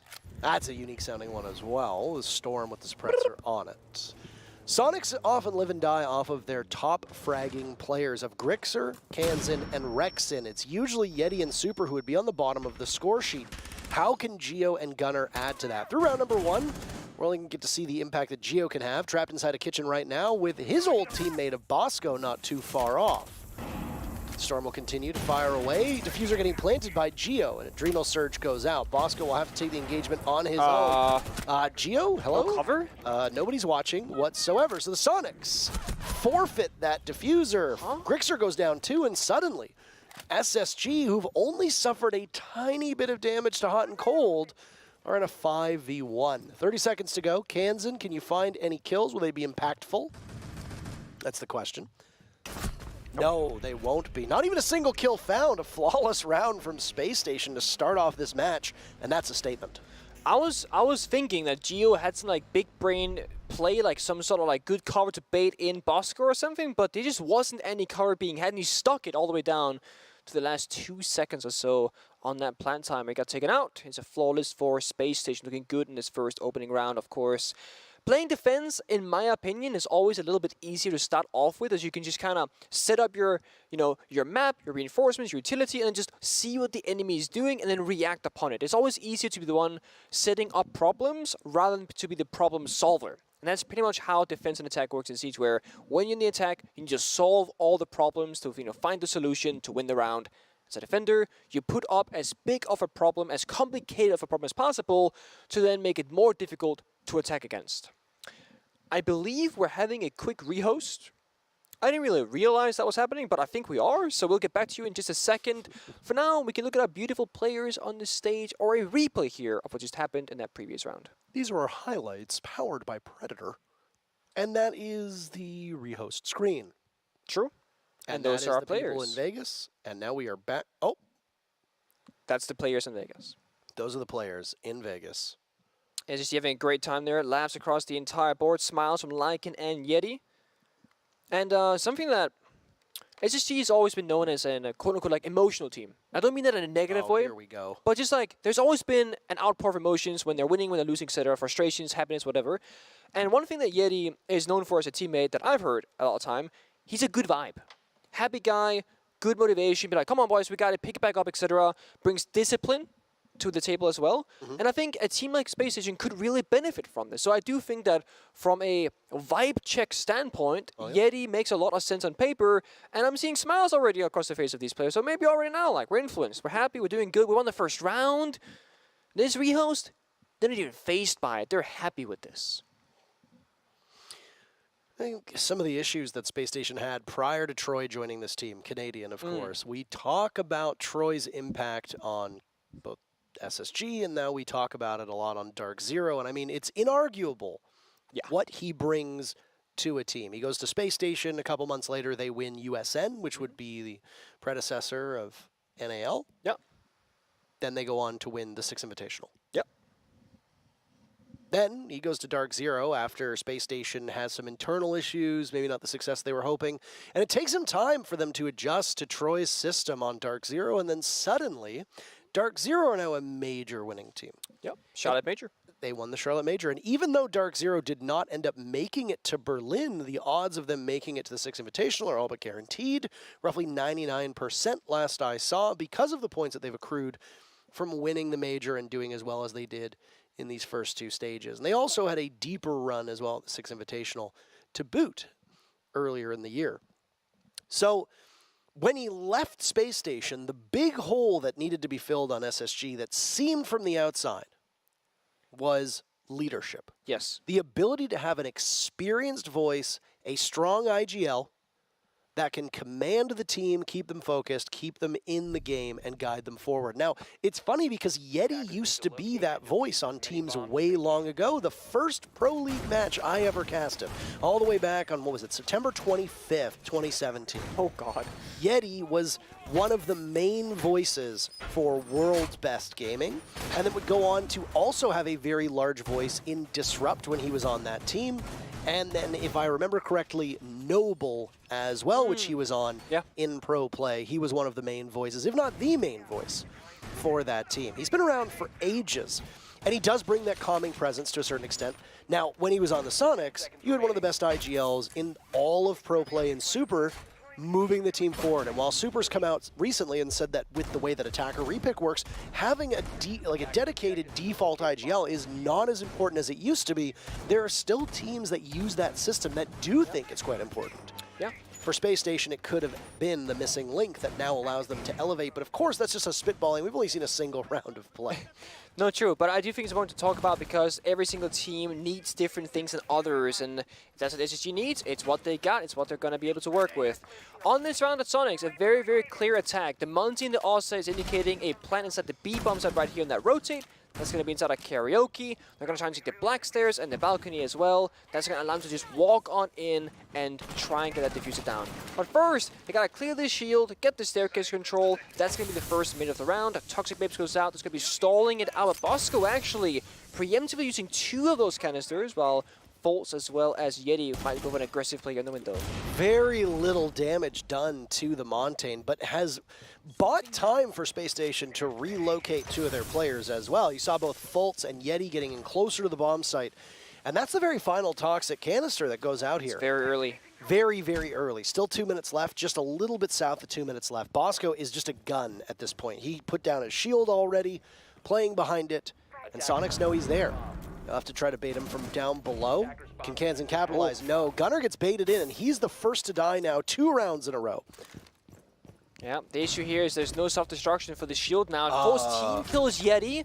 Kansan finds one apiece. That is very, very bad. Soniqs have just suddenly taken over this round. They lost Gunner. And just a bit of sloppy effort. The grenade from Kansan finds its mark on the Rampy, and now it's hot and cold in a 1v4 lurking down below as Mira, a 3-armor operator with a gun that will run out of bullets very quickly. There's one inside a restaurant through the table. Beautiful shot from Hot and Cold. Grixer is down, but Houghton, I don't know what he was thinking here. By the way, Geo has the diffuser, and they have not planted it yet. There we go. A little bit of area opened up by Houghton, making noise down below. Geo decides to forfeit the diffuser, goes for it again. Nitro cell ripped by Houghton. Geo gets off of the plant. There it goes again, but Houghton gets stunned by one of those concussions from Rexen. Looking for the default spot that they think Geo might be in, but they're looking in the wrong area. Hot and Cold will now have to deal with the 40 seconds left, but he can't even get up to the top of the stairs because Rexen makes him pay, and the Soniqs answer back. We didn't see exactly what happened, but that seemed to be a very chaotic round, right? The team kill, the Bosco one-tap, no grenades from Soniqs on the balcony, which means that shield that Bosco was on couldn't quite get cleared. And yeah, something must have gone very, very wrong for that to happen, but it is what it is. It's 1 round apiece as Soniqs comes out victorious. That Monty attack that we just saw is like the cookie cutter standard way to attack that bomb site for many, many teams. Yet it seems like there aren't that many answers for it right now. I mean, Bosco tossed out all 3 Toxic Babes in the first 45 seconds of that door being opened up. That's going to mean that once the Monty walks in, it's just free takings. Even though the shield was still alive, things just fell apart. So now, SSG, they need to assume that there's a chance Soniqs might do it again, have a counter for it, otherwise they can lose the exact same way twice. Soniqs, however, same story. You should never attack the same way twice because then your enemy can get ready for it. So it looks like they're going to be changing things up here. Gurks are going to be picking up the Twitch, and Geo going from Blackbeard to Ace again with these shenanigans. Always hovering in a low pick rate operator and change to something else once these all 4 teammates they get what they want. That way there's no double picking on those specific operators.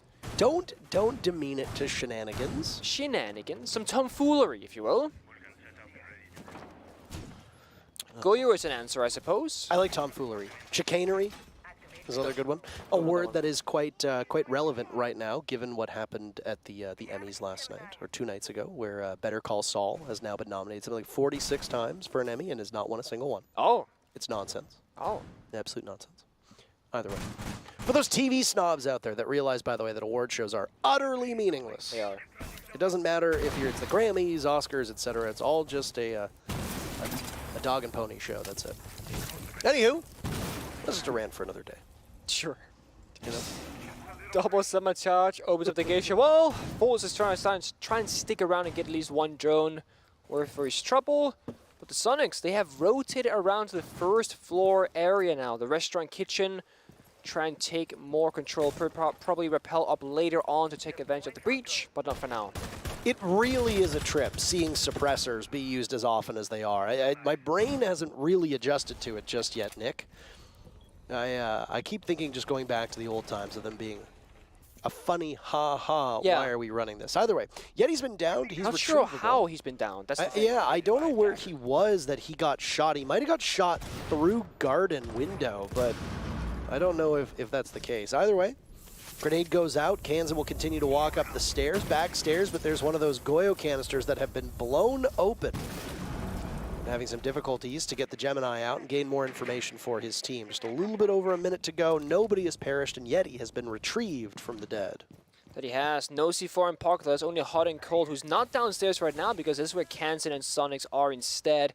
Minute to go, 2 Toxic Babes and Bosco can slow down the attack even further, but Soniqs, they've gotten almost all the positions they would like to have. Side rappel, back stairs, droning up the red stairs right now. They can start making their approach in just a second here. Grixer has 2 smoke grenades. It's gotta be utilized to cut the lines of sight to enable Geo in towards the bomb site. All right, well, there goes Fultz. Gunner taken down. Gunner has not been successful in his roles at all. He's been the first to die for Soniqs every single round, despite the fact that Soniqs drew first blood onto Fultz early on. No mistakes for Space Station so far, no team kills. Geo credited with that Goyle Shield blowing up and killing Bosco. That was a bit of the defender's utility used against them. And after he's done that, he seeks some safe place inside of the bomb site, but Rampy sees him. An easy push from over by Geisha.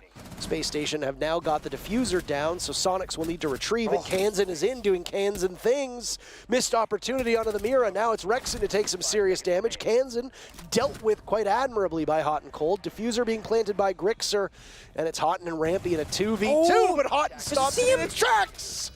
It's Hot and Cold, but it was Hot that round. Hops onto the diffuser, and an easy disable is had for the Space Station to go up 2-1. Huge round there from Rambi and Hot and Cold, playing their position so patiently. Rambi was tucked inside the Geisha hallway, and well, Soniqs did not know, so he could swing out right here and get the kill onto Geo, the only member who was in a position from SSG to do so. Hot and Cold didn't see the second person there on the plant that was because they were stacked on top of one another. SSG to come out victorious 2-1 as round 4 is underway, and they're hovering Barbecue Kitchen, which is where this game started off with that flawless victory for the defending team of Space Station. We see the Soniqs have a better way to attack at this time, because last time they seemed a little bit lost, didn't quite have a solid direction. It was Gunner who got picked off early, 2 rounds now out of 3. All right. Back downstairs to Barbecue and Kitchen. The same 2 bomb sites trotted out time and time again. When, oh when, are we going to see a bomb site on the east side of this map? That is the real question. Well, if we win this round, sorry, if SSG, that's not we. If SSG wins this round, we have to. So that would be win. Quite literally. Have you ever heard of a rhetorical question? No. All right, well, it's a good time for you to learn. Feel free to educate yourself. I'm sure that your tablet Oh, I right have to educate myself? Yeah, I'm not doing the legwork for you. Damn. I thought we were duos. The duo. A duo. I'm not to tell you that I said it rhetorically because A, I already knew that based on the way that the bomb site cycle is going, but also more to underscore the fact that every single bomb site we've seen so far has been on the west side of the map. Either way, it feels like the joke is now ruined. I'm sorry. So that's my bad. That's I ruin things. It's that Nitro Cell that gets tossed out as a small opening is already created in the hard destruction, leading into the top of lobby. Nitro Cell worked out quite effectively. Space Station seemingly moving their chips and their pieces closer to where that main point of contact might come from. Maybe they want to stop the Soniqs before they can get into the building. Seems to be the case. Hot and cold again, as always. One floor below his opponents. No C4 in pocket this time. He's on the Lesion. He's no longer on the Mira. Still using suppressors. SSG might be the team using the most of all so far that we've seen. As it really is a personal preference whether you want the suppressor or not. You do get a bit more recoil, but you don't have any indicator where you get shot from. There's less sound, etc. There are a ton of upsides now as they got buffed in this most recent patch. So 50-50 on that, if you will. Some guns have too much with it, some guns are fine. Kansen making his way through the building right now, trying to get some more control. Hot and cold being patient as ever, waiting for the perfect flank opportunity, which has not yet presented itself. Well, lots of patience between these two teams. Not anywhere near as aggressive on defense as we've seen from some of the squads that were playing earlier on. Instead, Space Station showing off that hallmark patience that they've done many, many times before. Areno from Bosco is stopped by a Claymore. This is a similar position to where he was in previously when Gio walked in, tried to plant, but Bosco was able to walk in for free. Space Station have not given up their clutches on that top floor one bit, so they still hold on to a good amount of map control. And they greet the Soniqs in two ways, both with headshots, as Grixer and Gio are down for the count. Again, G players being the first to die, but it means that Gunnar is still able to make an impact, searching for his very first kill on the Soniqs. Hasn't been able to be found just yet. I guess that's part of the problem when you're a main point of entry, Nick. Oh, it is. On 20 seconds left, we gotta go fast on this because we got no real way in, no real breach. Yellow, red ping comes out. Good kill from Rexon. They gotta need more. Have to start to accumulate them. Gunnar now taking damage. Rexton too, but Gunnar fires back his first kill as a Sonic. Kansen down, and Gunnar will have to vault out. Retrieve that diffuser with the time ticking away. It's him in a 1v2. A precarious position for Gunnar to be in. Can he find a single kill? No. Hot and Cold has been the savior of Space Station round after round after round, and it's SSG on top of the Soniqs, 3-1 at this point. It's a familiar storyline because Hot and Cold in the NAL usually performs extremely well. But the question mark usually comes when Space Station makes top 4, they go to international tournaments. That's where Hot and Cold kind of cools off a little bit too much and where that aggression kind of stops. At the very least, gets punished by the opponents. But so far in these first 4 rounds, he's been looking mighty fine. 7-1. On the board. And let's say he hadn't gotten a single kill. Ramby 2-2, Foltz 1-3, Bosco 1-2, Yeti 1-3. No one is really gonna be picking up the slack right now if Hot and Cold wasn't. However, right now that's fine because he is putting up those numbers. Soniqs, of course, gone a bit of a slow start, been the early death 3 out of 4 rounds so far. And Gio following shortly after as well a couple of times. We are now on the east-hand side. We are upstairs in the exhibition office area, if you will call it that.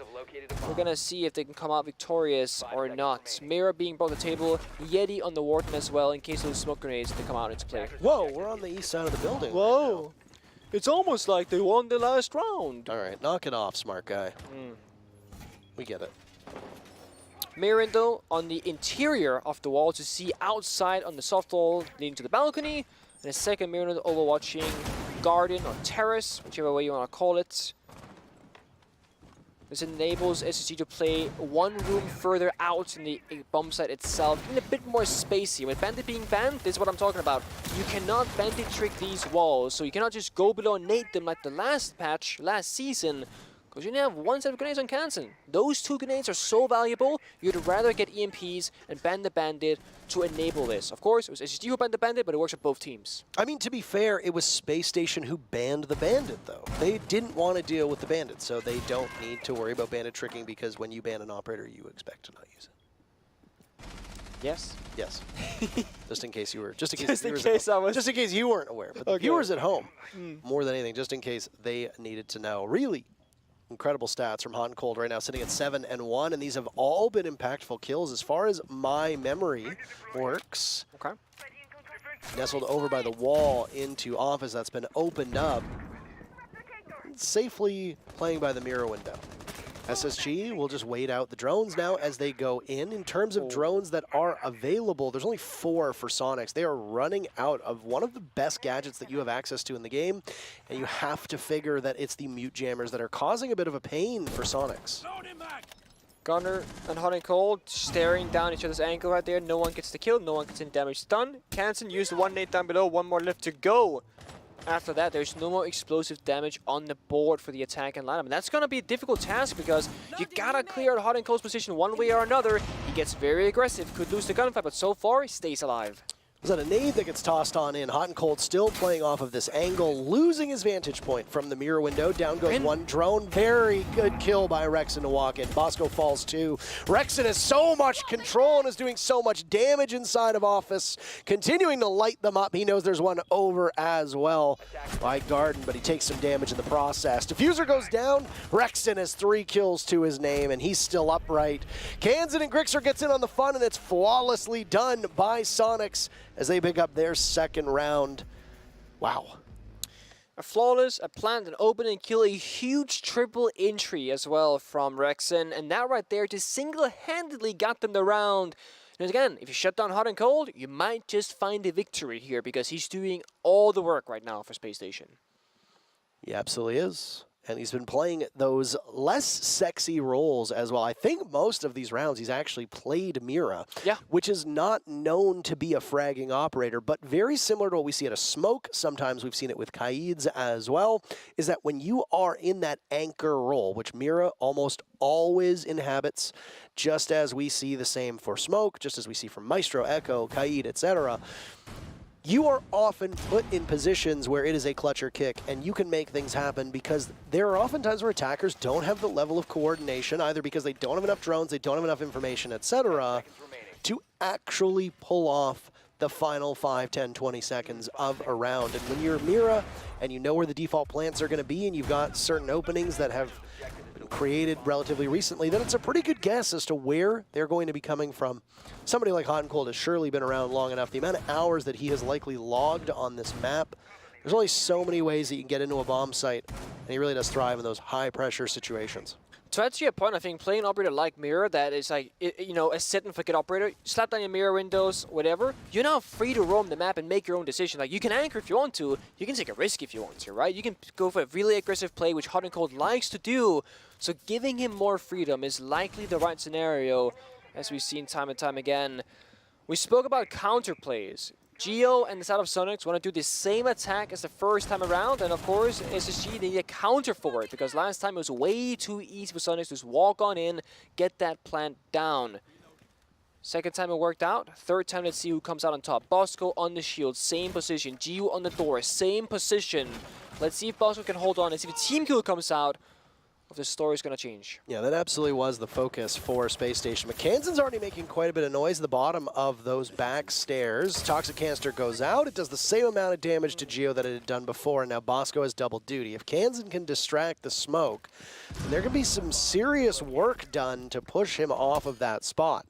Kansan with Suppressor on. Bosco must certainly hear something, and again, damage is done to Geo. This time a little bit more with those Toxic Canisters. Bosco still has one remaining in pocket. Goes out way too early on, but it frees him from that position. Yep. Now he can tackle Kansan head on. It's the other way around. Kansan was prepared. His ascent up those back stairs met with a goo mine, and it slows his advance but for a second. Spacestation didn't seem to have the time to get back towards the bomb site. Gunner putting his weaponry to good use as we already see those Talon shields down. So Soniqs have gotten 2 opening picks and can steamroll their way into the bomb site if SSG are incapable of stopping the Monty. Another kill from Kansan, this time on to Fultz. And it's Rampy and Hot and Cold in very desperate times. That's what I mean. What is SSG going to do? The counterplay isn't there. No one helps out Bosco. The moment he falls, the round is basically over now. As Scrixer's flanking Hot and Cold on this red staircase, leaving Rampy in a 1 versus 5 flawless round for the side of Soniqs. Success reigns across the screen with that Monty attack. 2 for 2. 2 flawless rounds back-to-back, by the way, for the Soniqs as they managed to get the diffuser down in round number 5. This time, they relied far more on firepower than they did on case control. First half in the books, and it's the same score line, really, that we started off on, all tied up. No team particularly close to putting this match away. SSG had a much better start to this first half than they did the second half. In the very first half, they won round number 1 flawlessly, getting the opening pick, denying the Soniqs inward to the bomb site. SSG had some stumbles in that second round on that karaoke defense. The bomb site would be played 3 separate times by Spacestation, and they won it their second time back in round number 3. Despite that, the Soniqs were able to get the diffuser planted 3 of the 6 rounds and got first blood on 4 of those 6 rounds, while doing so en route to 2 flawless rounds in rounds 5 and 6. No timeouts have been taken, though there was a tech pause / rehost, which threw off some of the stats from round number 1. But again, you're not allowed to talk to your coach during those tech pauses. So maybe the team could chart some things out for the future, but no coaching eyes were helpful whatsoever. Well, you're correct. SSG not opting for the multi-offside attack. They're going to be doing an over clear most likely instead, bringing soft destruction in the buck. Of course, 4 Claymores, because Skyscraper is one of the few maps where having 4 Claymores doesn't seem crazy. There are so many window jump outs, drone holes you can utilize, and flanks you can cover, where having more than 2 Claymores kind of makes sense, but they are going to be very low on other piece of utility. There's no grenades on this lineup. Fultz on Sophia has 2 soft destruction charges with the gadget of a lifeline. That is all you have to work with. No nade kills will happen. They cannot be found. Nuke not really having a presence on Skyscraper yet. Then again, this map is not super Nuke favorite, but of course it can be brought out if you want to creep around the map solo bolo like. Fultz looking for this opening kill, might get the gunfight, does get a bit of damage on the gunner, but he stays alive. It's going to be an aggressive injury, but a jump back out the window because we change our minds. Alibi Priest's spot comes out, impact follows true. That's going to be an easy kill, but for the wrong person. It's Rambo gets gunner instead. He's off the board once more. Well, it seems like it might just be the attackers doing better on these opening picks, but we'll have to have a couple more rounds for Space Station before we can actually make that assessment. Gunner really is playing aggressive minutes for the Soniqs and has not been particularly successful in that role, being first to die through 4 rounds for the Soniqs in this matchup. Hot and Cold, meanwhile, has perished. Thatcher has remained unbanned for the entire day of the North American League, but with those secondary pocket EMPs, we haven't seen the old man himself all that much. It also means that the hottest hand for SSG is no longer available. If you look at the right side of your screen, there's quite a steep drop-off from Hot and Cold to the next highest fragging player on the team. That's Rampy, who started the round with 2 kills, and the rest of SSG all with 1 apiece. Still, there's hard breach to spare for both Bosco and Yeti. You just need to make sure that there's no gadgetry stopping you from getting those Selmas or thermite charges down. There is a second deployable shield on the board here, possibly for the side of Soniqs, which means the only one that can clear that once again is Fultz, who has 1 soft breach left.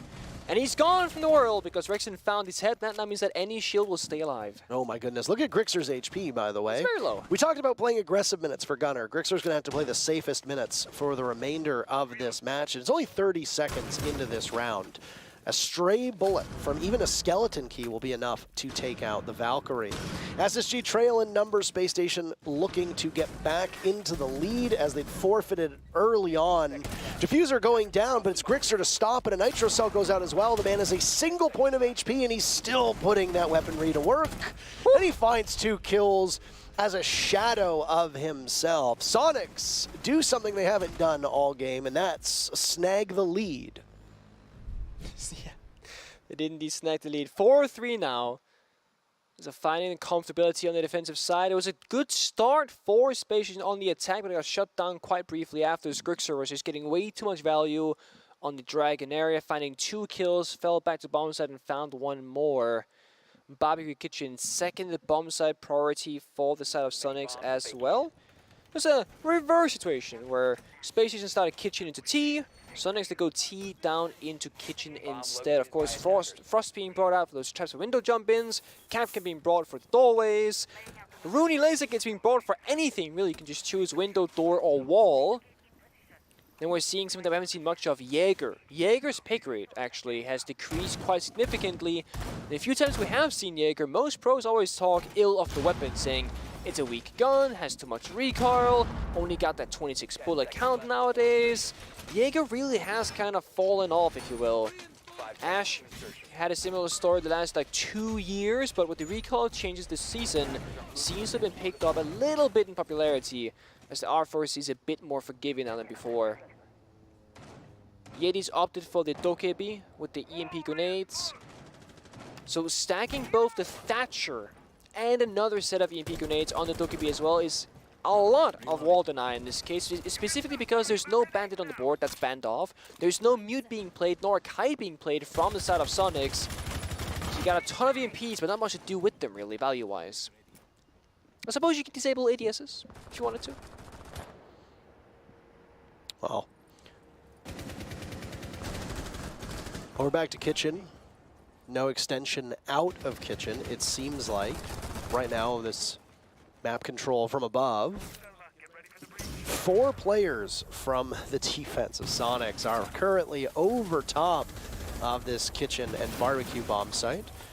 Bullets being dumped into the deployable shield with Jaeger right just sitting, waiting patiently. Geo almost ready for them to come on in. Neither of the 2 newest additions from Soniqs, for the Soniqs, have done much on the score sheet. Same with Yeti on Spacestation. And I mean, that stands to reason. These are not necessarily on fragging roles. When Super and Yeti got moved off of the team, Super played largely hard support on most of the maps. Yeti played flex support as well. You'd often see Yeti playing that Maverick role, for example, who SSG actually banned out, obviously. Not to counter Yeti, as he's now on their team, but to counter what Maverick can do to this map. And he is a very powerful operator because of so many of those walls that are played off-site with a Mute Jammer, a Kaid Claw, or those Bandit batteries. So ultimately, the ban made sense. But either way, you're not looking for them to do a lot of killing, like Asian did, by the way, and like some of the other newer additions have. First kill goes to Grixer, down goes Bosco, the Nitro Cell connects. Bosco having a relatively dreadful game stats-wise, and a Frost Mat will also net hot and cold. Grixer takes out Rampy, that's his second kill. Geo is answered back by Fultz getting that pick. Soniqs with a lead. It's a 4v2 unless somebody from SSG can hop in and retrieve Houghton. If not, he will continue to bleed out in that bear trap.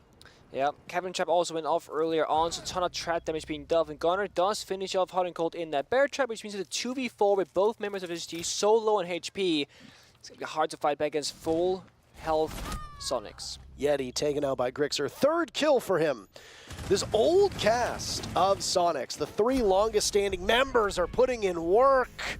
Grixer broke double digits, I believe. We'll have to take a look as we come back, but at one point, Grixer, 8 kills. Kansan, 8 kills. Rexen, 8 kills. That is a dominating performance for the 3 players who you expect on Soniqs to be getting these kills. The biggest question mark for the Soniqs was, yep, Super in terms of killing, not the most proficient player. He admits that himself. Yeah. He had a very, very honest Twitter thread a couple days ago that people might have seen where he was giving very frank opinions on players and even on himself. Yeah.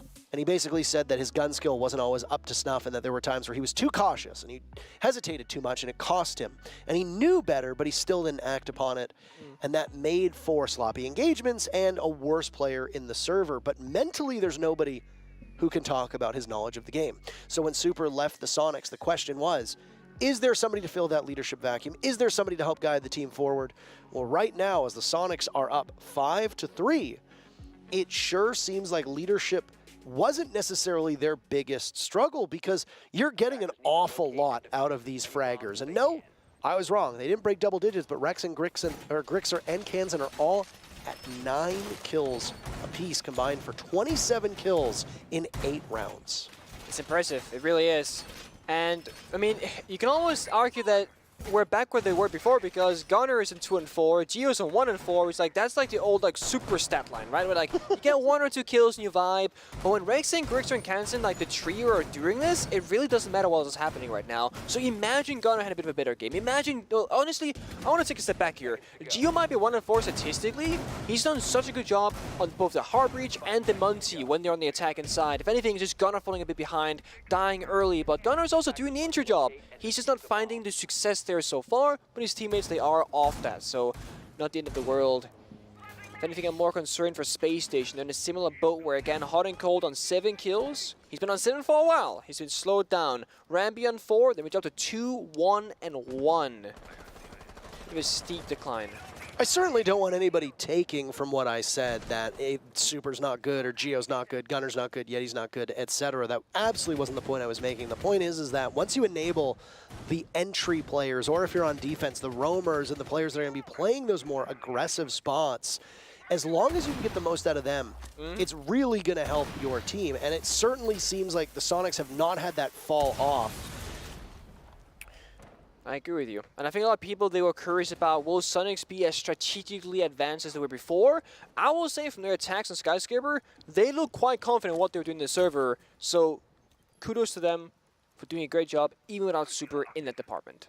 He is the general manager as far as I'm aware, so he still has some insight on them day to day. And he also, like I believe Skies and Laxing, is currently co-streaming. So he can give insight into the game. And this team in particular, it was a failure of that first Electroclaw. It fails a second time as well. Geo just about half a second off of being able to stop both of those thermite charges. And again, timing the EMPs of Hot and Cold that have so successfully opened up 2 different parts of this bomb site. They have. That's again like the bandit ban from SSG really coming to play now, because you know the timing with Kite is a bit more forgiving as it has a longer charge up time.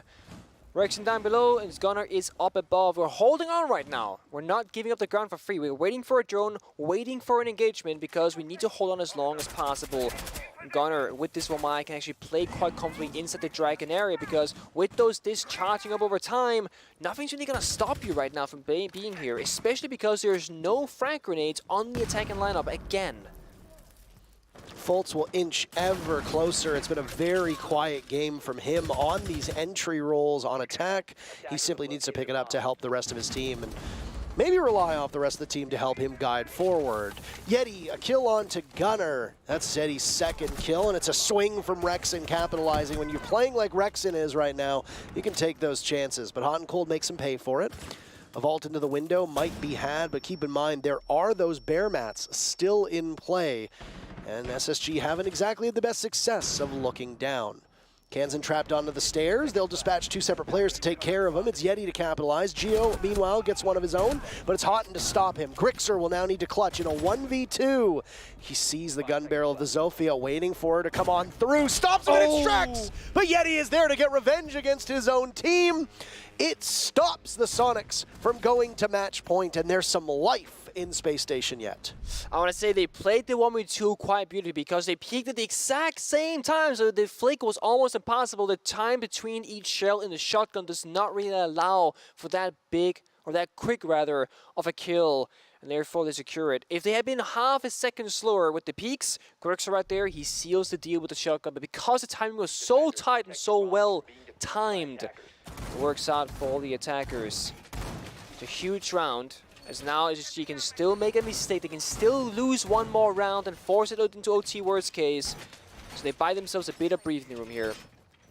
Speaking of Ash, Fultz is showing it. And speaking of the tweeter vote, Who's winning? Who do you think? I think Super. I think it's Space Station. Oh, it's probably, actually, you're probably right about that. Because I don't know. Super's an impression magnet. Oh, that was close. You were right. You were right. I was right, wrong. but I bailed out. I changed my vote, so like I was only half right. I mean, you were right at the start. I was right at the start. At least you were more right than I was. I wasn't right at all. I suppose. Either way. I really liked Jesse's comment about the evil genius on the desk. I thought that was rather hilarious as the person who was stopping them from finding that success. Poor Troy. Oh boy. We spoke about the good old days in Rome when we were there together. It was a good time. Yeah, I'm glad you had fun in Rome. Thank you so much, man. Appreciate it. I mean, it makes sense that you finally got to go to Italy, because you sure didn't qualify for Milan. Okay. Another event where EG got slapped around. That's the infamous round. Why are you coming at me? Like, I'm sorry. I don't care. I know. You're fighting Troy's side, so I'm fighting my side. I'm not fighting Troy's side. I was cheering for Empire. I wanted the call. I wanted the call for Empire to win. I got it. That's all I wanted. Anyway.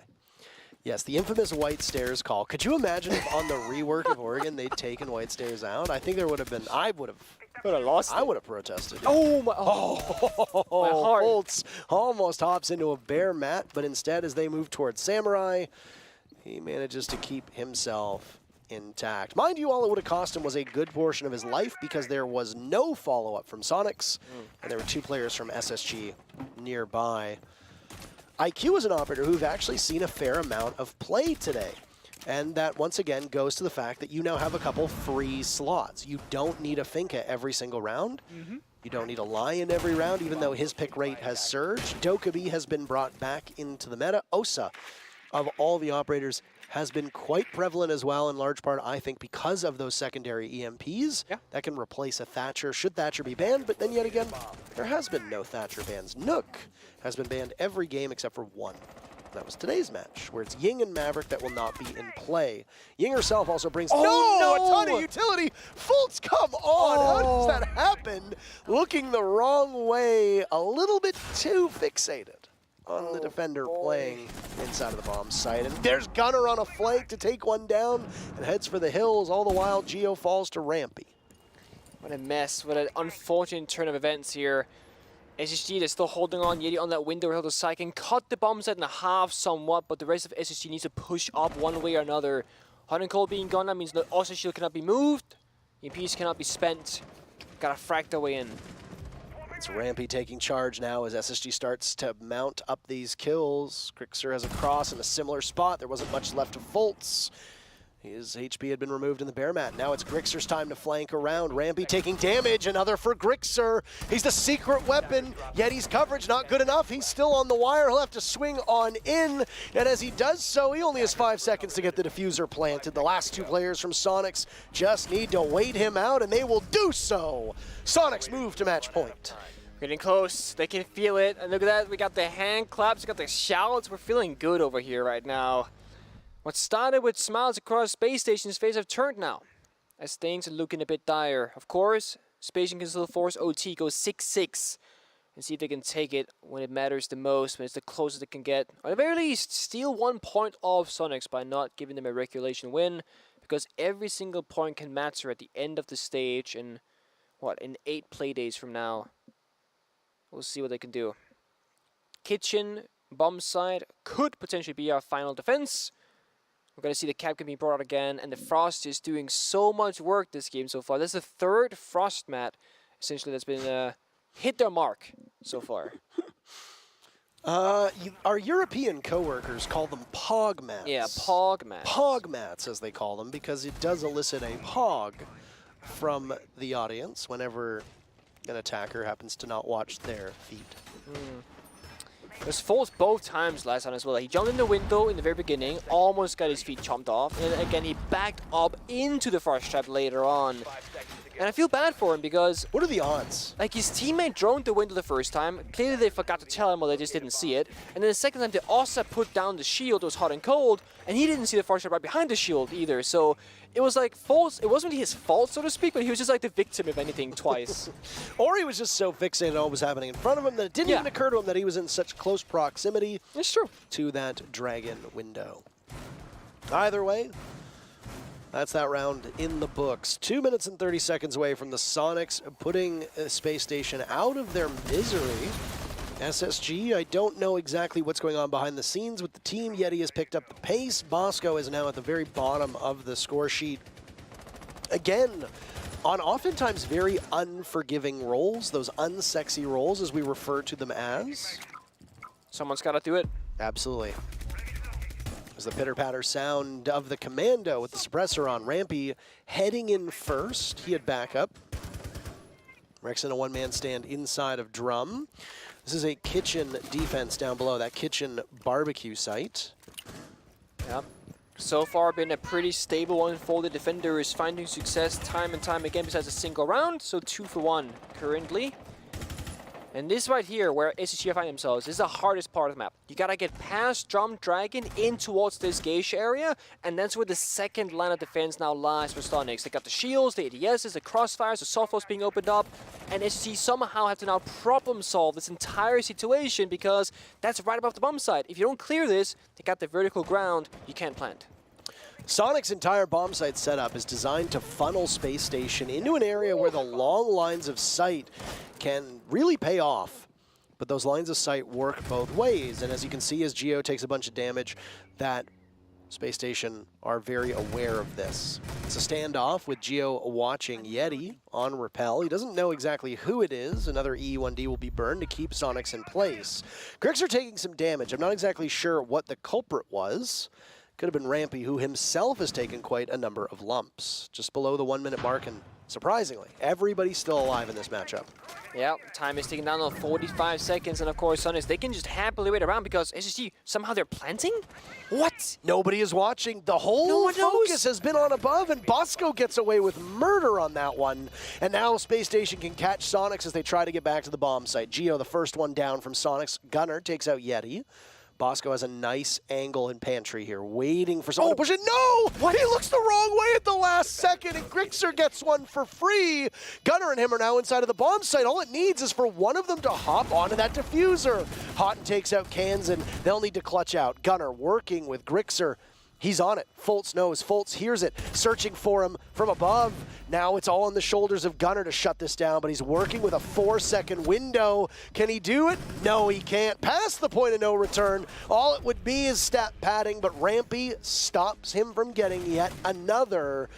Space Station still very much in this. We need all 12 rounds, and overtime could be quite likely. That it could. I mean, SSG found the perfect opening. A small gap in the defensive side from Soniqs got, abused basically by Bosco, who got down the diffuser against all the odds. And then Bosco, again, the unsexy job. He drones, he breaches, plays smokes in defense, gets the bump down, and the moment, Parker, that he looks away, the same frame essentially, somebody swings him and he dies looking the wrong way. Like, that is the worst way to go out.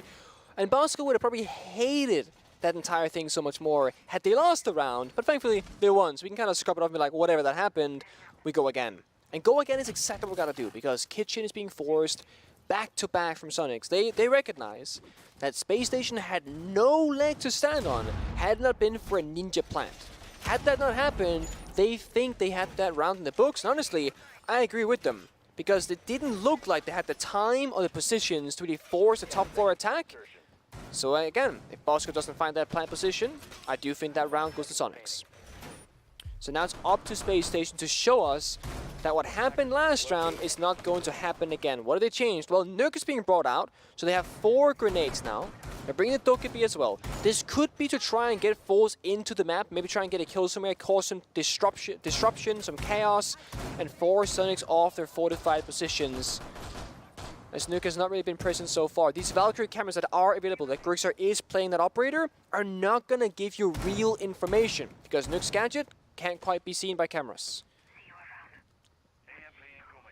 All right. First call goes out. Very first call. We see this Dokkaebi Lion combination, and look at the Nook that's in play right now. Can it kickstart something for Fultz? That's the real question. Our first look at Nook in play. Banned out in all the EUL matches, banned out in every single NAL match as well up to this point. He didn't time the gadget, so it ran out on the staircase. Default cam got checked, and now he's got spotted out. You gotta wait for it to recharge when you're near default camera to avoid that exact scenario. It happens.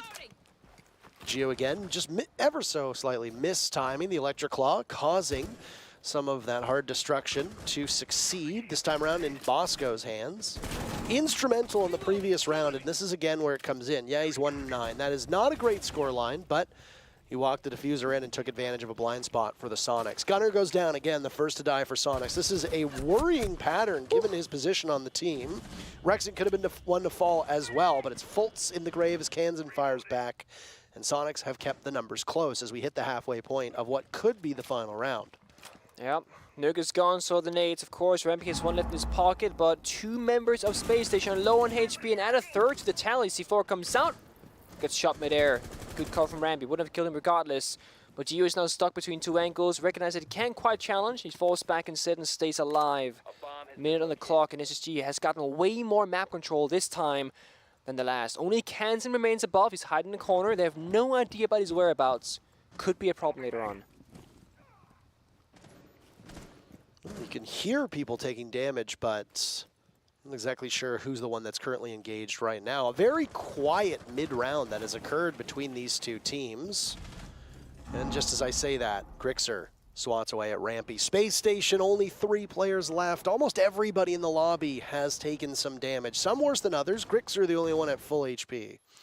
No ability on either side to bring them back should HP fall too low.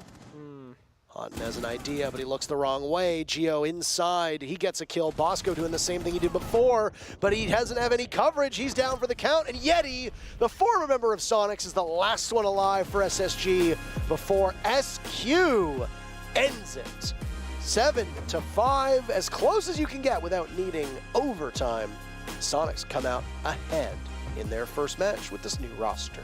I'm impressed, I will say. I expected IGL, Super Gone to cause some issues, some disruption, maybe a sloppy start to the stage. And I will say Soniqs, yeah, 7-5, but still an impressive first showing with 2 new members on the roster. Of course, I mean, it's World Champion Gio. That's not quite a new guy, but still, new to Soniqs at least. Oh, hugs all around. I know that you and I were split as to who would succeed, but I gotta say, there are very obvious things to improve on for most teams, as has been the story today and is unsurprising. The very first play day of a new stage where the meta has been shaken up. You've got brand new players on almost every single roster in the North American League. Only 3 teams kept their full roster. Everybody else tinkered in some way, shape, or form. A new meta, new players, and not just new players, but many of these players never competing at this level before. That's a lot for teams to have to deal with. And it's unsurprising, frankly, that there are teams that will commit these mistakes. At the same time, while it's very easy for us to focus on the negatives, there's also a lot of positives that I saw. Certainly. For the Soniqs, it was that the lack of super there was not the death knell that so many people thought, at least not here in game number 1. Yeah. There's more depth on Space Station with Yeti. As for a lot of the other teams, Mirage in particular was actually the team that surprised me the most today. And even though they didn't prevail, I think they're a huge step up over rosters of the past. Yeah. We have some replays ready, by the way, while you talk about your thoughts on the new teams, the new looks, and the new players from all the matches today. Sure. I mean, I was going to talk about TSM because I was not sold on their roster changes, but then Gash in particular really impressed me when they played Theme Park earlier today in their matchup. And I feel like overall, the North American League has done a really good job at integrating new and old talent at the same time. It's not all new, it's not all old, it's a mix of both. And that is the best way to go about it. You keep the experience, but you get in that new, young, hungry blood, and of course, mechanical talent. It's 8 more games for these teams to figure out their rosters, figure out operator lineups, map pools, etc. If some of them really want to try changing everything about the team from before, well, you don't have a ton of time to do it. No. Either way.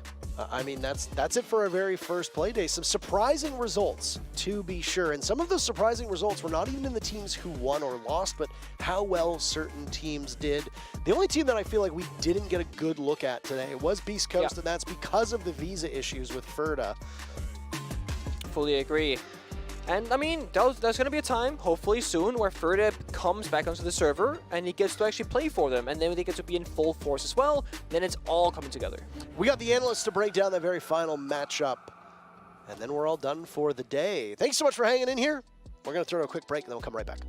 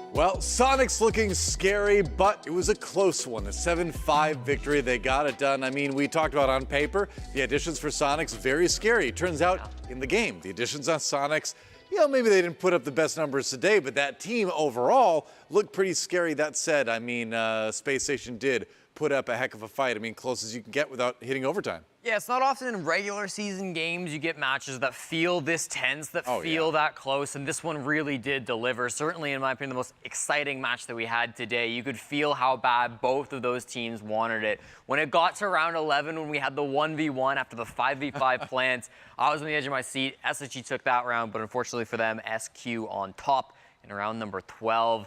It's one that SSG will be kicking themselves for down the road for sure. Absolutely. Well, I think we've got Geometrics waiting to chat with us over in Las Vegas. And Geo, congrats on the win, first of all, today. But I feel like you kind of got caught in the middle of some drama over the last few weeks here between Stage 2 and Stage 3. You come into Soniqs. Obviously, Yeti's XSET, kind of a big thing. Then you got to play against the guy in the very first match of the stage. You know, integrating with a new team. You're working with this kind of like brand new rivalry, a little bit of the drama. Like, what were you thinking coming into this one today? I definitely think there was a pressure, obviously, with the whole Yeti to SSG thing. But I mean, like I said before, for me and Gunner, it's mostly about filling in the roles and helping the team succeed. We're not, I mean, if we smash and get a lot of kills, that's great. But at the end of the day, we're just here to fill the roles. All right. Gio, it's weird seeing you in that jersey. You were on TSM for over 1,000 days. What do you have to say about just your time on your former team of TSM? You know, how do you feel about it? And what's it like moving on to a new squad after so long?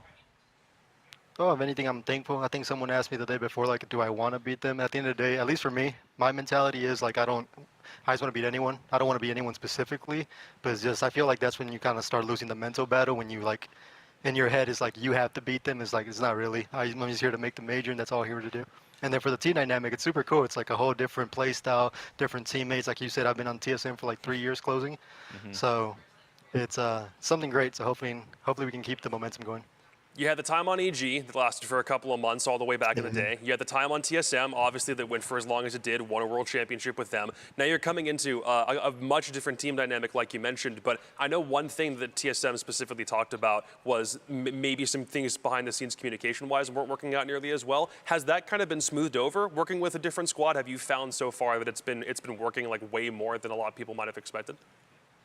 I think for that one, I mean, I don't really know what to say to that one because I don't feel like that one was the problem on TSM. But I mean, at the end of the day, it's the team is their team is whatever they decided was the problem. But I'm definitely, English isn't my first language, so it's something I definitely like have to work on. It's not like something like I try not to like I actually have to like put in like effort to like actually call stuff, not like call stuff correctly, but just it's really hard, at least for me as a bilingual speaker. So obviously it's something they figured that it was a problem, but on my team, like I said, everyone here is just kind of encouraging. We haven't really had a problem. I drone people in, and at the end of the day, it's just kind of what it is. No, I know what you mean. I feel like I know a tiny bit of what you mean. Like I lived in Korea. I had to like speak Korean for a while. I had to like try to comm in Korean in my online matches over there. And it's like you're thinking about all this stuff in the game, but you're also thinking in your head, okay, how do I convert this sentence into the other language? And it gets smooth. Obviously, your English is great, but it always takes that little bit of extra effort, like you said. So I think applaud. the adrenaline really. Yeah, the adrenaline really like hypes it up too, because like it's simple like to speak English like when you're just chilling and like playing around, but like when you're like in the game and it's a close game or just in general the game, you're like the adrenaline's pumping. And I'm over here like thinking in Spanish. I don't know what I'm saying. So I definitely don't think that it was a problem, but I'm just happy to be here. Yeah, I mean, it seems like things are working out pretty well. I mean, you got the win with Soniqs here in the first match of the series, the stage rather. So thanks for taking the time to chat with us, and looking forward to the game tomorrow. Thank you. We don't really ever get the chance to talk to Gio, so every time we get the chance for it, I'm always happy to hear what he says. Yeah, that was fun. He was a fun guy to talk to last week, and cool to see him get the win along with his new squad, Soniqs, today. It was tight, 7-5 win for Soniqs. I mean, you know, Yeti had a pretty okay day, hot and cold. kind of becoming a little bit of the 2021 hot and cold a little bit there, even though it wasn't quite enough to get them over the line. Yeah, I think it's promising for Houghton in the move specifically for SSG to see him putting up such great numbers, especially earlier on in this game. He had some really big rounds. He was 7 kills when everybody else was sitting around 2 or 3, I believe, at the first couple of rounds here. So it's nice to see Hot and Cold kind of unleashed. That's what we talked about with this move for Yeti, being able to move Hot and Cold onto a more aggressive role. That's what we saw. He was still like anchoring on defense, right? That hasn't changed too much. We are seeing Yeti take more of those kind of roaming positions alongside like Rampy or Faults, but still it's nice to see all of these changes kind of coming together for Space Station, even if they didn't get the result they wanted today.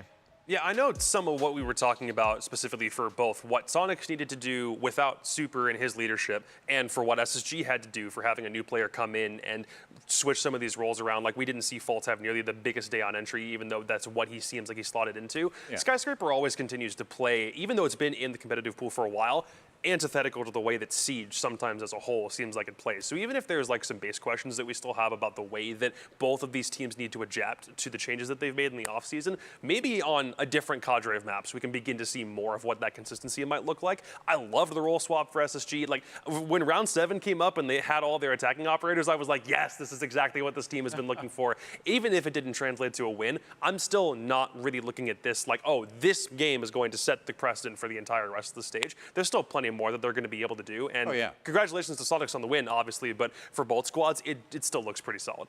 Yeah, absolutely. Again, 7-5, very close score. But we want to take a look at a couple replays here. We got one for each team, actually. The first one we're going to look at is round 6. This was a good execute for Soniqs and kind of has some interesting strategic elements to talk about. Yeah, this is actually something SSG don't like the shield in this bomb site, okay? They ran this bomb site 3 different times. They really were like relying on the mirror. They were relying on some of these area denials like the Legion or the smoke. And constantly we were seeing Soniqs bring out this double shield strategy where they got Geo and Gunner, the new blood on the Monty and the Osa.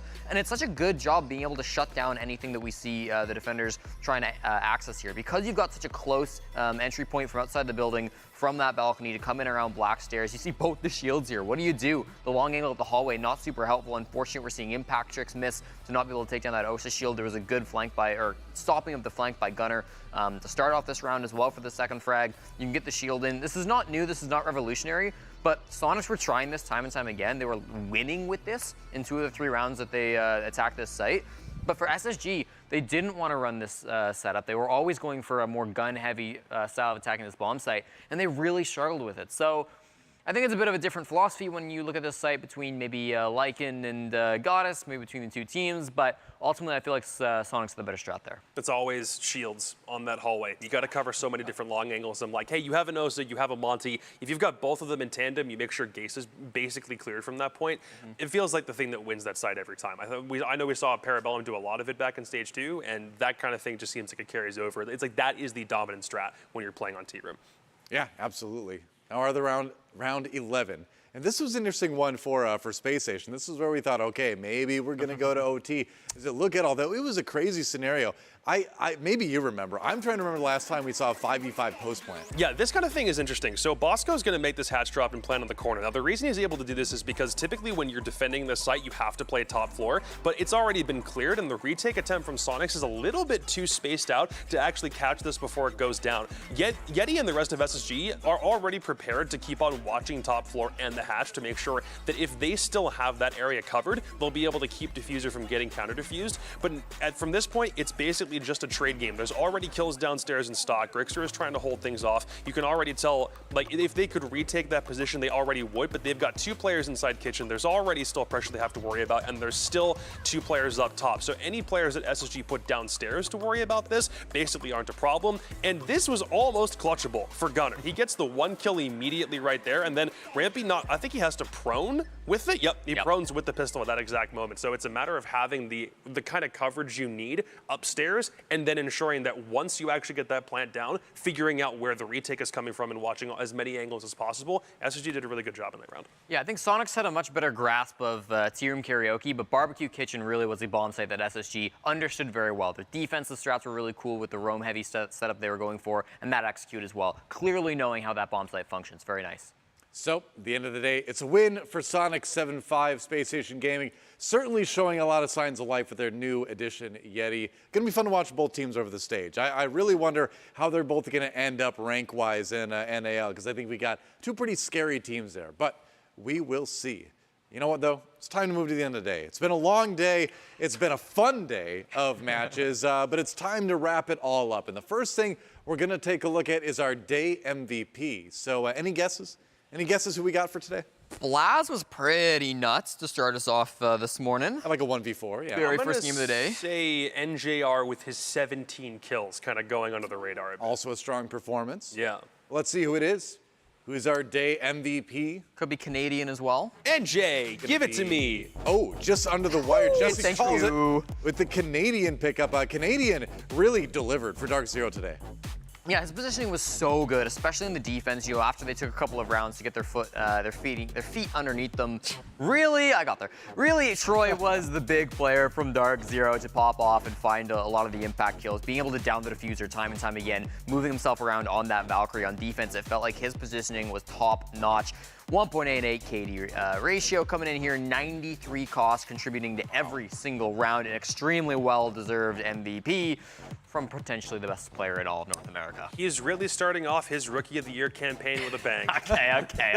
I think it's also the first time we've seen Troy get an MVP on any of these stages so far, which is really dope to see. Yeah, I don't think either stage 1 or 2 he was ever a recipient for this honor. So that's crazy. Yeah, there has to be one, but you might be right. No, I genuinely think, because we had that one time where like almost every member of Astralis got it, and then there were some stragglers. Both stage MVPs have been from OXG. Almost no one from DarkZero really gets that much love. So that well deserved today. Very interesting, very interesting. Well, let's take a look at the results of Playday number 1, see who beat who. You just saw it, but there you go. Again, the teams with the wins, XSET, TSM, Parabellum, Soniqs, and then DarkZero getting the overtime win. Astralis with that overtime loss, and then down in the 0-1 categories, SSG, Oxygen, Mirage, and Beastcoast. This is gonna change a lot, obviously. Like we said at the beginning of stage 1, it's only day 1.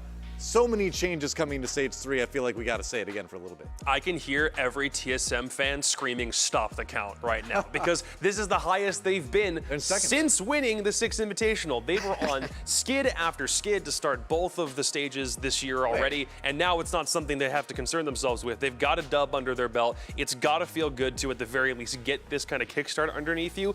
And for teams that also made 2 roster changes, added rookies to their team, Parabellum is up there, Beastcoast obviously can't play under the same circumstances, but Soniqs also made 2 roster changes. So in spite of there being some monumental shifts on some of these teams, look at how well they did on the first day. Yeah, TSM hit number 1 in stage 2 for like a minute. I think they were up there for like maybe a minute. Wait, did they win their first game and then just? Is that what it was? Maybe, I don't know. Probably. Stage 2 is super tight. You watched it. Yeah. Let's take a look at, speaking of tight, I guess. That's kind of a segue. Where we going? Take a look at, no, I was talking about predictions. Predictions. This wasn't tight. This was everywhere. To be honest. This was all over the place. Yeah, Actually, it is very tight. There's a lot of people at 40%. Twitter's beating everyone. The fans are beating everyone. That's bad. Yeah, I can lose to the coin. I do not want to lose to Reddit. We are the greatest analyst desk pair ever. Best they want. Look at that. If you guys want to show up, take over. If anyone wants to come into the studio and do their own predictions, I'll give you the address. Just DM me. Please do not give We'll have some guests later. We'll give other people an opportunity. Don't worry about that. Safety hazard. Let's take a look. Let's. So going over the day, let's wrap it all up. What stood out to you at the end of day number 1, Jesse? I think what stood out to me is that we're really seeing most of these rookies come out on top, right? We're seeing a lot of really impressive stuff from the players that we thought we might. I think particularly the new players on Parabellum had great play days to start things off. I think even the players on some of the losing teams, I thought that we still saw good days from the players being picked up by Mirage. I still think that there were, some bright spots from the other roster moves as well. Geo coming in for a big win here in this final game that we just were able to witness. So yeah, I think we're starting to get a bit of an idea of how some of these teams are lining up, but it is still very, very early. Yeah, Jacob, stage 3 in its infancy. What's your take? I'm gonna be honest. We got defiled in Berlin. We got completely wrecked. Eviscerated, vivisected. Find whatever big word I you mean, use. semi-final region. Other than NA? that, every other team got grouped, and some of them were bottom of the group that they were in. So I know that we said last stage was the most competitive stage we've ever seen, and to be fair, domestically it was. But I was also worried that we were going to get back to a point where the North American League suddenly didn't end up being good preparation for international competition. We have a lot of resetting to do because a lot of these teams have decided they have a lot of resetting to do. So because we're going to have these clashes of teams that are doing near full identity wipes on themselves, maybe, just maybe, we're going to get some of these rookies onto a major stage. And then once we do, we're going to see whether they're actually able to carry the torch for North America. So if for anything for me today, it just made the rest of the stage more exciting overall.